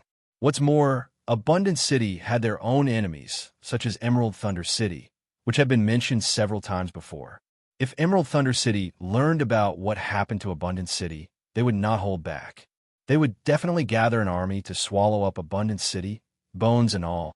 Have you never considered leaving the Blood Monster Cave Heaven? Xianxia was puzzled, and Immortal laughed bitterly. Why would we stay here if we could leave this place? Sir Yang, you may not be aware of this, but my ancestors were kidnapped by Blood Monster Divine Monarch and forced to live here. Blood Monster Divine Monarch was proficient in the Tao of Blood, so he placed a blood principles restriction on them. This restriction is passed down from generation to generation. If the blood principles restriction does not constantly receive the aura of the Blood Monster Cave Heaven, we will immediately suffer a backlash and die on the spot. That is why we must first remove the restriction before we can leave this place. Otherwise, we will only be walking to our deaths. Blood principles restriction? Xianxia raised his brow at those words. City Lord Immortal, I have a look? She looked at him in surprise. Sir Yang, do you understand the Tao of Blood? Xianxia calmly remarked, I didn't at first, but now I know a little bit. He had never touched upon the Tao of Blood in the past, but he had now comprehended several chapters of the grand evolution immortal bloodlight scripture that were inscribed on steels at the Blood Lake in order to enter its central palace. Although the final inscriptions had been fudged by Black Crow Divine Monarch, what Xianxia learned previously was undoubtedly part of the true bloodlight scripture. In other words, most of the cultivators present at the time had received some exposure to the Tao of Blood and blood principles. It was just that everybody was the same. They only understood some of the bloodlight scripture's secret techniques, but not the actual secret arts. Please go ahead, Sir Yang. Immortal did not have the attitude of a shy young maiden, and instead generously stretched out her hand towards him. Xianxia apologized for his discourtesy and placed 2 fingers on her wrist. His divine sense surged, probing into her bloodline, where he soon discovered a mysterious restriction. It was closely connected to her bloodline and could not be separated by force. Not to mention, This restriction could be passed on continuously through reproduction. No wonder she mentioned that Lan Ting you wanted to find a way to bring them out of here. It now seems that they cannot leave the blood monster cave heaven at will. Under the effects of this restriction, they have no choice but to live in the blood monster cave heaven. A short while later, Xianxia withdrew his qi and slowly shook his head. She asked, "How is it?" Xianxia sighed. "I can sense the restriction, but I don't have the ability to remove it." May felt slightly hopeful when she heard his first sentence, only to quickly become disappointed with his next. In the end, she laughed bitterly. "You are being too humble, Sir Yang." After all, he was able to force Golden Gorilla King back. That was by no means a small feat. Martial Peak, Chapter 4274, Into the Depths. Xianxia felt a slight sense of pity. He had been planning to use the sealed world bead to bring May and the others out of the blood monster cave heaven, if they were willing. They were old acquaintances with the proprietress. It was nothing for him to help them out while he was at it. More importantly, he believed that the people in Abundance City were extremely rare talents. Judging from their battle with the Golden Gorilla King earlier, these Emperor Realm cultivators had a much stronger foundation than average emperors in the outside world. That was especially true for May and the Great Elders. They were no different from core disciples of the various cave heavens and paradises like Chu Huashang and Pei Wenxian. May had condensed sixth-order element powers, while the rest of the elders had condensed the fifth-order elements. Thanks to their precipitation over the years, they would surely have a greater chance of breaking through to the open heaven realm compared to others if they could obtain the opportunity. If that happened, they would form a whole batch of fifth-order and sixth-order open heaven realm masters. What did Voidland lack the most right now? Wasn't there a shortage of open heaven realm masters? Xianxia believed that it would not be a problem for him to invite them into Voidland if he could bring them out. After all, they had lived their entire lives in the blood monster cave heaven, so they had no place to go in the outside world. Voidland was just right for them. Unfortunately, the blood principle's restriction that blood monster divine monarch placed upon their ancestors had crushed all his hopes. If he placed them into the small sealed world, they would immediately die without the nourishment from the aura of the blood monster cave heaven. May sighed. This place has become more and more unstable recently. I'm afraid our fate is to live and die together with this world. Many thanks for your kindness, though, Sir Yang. The blood monster cave heaven was showing signs of collapse. That was something Xianxia also knew. The most obvious manifestation of this phenomenon was the continuous increase in the number of entrances to the blood monster cave heaven whenever the blood monster cave heaven opened. That was a sign that the blood monster cave heaven was merging with the blood monster territory. If these signs were appearing in the outside world, then there was bound to be more obvious signs inside the blood monster cave heaven. It would be particularly obvious to May and the others who lived here. Xianxia pondered in silence for a moment. City Lord Mo, you don't need to abandon all hope just yet. I know somebody who can lift the blood principle's restriction in your bodies. Who? May asked in pleasant surprise. He grimaced. A guy named Black Crow Divine Monarch. Black Crow Divine Monarch had stolen the Tao of blood inheritance left behind by Blood Monster Divine Monarch and cultivated the complete version of the Grand Evolution Immortal Bloodlight scripture. It would be a simple matter if he were willing to lend a hand to help remove the blood principle's restriction. The main issue was that Black Crow Divine Monarch was wicked by nature. Moreover, he had a deep grudge against Xianxia. It could be considered a miracle if they neither fought nor tried to kill each other when they encountered each other next. So how could Xianxia convince him to help? Black Crow Divine Monarch? May looked astonished. Although she lived her entire life in the blood monster cave heaven, even she knew what the title Divine Monarch signified. Only a high-rank open heaven realm master was worthy of taking such a title. Why would a person standing so far above them be willing to help them remove the blood principle's restriction for no reason? Black Crow Divine Monarch is currently inside the blood monster cave heaven. If I encounter him by chance, I will ask him to help. It's just that there are some misunderstandings between us, so I cannot guarantee whether he will agree. I can only say that I will do my best." Mei bowed and exclaimed gratefully, "Many thanks, Sir Yang." Yang Kai raised a hand to stop her. "It's not a big deal. Abundant City has deep ties with Madame Lawn. Since that's the case, it also relates to me. I can't just sit back and watch now that I've met you. City Lord Mo, you should arrange for your subordinates to patch up the Grand Array. I cannot stay in this place for long, so I'll be leaving soon." Mei nodded and hurriedly relayed the order to her people.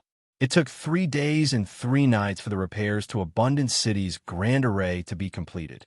Nevertheless, the ruined buildings in the city caused by the battle between Yang Kai and Golden Gorilla King also needed to be repaired. In addition, the countless wounded needed time to recuperate from their injuries.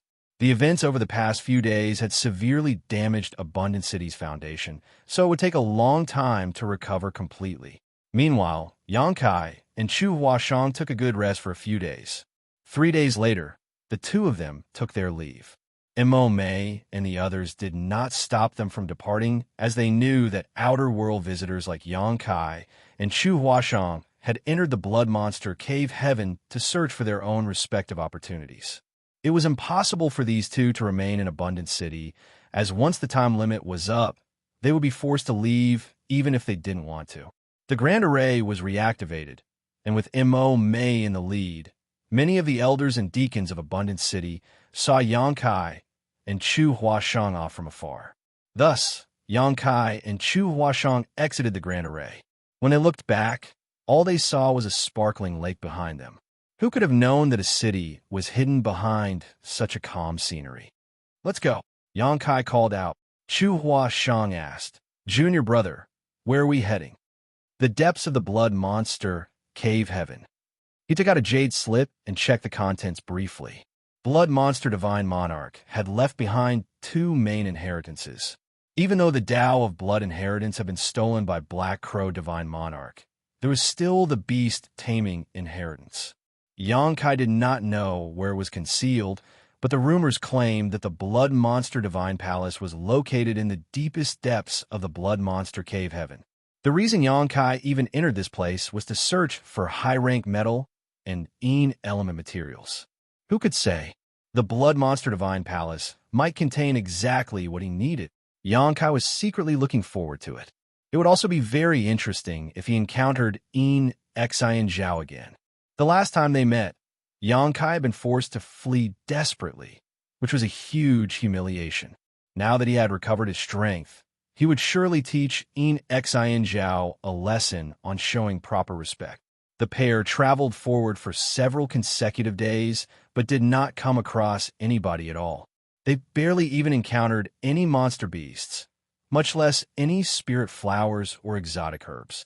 Yang Kai knew that the series of encounters he experienced previously and the delay in Abundant City had caused him to be much slower than the others, so all the good stuff along the road ahead would surely have been taken. Be that as it may, this did not bother Yang Kai. There were a lot of good things in the Blood Monster Cave Heaven, but not many interested him. After all, it was practically impossible for anybody else in the Emperor Realm to be wealthier than him. They continued onward for another half a day when all of a sudden, they halted in their tracks and stood atop a small hill to study the battlefield in front of them. A huge battle had probably taken place here, and there were still strong energy fluctuations lingering everywhere. The ground was also littered with damaged artifacts. A dozen or so corpses lay haphazardly on the ground, each one shriveled up terribly, as though something had drained all the essence out of their bodies. Moreover, these corpses retained expressions of horror on their faces from just before they died. Yang Kai and Chu Huashang exchanged a glance with each other and blurted out in unison, "Black Crow Divine Monarch." These people had clearly died from having their vitality drained by the grand evolution Immortal Bloodlight scripture. Such obvious signs clearly indicated that Black Crow Divine Monarch had attacked this place.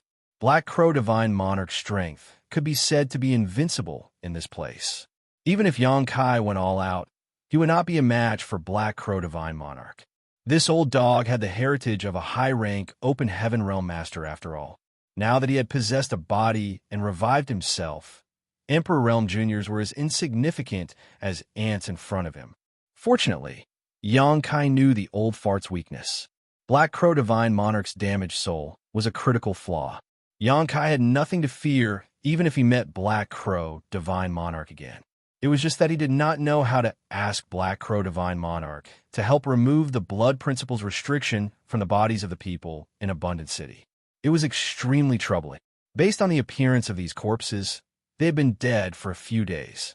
All of their space rings were nowhere to be seen, but Xianxia could not tell whether Black Crow Divine Monarch had taken them or the people who passed by later had looted them. If he had not come across Abundant City, Xianxia would have taken a detour lest he run into Black Crow Divine Monarch again. However, he had promised Imo Mei that he would do his best to ask Black Crow Divine Monarch to help remove the blood principle's restriction in their bodies. As such, he could not avoid Black Crow Divine Monarch. The pair continued to track Black Crow Divine Monarch's progress. Along the way, they would occasionally come across some shriveled corpses. It was not just the corpses of cultivators, but also the corpses of monster beasts. All of them had died from having their vitality drained by the bloodlight scripture. Judging by Black Crow Divine Monarch's path, he seemed to be heading into the depths of the blood monster cave heaven. This discovery shocked Xianxia. It was rumored that the Blood Monster Divine Palace was hidden at the core of the Blood Monster Cave Heaven where nobody had ever been before. All Blood Monster Divine Monarch's inheritances were preserved inside, waiting for the lucky person to discover them. It was just that the rumors had remained as nothing more than rumors after so many years. Nobody had ever confirmed the rumors because nobody had ever arrived at the depths of the Blood Monster Cave Heaven or found the Blood Monster Divine Palace. Even so, the current situation seemed to indicate that there was a high possibility the Blood Monster Divine Palace truly existed. If one were to say who had the greatest understanding of the Blood Monster Cave Heaven, it would not be Xianxia or the proprietress. Rather, it would be Black Crow Divine Monarch. Although he had been sealed away by Blood Monster Divine Monarch for countless years, he had obtained Blood Monster Divine Monarch's Tao of blood inheritance. How could he not have some understanding of the secrets in this place? If he was heading in this direction, then it could only mean that there was something in this direction that was attracting him. The only thing that could move a high-rank Open Heaven Realm Master could only be the inheritance of another high-rank Open Heaven Realm Master. After figuring out this point, Xianxia increased his speed and pursued Black Crow Divine Monarch. They continued forward for a while before he suddenly halted. Chu Huashang followed suit and stopped to look at him. "What's wrong, junior brother?" Xianxia turned to look in a certain direction. "There are sounds of battle." He paused for a moment and added, "It's heading our way." When he spread out his divine sense, he could detect the sounds of battle coming from a certain direction. The other party probably detected him through their perception as a result and immediately rushed towards him. He did not know whether the other party intended to seek help or foist the enemy off on them instead. He initially planned to ignore the other party, but before he could leave, he noticed something and exclaimed in surprise. Following that, he pushed his divine sense strongly and probed the situation in that direction. A short while later, he became overjoyed and called out, "Senior sister, follow me." While saying so, he immediately rushed to meet the other party. Chu Huashang did not know why he was so elated, but she did not question him. It didn't take long before two figures that were fleeing desperately appeared in their field of vision. It was a man and a woman. Moreover, this man and woman were being pursued closely by 6 others. They unleashed a continuous barrage of secret techniques and the power of artifacts, blasting those 2 fleeing figures until they became increasingly desperate. A dazzlingly bright light burst out. It was a killing move summoned by one of the pursuers that shot straight at the backs of the fleeing duo. The woman seemed to perceive that danger and hurriedly turned around to mount a defense. On the other hand, the man focused on escaping and ignored what was happening behind him. The longsword in the woman's hand slashed downward and a sword light flashed out, colliding with the attack coming from behind. Following the commotion, the woman's body flew into the air like a paper kite. She spat out a mouthful of fresh blood in midair, and her complexion turned as pale as a sheet. Martial Peak, Chapter 4275, Heavenly Sword Union. The woman seemed to have suffered heavy injuries previously. Therefore, this attack only made her condition worsen. The other man looked back in horror, and a trace of struggle and hesitation flashed through his eyes before he fled without pause. Shameless! Chu Huashang cursed upon witnessing this scene. The person she cursed was not the group of people attacking, but the man running at the forefront. This fleeing pair were clearly companions. They were either lovers or senior brother and junior sister. Now that they were in danger, only the woman had turned around to defend against the attacks and was injured as a result. On the contrary, the man not only did not turn around to help, but ran even faster instead. It was the height of despicableness. His actions even made him seem like he wanted the woman to buy more time for him to escape. In their current state, he might not be able to escape his pursuers even if he turned around to help his companion. There was a chance that she might survive if he had done that. However, there was no doubt that she would die now that he had abandoned her. Chu Huashang was also a woman. It could have been her in that situation. How tragic would that have been? Then, she thought back to what Xianxia had done so far. No matter what kind of situation they were in, or how badly they were injured, he had never abandoned her. Be that as it may, they could not be said to have a close relationship with each other. They had only met once or twice before, after all. Comparing these two men, their characters were as different as night and day. She had not thought much about this before, but now that she made a comparison, she couldn't help feeling a sense of warmth and sweetness in her heart. Likewise, Xianxia was also enraged. The pursuers were about to attack once more, but the woman was powerless to defend herself. Seeing that, he rushed forward and appeared in front of her while throwing out a punch at the same time. Space principles flared and the void shattered. The expressions of the pursuers changed greatly.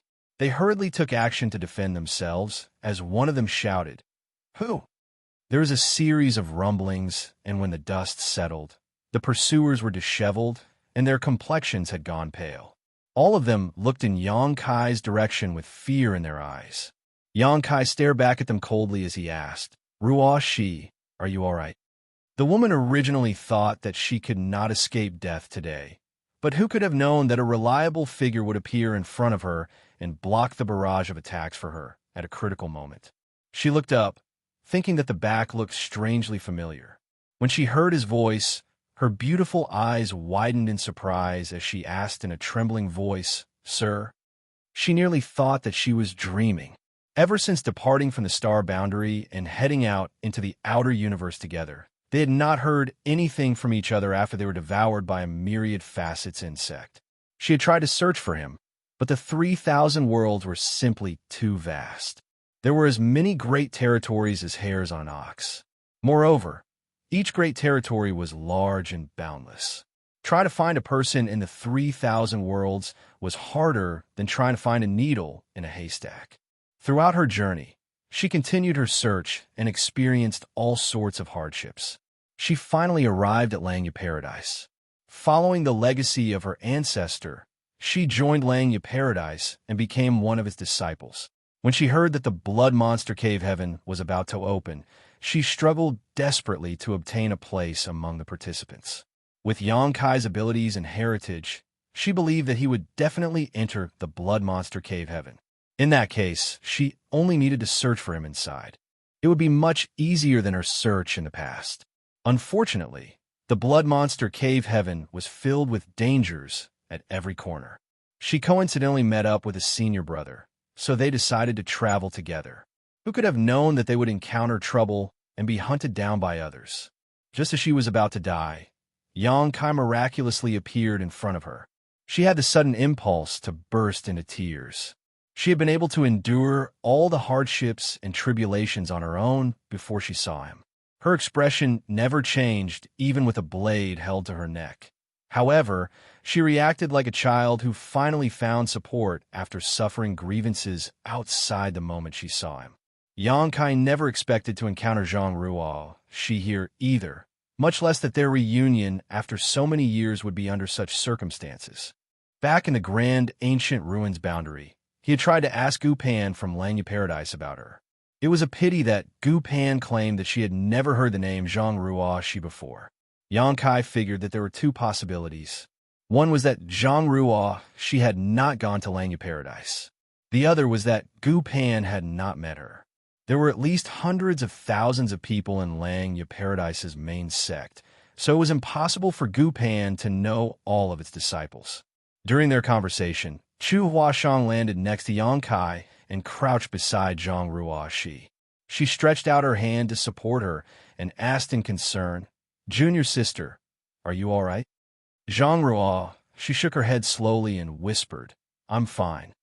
Then, she abruptly opened her mouth and coughed up a mouthful of blood. Chu Huashang's expression changed slightly. How could she not know that this woman's injuries were very severe?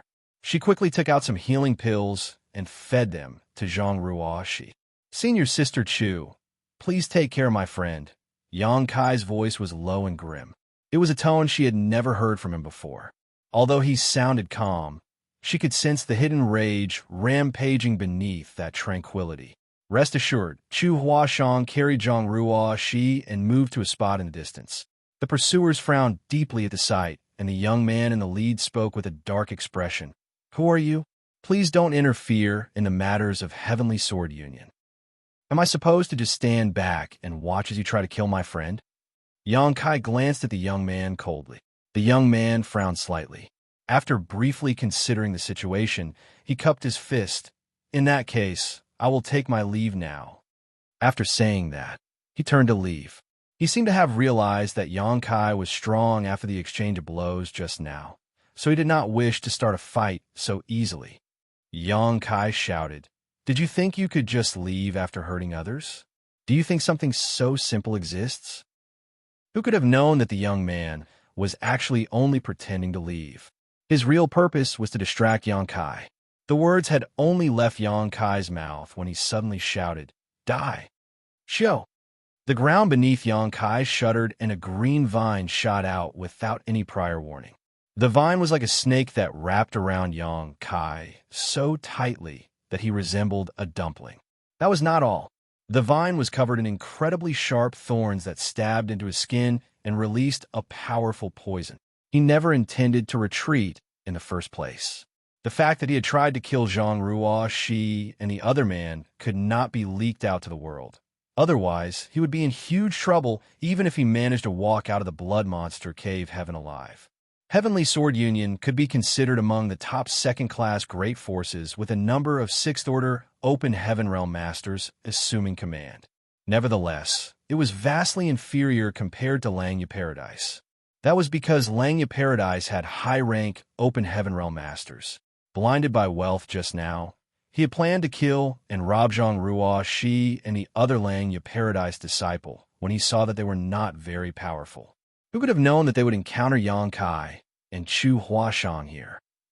When he saw Yang Kai and Chu Huashang, he immediately decided to silence all witnesses to his crimes. If word about this incident were to spread, forget about Langya Paradise's reaction. Heavenly Sword Union would be the first to capture him and offer his head up as an apology. The only way to ensure his safety was to kill them all. At the same time the green vine shot out of the ground, he charged towards Yang Kai. His sword flashed briefly and slashed towards Yang Kai's neck. The others also quickly unleashed their killing moves. Every one of those attacks was extraordinarily powerful, and they seemed intent on killing Yang Kai on the spot. "How dare dead men like you come out to cause trouble?" Yang Kai roared. With a whooshing sound, Golden Crow's true fire covered his entire body and began burning down everything around him. The vine curled around his body was an extraordinary treasure. Nevertheless, it was powerless before the raging Golden Crow's true fire. Twitching like a living thing, it hurriedly shrank back and tried to plunge into the ground again. Yang Kai grinned madly, reached out a hand, and caught the vine, all the while ignoring the thorns that dug into his flesh and secreted poison, which was making him slightly dizzy. With his Dragon Clan heritage, Yang Kai had incredibly strong resistance to poison. Most poisons were completely ineffective against him, but this vine managed to affect him slightly. It could be seen how powerful the poison was. Even if ordinary cultivators did not die from the effects of this poison, they would lose most of their combat power once afflicted with it. The realization struck Yang Kai suddenly. No wonder the auras of Zhang Ruoxi and that fleeing man seemed so weak. It looks like they have been poisoned by the vine. Yang Kai held the vine in his grip, and under the heat of the golden crow's true fire, it kept twisting and struggling about. He then flicked the vine as though he was wielding a whip and sent it lashing towards the attackers. Their expressions changed drastically. They never imagined that this man could break free so quickly. After all, they had used this very trick to kill many people before.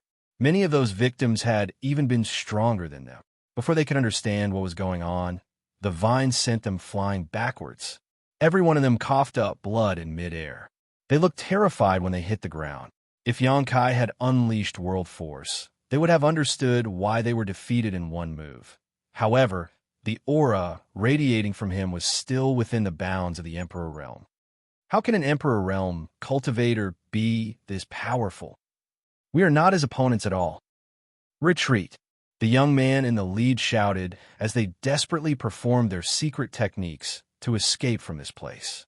At this point, they did not care whether or not they would be exposed for trying to kill Lang Yu Paradise disciples. Survival was their top priority. Solidify, Yang Kai shouted as he pushed his space principles, and the surrounding space instantly transformed into a cage. Those people felt the space around them becoming viscous, like they had fallen into a quagmire and could not move. They turned around and looked at Yang Kai in horror, only to see him walking towards them with a wooden expression. He arrived at the closest person, glanced down at them, and casually threw a punch. That person's head exploded open like a smashed watermelon, with brain matter and blood splattering everywhere. Then he walked over to the next person, glanced down at them, and threw another punch. Next came the third, followed by the fourth. In the blink of an eye, only the young man leading the pursuers remained alive, trembling from head to toe. Although he was desperately trying to summon his strength, he discovered that his Emperor Qi was not flowing smoothly. Forget fighting back. Even moving a finger was an extremely difficult task. He watched helplessly as Yang Kai walked over to him. The fear in his heart overflowed from his eyes. He was on the verge of a mental breakdown as he screamed, "Don't kill me." "Don't worry. I won't kill you." Yang Kai looked at the young man calmly. The young man could barely believe his ears. Really? On the other hand, Yang Kai said nothing. With a flick of the vine, he wrapped the young man up in it. The young man, who was now wrapped up like a dumpling, asked in a horrified voice, "What are you doing?" Yang Kai slowly crouched beside the young man and lowered his head to look at him. Then he picked up the young man's right arm and gave a powerful squeeze. "Kacha!" The sound of bones breaking rang out. The young man screamed in agony, but before his scream ended, the sound of bones breaking rang out again, raising his screams by a whole octave. "Kacha-cha!" Yang Kai slowly and methodically made his way up. In the blink of an eye, he broke the young man's right arm into 7 or 8 sections. It would have been one thing if only the bones had been broken, but the key point was that the meridians along the young man's arm had been destroyed completely as well. Martial Peak, Chapter 4276, I said I won't kill you, so I won't kill you. It started with one of the young man's arms being crushed. Then it was his second arm, followed by both his legs. The continuous sound of bones breaking was extremely disturbing. The fear and despair in his eyes grew stronger and stronger, but his screams slowly grew weaker and weaker. He became breathless instead. The entire process took no more than a half cup of tea's time. In that time, all the bones in his body had been crushed to pieces, and all the meridians in his body were destroyed. This kind of pain was not something ordinary people could withstand. The most important point was that he could clearly feel the traces and movements of each bone when they were broken. What horrified him even more was Yang Kai's expression, which remained completely calm and indifferent, almost cold and meticulous, making him look like he was handling something very serious. "Please kill me," the young man murmured with lifeless eyes. "Kill me." It didn't matter if all his bones were broken. With his cultivation, He only needed to recuperate for 3 to 5 years and consume some spirit pills to recover from even such major injuries. However, there was no way to recover once his meridians had been destroyed. Even if he could heal all the broken bones in his body, he would only be a cripple in the future. He could never cultivate again. For a cultivator, it was a fate worse than death. There was no crueler fate than that. Won't killing you be going too easy on you? Xianxia stood up and looked down on this person contemptuously, his expression still as calm as ever. I'm a man who means what he says. I said I won't kill you, so I won't kill you. After that, he took off the young man's space ring and retrieved the space rings from the others. Turning around, he walked back to Chu Huashang. Chu Huashang was in shock. It was her first time seeing Xianxia acting so cruel. He had always given her the impression of a mild-tempered man. At the very least, he was warm and gentle with her. Be that as it may, his current actions could only be described as cruel and ruthless. It was true that he had not killed the young man from Heavenly Sword Union, but this fate was more despairing than death. Just who was this woman? She lowered her head to look at Xianxia, who she was carrying in her arms. I can't believe seeing her hurt made Xianxia so furious. Although she did not know the answer to her question, Chu Huashang could be certain that he had a close relationship with this young woman. How is Ruoxi? Xianxia came to Chu Huashang and placed 2 fingers on the young woman's wrist to probe her condition while asking. After a while, he breathed a sigh of relief. She was heavily injured, but her injuries had not damaged her foundation. Hence, she would recover fully after recuperating for some time.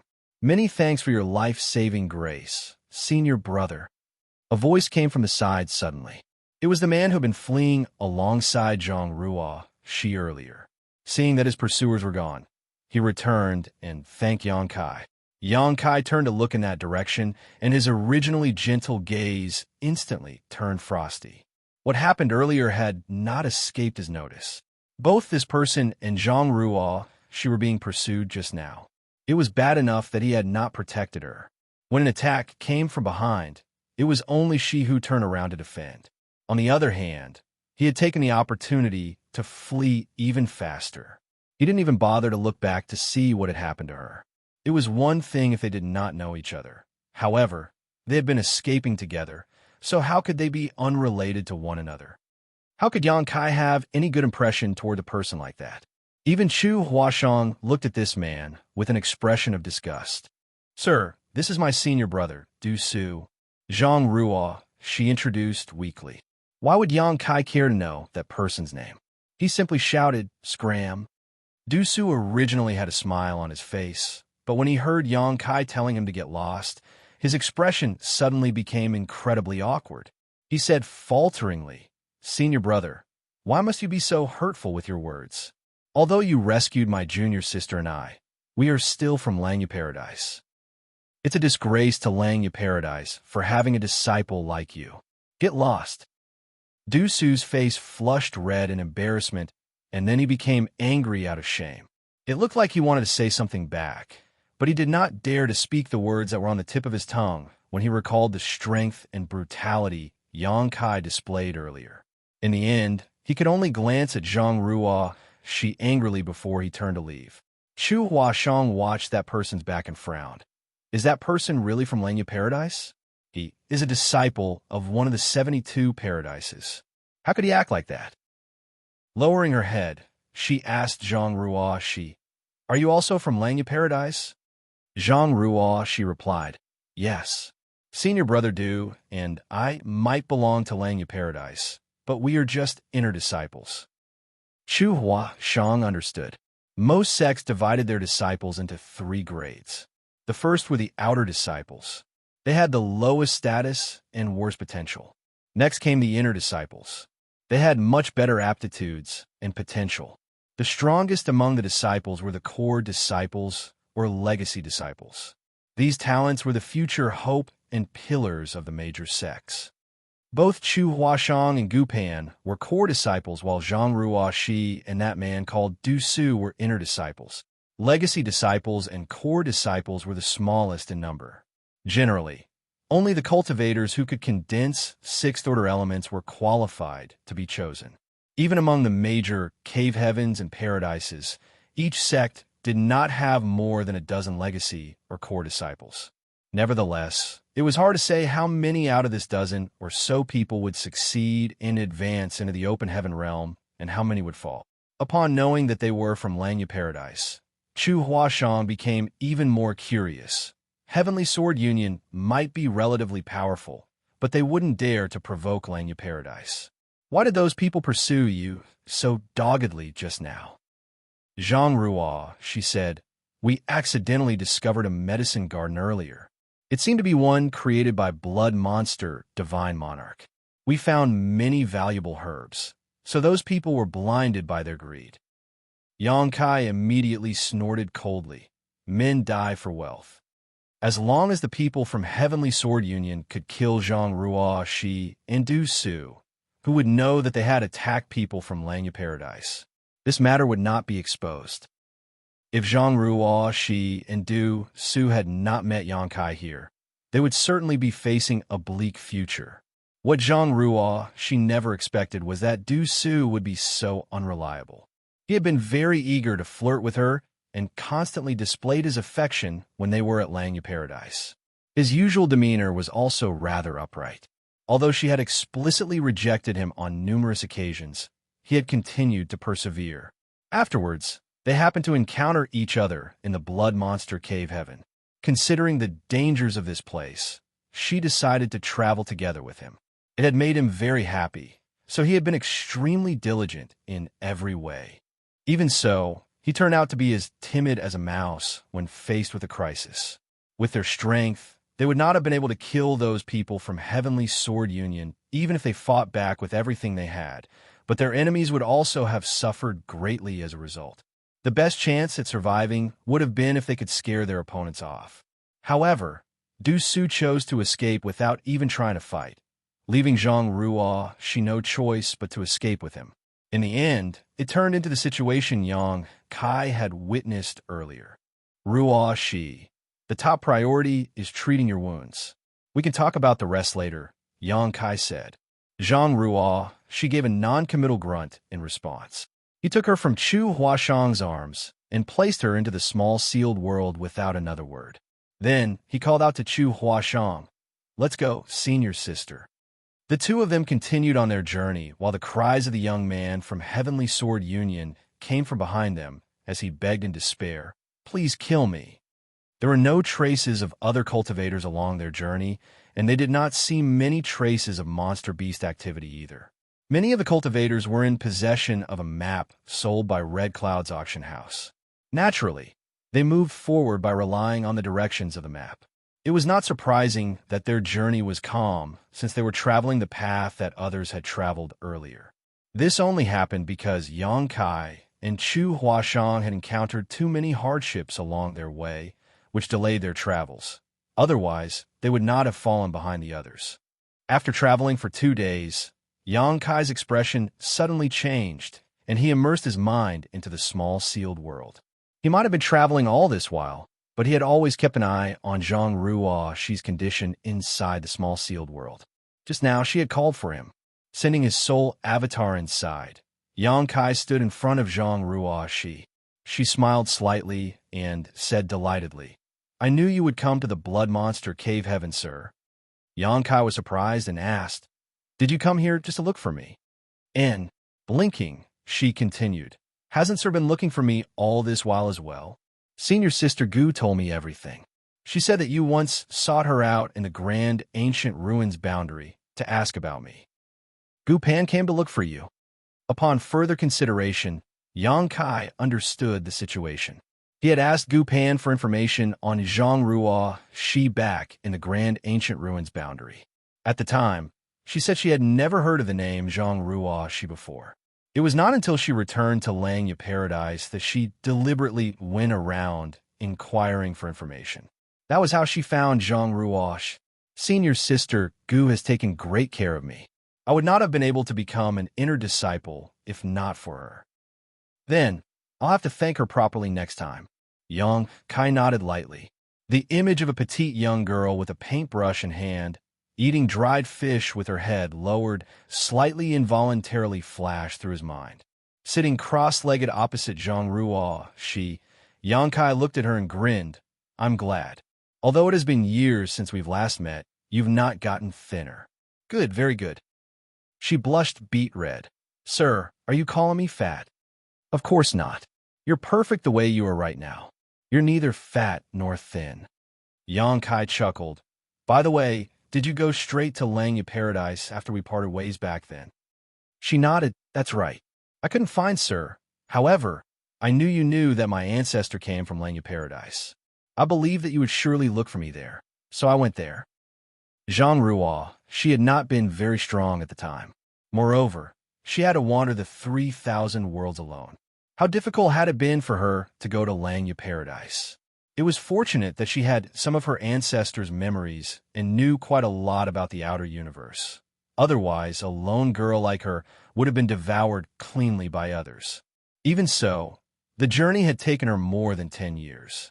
It was not until several years ago that she finally arrived at Xianxia Paradise. Joining Xianxia Paradise was not difficult.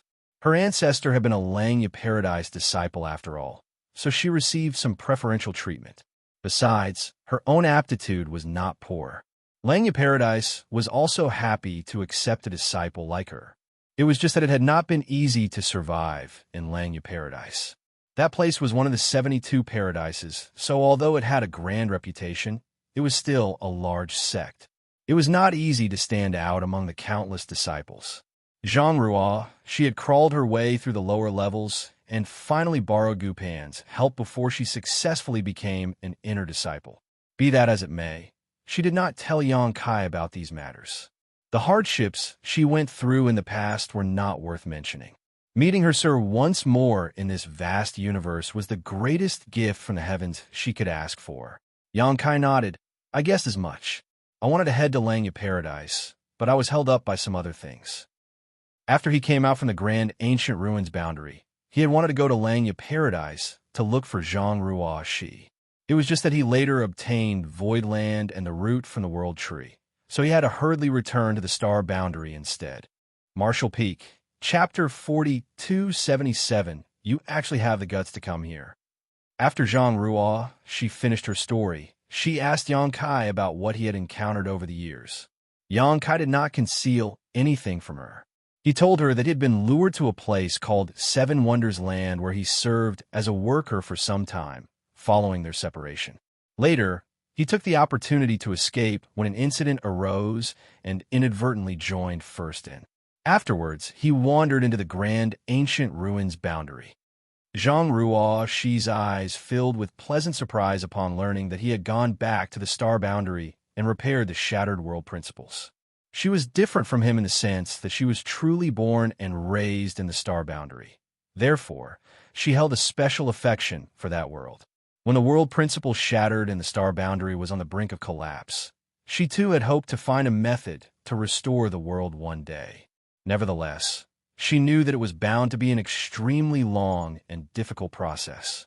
Contrary to her expectations, Xianxia had succeeded in such a short time. Sir is really amazing.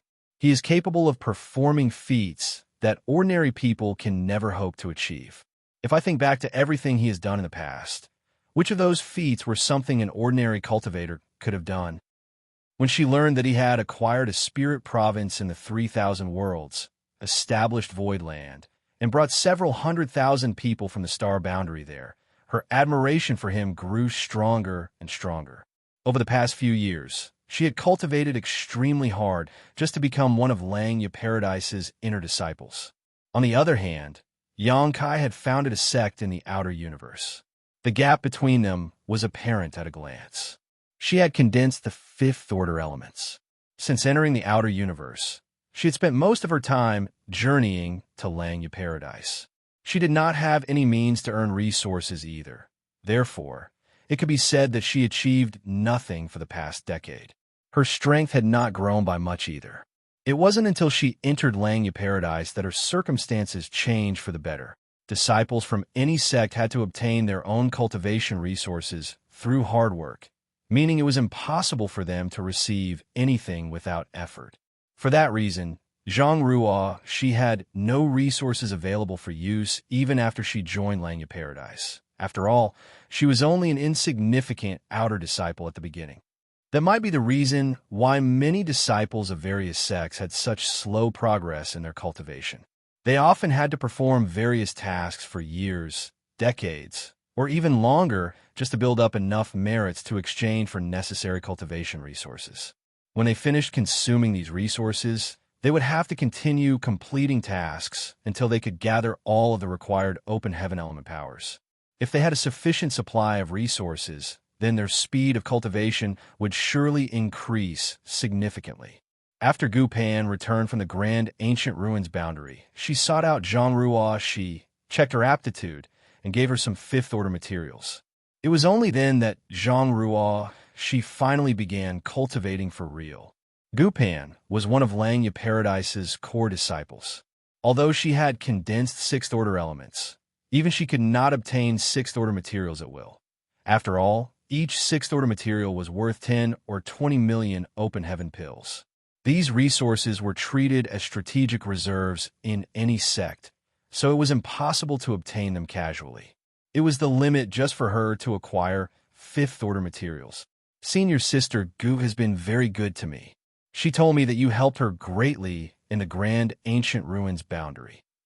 Moreover, she said she would not have come out of the grand ancient ruins boundary alive without Sir's help. Yang Kai smiled. She is a virtuous and upright woman. Pondering quietly for a moment, he continued, "Do you want to start over again? I have some Tai E Soul cleansing water in my possession. It can wash away the powers in your Dao seal and allow you to condense new ones. There's no need to worry about the resources. I have quite a lot of them." Zhang Ruo, she shook her head at those words. "No need, sir. I know my own limits. Even though I'm capable of forcefully condensing sixth-order elements, I'm afraid I won't be able to survive the breakthrough to the open heaven realm." The consequence of failure was the destruction of her body. That was one of the problems that plagued countless cultivators. In order to advance into the open heaven realm, one of the problems the cultivators faced was obtaining resources. The higher the order of the material, the more expensive and difficult to obtain such resources became. The other problem was the carrying capacity of a cultivator's Dao seal. That was why cultivators would only choose resources within the range of their financial abilities and carrying capacities, regardless of who they were. While Zhang Ruo's aptitude was certainly not bad, it was not as good as Chu Huashang or Gu Pan's. It was undeniable that condensing sixth-order elements would be dangerous for her. However, Yang Kai had the Heavenly Yuan Seal stabilizing pills in his possession. The Heavenly Yuan Seal stabilizing pill was refined with world source liquid as its main ingredient and could significantly increase a cultivator's chances of entering the open heaven realm successfully. Therefore, Yang Kai believed that her risks of failure when advancing into the open heaven realm was not high even if she condensed sixth-order powers. But upon further consideration, Yang Kai realized that fifth-order elements were enough. Zhang Ruo, she could slowly cultivate until she reached the seventh-order open heaven realm one day. There was a risk even if she used the Tai E Soul cleansing water, so he decided to leave the decision to her. After telling her to get a good rest, Yang Kai withdrew his mind from the small seal world. A few more days passed. Zhang Ruo, she was almost fully recovered at this point, so Yang Kai released her and properly introduced her to Chu Huashang. Only then did Zhang Ruo, she learn that the other party was a core disciple of Yin Yang Cave Heaven. Her expression became a little weird when she looked at him. Needless to say, she had heard of the name Yin Yang Cave Heaven. Chu Huashang and Yang Kai had been traveling together all by themselves. Not to mention that the way Chu Huashang looked at him and spoke to him were clearly suggestive. It was inevitable that Zhang Ruo, she would misunderstand. As they gradually moved forward, they began to come across traces of other cultivators. They also encountered the occasional fleeing monster beasts and even found several battlefields. Yang Kai knew that they had finally caught up to the others after rushing to get here. Be that as it may, The gains he received inside the Blood Monster Cave Heaven were practically negligible. It was extremely depressing. Chu Huashang had obtained a 7th-order Monster Beast Core at the Blood Lake, while he only obtained a 5th-order Monster Beast Core. By contrast, he had acquired so many treasures back in the Grand Ancient Ruins boundary that he nearly couldn't carry them. Just as Yang Kai was wondering whether he had used up all his luck back in the Grand Ancient Ruins boundary, he suddenly noticed a large group of people gathering at a spot not too far ahead. Thus, he couldn't help feeling surprised. It had to be said that this place was located quite deep in the Blood Monster Cave Heaven. It had far exceeded the range of the areas marked on the map. Throughout history, nobody had ever gotten this far since the Blood Monster Cave Heaven was first opened. It was rumored that the deeper one ventured into the Blood Monster Cave Heaven, the greater the dangers became. However, their journey here had been completely unimpeded, without the slightest hint of danger. It was not just Yang Kai's group who managed to get this far. There were also many others who had gotten there before them. Hence, it was strange why these people were gathering in that direction. Curious, Yang Kai led Chu Huashang and Zhang Ruoxi over. It didn't take long before they arrived atop a crowded mountain. Yang Kai swept his gaze around and saw several acquaintances whom he once met in the Grand Ancient Ruins boundary. These people were bearers chosen by the divine spirits. In the end, it was only thanks to his help that they could leave the Grand Ancient Ruins boundary safely. When they parted ways, these people had left their respective faith tokens with Yang Kai so that he could visit them at their sect when he had the time. They promised to provide him with the best hospitality they could offer. For that reason, many eyes immediately lit up upon seeing Yang Kai again. They quickly came forward and cupped their fists at him in greeting. Yang Kai returned the greeting, but before they could exchange pleasantries, he heard a furious roar. Yang Kai, I can't believe you actually have the guts to come here. For some reason, listening to this voice enraged Yang Kai greatly. He looked in the direction of the voice, only to see a group of people flying over from another mountain with great fanfare. It was clear that this group of people had been resting over there, but came over after spotting him. The person in the lead was none other than Xianxia of Xianyuan Cave Heaven. Xianxia and Yang Kai had a feud between them. Before the Blood Monster Cave Heaven opened, Yang Kai had stolen his entrance and almost caused him to lose out on this opportunity. Xianxia later led a pair of his junior brothers to hunt Yang Kai down. There was no saying what would have happened if Yang Kai had not borrowed the strength of Golden Gorilla King and a monster beast wolf to escape their pursuit. It was only natural for these two sworn enemies to blaze with hatred now that they came face to face with each other. Xianxia was surrounded by many people. However, what surprised Yang Kai slightly was that Pei Wan Xian of Myriad Demons Heaven was among them. This guy didn't die. Yang Kai glanced at Pei Wan Xian in astonishment. He recalled Black Crow Divine Monarch shooting a blood arrow at him, and Pei Wan Xian no longer had an identity token to protect him. How did he survive? As expected of a disciple from a major sect, his heritage was indeed extraordinary. The sight of these two together caused Yang Kai's teeth to grind slightly. Is he Yang Kai? A handsome young man swept his eyes over him and asked. Xianxia said, That's right. He is Yang Kai. The young man arrogantly said, I heard you defeated my junior sister Luoxia in one move in the Azura arena. Yang Kai raised a brow at those words. Luoxia is your junior sister? Who are you? If Luoxia is a junior sister, then he must also be from Azura heaven. The young man replied, My name is Ba Yang. Remember it well, for I will be the one to kill you.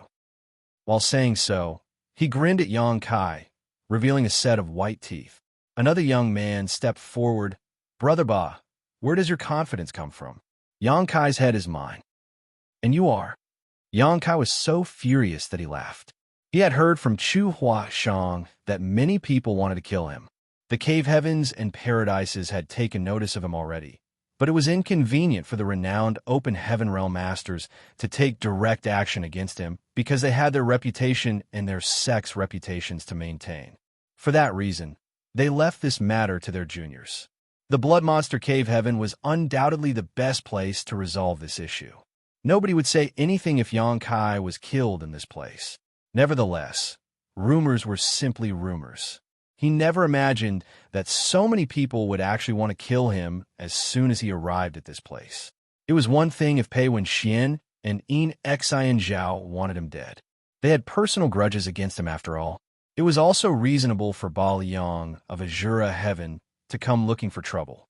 Ba Liang had a justifiable reason to avenge his junior sister and recover Azura Heaven's face.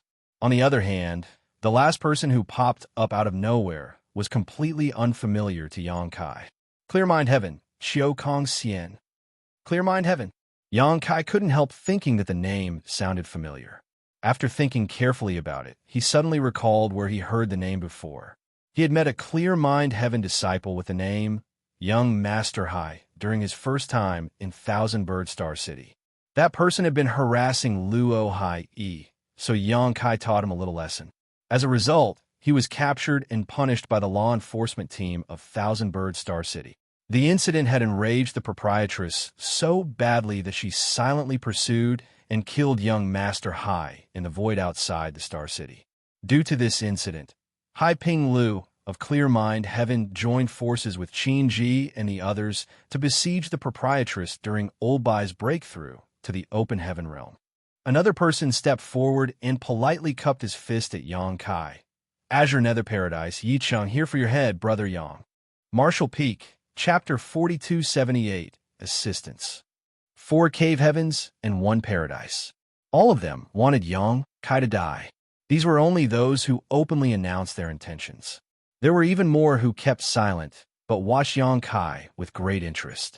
Many gazes were fixed on his neck and heart, as though wondering which location was better to target should they make their move. A rough estimate indicated that there were as many as a dozen cave heavens and paradises, with approximately 20 to 30 other cultivators together with Pei Wenxian and Xianxia in the lead. These people were the elite core disciples of the various cave heavens and paradises and had condensed fifth-order open heaven realm elements at the very least. Even so, many amongst them had condensed sixth-order open heaven realm powers. It could be said that the most excellent and talented cultivators in the younger generation of the 3,000 worlds were gathered here. One day, the cultivators in this place who managed to advance into the open heaven realm would surely become powerful great experts who ruled over the world. The audience was horrified as many people looked over from the mountains in the vicinity. They did not know who Xianxia was or how he managed to provoke so many cave heavens and paradises that so many people hated him and wanted to take his life. On the mountain where Xianxia was standing, the expressions of the cultivators who came over and greeted him earlier became very solemn. They only came to greet him because they received his help back in the grand ancient ruins boundary. Who could have known that they would be mixed up in this mess as a result? They were not ungrateful people who did not know how to repay their debts, and a life-saving debt was heavier than a mountain. It was only natural that they paid him back in full. It was just that each of them was a representative of their respective sect. If they got caught up in Xianxia's mess, there was a high chance that their actions would also affect the force behind them. Thus, they hesitated to take action. Yicheng of Azure Nether Paradise gave a small smile and looked at Xianxia with a warm expression. I've long heard of you, Brother Yang. After meeting you today, I can see that you are worthy of your reputation. It's a pity that I can't chat with you, Brother Yang. It truly makes me sigh with regret. Xianxia coldly snorted. Why are you spewing so much nonsense? Let's attack him altogether. His head will belong to whomever manages to kill him. Pei Wenxian smiled deviously. In that case, all of you should stand aside. I'll be the one to kill him. If not for the fact that he had some means to protect himself, he would have died a long time ago due to Xianxia's schemes. Therefore, he was holding a rather heavy grudge. Outsiders, step back. Otherwise, you will be killed without mercy. Another person shouted. It was unknown which cave heaven or paradise he came from, but the aura around him was impressive. Xianxia had arrived here late. So many people had gathered around on mountains. Some had quietly escaped after seeing that a conflict was about to break out, and at this moment, even more people retreated after hearing this person's warning. These cultivators quickly scattered into the distance in an instant, like swallows leaving their nests. On the other hand, the cultivators who came over to greet Xianxia earlier were looking very troubled. A long while passed before one of them cupped his fist and said, "I'm sorry, Brother Yang." With a heavy sigh, he turned and left. It was true that he received a huge favor from Xianxia in the grand ancient ruins boundary. Nevertheless, he had no intention of making enemies with so many cave heavens and paradises. There was a high possibility that not only would he die in this place, but he would also bring trouble to his sect. If he were killed by these people, his sect would not dare to seek revenge either. His death would be in vain. With such a bright and promising future ahead of him, why would he willingly choose to die in this place?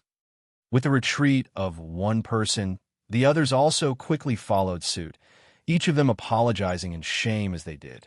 "Chu Huashang, why aren't you leaving?" Ba Liang of Azura Heaven looked at Chu Huashang and questioned, "Why would I leave? The world is so vast, so I could go anywhere I want. Can you stop me?" Chu Huashang snorted. Ba Liang snorted. "It looks like Yin Cave Heaven is standing on the side of this bastard." She replied, "All of you should stop speaking in the name of your sects. You can only represent yourselves." Ba Liang gently nodded. "There's nothing I can say to refute your words, Junior Sister Chu. I just hope you won't blame me for being ruthless when the fight begins later." To which she chuckled softly, "You can try. Junior Sister Zhang, why are you still standing there? Hurry up and come here." Somebody shouted through gritted teeth from among the crowd. Zhang Ruo. She looked up and saw that it was the man who had previously been her travel companion, Du Su. He had arrived at some point and was looking at her sternly from amongst the crowd at this moment. She glanced at him and slowly shook her head. "I'm not going." Du Su's expression changed slightly as he snarled, "Junior sister, do you know what you are doing? Do you know who he is?" Du Su and Zhang Ruo, she were both inner disciples of Langya Paradise. They had yet to reach the level of core disciples or legacy disciples, so they had not heard about Xianxia before. Nevertheless, that did not stop Du Su from assessing the current situation. With so many elite disciples of various cave heavens and paradises seeking Xianxia's life, it was only natural that he did not wish to bring trouble upon himself. When he saw Zhang Ruo, she standing beside Xianxia, he immediately tried to call her over so as not to implicate him. "Of course, I know who he is.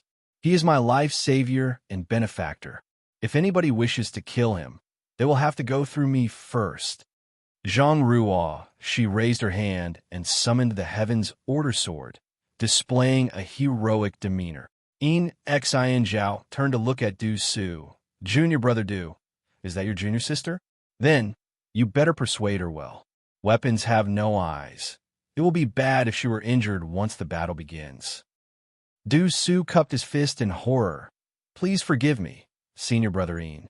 Junior sister Zhang might be part of Langya Paradise, but she only joined the sect a few years ago and is not very sensible.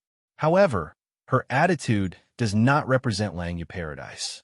Senior brothers, senior sisters, please do what you need to. If she were injured in the fight, then I'm afraid that is her fate." "Not bad, brat."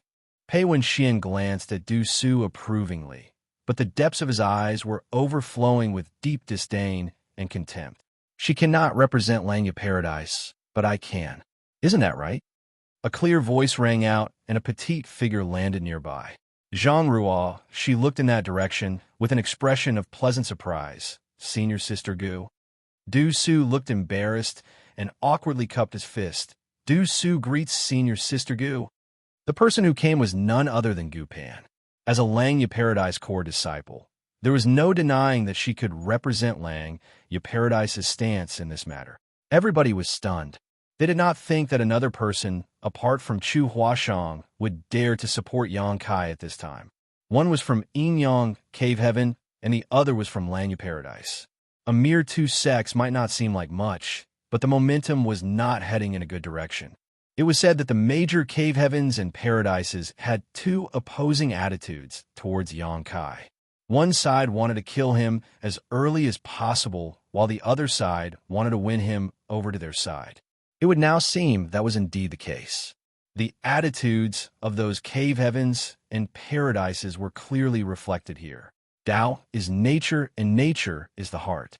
Ning Dao Ran greets Taoist brothers. An elegant voice sounded. At the same time, another figure landed beside Yang Kai and bowed slightly with one hand on his chest. How lively! Ha ha ha! Why is everybody gathered over here? A loud, hearty laughter rang out, followed by a burly figure landing nearby. He had a huge sword strapped to his back, and his aura was sharp and fierce. This man immediately drew everybody's attention to him. He was very tall and burly, almost one head taller than the average cultivator. The huge sword on his back was even larger, seeming to pierce the sky even while being carried. It was easy to imagine that this sword would have the power to split mountains with a single swing. This senior brother is... Yang Kai glanced over suspiciously. He was certain he had never met this person before. When Gu Pan and Ning Dao ran appear to support him, he was pleasantly surprised. However, their reasoning was understandable. They had interacted with each other in the grand ancient ruins boundary, so it could be said that they had some friendship between them. It was just that the current situation was so tense that he could not greet them properly. He could only nod his head at them in response. But who is this tall and muscular guy? Why is he standing on my side? Ning Dao Rand smiled slightly.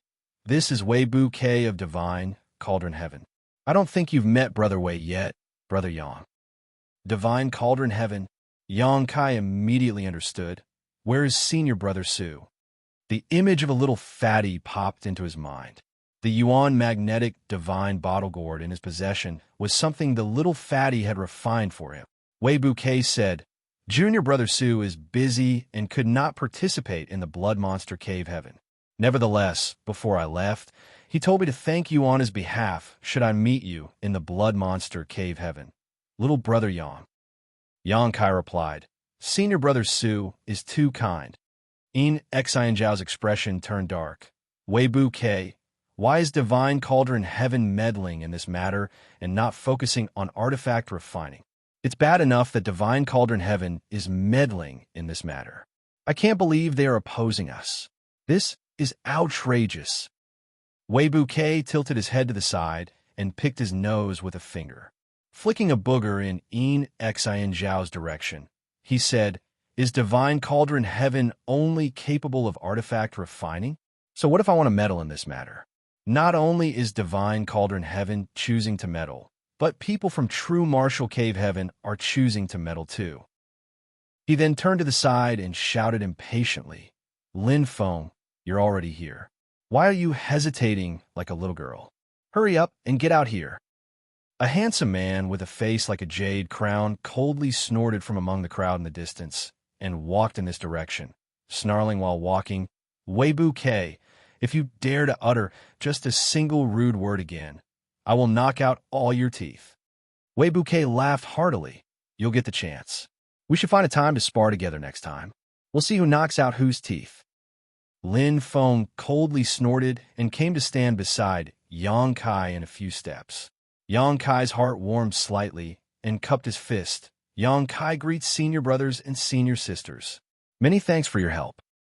Various cave heavens and paradises had joined hands to work against him. Therefore, he couldn't help feeling extremely grateful that there were people willing to stand up for him at this moment. Their willingness to side with him undoubtedly sent out a glaring signal that their respective sects wanted to win him over to their side. Be that as it may, the reason their sects made this decision was definitely related to their persuasion and efforts. Lin Feng glanced at Yang Kai and spat in disdain.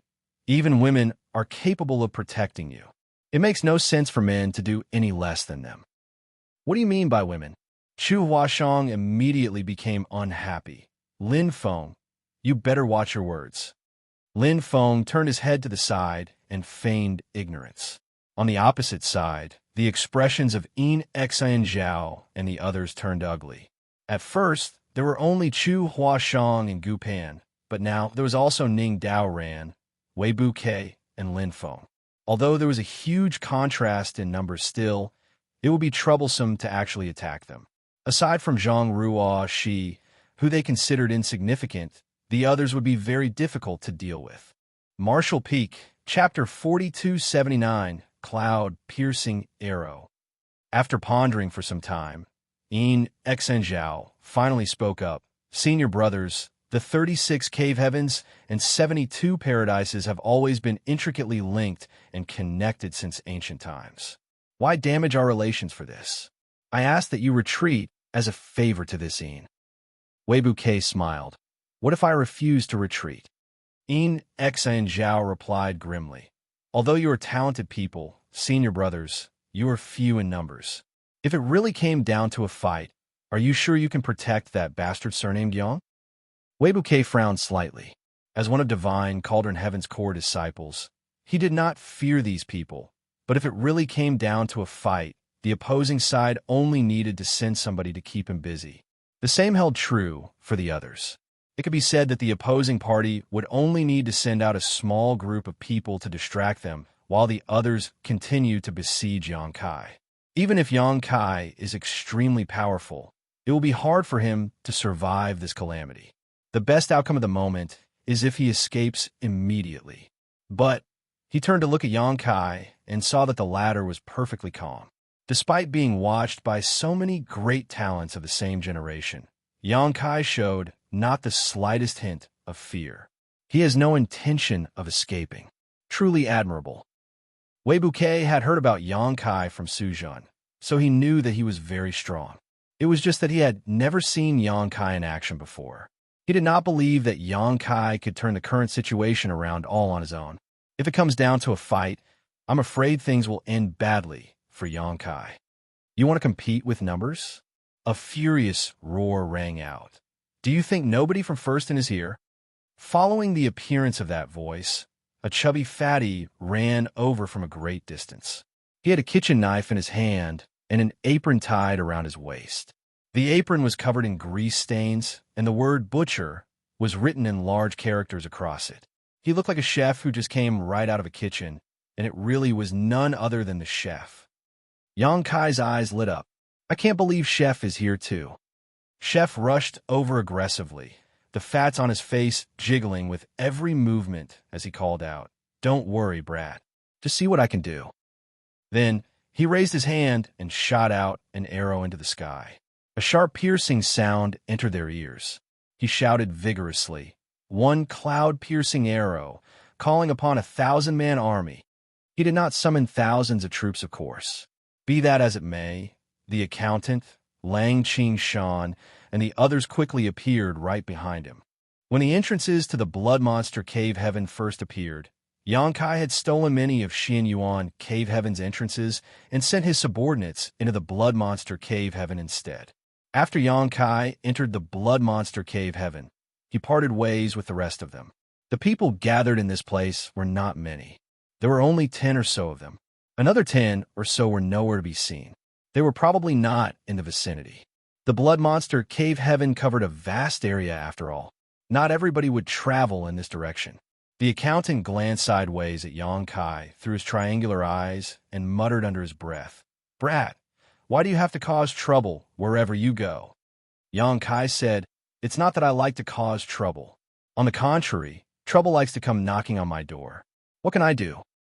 The accountant gave those words some serious thought and nodded. I can't blame you for that. Brother Yang, is that you? What a coincidence. A pleasantly surprised voice rang out. Immediately after that, a person emerged from the crowd. He was followed by a large group that numbered around 40 or 50 people. Brother Ding, Yang Kai exclaimed in astonishment. The person who popped up out of nowhere turned out to be Ding Yi. Yang Kai had a deep impression of this person. Back in the Grand Ancient Ruins boundary, Ding Yi had established an organization known as Emperor Heaven and took in a large batch of subordinates. He traveled extensively across the Grand Ancient Ruins boundary and made a name for himself. When the Grand Ancient Ruins boundary closed, most of Emperor Heaven dispersed and scattered around. Only a small number of people remained united around Ding Yi. It was not surprising to meet Chu Huashang, Gu Pan, and the others here. The Blood Monster Cave Heaven was an important event after all. It was a given that the cave heavens and paradises would let their disciples enter as well. That being said, it was rather shocking for Ding Yi to enter this place. He is only in the half-step open heaven realm. How did he manage to snatch an entrance?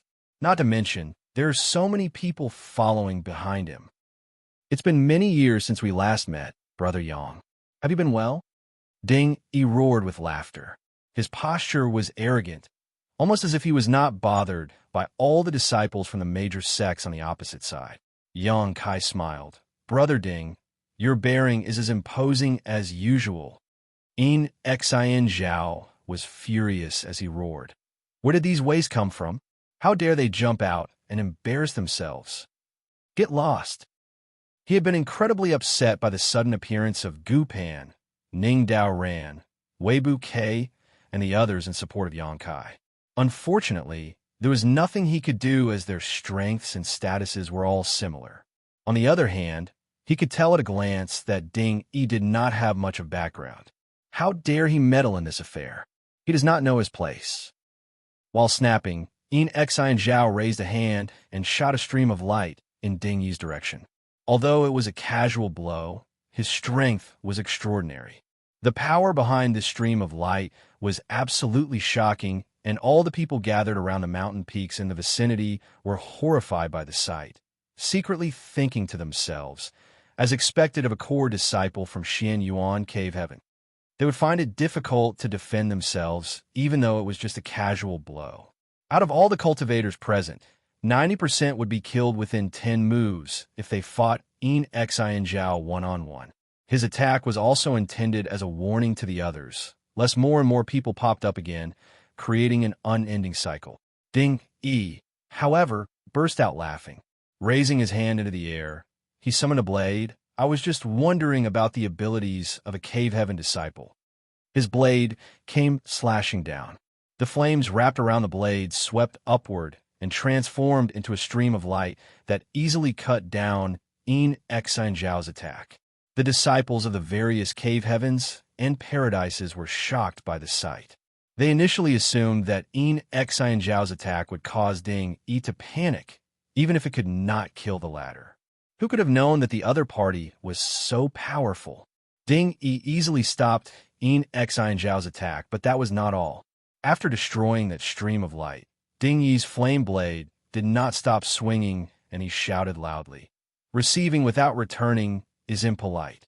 Hey you, take this. A blade light mixed with flames came slashing down towards Xianxia. Xianxia coldly snorted. Summoning a long sword, he flicked out countless sword shadows to meet the attack. The flames flashed, though, and the sword shadows were annihilated. Xianxia abruptly turned pale as he shouted out, "Seventh Order Fire Element Power!" Just from this exchange of blows, he immediately noticed that something was wrong. This guy can unleash a 7th Order Fire Element Power? No wonder he was able to block my attack. In desperation, Xianxia immediately drew on the powers in his Dao Seal. A dense wave of water vapor spread out and enveloped his entire body. He had not condensed a 7th Order element, so all he could do at the moment was use water to suppress fire. Hong. The moment water and fire collided, Xianxia groaned, and a cloud of steam exploded in all directions. By the time the mist dispersed, everybody gasped in surprise. Although Xianxia was perfectly fine and unhurt, his appearance was disheveled and messy. Everybody stared at Ding Yi in shock, wondering where this freak came from. They couldn't believe he bested Xianxia. Only Yang Kai was aware that Ding Yi could unleash the 7th Order Fire Element power because he was chosen by Bai Fong to become a bearer in the Grand Ancient Ruins boundary. Bai Fong had forced him to condense 7th Order Fire Element power in order to increase his strength. This approach had heavily impacted Ding Yi's future, as he would be forced to withstand the 7th Order Fire Element power when he advanced into the open heaven realm in the future. If he could not survive the impact, then his future would be bleak. Even now, Ding Yi's face was flushed red after using Bai Fong's fire, and his entire body was steaming with heat. Nevertheless, He feigned calmness, resting his blade on his shoulder as he loudly proclaimed, "Cave Heaven disciples are nothing special after all." Xianxia was rendered speechless. If it really came down to a fight, Ding Yi would not be his opponent. Ding Yi could clearly not use Bai Feng's fire many times, so he only needed to block the 7th order fire element power once or twice to stand in an invincible position. It would be an easy victory once Ding Yi could not use that power. It was just that he did not know anything about Ding Yi. Is he the disciple of some unknown old monster? Otherwise, how could he be capable of unleashing a 7th order fire element power? He asked through gritted teeth, "What is your name, Your Excellency?" Ding Yi burst out laughing. "Do you take me for a fool? You are a Cave Heaven disciple. If I tell you my name, won't you remember my name and come after me for revenge in the future? I'm not telling you. I won't tell you even if you beat me to death." What he didn't seem to realize was that Xianxia would remember his appearance even if he did not know his name. Ding Yi had brought his men as reinforcements, and, counting Lang Qingshan and the others, the numbers on Yang Kai's side were almost equal to the opposing side now. However, only their numbers were equal. There was a huge disparity in terms of quality. Core disciples and legacy disciples of the various cave heavens and paradises were abundant among the opposing side, and even the weakest among them were inner disciples who had condensed 5th order elements. On the contrary, aside from Gu Pan, Ning Dao Ran, Wei Bu Kei, Lin Feng, Chu Huashang, Ding Yi, chef, and accountant, there were not many who had condensed 5th order or higher elements on Yang Kai's side. The people from Emperor Heaven were even more of a mixed bunch.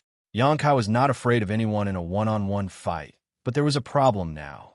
As long as Xianxia and the others had their identity tokens on them, he could not kill them unless he was willing to die with them. At present, he could only injure them at most. But what was the point of doing that?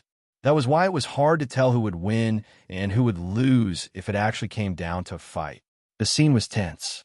Ding Yi's attack had greatly frightened Xianxia and the others. If they did not attack, then Yang Kai and the others naturally would not attack either. Thus, the situation fell into a stalemate. Are you done making a fuss? If you're done, then shut up. Everyone keeps shouting at each other. It's so noisy. All of a sudden, somebody leisurely walked over from the foot of the hill with his hands behind his back. Yang Kai's expression changed drastically. Reacting as though he was facing a great nemesis, he prepared all the strength in his body to attack at any time and directed all his focus at this newcomer solemnly. There was only one person in the entire Blood Monster Cave Heaven whom he considered a formidable enemy, Black Crow Divine Monarch, who had returned to life through possession. Yang Kai had never thought much of anybody else, no matter which cave heaven or paradise they belonged to. Similarly, Chu Huashang's expression became grave.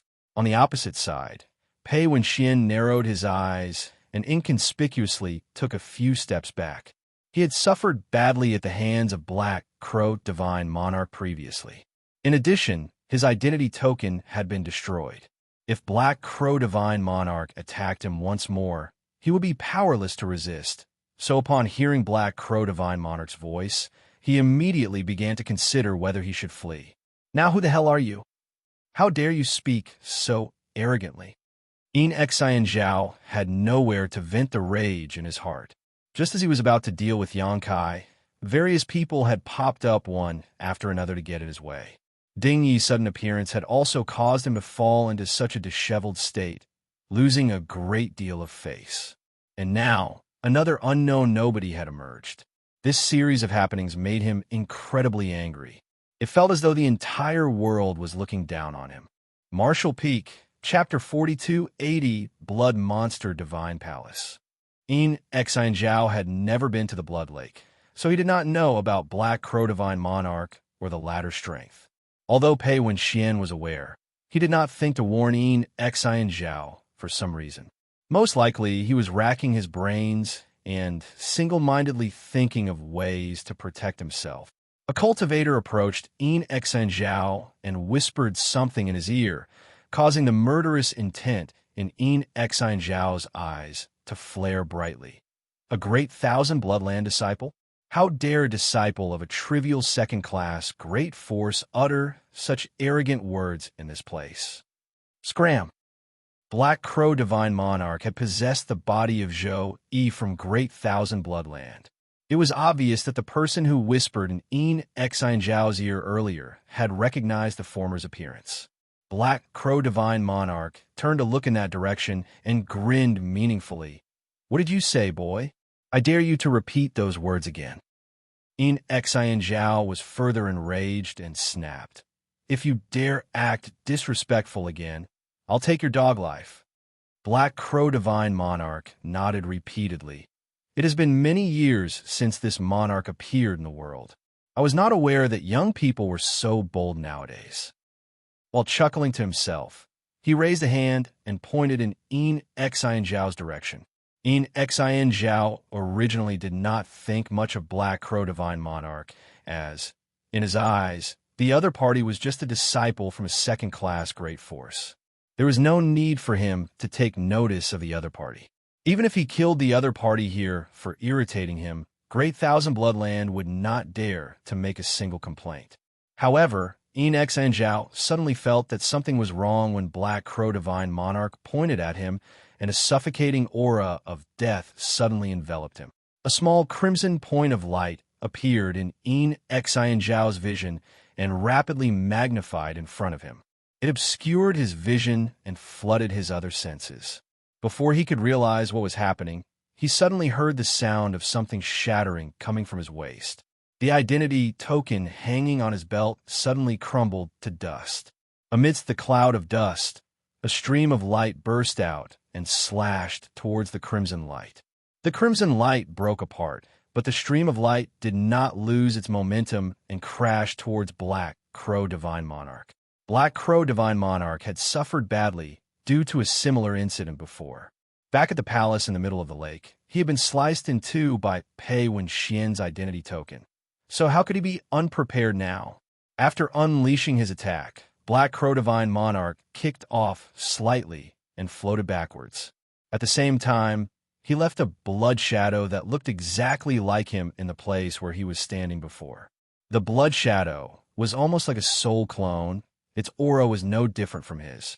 That stream of light slashed down upon the blood shadow, and it collapsed with a loud splash, transforming into a crimson pool.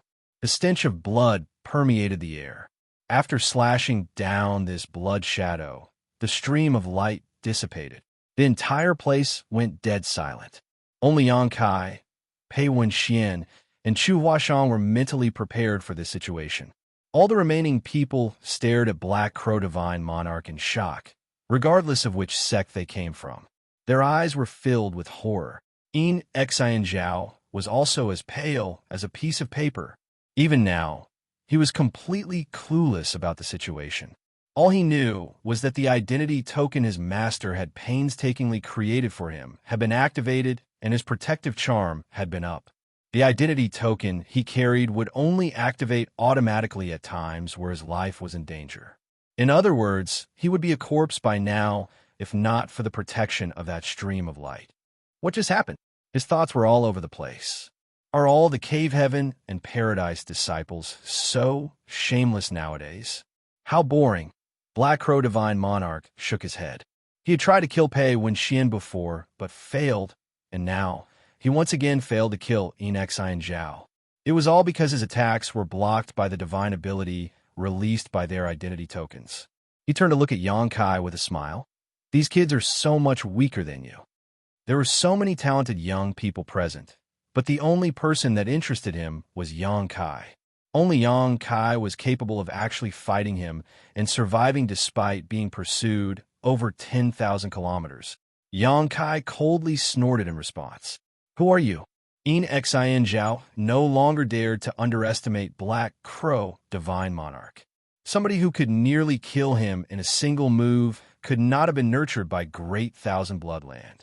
Although Ding Yi's display had surprised him, it was nowhere near as terrifying and shocking as what he experienced just moments ago. He originally thought that the Blood Monster Cave Heaven would be where he could display his talents and rise to fame. Who could have known that each person he met in this place would be stronger than the last? Black Crow Divine Monarch turned to look at Pei when Xian and grinned.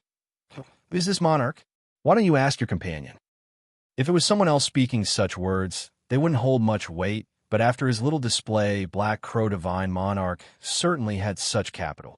Everyone save for a few glanced towards Pei Wenxian. Pei Wenxian was standing very far away by now, with all the energy in his body prepared to attack at any time. He had the posture of escaping at the first sign of something going wrong. When Black Crow Divine Monarch looked in his direction, his heart tightened in fear, and he nearly fled. To his surprise, Black Crow Divine Monarch smilingly assured him, "Don't worry. I won't attack you since you're capable of reaching this place." Pei Wenxian did not know whether to believe those words or not. However, he realized that he would not be able to escape if Black Crow Divine Monarch had appeared here with the intention of actually killing him. Upon arriving at this conclusion, he relaxed considerably and quickly said, "This is Black Crow Divine Monarch." Divine Monarch? Everybody was so astonished that they could barely believe their ears. Since ancient times, the only ones with the qualifications to call themselves Divine Monarch were high-rank Open Heaven Realm Masters. Open Heaven Realm Masters were unable to enter the Blood Monster Cave Heaven. So how could there be a high-rank Open Heaven Realm Master in this place? Besides, they had never heard of the name Black Crow Divine Monarch before. Pei Wenxian explained, the Divine Monarch was trapped in this place by Blood Monster Divine Monarch, but his soul did not perish. He recently possessed Zhou Yi of Great Thousand Bloodland and came back to life. Everybody felt their scalps going numb with fear as Ba Liang exclaimed in horror, "Is that the truth?" Pei Wenxian nodded solemnly in response. Nobody doubted his words. After all, they witnessed what happened just now with their own eyes. Aside from a divine monarch possessing somebody and coming back to life, nobody else could have the strength to nearly kill Xianxia in one move. In an instant, it wasn't just the Cave Heaven and Paradise disciples who looked at Black Crow Divine Monarch warily. Even the people standing around Xianxia became anxious and uneasy. From the actions of Black Crow Divine Monarch earlier, it was obvious that he was not a compassionate man. There was a high possibility that he was subject to shifting moods and killed others casually. If a person like him were consumed by bloodlust, nobody in this place could stop him. Don't be so nervous. On the other hand, Black Crow Divine Monarch was smiling cheerfully. This monarch did not spend so much effort to gather all of you in this place just to kill you. You gathered all of us in this place. Yang Kai furrowed his eyebrows. Of course. Black Crow Divine Monarch tilted his head to the side. If not for this monarch, do you think all of you could have arrived here safely? I was the one who removed all the dangers and barriers along the way for you. Yang Kai did not doubt those words. His journey here had certainly been very smooth. Logically speaking, that should not have been possible. It was not until this moment that he learned Black Crow Divine Monarch had removed all the dangers and obstacles along the way. No wonder so many people arrived here, even though nobody had ever managed to arrive at the depths of the Blood Monster Cave Heaven after so many years. This junior has a question. Ding, he suddenly spoke up. Speak. Black Crow Divine Monarch turned to him. Sir Divine Monarch, you could have quietly cultivated after possessing somebody and coming back to life. Why did you have to gather all of us here? What are your intentions, Sir Divine Monarch? This question hit the nail on the head. Everybody wanted to know the answer. Black Crow Divine Monarch chuckled softly, making him seem rather insidious. Of course, it's for the Blood Monster Divine Palace. Why else would this monarch spend so much effort to gather you all here? The Blood Monster Divine Palace. A series of exclamations rang out. Everybody's eyes blazed with excitement. It had long been said that the Blood Monster Divine Palace was located in the depths of the Blood Monster Cave Heaven, wherein the inheritance and legacy of Blood Monster Divine Monarch were hidden. Anybody who could locate the Blood Monster Divine Palace and pass Blood Monster Divine Monarch's various tests will be able to inherit everything within the Blood Monster Cave Heaven. Nevertheless, rumors were just rumors. Nobody had ever confirmed these rumors. After all, nobody had ever found the Blood Monster Divine Palace throughout the years, so how could these rumors be verified? Be that as it may, Black Crow Divine Monarch had mentioned the Blood Monster Divine Palace. Does the Blood Monster Divine Palace really exist? You're not trying to deceive us, right? Xianxia stared at Black Crow Divine Monarch suspiciously. Black Crow Divine Monarch laughed. Of course the Blood Monster Divine Palace exists. I don't mind telling you. The Blood Monster Divine Palace is right in front of you, in this very mountain valley. While speaking, he reached out and pointed downward. They looked down but did not see the Blood Monster Divine Palace anywhere. The mountain valley might be green and lush with beautiful scenery, but there was no sign of a palace at all. Black Crow Divine Monarch calmly explained. As long as the barrier is not broken, the palace will not show itself. If you want to find the Blood Monster Divine Palace, you have to destroy the barrier first. Xianxia quickly asked, what does that have to do with you gathering all of us in this place? Black Crow Divine Monarch snickered. If this monarch had his full strength, no, with just 10% of the strength I possessed before, it would have not been a problem destroying that barrier. Unfortunately, you have also seen this monarch's current situation. The strength I can wield currently is very limited. Although I know the secrets behind the barrier, my strength is not enough for me to break it alone. I need the help of many people.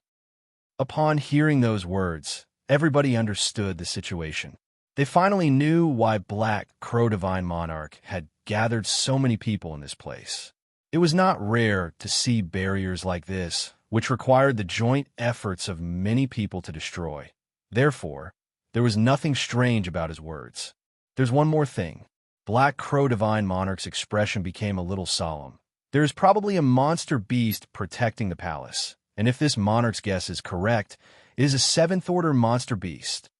7th Order? Everybody exclaimed in surprise.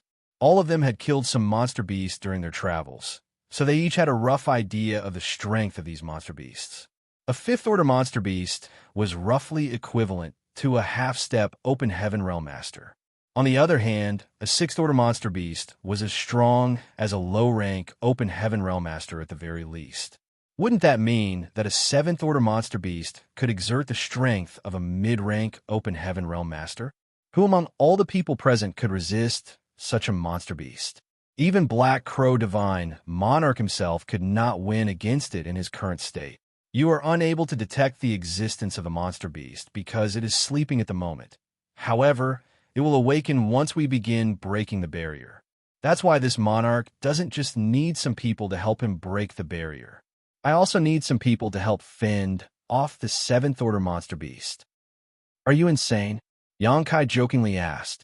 He had already been at a serious disadvantage during his previous battle with Golden Gorilla King at Abundant City. Golden Gorilla King was only at the peak of the 6th Order, not to mention that he was heavily injured at the time. If Golden Gorilla King was already so powerful, how much stronger would a 7th Order monster beast be?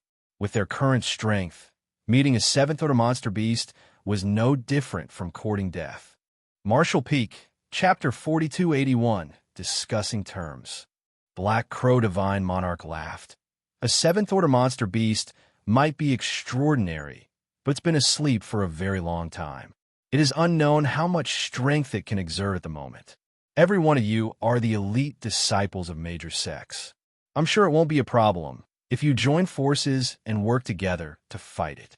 Besides, this monarch is not asking you to kill it. You only need to distract it for some time.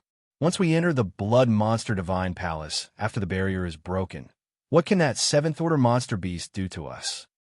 Xianxia ignored Black Crow Divine Monarch's little speech. Before entering the Blood Monster Cave Heaven, he had hoped to encounter a Metal Element or Een Element 7th Order monster beast and obtain the monster core by slaying it, but he completely gave up on that idea after his battle with the Golden Gorilla King. A 7th Order monster beast was not something he could challenge. Black Crow Divine Monarch continued. The Blood Monster Divine Palace is where old Ghost Shui Yao lived. There are countless hidden treasures inside there. If you can obtain some of those treasures, you will surely experience a soaring improvement in your cultivation. Although his words were bewitching, Not many people were moved. After witnessing the methods Black Crow Divine Monarch displayed previously, many people were very scared of him. He was a divine monarch who not only came back to life through possession, but also had a deeper understanding of the blood monster cave heaven in them. Even if what he said was true, even if they could work together to fend off the seventh-order monster beast and destroy the barrier, who could remove the treasures from beneath his nose? Wouldn't he take all the good things for himself? Who would be willing to sacrifice themselves for the benefit of others? The disciples of the various cave heavens and paradises were not stupid and understood this point clearly. Black Crow Divine Monarch stretched his arms and shouted, "Everyone, please lend me your strength. This monarch can only rely on you. Once we succeed, we will split the treasures in the palace according to our respective opportunities." Countless pairs of eyes stared at him indifferently, but nobody responded.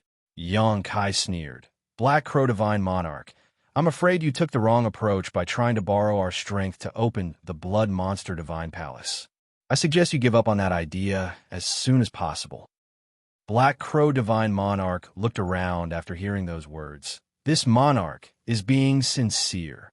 Is nobody going to show some appreciation? Bal Yang quickly said, "Divine Monarch, you are a senior master, and we can only sigh at our inferiority before you. Please help yourself to all the treasures in the Blood Monster Divine Palace. I'm afraid we will have to decline your offer to participate." Black Crow Divine Monarch chuckled lightly. "What are you so afraid of? Are you afraid that this monarch will simply slaughter you once we enter the palace? If that's the case, this monarch can swear a blood oath." While saying so, he bit the tip of his tongue and sprayed out a mouthful of blood mist. Both his hands quickly formed seals, guiding the blood mist to transform into a mysterious blood pattern. He faced the blood pattern and solemnly swore, "This monarch, Heya, will swear a blood oath on his Dao seal. If you all cooperate with this monarch to open the Blood Monster Divine Palace, we will split the treasures according to our respective opportunities once we enter the palace. And as long as you do not provoke me first, this monarch will not harm you. May my soul be extinguished if I break this oath." After saying that, he formed a final seal, and the blood pattern transformed into a bloodlight that shot straight into his forehead. Grunting softly, he staggered backwards and turned a few shades paler. Upon seeing that, everybody looked at each other in shock. The fact that Black Crow Divine Monarch would decisively swear a blood oath on his Dao seal was something nobody expected. Moreover, this oath sounded rather sincere. As long as they entered the Blood Monster Divine Palace, he would not attack anyone who did not provoke him. Those words essentially guaranteed their safety. Of course, they could guess that the more sincere he seemed, the more it meant that he desperately wanted something from within the Blood Monster Divine Palace. Even so, there was no denying that many people became interested after Black Crow Divine Monarch made the blood oath. The main reason for their hesitation previously was their fear of his strength. He could force Xianxia's identity token to activate with a single move, which meant if he really wanted to kill them, nobody could stop him. However, things were different now that their safety was guaranteed. In any case, his actions had clearly shown his sincerity. Xianxia and the others looked at each other and saw the interest in each other's eyes. They were the first batch of people to arrive in this place since ancient times, so there is no saying what kind of treasures they could find if they managed to open the Blood Monster Divine Palace. Xianxia of Clear Mind Heaven asked, "Divine Monarch, can you tell us what kind of treasures can be found inside the Blood Monster Divine Palace?" Black Crow Divine Monarch chuckled softly. "How would this monarch know? I've never entered the Blood Monster Divine Palace before. Nevertheless, that old ghost Shui Yao was an 8th Order Open Heaven Realm Master. There must be some treasures inside. Who knows? There might be some 7th Order or 8th Order cultivation resources within." Those words made Xianxia and the others breathe a little quicker in excitement. Even Xianxia's eyes flickered slightly.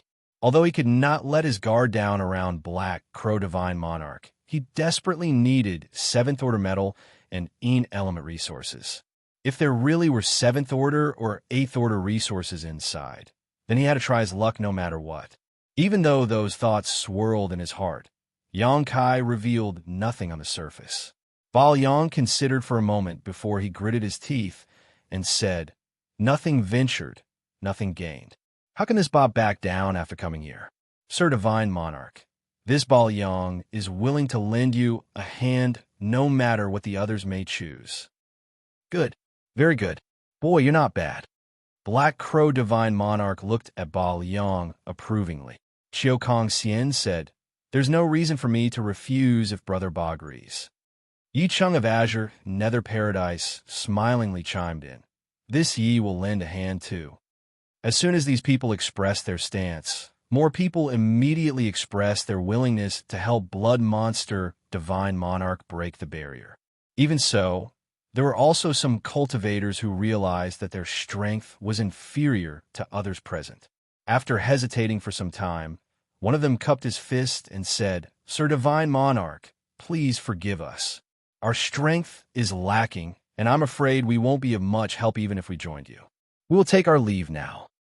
That person quickly led several of his fellow brothers and retreated down the mountain after saying that. Black Crow Divine Monarch did not stop them. He simply watched their departing backs with a faint smile. Those people had not walked further than several tens of meters away when a layer of crimson-red blood mist emerged from the ground and enveloped them. Their screams of agony immediately rang out, followed by several energy fluctuations. The blood mist disappeared as quickly as it appeared. It didn't take more than several breaths of time before the crimson-red mist vanished out of sight. Entered their sights made them gasp in horror. The cultivators that were preparing to leave just now had been turned into mummified corpses that collapsed to the ground without a shred of vitality. Black Crow Divine Monarch grinned. This monarch even went so far as to swear a blood oath. "Who else dares not give me face?" He turned and looked around. "Who else wishes to leave? Reveal yourselves to this monarch." Who else would dare to step forward with such a precedent?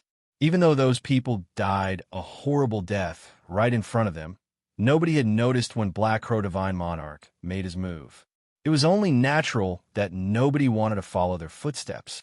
As such, he sneered, "I don't mind telling you. This monarch has already arranged a grand array in this area. Nobody can leave without this monarch's approval." Xianxia calmly said, "Don't wag your tongue so wildly, Divine Monarch. You might bite it." Xianxia tried to activate his space principles just now and discovered that he was not bound by any restrictions. In other words, Black Crow Divine Monarch could not stop him if he wanted to leave. Black Crow Divine Monarch glanced sideways at Xianxia, murderous intent overflowing from his eyes. However, he quickly composed himself and snickered. "You're quite capable, brat. It's true that this monarch cannot stop you if you wish to leave. You can escape, but can the people by your side do the same?" Xianxia's expression immediately darkened. There was really nothing he could do if Black Crow Divine Monarch threatened the people around him. While he might be able to place everybody into the small sealed world and leave with them, Black Crow Divine Monarch would surely act before he could finish. Ignoring Xianxia, Black Crow Divine Monarch looked at the others and asked, "Does anybody else wish to leave?" "Leave, my ass. Those who tried to leave died right in front of us. Who would dare try to leave?" Regardless of whether they were willing or unwilling, they had no choice but to follow Black Crow Divine Monarch now. Pleased with the situation, Black Crow Divine Monarch nodded repeatedly. Then, he turned to look at Xianxia. "What about you? Are you coming or not?" Only the people around Xianxia had yet to express their stance, which meant as long as Xianxia agreed, then all the pieces were in place. "Do you agree to let me leave, Divine Monarch?" Xianxia asked. "You could try." Black Crow Divine Monarch smiled brightly in response. However, his gaze swept across Chu Huashang, Zhang Ruo Shi, and the others with malicious intent. Xianxia was so furious that his teeth hurt. After a brief consideration, he quickly said, "Divine Monarch, I can assist you, but I have a condition." Black Crow Divine Monarch burst into laughter. "You want to negotiate with this monarch? I'm afraid you don't have the qualifications to do so." Xianxia shook his head. "I believe I do. After saying that, he immediately changed his tone. You mentioned it yourself, Divine Monarch. There are two main issues. One is to destroy the barrier, and the other is to fend off the seventh order monster beast. We are completely clueless about the barriers in this place while you seem to know something. In other words, you will be presiding over the process of breaking the barrier. During this time, you will be preoccupied, so you won't be able to do two things at once. As such, you will need somebody else to distract the seventh order monster beast.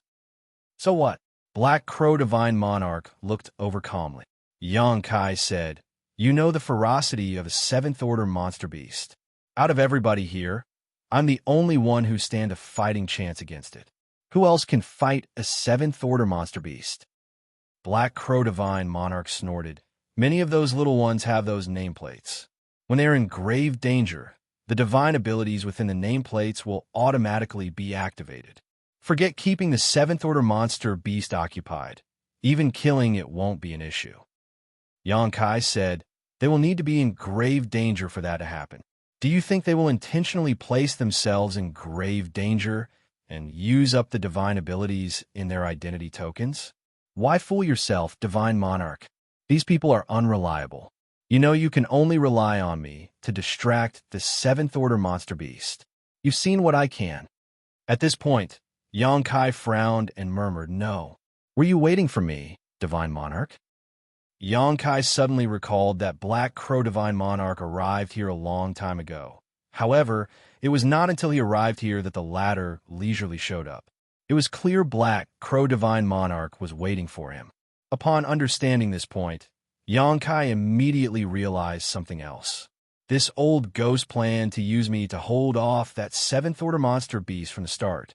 This old ghost is so sly. I nearly fell for his trick. Black Crow Divine Monarch coldly snorted. Brat, those who are too smart tend to die young. Xianxia burst out laughing. Divine Monarch, why are you getting angry out of shame?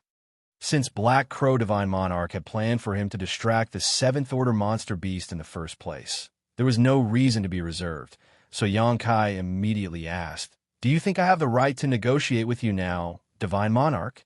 Martial Peak, Chapter 4282, Blood Principles Restriction Secret Technique. Black Crow Divine Monarch's expression became gloomy and uncertain for a time before he coldly snorted. What is your condition? Let's hear it. But I'll say this in advance. If it's too excessive, then don't blame this monarch for acting ruthless.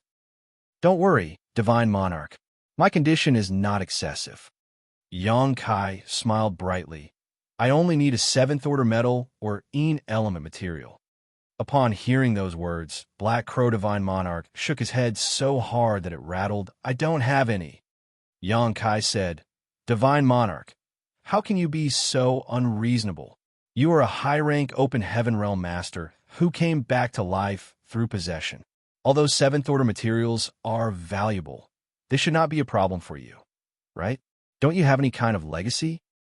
Black Crow Divine Monarch angrily snarled. This monarch was trapped in this place by Shui Yao for countless years. What legacy would I have to speak of? I would not hesitate to give you such trash if I had one in my possession, but I don't have anything right now. He paused for a moment before he continued. Why don't we do this instead?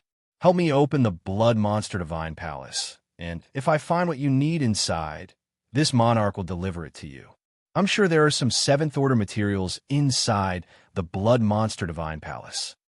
Xianxia scoffed at those words. Divine Monarch, do you take me for a 3-year-old child? If this bastard finds anything good inside, he would never hand them over to me. It's not the first time I've encountered betrayals. Black Crow Divine Monarch said, There's nothing I can do if you don't trust this monarch. It's just that this monarch really does not have what you want. Why don't you change your request to something this monarch can satisfy? Xianxia rubbed his chin thoughtfully. Since you said that, Divine Monarch, then I won't make things difficult for you. I'll change my condition to something you have. That's right. I'll take the true grand evolution immortal bloodlight scripture. Black Crow Divine Monarch's expression immediately darkened upon hearing this. Junior, don't go too far. Xianxia looked at Black Crow Divine Monarch coldly. Divine Monarch, don't you think you're being rather insincere? I wanted high-rank materials, but you claim that you don't have any. Now, I'm asking for the Grand Evolution Immortal Bloodlight scripture. Are you going to tell me you don't have it either? Black Crow Divine Monarch was furious. Who is the one being unreasonable here? This monarch is simply asking for your help to distract the seventh-order monster beast for a while. How dare you try to covet the Bloodlight scripture for such a small task? It's unfortunate that this monarch has only just been reborn and not recovered his strength, or I would have killed you long ago. You know that if I have to face a seventh-order monster beast, I will have to risk my life, Divine Monarch. The Grand Evolution Immortal Bloodlight scripture is the core secret art of that old dog, Shui Yao's Dao of blood inheritance. This monarch spent countless years obtaining it. Handing it to another person is impossible, not unless it's a dead person. This won't work, that won't work. Divine Monarch, are you trying to benefit without giving anything in return? I may be young, but I'm not so easily fooled either. Likewise, Xianxia looked annoyed. Black Crow Divine Monarch furrowed his brow tightly and softened his tone. Brat, don't make things difficult for me. This monarch is unable to fulfill the two conditions you asked for, so why mention them? You're simply causing everybody to become unhappy as a result. Change your condition.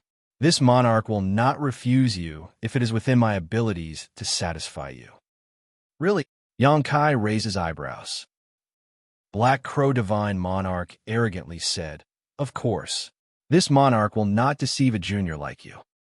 Xianxia pretended to think for a while before he finally said, In that case, please hand over the Blood Principles Restriction secret technique in the Grand Evolution Immortal Bloodlight scripture. Why would you need that? Black Crow Divine Monarch glanced at Xianxia suspiciously, but a few moments later, he suddenly realized something. Are you trying to bring somebody out of here? He looked Xianxia up and down. Then he grinned meaningfully. Brat, you beat around the bush for so long, but it seems your real aim was the Blood Principles Restriction secret technique. He seemed delighted to have seen through Xianxia's heart. Xianxia revealed nothing. Just tell me whether you'll give it to me or not. The truth was that Black Crow Divine Monarch was reluctant. It was just that he had already rejected Xianxia twice, and doing so a third time would likely lead to a complete breakdown in negotiations. If that was the case, then there was no need to continue discussing this matter.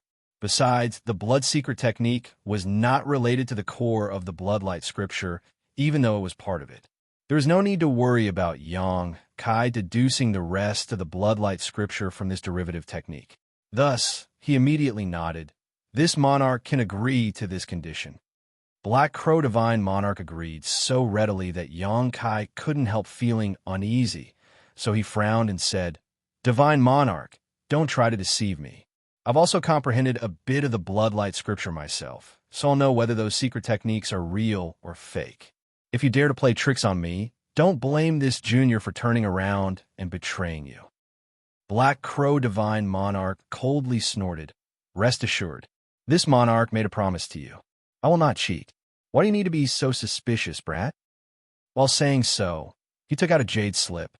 His divine sense surged for a moment, seeming to inscribe something, before he tossed the jade slip over to Xianxia. Xianxia reached out to catch the jade slip. While maintaining a thread of consciousness to watch Black Crow Divine Monarch warily, he examined the contents of the jade slip.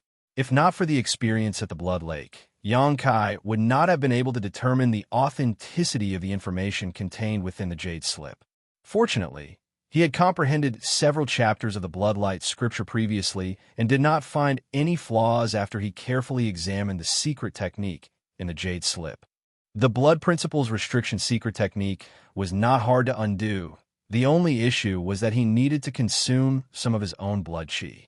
If only I could return to Abundant City. I'd be able to experiment on the cultivators there. That way, I know whether this information is real or fake. Everybody paid close attention to the conversation Xianxia and Black Crow Divine Monarch were having via divine sense transmission. However, they had no idea what was being said. They saw various expressions flitting across the faces of those two, and a short while later, Black Crow Divine Monarch tossed a jade slip to Yang Kai, who then began examining it. Everybody couldn't help looking at each other, wondering what kind of deal Black Crow Divine Monarch made with Yang Kai. A quarter hour later, Black Crow Divine Monarch urged impatiently, "Brat, are you done? Do you have to study it so carefully? You'll have plenty of time to study it once we're out of the Blood Monster Cave Heaven." Yang Kai put the jade slip away and nodded. "Good." Black Crow Divine Monarch looked satisfied. "In that case, let us begin. But there's something I have to say in advance." He looked around him, and his expression gradually became colder as he darkly added, "You will all need to work together to enter the Blood Monster Cave Heaven. If this monarch discovers that somebody is secretly attacking another or holding back, then this monarch will kill him." While speaking, he specifically glanced at Yang Kai and Xianxia. It was obvious he knew that these two were not on good terms. Yang Kai nonchalantly said, "I won't do anything if nobody provokes me first." Xianxia cupped his fists. "Divine Monarch, please rest assured. In the current situation, the Blood Monster Divine Palace is the top priority. This junior understands his priorities." "Very good." Black Crow Divine Monarch laughed. "In that case, this monarch will explain how we will work together to break the barrier. As long as we can break through and enter the Blood Monster Divine Palace, this monarch guarantees that you will all gain something." Nobody understood the Blood Monster Divine Palace better than him, so it was only natural that he presided over the process of breaking the barrier. In addition, Black Crow Divine Monarch was very well prepared. Now that he was in charge of coordinating the entire situation, he immediately conveyed order after order. That was not all, though, as he brought out array flags from somewhere and distributed them to the cultivators.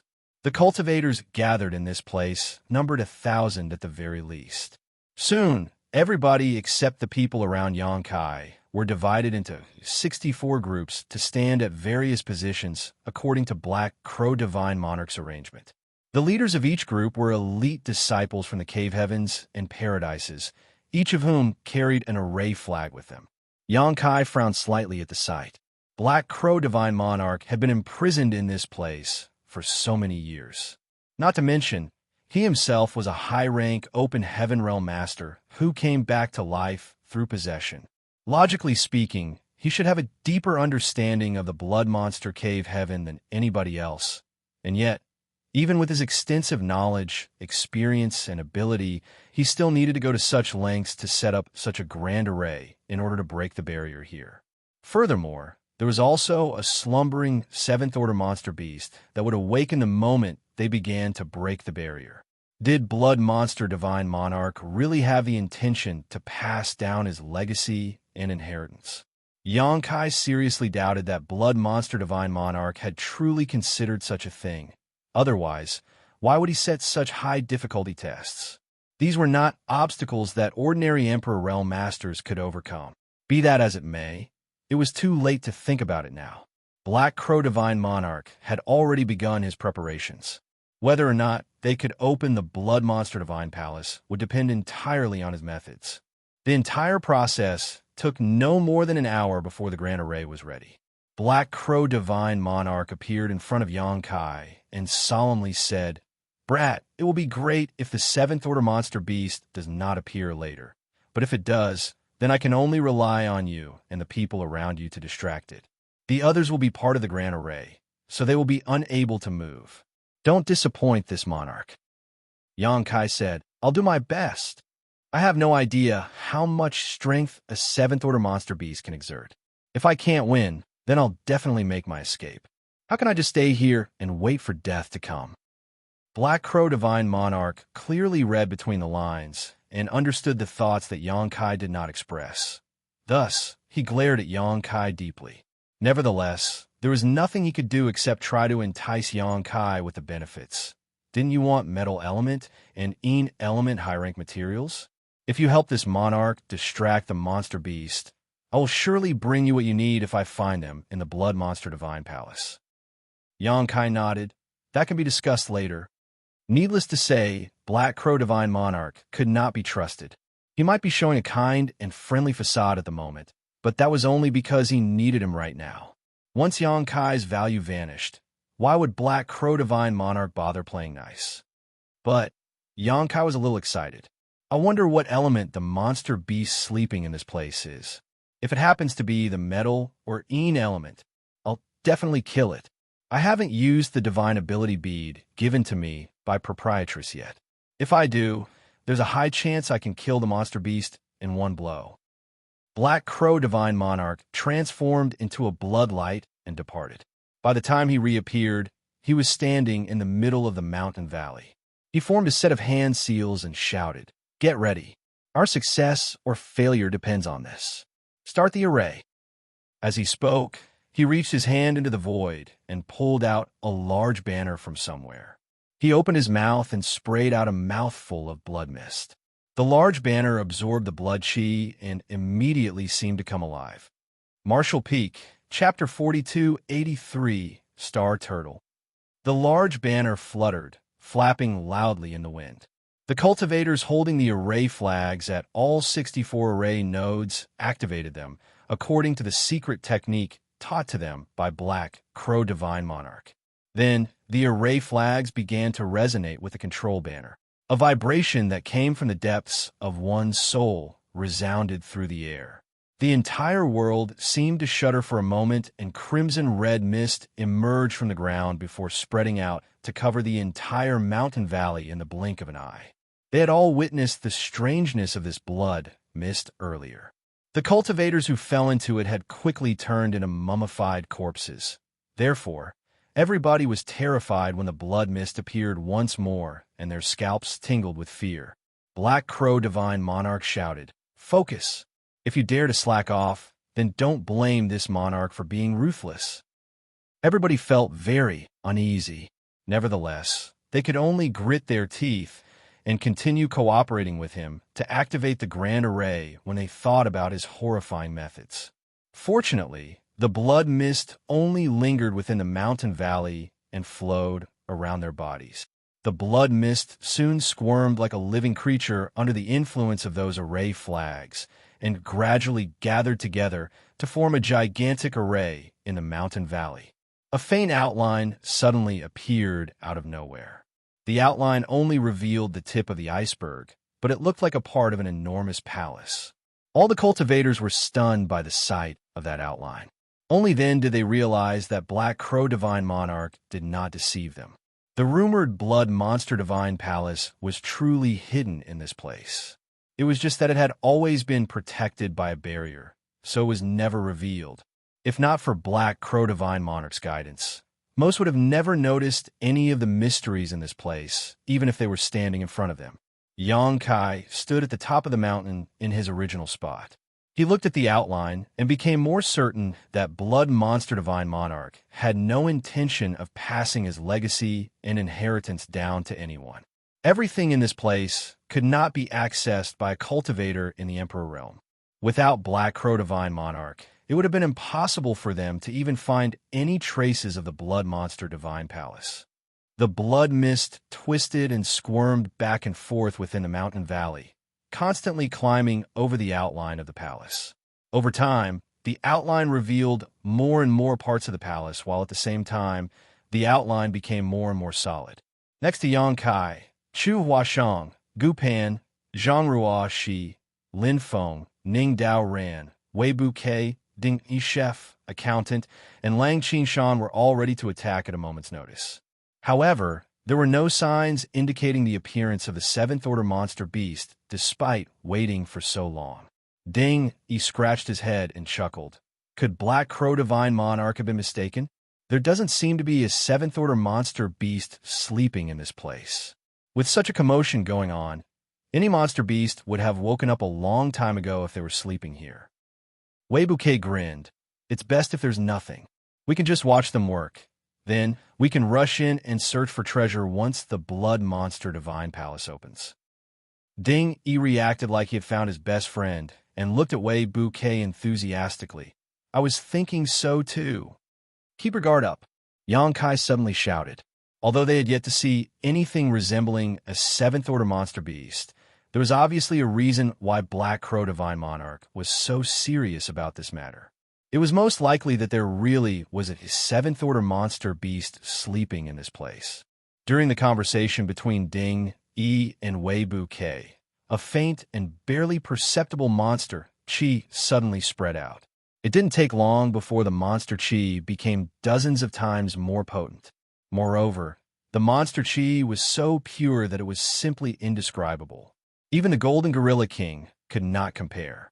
There was no doubt that the seventh-order monster beast sleeping in this place had been awoken from its slumber. Everybody's expressions froze. The mouths of Ding Yi and Weibu K, who had been joking around, twitched slightly.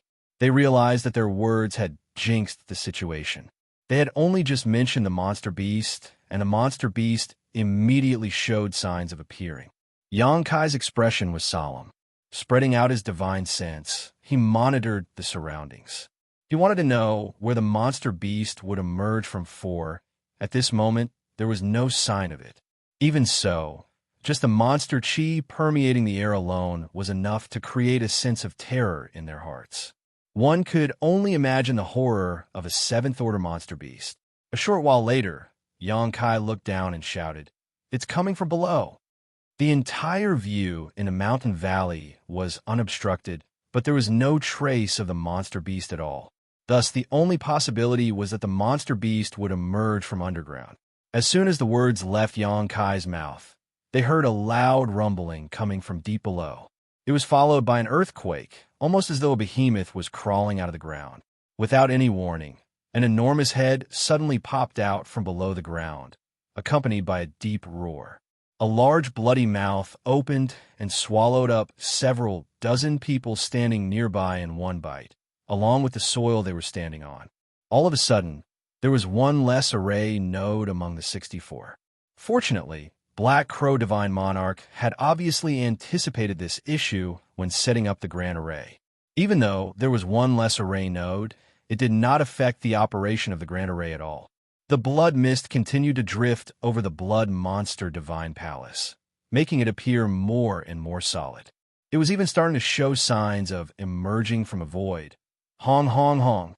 The monster beast broke out of the ground in the next moment, causing a gigantic pit to appear.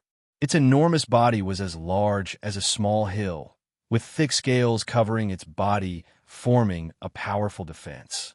The blood mist swirled around the sides of its body, but could not corrode it all.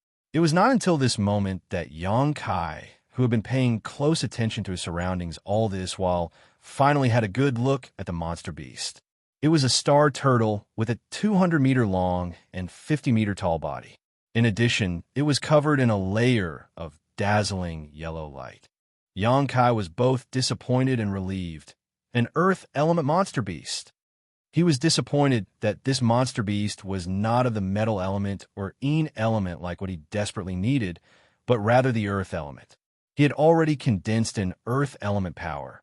Moreover, he had used the dragon bead of a great dragon. There was nothing much to gain even if he killed this star turtle. At the same time, he was relieved that it was an earth element monster beast. The earth element was mainly about defense, so although it would be difficult to kill, the posture of this star turtle indicated it had poor offensive abilities, so the risk of facing it was minimized to a great extent. Furthermore, the star turtle had been sleeping for many millennia, so at this moment, it was still a little dazed and sluggish from having just woken up. It blankly rolled its eyes around, looking very drowsy. The cultivators forming the array nodes nearest to the turtle trembled uncontrollably. They had witnessed with their own eyes as the star turtle gulped up an entire batch of cultivators as soon as it appeared. Therefore, they were scared that it might turn around and eat them too. One should not be fooled by its dazed appearance. Nobody present was its opponent if it decided to attack. After all, its strength lay in its defense. The possibility was high that nobody could put a scratch on it. One of the cultivators from a second-class great force gulped nervously and subconsciously took a few steps back. He wanted to hide behind the others to seek a sense of security, but who could have known that his retreat would cause him to fall into the blood mist? There was a series of sizzling sounds, and that person screamed in pain. The blood mist crawled up his body like snakes, enveloping him completely. By the time the blood mist dissipated, the man had become a mummified corpse. Black Crow Divine Monarch coldly snorted while waving the control banner. "Stand where you are. Whoever dares to move about rashly will die." Everybody felt a bitter taste in their mouths. It was not until this moment that they realized they were stuck in this situation with no way out. Out of all the areas covered by the Grand Array, only the areas around the array nodes were safe. Everywhere else was flooded with the blood mist. In other words, they could only stand at their respective array nodes once Black Crow Divine Monarch activated the Grand Array. Otherwise, they would have to bear the risk of death. Xianxia was delighted when he saw this situation. He initially thought that he and the others had taken on a laborious task, while the others had it easy. But it would now seem that fighting the Star Turtle was undoubtedly better than having no say about one's own life.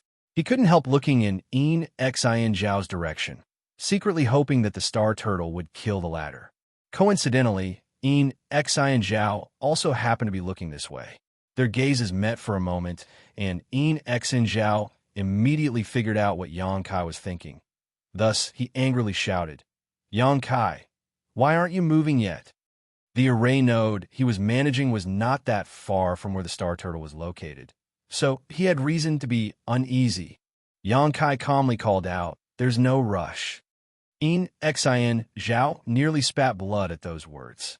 "You might be in no rush, but I'm about to die from anxiety." Xianxiao never imagined that the situation would turn out this way after the Grand Array was activated. If he had known earlier, he would have volunteered to trade places with Xianxia. At the very least, he would have some control over his own life or death. At this moment, he was unable to move a single step from this spot. Whether he lived or died was completely up to fate. It was a horrible feeling. "You should act now before it's too late." Black Crow Divine Monarch's voice rang out. "This monster beast has been sleeping for eons, and now that it's just woken up, its strength has yet to recover. This is the best time to take it down. If you delay, it will be even harder to handle." How difficult would it be to inflict heavy damage upon such a defense-oriented 7th-order monster beast? Xianxia was not sure if they could put a scratch on it, even if everybody on his side used their full strength. Nevertheless, Black Crow Divine Monarch was right about one thing. This was indeed the time when the Star Turtle was at its weakest. At that thought, Xianxia nodded. Since Divine Monarch has said so, then this junior will comply. Then he shouted, "Kill!" Swinging his arm widely, Space Principles surged to form a huge moonblade that broke the void and slashed towards the Star Turtle. Everybody around Xianxia swiftly unleashed their secret techniques one after another. Colorful lights swept towards the Star Turtle, showering down on its huge figure in an instant. The people gathered around Xianxia were a mix of both the strong and weak. For example, many from Emperor Heaven were rather weak. However, there was no shortage of elites like Gu Pan, Chu Huashang, and Ning Dao Ran either. The attacks of these core disciples from the various cave heavens and paradises were extraordinarily deadly. Hong hong hong. Explosion after explosion rang out deafeningly as numerous halos of light from these explosions spread out in all directions. When the lights dissipated, everybody looked over and felt a headache. Although they had known that the Star Turtle would have high defensive strength, they never imagined that it would be so outrageous. Their previous barrage had not even broken through the yellow layer of light surrounding its body, let alone cause any form of damage. Wei Buke grinned. "This bastard sure is tough." Xianxia shouted again. Another round of attacks was launched, and nobody dared to hold back. The best method to deal with the earth element was to counter with the wood element. Among the 5 elements, wood suppressed earth.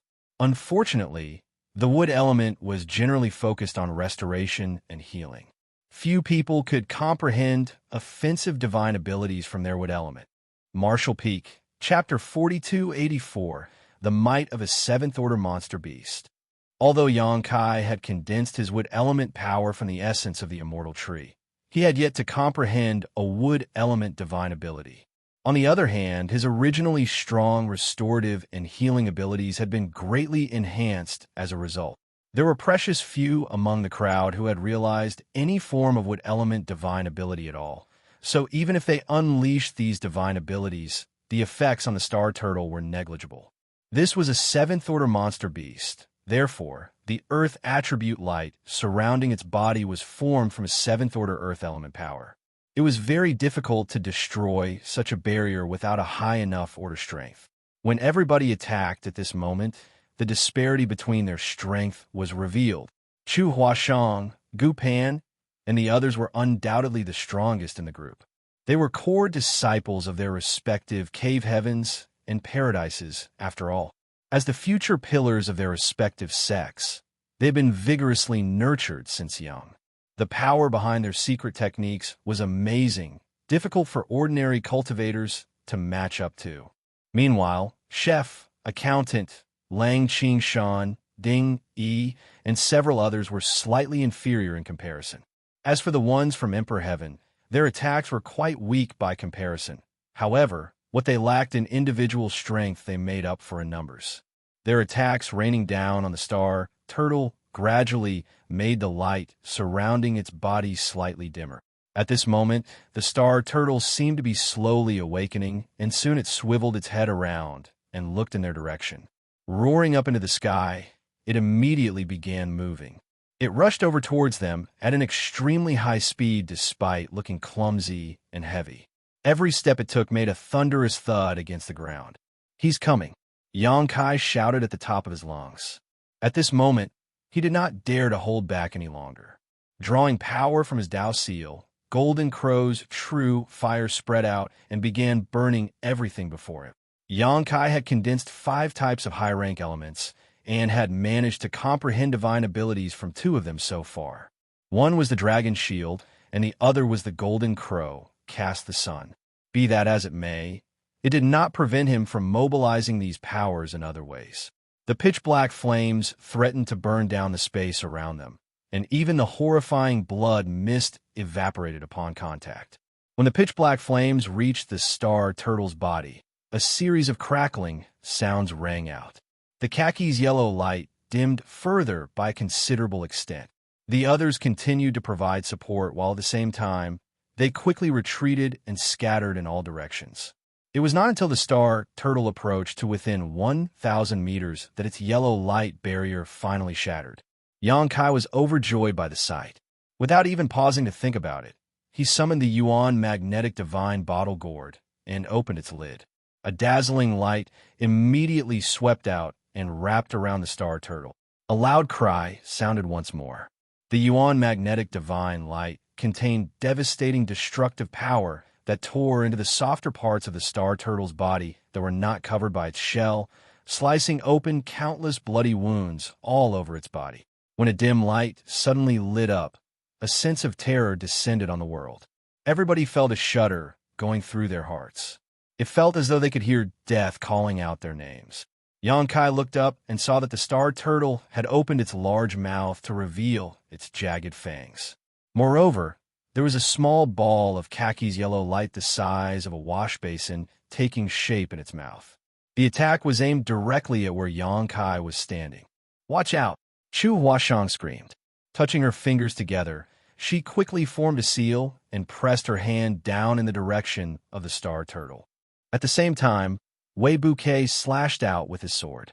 The whip-like sword light caused all the colors to drain out of the world. Ding Yi summoned by Feng's fire and stirred the clouds.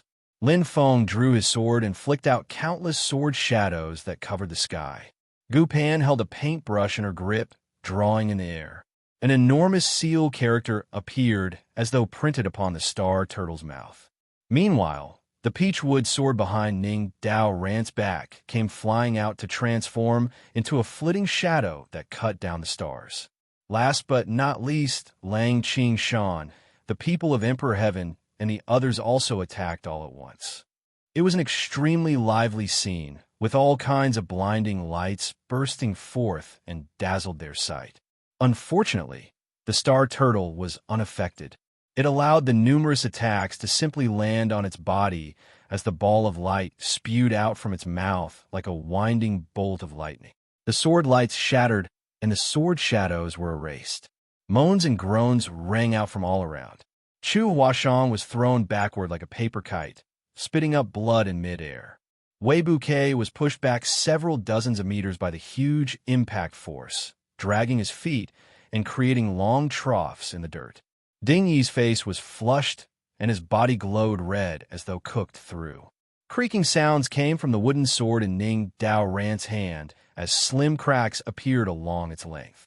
The combined strength of so many elites could not stop a single blow from the Star Turtle, horrifying them all.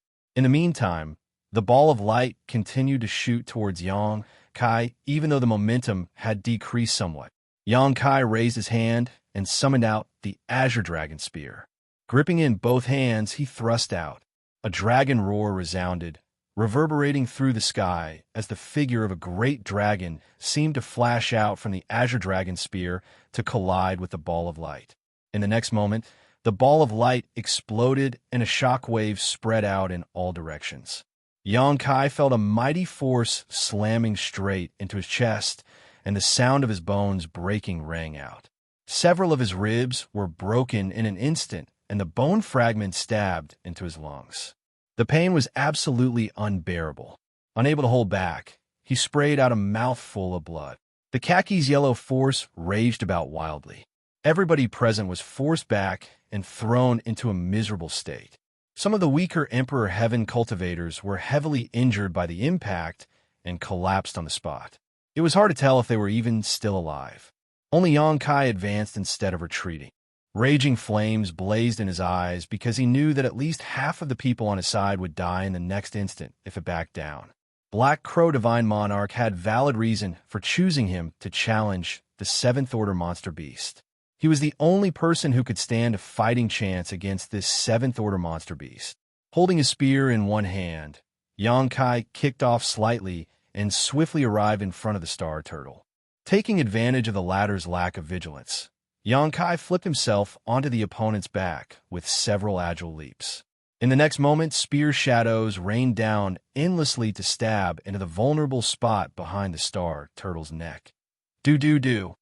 Several muffled thuds rang out. The Azure Dragon Spear that had never failed Yang Kai before turned out to be ineffective. Although the defenses on the back of the Star Turtle's neck were relatively weak, that was only in comparison to the other parts of its body. For a Seventh-Order Earth element monster beast like this, every part of its body was as solid as rock. It was not that the Azure Dragon Spear was weak, but rather that Yang Kai was not strong enough. The Azure Dragon Spear was bestowed to Yang Kai by Ada. Moreover, it was refined from the corpse of a true Azure Dragon. Yang Kai had never been able to bring out the full power of his spear. Hundreds of consecutive thrusts might have turned the back of the Star Turtle's neck into a bloody mess, but such injuries were no more threatening than an insect bite to it. The turtle shook its head and flicked its tail, trying to throw Yang Kai off. But how could Yang Kai comply with the Star Turtle's wishes? He didn't budge in the slightest, almost as though his feet were nailed in place. Needless to say, everybody else did not hold back in this situation. They quickly unleashed their killing moves and attacked the Star Turtle from all directions. Bursts of light exploded against the Star Turtle's body. But although these attacks were incredibly violent, they did not cause any effective damage to it at all. Suddenly, the turtle stopped struggling, and its entire body shuddered for a moment.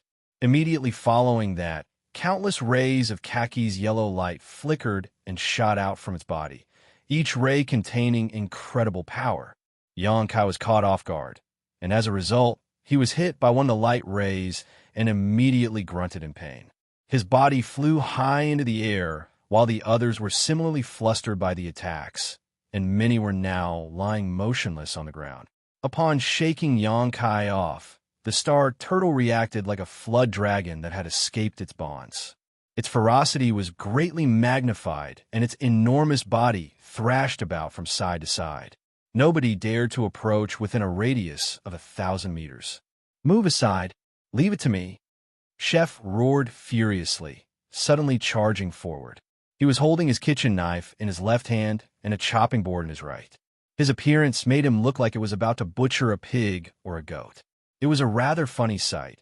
However, what he was aiming to butcher this time was a seventh-order monster beast. The chopping board in Chef's hand flew out and rapidly expanded in the wind before it slid under the star turtle's body. It was hard to determine what kind of artifact the chopping board was, but it was emitting a strange and mysterious aura. A monster beast as powerful as the star turtle was trapped on the chopping board in a moment of negligence. Chef strode over with a wide grin. "I am the knife and the chopping block. You are the fish." As he shouted, his body suddenly swelled and transformed into a several dozen meter tall giant. That was not all. The kitchen knife in his hand also became incomparably huge. His expression was so savage that it could only be described as terrifying. He stretched out a large hand and pressed the star turtle against his chopping block. The apron around his waist showed the large printed butcher character. At the same time, the kitchen knife in his hand swung down. For a moment, it looked like Chef was in control of the situation. The star turtle seemed no different from a fish that was being cut up in the kitchen. Everybody was stunned by the sight. They never imagined that Chef had such skill. Such means were beyond the reach of even the core disciples from the various cave heavens and paradises. Even Xianxia never expected Chef to be so astonishing. He had always believed that Bai Qi was the strongest among all the shop hands working under the proprietress, and only now did he realize that he might have been mistaken. If Chef successfully advances into the open heaven realm, he will surely end up stronger than old Bai. Every time the knife chopped down, Chef caused dazzling bursts of sparks to shoot out from the star turtle's shell. He was forcefully gouging a white mark into the shell with every cut. While everybody was in a trance, Accountant flew over with an abacus in hand. His fingers flew across the abacus, shooting out bead after bead that enlarged and came crashing down on the star turtle's head. Hong, hong, hong. Every single blow made the star turtle's head dip downward slightly. The star turtle's head was smashed deep into the ground by the time hundreds of beads finished crashing down. Everybody quickly took out their artifacts and unleashed their secret techniques, viciously attacking the star turtle. All of a sudden, Chef's expression changed drastically as he shouted, "It's up to you now." While saying that, his huge figure shrunk back to his original size like a deflated balloon. The chopping board also flew back to his hand. After returning to his original appearance, his aura was so weak that he could barely stand. Moreover, his complexion was as pale as a sheet. Upon seeing that, Xianxia immediately understood that the secret technique Chef executed just now had consumed essentially all of the latter's strength. It was not as if Chef could actually transform into such a big giant. It was simply a manifestation of the secret technique he used. Therefore, Xianxia immediately stopped his indiscriminate bombardment of the star turtle and flashed to appear beside Chef while shouting, "Don't resist!" Reaching out to grab him, Xianxia tossed Chef into the small sealed world. Since the latter was no longer in any condition to fight, leaving him outside would only put him in danger. Since that was the case, it was better to let him rest in a safe place. The star turtle seemed to have been agitated greatly by Chef's attack. When it raised its head again, it shook its body hard. Its tail swept out in all directions like a meteor hammer, the power behind each blow so immense that nobody could defend against it. Countless people were thrown into the air and instantly suffered grievous injuries. Zhang Ruo, she was about to be hit by the sweeping tail of the star turtle. Seeing that she could not dodge the attack in time, Xianxia flashed to her side and thrust out with his spear. When the mighty impact came, they both crashed into each other and became entangled. Xianxia quickly got back to his feet and confirmed that she was all right before shouting, "Heya, we're all going to die here if you don't do something quick." Martial Peak, Chapter 4285, would element divine ability. Black Crow Divine Monarch, who was presiding over the grand array, coldly snorted at those words. "Brat, don't you dare shirk your responsibility." It was obvious that Xianxia had not gone all out. If nothing else, he had yet to use the divine manifestation that he showed previously. That divine manifestation contained an impressive amount of destructive power. Unleashing that move here would surely be of great help to the current situation. Nevertheless, Black Crow Divine Monarch could not ignore Yang Kai's plea for help. Should Yang Kai's side be defeated, his Grand Array would also be affected. He was at a critical juncture to break the barrier and did not wish for all his efforts to be in vain. Therefore, he waved his large banner despite his dissatisfaction with Yang Kai's inadequacy. A large part of the blood mist suddenly converged to form a blood cloud that floated towards the star turtle and wrapped around it. Immediately after that, the blood cloud condensed into two blood beasts that were no smaller than the star turtle, as well as countless blood snakes that wriggled like living creatures. The two blood beasts fearlessly flanked the star turtle from both sides. On the other hand, the countless blood snakes swarmed the star turtle's body by crawling along the edges of its shell. The star turtle flicked its tail, and one of the blood beasts immediately exploded, only to regroup immediately in a seemingly immortal and indestructible manner.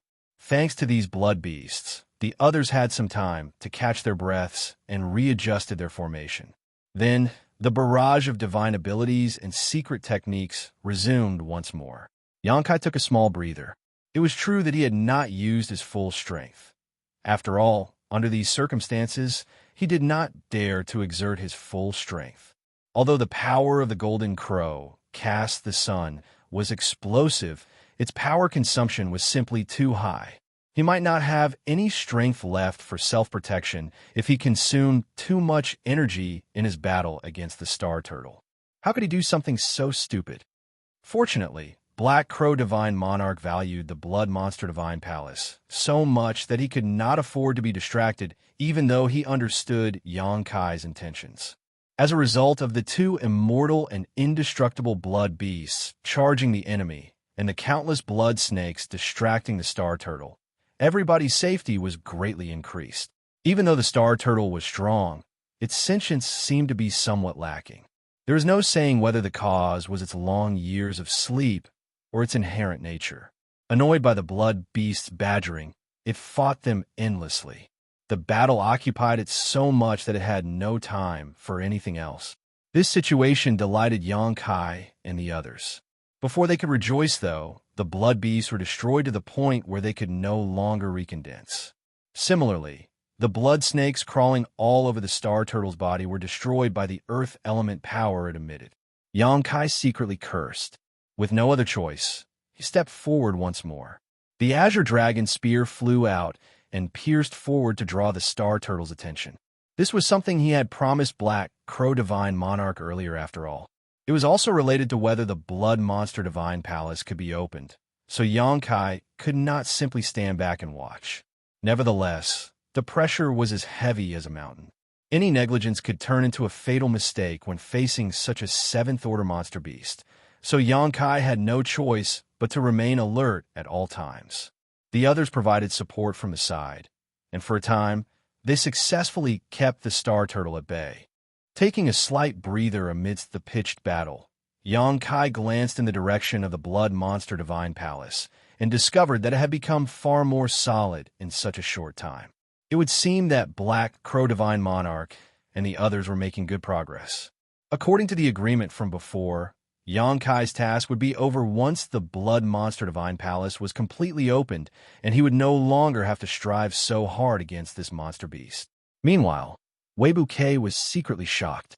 He had heard about Yang Kai's strength from his junior brother, Su Zhen. He had also heard about how Yang Kai defeated Yu Luo Sha in the Azura Arena of Thousand Bird Star City in one move. Even so, it was one thing to listen to the stories and quite another to witness it for himself. It was not until this moment that he understood how wide the gap between him and Yang Kai was. Everybody had done their best when facing the Star Turtle, but the majority of the pressure was borne by Yang Kai, who constantly charged forward to attack the enemy. Wei Bouquet had to admit that he would have been exhausted in less than an incense stick if he were in Yang Kai's shoes. He might even face the risk of death. On the contrary, Yang Kai persevered against all odds. The scene might seem precarious and sometimes extremely dangerous, but things also seemed to be in his control.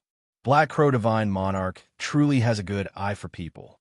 It's also no wonder that junior brother reminded me countless times before my departure that I should try and win Yongkai over should I meet him. With such talent, he will be incomparable to ordinary sixth-order open heaven realm masters, even if he only achieves that realm upon breaking through. A ray of light suddenly shot in Wei Bouquet's direction. Shaking his head, he cleared his mind of the many distracting thoughts and slashed forward with his sword. With the passage of time, the number of wounded increased. Even Wei Bouquet and the other elites were covered in injuries. There was no need to mention Yongkai's condition. If not for his strong recovery abilities and endurance, he would have died countless times over by now. The strength of a seventh-order monster beast was terrifying indeed. Despite combining so many people's strength, they could only keep the monster beast at bay. It was impossible for them to kill it. Yongkai had the feeling that only a mid-rank open heaven realm master had hope of killing the star turtle. Moreover, it had to be a fifth-order or sixth-order mid-rank open heaven realm master. A fourth-order open heaven realm master was not capable of such a feat. With the star turtle being held back, Black Crow Divine Monarch was undisturbed and made rapid progress. In the short span of an hour, the Blood Monster Divine Palace was almost fully condensed in a solid form. On the other hand, the star turtle's purpose in sleeping here was probably only to protect the Divine Palace. As such, the further Black Crow Divine Monarch progressed, the more violent and powerful its attacks became. Yongkai and the others who were fighting the star turtle could feel these changes clearly. All of a sudden, there was a soft crack. It was followed by a horrifying aura that permeated the air. Immediately after that, a sword chi slashed out from Lin Feng's waist and shot towards the star turtle. The sword chi swept out wantonly and the void shattered. A several-meter-long crack was sliced open, stretching across the star turtle's solid back. Through that crack, they could practically see the wriggling flesh and internal organs inside. Yongkai, who was struggling against the star turtle at the time, couldn't help feeling stunned for a moment. Likewise, the others were stunned too. Meanwhile, Lin Feng stiffened and looked down at his waist. In the next moment, his eyes narrowed slightly. The identity token at his waist was shattered. In other words, his life had been in mortal danger just now. That was why the divine ability sealed within the identity token had been triggered. He was instantly drenched in cold sweat.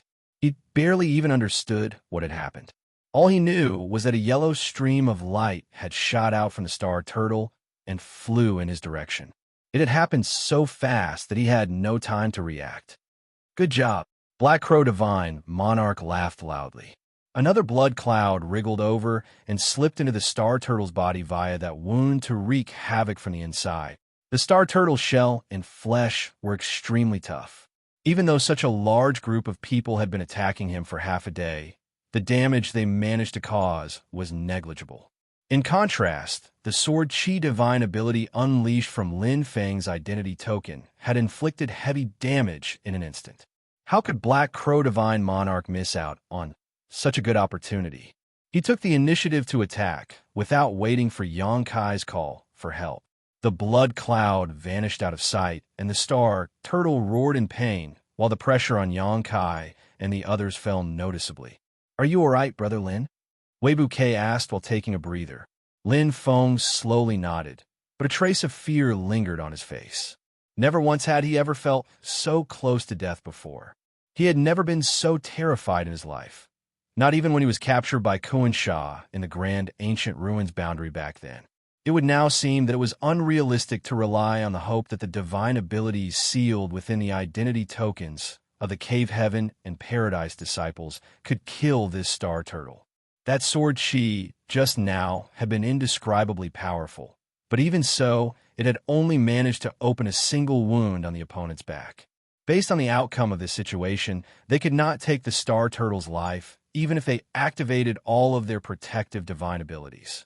Nevertheless, it was thanks to this sealed divine ability that broke open the tough shell and allowed Black Crow Divine Monarch's methods to take effect that Yongkai and the others could catch their breath for a moment. In the meantime, the Blood Monster Divine Palace was becoming more and more solid. Another quarter hour passed, and there was a loud rumble accompanied by an earthquake that shook the entire world. Then, the gates of the Blood Monster Divine Palace slowly opened. Black Crow Divine Monarch's eyes blazed with a raging heat. Similarly, the cultivators standing at the various array nodes looked excited. Success! Black Crow Divine Monarch laughed out loud. This monarch will be leaving first. After saying that, he ignored everybody else and charged forward. He rushed straight into the Blood Monster Divine Palace and disappeared out of sight. Upon seeing that, the others did not hesitate to follow suit. All of them quickly swarmed towards the Blood Monster Divine Palace, scrambling to be the first. On the contrary, Xianxia wanted to curse and scream. That was because the Star Turtle was no longer restrained by Black Crow Divine Monarch following his departure. Like a tiger that had been released from its cage, the Star Turtle's aura soared wildly. Xianxia and the others had barely been able to cope earlier, but the pressure increased sharply at this moment.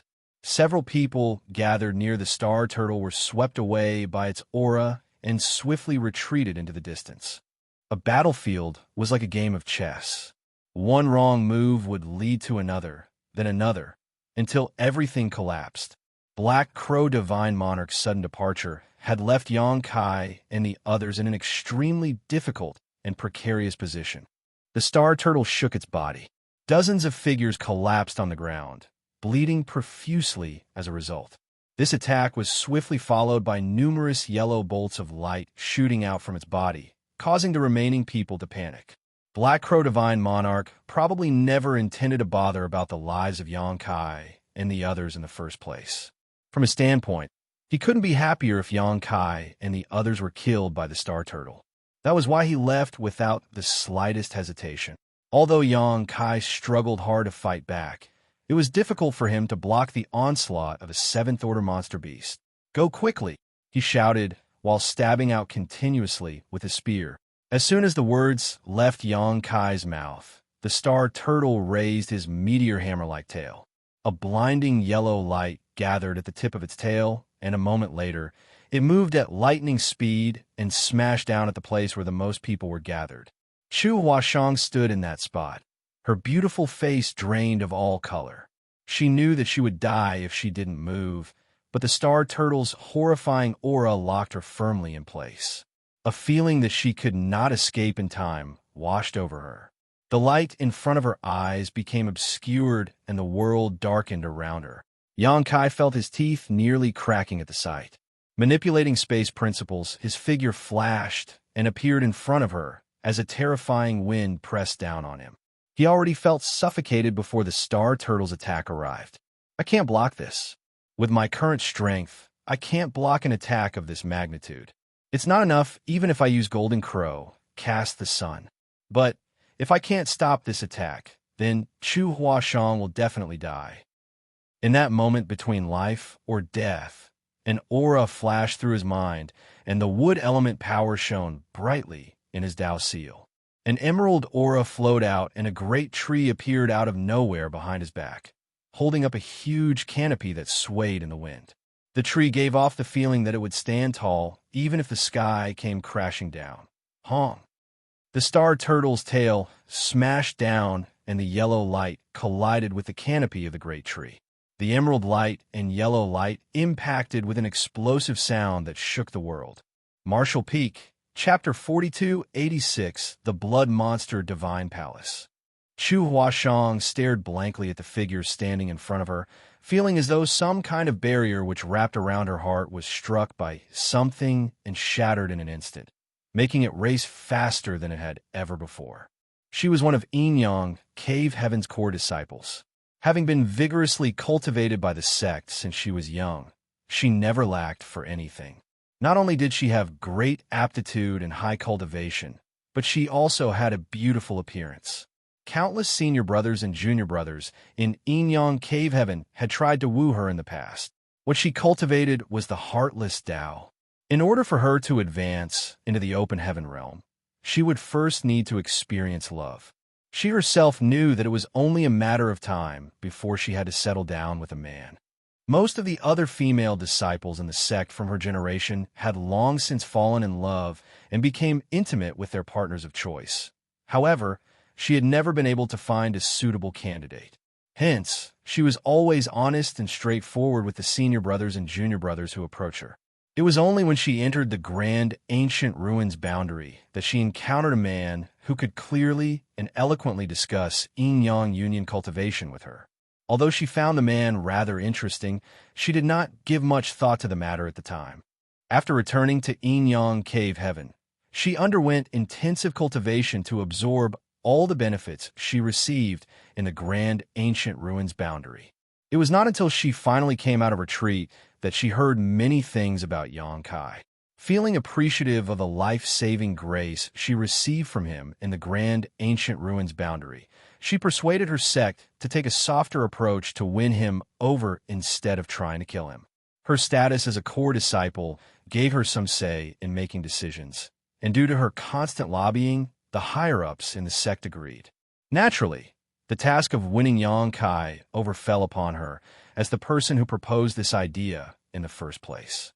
Besides, she was already acquainted with him, so there could be no better candidate than her. Upon entering the Blood Monster Cave Heaven, Chu Huashan was not surprised to meet Yang Kai again. She was entrusted with a task from her sect and had her own grand Tao to consider as well. Therefore, she was much more proactive in approaching him than before. During this period, she survived through various hardships and even shared life and death together with him. The admiration in her heart grew greatly after she witnessed his abilities and temperament with her own eyes. Despite the mutual protection and unfaltering support during their travels, she only felt that he was a very responsible man. A trace of affection would occasionally bloom in her heart, but she knew that those feelings were a far cry from love. She had more than once asked herself, "What is love?" Unfortunately, she could not find the answer to her question. However, at this very moment, when her life flashed before her eyes as the darkness of death enveloped her, that familiar figure had descended from the sky without hesitation to stand in front of her. That figure was akin to a majestic mountain that shielded her from rain and storm. Chu Huashan suddenly felt as though a seed in her heart had germinated and burst out of the ground with great vigor. It was a strange feeling that instantly permeated her entire body. Even though she was standing at the threshold of life and death, she broke out into a smile. Her aura that had gone chaotic when danger loomed over her suddenly cleared up and became calm once more, even becoming more vigorous than before. Hong! The star turtle's tail came slamming down to crash against the huge canopy. The yellow light and emerald light symphonically blended together. The great tree stood strong below, forcefully holding up the enormous tail. Everybody was stunned by the sight, and even Yang Kai was taken aback. He looked up and stared at the large tree and huge canopy behind him, and a single question flashed through his heart. What is this? In that moment, just now, he had instinctively pushed the wood element power in his Tao seal. It never occurred to him that a giant tree would appear behind him. Among the 5 elements, the wood suppressed earth. What the star turtle unleashed was undoubtedly a 7th-order earth element power. On the other hand, the wood element power in Yang Kai's Tao seal was condensed from the essence of the immortal tree. In terms of order, his wood element power was definitely much higher than the star turtle's earth element power. In addition, these 2 elements mutually restrained each other, so it was not hard to understand how he managed to block that terrifying blow. What Yang Kai could not understand was what he did just now. He was astonished that he managed to comprehend a wood element divine ability at such a critical moment.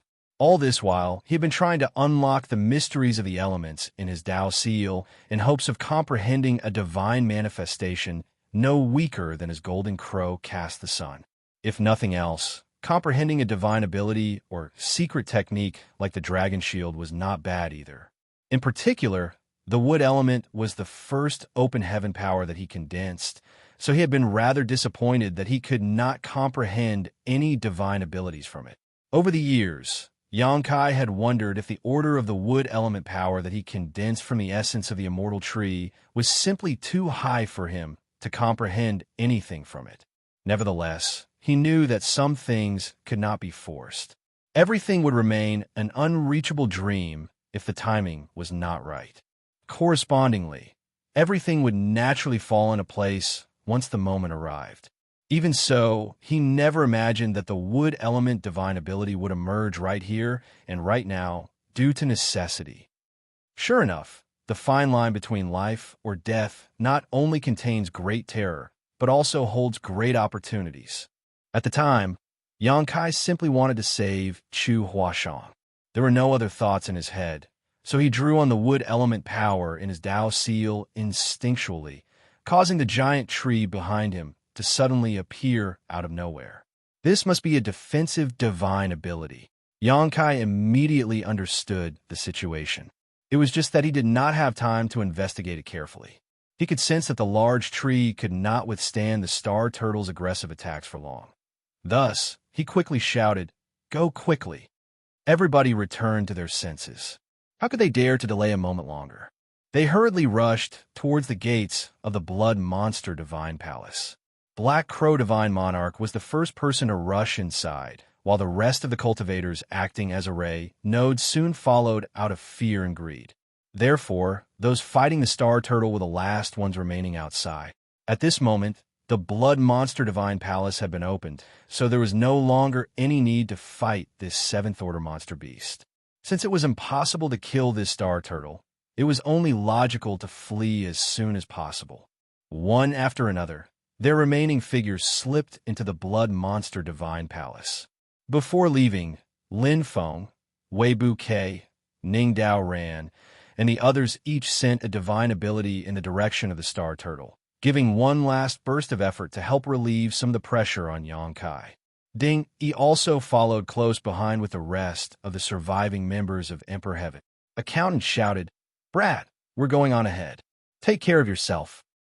After saying that, he summoned Lang Qingshan and the others before they charged into the Blood Monster Divine Palace. Zhang Ruo, she was not willing to leave, but Gu Pan dragged her into the Blood Monster Divine Palace by the arm and vanished out of sight. Chu Huashang quietly whispered, "Junior brother, I'll be waiting for you inside. Hurry and catch up." Her emotions were a little agitated at the moment, and for some reason, her body felt soft and weak. She knew that she would only add to his worries if she stayed here, so she forced herself to leave.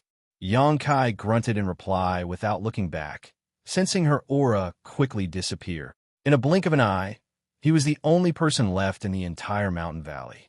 The great tree condensed from the wood element power was already beginning to falter. It was true that the wood suppressed earth. Moreover, this newly comprehended defensive divine ability was absolutely amazing in terms of power.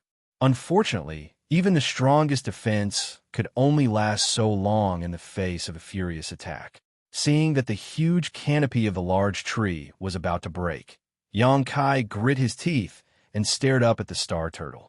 Space principles fluctuated around him, and he appeared outside the gates of the Blood Monster Divine Palace in a flash.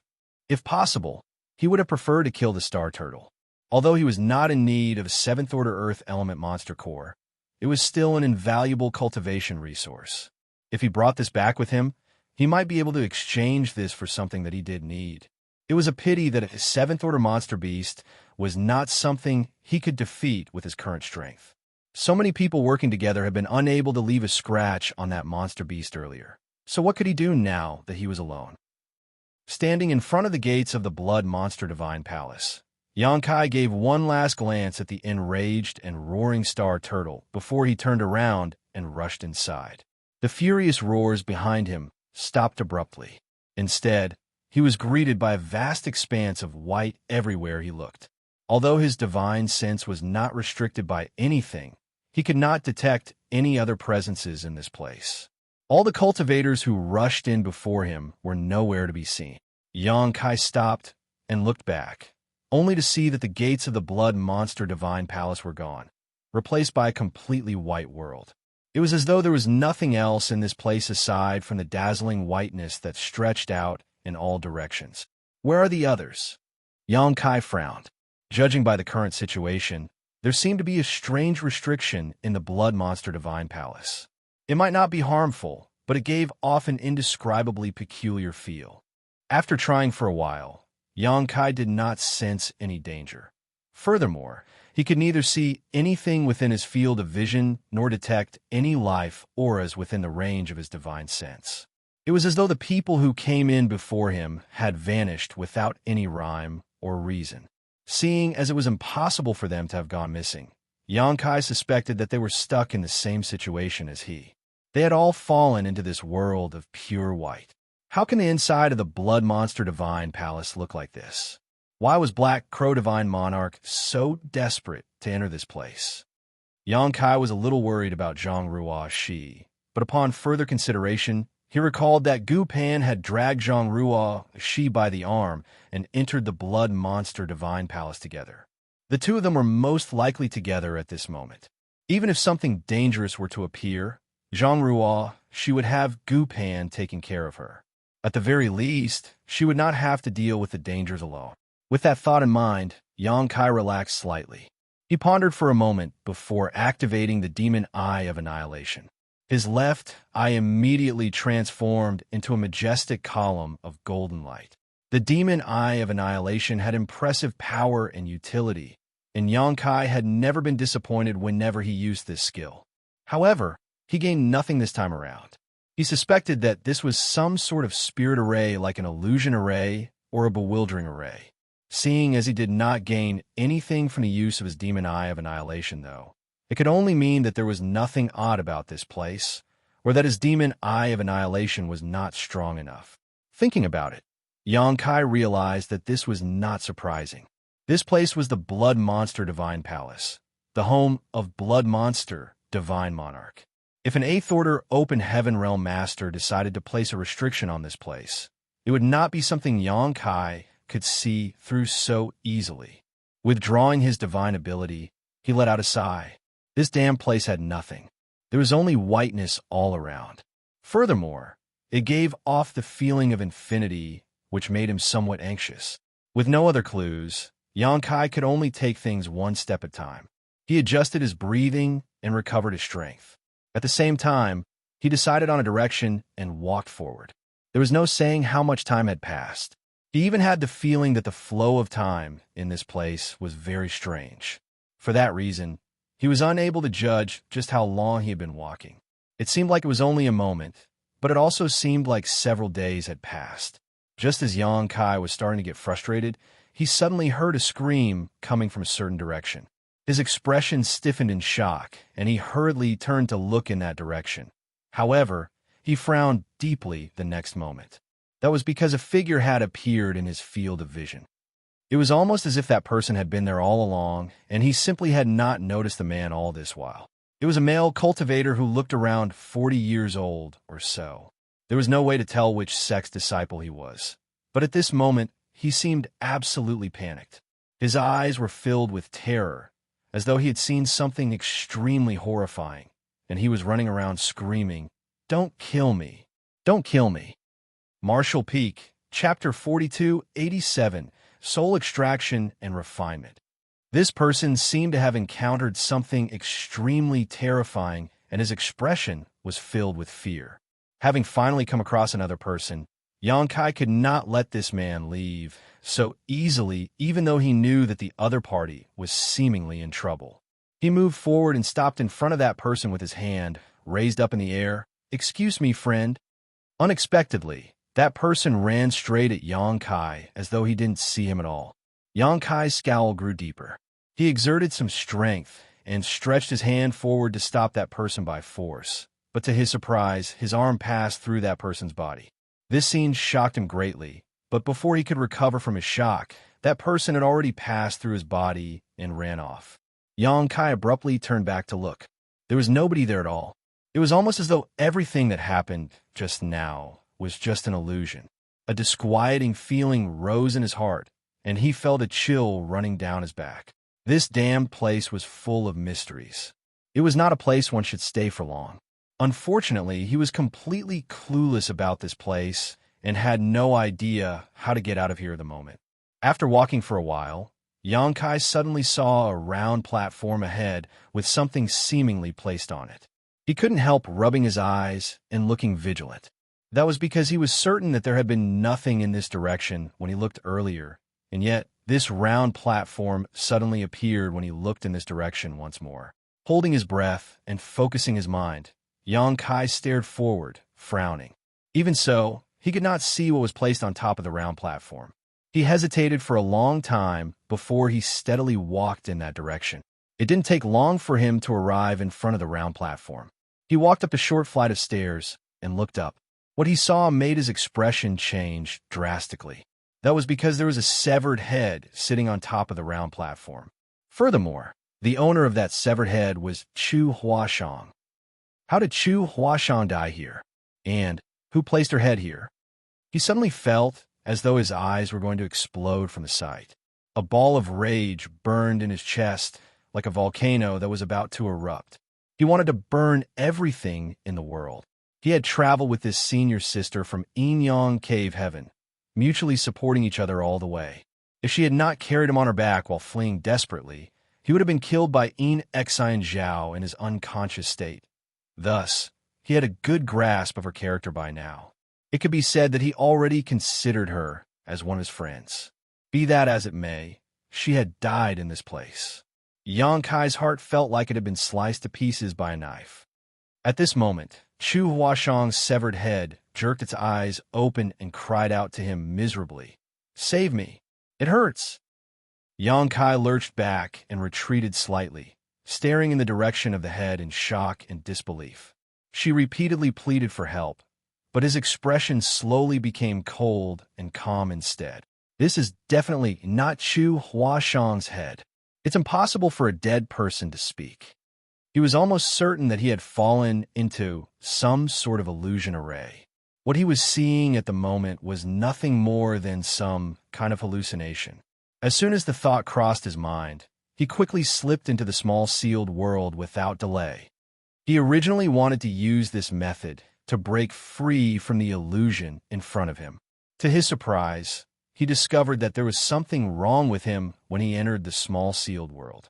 At some point in time, his body had been surrounded by faint traces of energy. This energy emitted a hint of malevolence that lingered and wrapped around his body.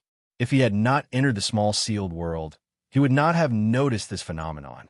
This bizarre energy constantly twisted and distorted upon itself, creating all sorts of peculiar sights. The illusion he saw just now was definitely caused by this energy. His expression darkened, and he immediately activated the Golden Crow's true fire around his body. There was a crackling sound as the traces of evil energy entangled around his body were instantly burned to a crisp. After confirming that he no longer had that bizarre energy around him, Yang Kai finally slipped out of the small sealed world and returned to the outside world again. However, he remained cautious this time around. He did not withdraw the Golden Crow's true fire and instead coated his body in a protective layer of it. As soon as he appeared in the outside world, Yang Kai heard sizzling sounds coming from his surroundings. Black smoke rose into the air as though something was being burned by him. It was similar to the scene where he burned off the evil energy inside the small sealed world. Therefore, he immediately understood something. This weird place was filled with that strange energy, and anybody who entered this place would begin to hallucinate as a result. The order of this evil energy was not low, and was most likely one of the means set up by Blood Monster Divine Monarch to guard this palace. Fortunately, Yang Kai's Golden Crow's true fire was of extremely high order and was able to fully restrain it. If it were any other cultivator in this place, they would not be able to deal with this scenario. Yang Kai couldn't help becoming worried. Be it Gu Pan, Zhang Ruo Shi, Chu Huashang, Ning Dao Ran, accountant, or Lang Qingshan, none of them had a heritage as great as his. At this moment, they were probably being tortured by those illusions. It was almost certain that all the cultivators who rushed into the Blood Monster Divine Palace had encountered the same situation. Just because he could break free of those hallucinations did not mean that those people had the ability to do so.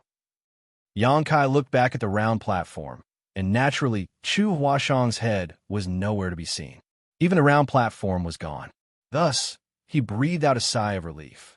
It would seem that what he saw previously was really just an illusion. Chu Huashang had not been beheaded after all. Constant crackling sounds came from around him as the strange energy was steadily burned away. He took a step forward, and compared to earlier, he now felt much more clear-headed. A long while passed when he suddenly heard a weak but extremely miserable cry. It sounded like somebody was going through unimaginable torture. Xianxia frowned slightly. He did not know whether the voice was an illusion or whether there really was somebody screaming. Just in case, he entered the small sealed world once more to check on his body. He confirmed that he was not affected by the evil energy before he returned to the outside world. The miserable cry sounded again, so this time around, Xianxia could be sure that it really was somebody screaming. After listening for a while, he followed the source of the sound and headed in that direction. He walked for a while and came to a stop in front of a ball of fire. Then, he stared at the flames solemnly.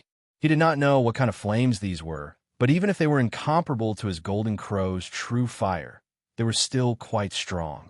However, what shocked him was not this ball of fire, but rather what was inside this ball of fire. There was a humanoid figure inside the ball of fire. Under the burning of those flames, that figure screamed out again and again. He constantly writhed in pain. Once in a while, he would collide with the flames in an attempt to break free. However, every time he tried to do that, he would be restrained by an inexplicable force that immobilized him. Xianxia felt his scalp going numb with horror. The humanoid figure inside the flames was emitting the aura of a soul avatar. It was somebody's soul. Ever since he started cultivating, Xianxia had offended many people, and many of them had also threatened him with all sorts of things. For example, they would threaten to torture him or subject him to soul extraction and refinement. Even so, those people were normally just making threats. At this moment, he was actually witnessing a person's soul being continuously burned by flames, but unable to die. This was the process of soul extraction and refinement. The soul was truly experiencing a fate worse than death. Xianxia wanted to see the identity of the soul within the flames, but could not get a clear glimpse. That person was far too distorted. Moreover, he had the vague feeling that this soul did not belong to any of the cultivators who came in before him. That was because the person gave off a feeling that he was once very powerful, even though he was incredibly weak now. Just as Xianxia was suspiciously eyeing this scene, that soul suddenly stopped screaming or struggling. A twisted transformation revealed a face staring straight at him through the flames. It was an unfamiliar face that he had never seen before, so Xianxia subconsciously circulated his strength and raised his guard. Who is it? Who is standing there? The person shouted through gritted teeth. It was not out of fury. It was simply because he was suffering immense pain from the flames burning his soul at all times. Xianxia frowned and looked into the soul avatar's eyes. Unexpectedly, he discovered that those eyes were unfocused, even though the other party was looking in his general direction. In other words, that person probably could not see Xianxia and simply sensed his presence. This person must have been a powerful master in the past. Otherwise, it's impossible for a soul to persist for so many years. Xianxia couldn't help thinking about Black Crow Divine Monarch. Could it be that Black Crow Divine Monarch is not the only one imprisoned inside the Blood Monster Cave Heaven? Are there other high-rank, open heaven realm masters? Who is standing there? Speak. That person yelled impatiently, like a wounded beast. Xianxia frowned. And who are you? Why are you being imprisoned inside those flames? Me? The soul avatar seemed taken aback. I've forgotten who I am. Wait, you can see me? How could Xianxia know that he was being imprisoned in a ball of flames unless Xianxia could see him? I can see you. Xianxia nodded affirmatively. That's impossible. What order within the open heaven realm are you? How can you see me? This place is the nothingness array set up by that old dog Shui Yao. It's difficult for anybody to see through the mysteries in this place unless they are a high-rank open heaven realm master. Don't tell me. You are in the high-rank open heaven realm? Xianxia replied, I'm only in the half-step open heaven realm. Pausing for a moment, he firmly added, but I'll become a high-rank open heaven realm master one day. A half-step open heaven realm junior. That person seemed stunned for a moment, but quickly reacted. Did you condense high-rank elements? Indeed. The figure immediately understood. No wonder you can see me. Were you also captured and brought here by that old dog? Xianxia fell silent for a moment. Based on what he said, it is likely that blood monster divine monarch captured him, extracted his soul, and left him to suffer the pain of being burned by these flames. How long has he suffered here?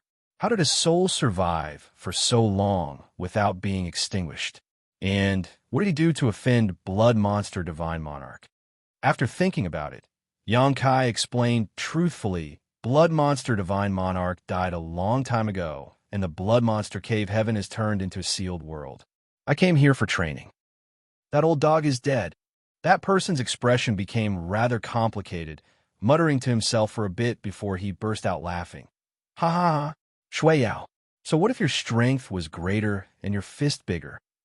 I still lived longer than you. Xianxia lightly coughed into his fist, not knowing what to say. It's better to die than to be stuck in this living hell, neither dead nor alive. That person continued to laugh. Then he suddenly burst out crying. If that old dog is dead, then there's no more reason for me to persevere. He couldn't even remember his own name, but he never forgot blood monster divine monarch. It could be seen that there was a deep grudge between the two of them. It was also precisely because of that hatred that he had persevered until today, and his soul remained indestructible. Soon he composed his emotions once more. Enduring the pain from the burning flames, he said in a surprisingly calm voice, Junior, please do me a favor. Marshall Peak, Chapter 4288, The Way Out. What do you want me to do, Senior? This Junior's cultivation is low and may not be able to help you. Although Xianxia felt sorry for what this man had experienced, he did not dare to talk too much. The main reason was his meeting with Black Crow Divine Monarch previously. All these old monsters who lived for countless years were not easy to deal with. He could fall into their trap at the slightest negligence. The soul replied, Rest assured, it's nothing too difficult for you. I just want you to kill me. Xianxia fell silent. He had seen this person suffering a life worse than death due to the soul extraction and refinement, so he was not surprised by the request. Rather than being stuck in this state, it was certainly better to die. Little friend, are you still there? The soul asked tentatively when Xianxia did not answer for a long time. I'm still here. Xianxia breathed out lightly. What must I do, Senior? The soul replied, My soul has completely integrated with this soul flame. As long as the soul flame exists, my soul will not die. If you wish to kill me, you need to extinguish this fire. I'm sure you've condensed a water element power, right? You only need to use it. Xianxia nodded. Please wait a moment, Senior. I will send you off. The soul, who had been tortured and trapped in pain for such a long time, suddenly seemed to calm. Many thanks, little friend. Xianxia did not say anything else. Activating the water element power in his Dao seal, he reached out his hand towards the soul flame. His water element power was 7th order, condensed from the moon essence back in the grand ancient ruins boundary. Although it was technically of the water element, it leaned more heavily towards the icy attribute. Thus, a bone-chilling cold aura permeated the air when Xianxia drew upon it, seemingly holding a hazy ball of moonlight in the palm of his hand. Among the 5 elements, the water extinguished fire. Using the water element power to destroy the soul flame was akin to using the right tool for the right situation. If anybody else were to come here, they might not succeed even if they knew the correct method because the order of this soul flame was not low. Fortunately, Xianxia's water element power was more than enough to deal with it. A chill spread out, wrapping around the soul flame. In response, the soul flame began to shrink at a rate visible to the naked eye. The soul was completely integrated with the soul flame, so he immediately noticed the changes, his voice calling out in a somewhat conflicted tone, I'm finally free. Xianxia asked while working, Senior, do you have any last wishes? The soul, who was sitting cross-legged within the soul flame, quietly waiting for death to come, laughed when he heard the question, I don't even remember who I am anymore. How can I still have any last wishes? Oh, that's right. I think I used to have a sect. What was the sect called? After pondering for some time, he could not remember anything. Thus, he could only sigh in resignation. Forget it. So many years have passed. I'm sure the sect is gone by now. There's nothing for me to worry about. In that short time, Xianxia had worn the soul flame down with his water element power until it became extremely dim. Even the soul inside became hazy and indistinct, almost as though he was about to be completely extinguished. Another short while passed. Be it the soul flame or the soul integrated with the soul flame, only a faint shadow of them remained. With a crisp sound coming from the depths of the soul flame disintegrated and the soul was extinguished. The last vestiges of the soul's voice entered Xianxia's ears. This place is the nothingness array set up by that old dog. It operates on the principle of the 5 elements, mutually reinforcing each other. If you want to find the exit, you must first reverse the flow. Perhaps you might still have a chance to survive. Looking at the spot where the soul and the soul flame had vanished, Xianxia couldn't help sighing in regret. He was certain that this soul was not inferior to Black Crow Divine Monarch. I wonder what he did to offend Blood Monster Divine Monarch so terribly that he was subjected to the soul extraction and refinement torture, unable to die even after being tormented for so many years. It could be seen that Blood Monster Divine Monarch was by no means a kind man. How could such a cruel and ruthless person be so kind as to leave his inheritance behind for others? Without Black Crow Divine Monarch, the Blood Monster Divine Palace would never have been found, much less open.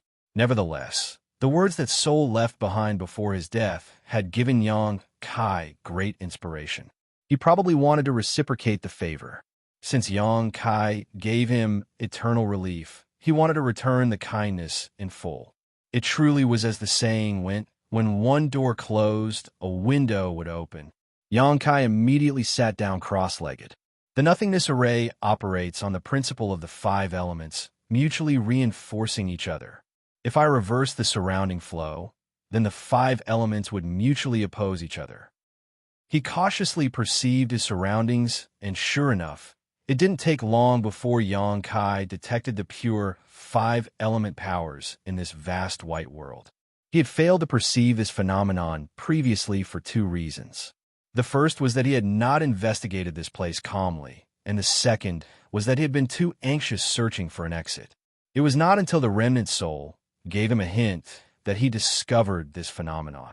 At present, Xianxia had condensed 4 out of the 5 elements: wood, fire, earth, and water element. As he had yet to come across a suitable metal element treasure, he had not condensed his metal element power. Be that as it may, he had the Yuan Magnetic Divine Bottle Gourd, which contained the 6th Order Yuan Magnetic Divine Light, so he could use that as a replacement. After coming to a decision, Xianxia didn't hesitate. Regardless of the circumstances, there's no harm in trying. It will be great if I can find the exit. In any case, it's not too late to figure out another solution if I fail to locate one. Taking out the Yuan Magnetic Divine Bottle Gourd, he opened the lid and focused his mind. He then quietly drew on the 4 powers in his Dao Seal and guided the Yuan Magnetic Divine Light out of the Yuan Magnetic Divine Bottle Gourd. Following that, he activated them in a sequence where the 5 elements mutually suppressed each other. In an instant, the energy in his surroundings surged violently, and bursts of crackling sounds kept ringing out. When Xianxia activated the wood element power, he suddenly remembered the wood element divine ability that he had the fortune to comprehend earlier. The situation had been too urgent back then, so he had no time to study it further. It would now seem that the wood element divine ability contained more than mere defensive abilities. There were even more aspects to it that he had yet to discover. Unfortunately, the current situation was not the right time to ponder about this wood element divine ability either. I have to find a time to research this divine ability properly once I leave the Blood Monster Cave Heaven. The power of the 5 elements circulated endlessly, mutually suppressing each other. Xianxia separated a thread of his consciousness to monitor the changes in his surroundings. However, nothing happened even after waiting for a long time. This situation made his heart sink. He did not suspect the soul of lying to him, as, generally speaking, the words of a dying man tend to be the truth. The soul had been tortured by blood monster divine monarch for so many years, so it was highly unlikely for him to leave behind lies when Xianxia was the one to relieve him of his suffering. There could only be two reasons for this outcome. Either Xianxia's strength was insufficient or the soul was so confused that he remembered wrongly. The soul had been tortured for so many years that he forgot his own name, so it was possible that his memory was flawed. An idea came to Xianxia the moment that thought crossed his mind. He reversed the power of the 5 elements once more, instantly transforming the cycle so that the 5 elements mutually reinforced each other. As soon as he completed the change, he suddenly noticed the faint outline of a step appearing in front of him. Xianxia's expression bloomed in excitement, but before he could take a closer look, the step vanished out of sight again. I'm confident that what I saw just now is not an illusion. It's a real staircase, even if it's only one step. Stopping the movements of his hands, Xianxia considered for a brief moment. Then, he repeated his previous action. Sure enough, the step appeared before him again. It was just that the step vanished out of sight once more when he blanked out in astonishment. Soon, however, a light flashed through Xianxia's eyes and seemed to have understood something. He breathed out softly and stood up, activating his Dao seal and the power of the Yuan magnetic divine bottle gourd. He drew on the 5 elements and the step appeared before him again. This time around, he did not hesitate. Simultaneously climbing the step, he repeated his previous action once more, and the second step appeared. Xianxia did not hesitate and stepped forward. The power of the 5 elements surged around him, mutually suppressing, then mutually reinforcing one another in a cycle. The third step appeared under his feet. In the beginning, Xianxia moved fast but cautiously. It was not until he verified the conjectures in his heart that he no longer held back. Every time he put his foot down, the next step would appear beneath his feet at a suitable time. The higher he walked, the further he went. His footsteps were steady, almost as though he wanted to walk above the clouds and slip through the barriers of the sky. He did not know how long had passed, but it felt like he had climbed at least 1,000 steps.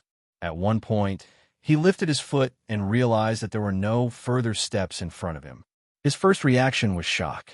He originally thought that he had made a mistake somewhere and caused something to go wrong as a result. But when he looked ahead, he discovered that he had somehow appeared in a grand hall. Looking back, there was no sign of a staircase, and even the world of white was gone. I'm out. Xianxia felt a mixture of astonishment and joy. The soul had not remembered the method to break the grand array wrongly. It was just that what he recalled was incomplete. It was fortunate that Xianxia had a flexible mind. Otherwise, he might not have been able to escape that strange grand array. There was a whirring noise coming from the side, similar to the pumping of an old and broken bellows. Xianxia turned to look and immediately became horrified. Taking a large step backward, he retreated into the distance and shouted through gritted teeth, "Hey ya! I can't believe I'm meeting Black Crow Divine Monarch here." At this point, how could he not realize that this old bastard had tricked everybody? Earlier, Black Crow Divine Monarch had to borrow everybody's power to break the barrier around the Blood Monster Divine Palace and distract the 7th Order Monster Beast Guardian. For that reason, he had given a lot of sweet promises to the others. He even went so far as to swear a blood oath on his Dao seal, claiming that he would not attack anybody once they entered the Blood Monster Divine Palace, as long as they did not provoke him first. His attitude had been extremely sincere, which was why everybody willingly cooperated with him. After all, the Blood Monster Divine Palace would surely contain many treasures. It was not easy for them to arrive this far, so who would not want to go in and take a look around?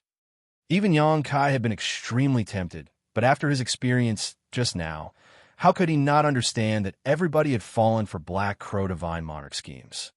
Black Crow Divine Monarch clearly knew about the White World. He also knew that anybody who tried to enter the Blood Monster Divine Palace would fall into that nothingness array. However, he alone knew the way out. If everybody else was trapped inside the Grand Array and he alone could escape, then wouldn't that mean that the entire Blood Monster Divine Palace would belong to him? If Xianxia had not received guidance from that remnant soul, He would not have been able to escape this quickly either. What he did not expect was that he would come face to face with Black Crow Divine Monarch as soon as he entered the Grand Hall. Similarly, Black Crow Divine Monarch was as shocked as Yang Kai. His eyes widened as large as eggs, and he breathed rapidly as though he had seen a ghost, blurting out incredulously, "Brat, why are you here?"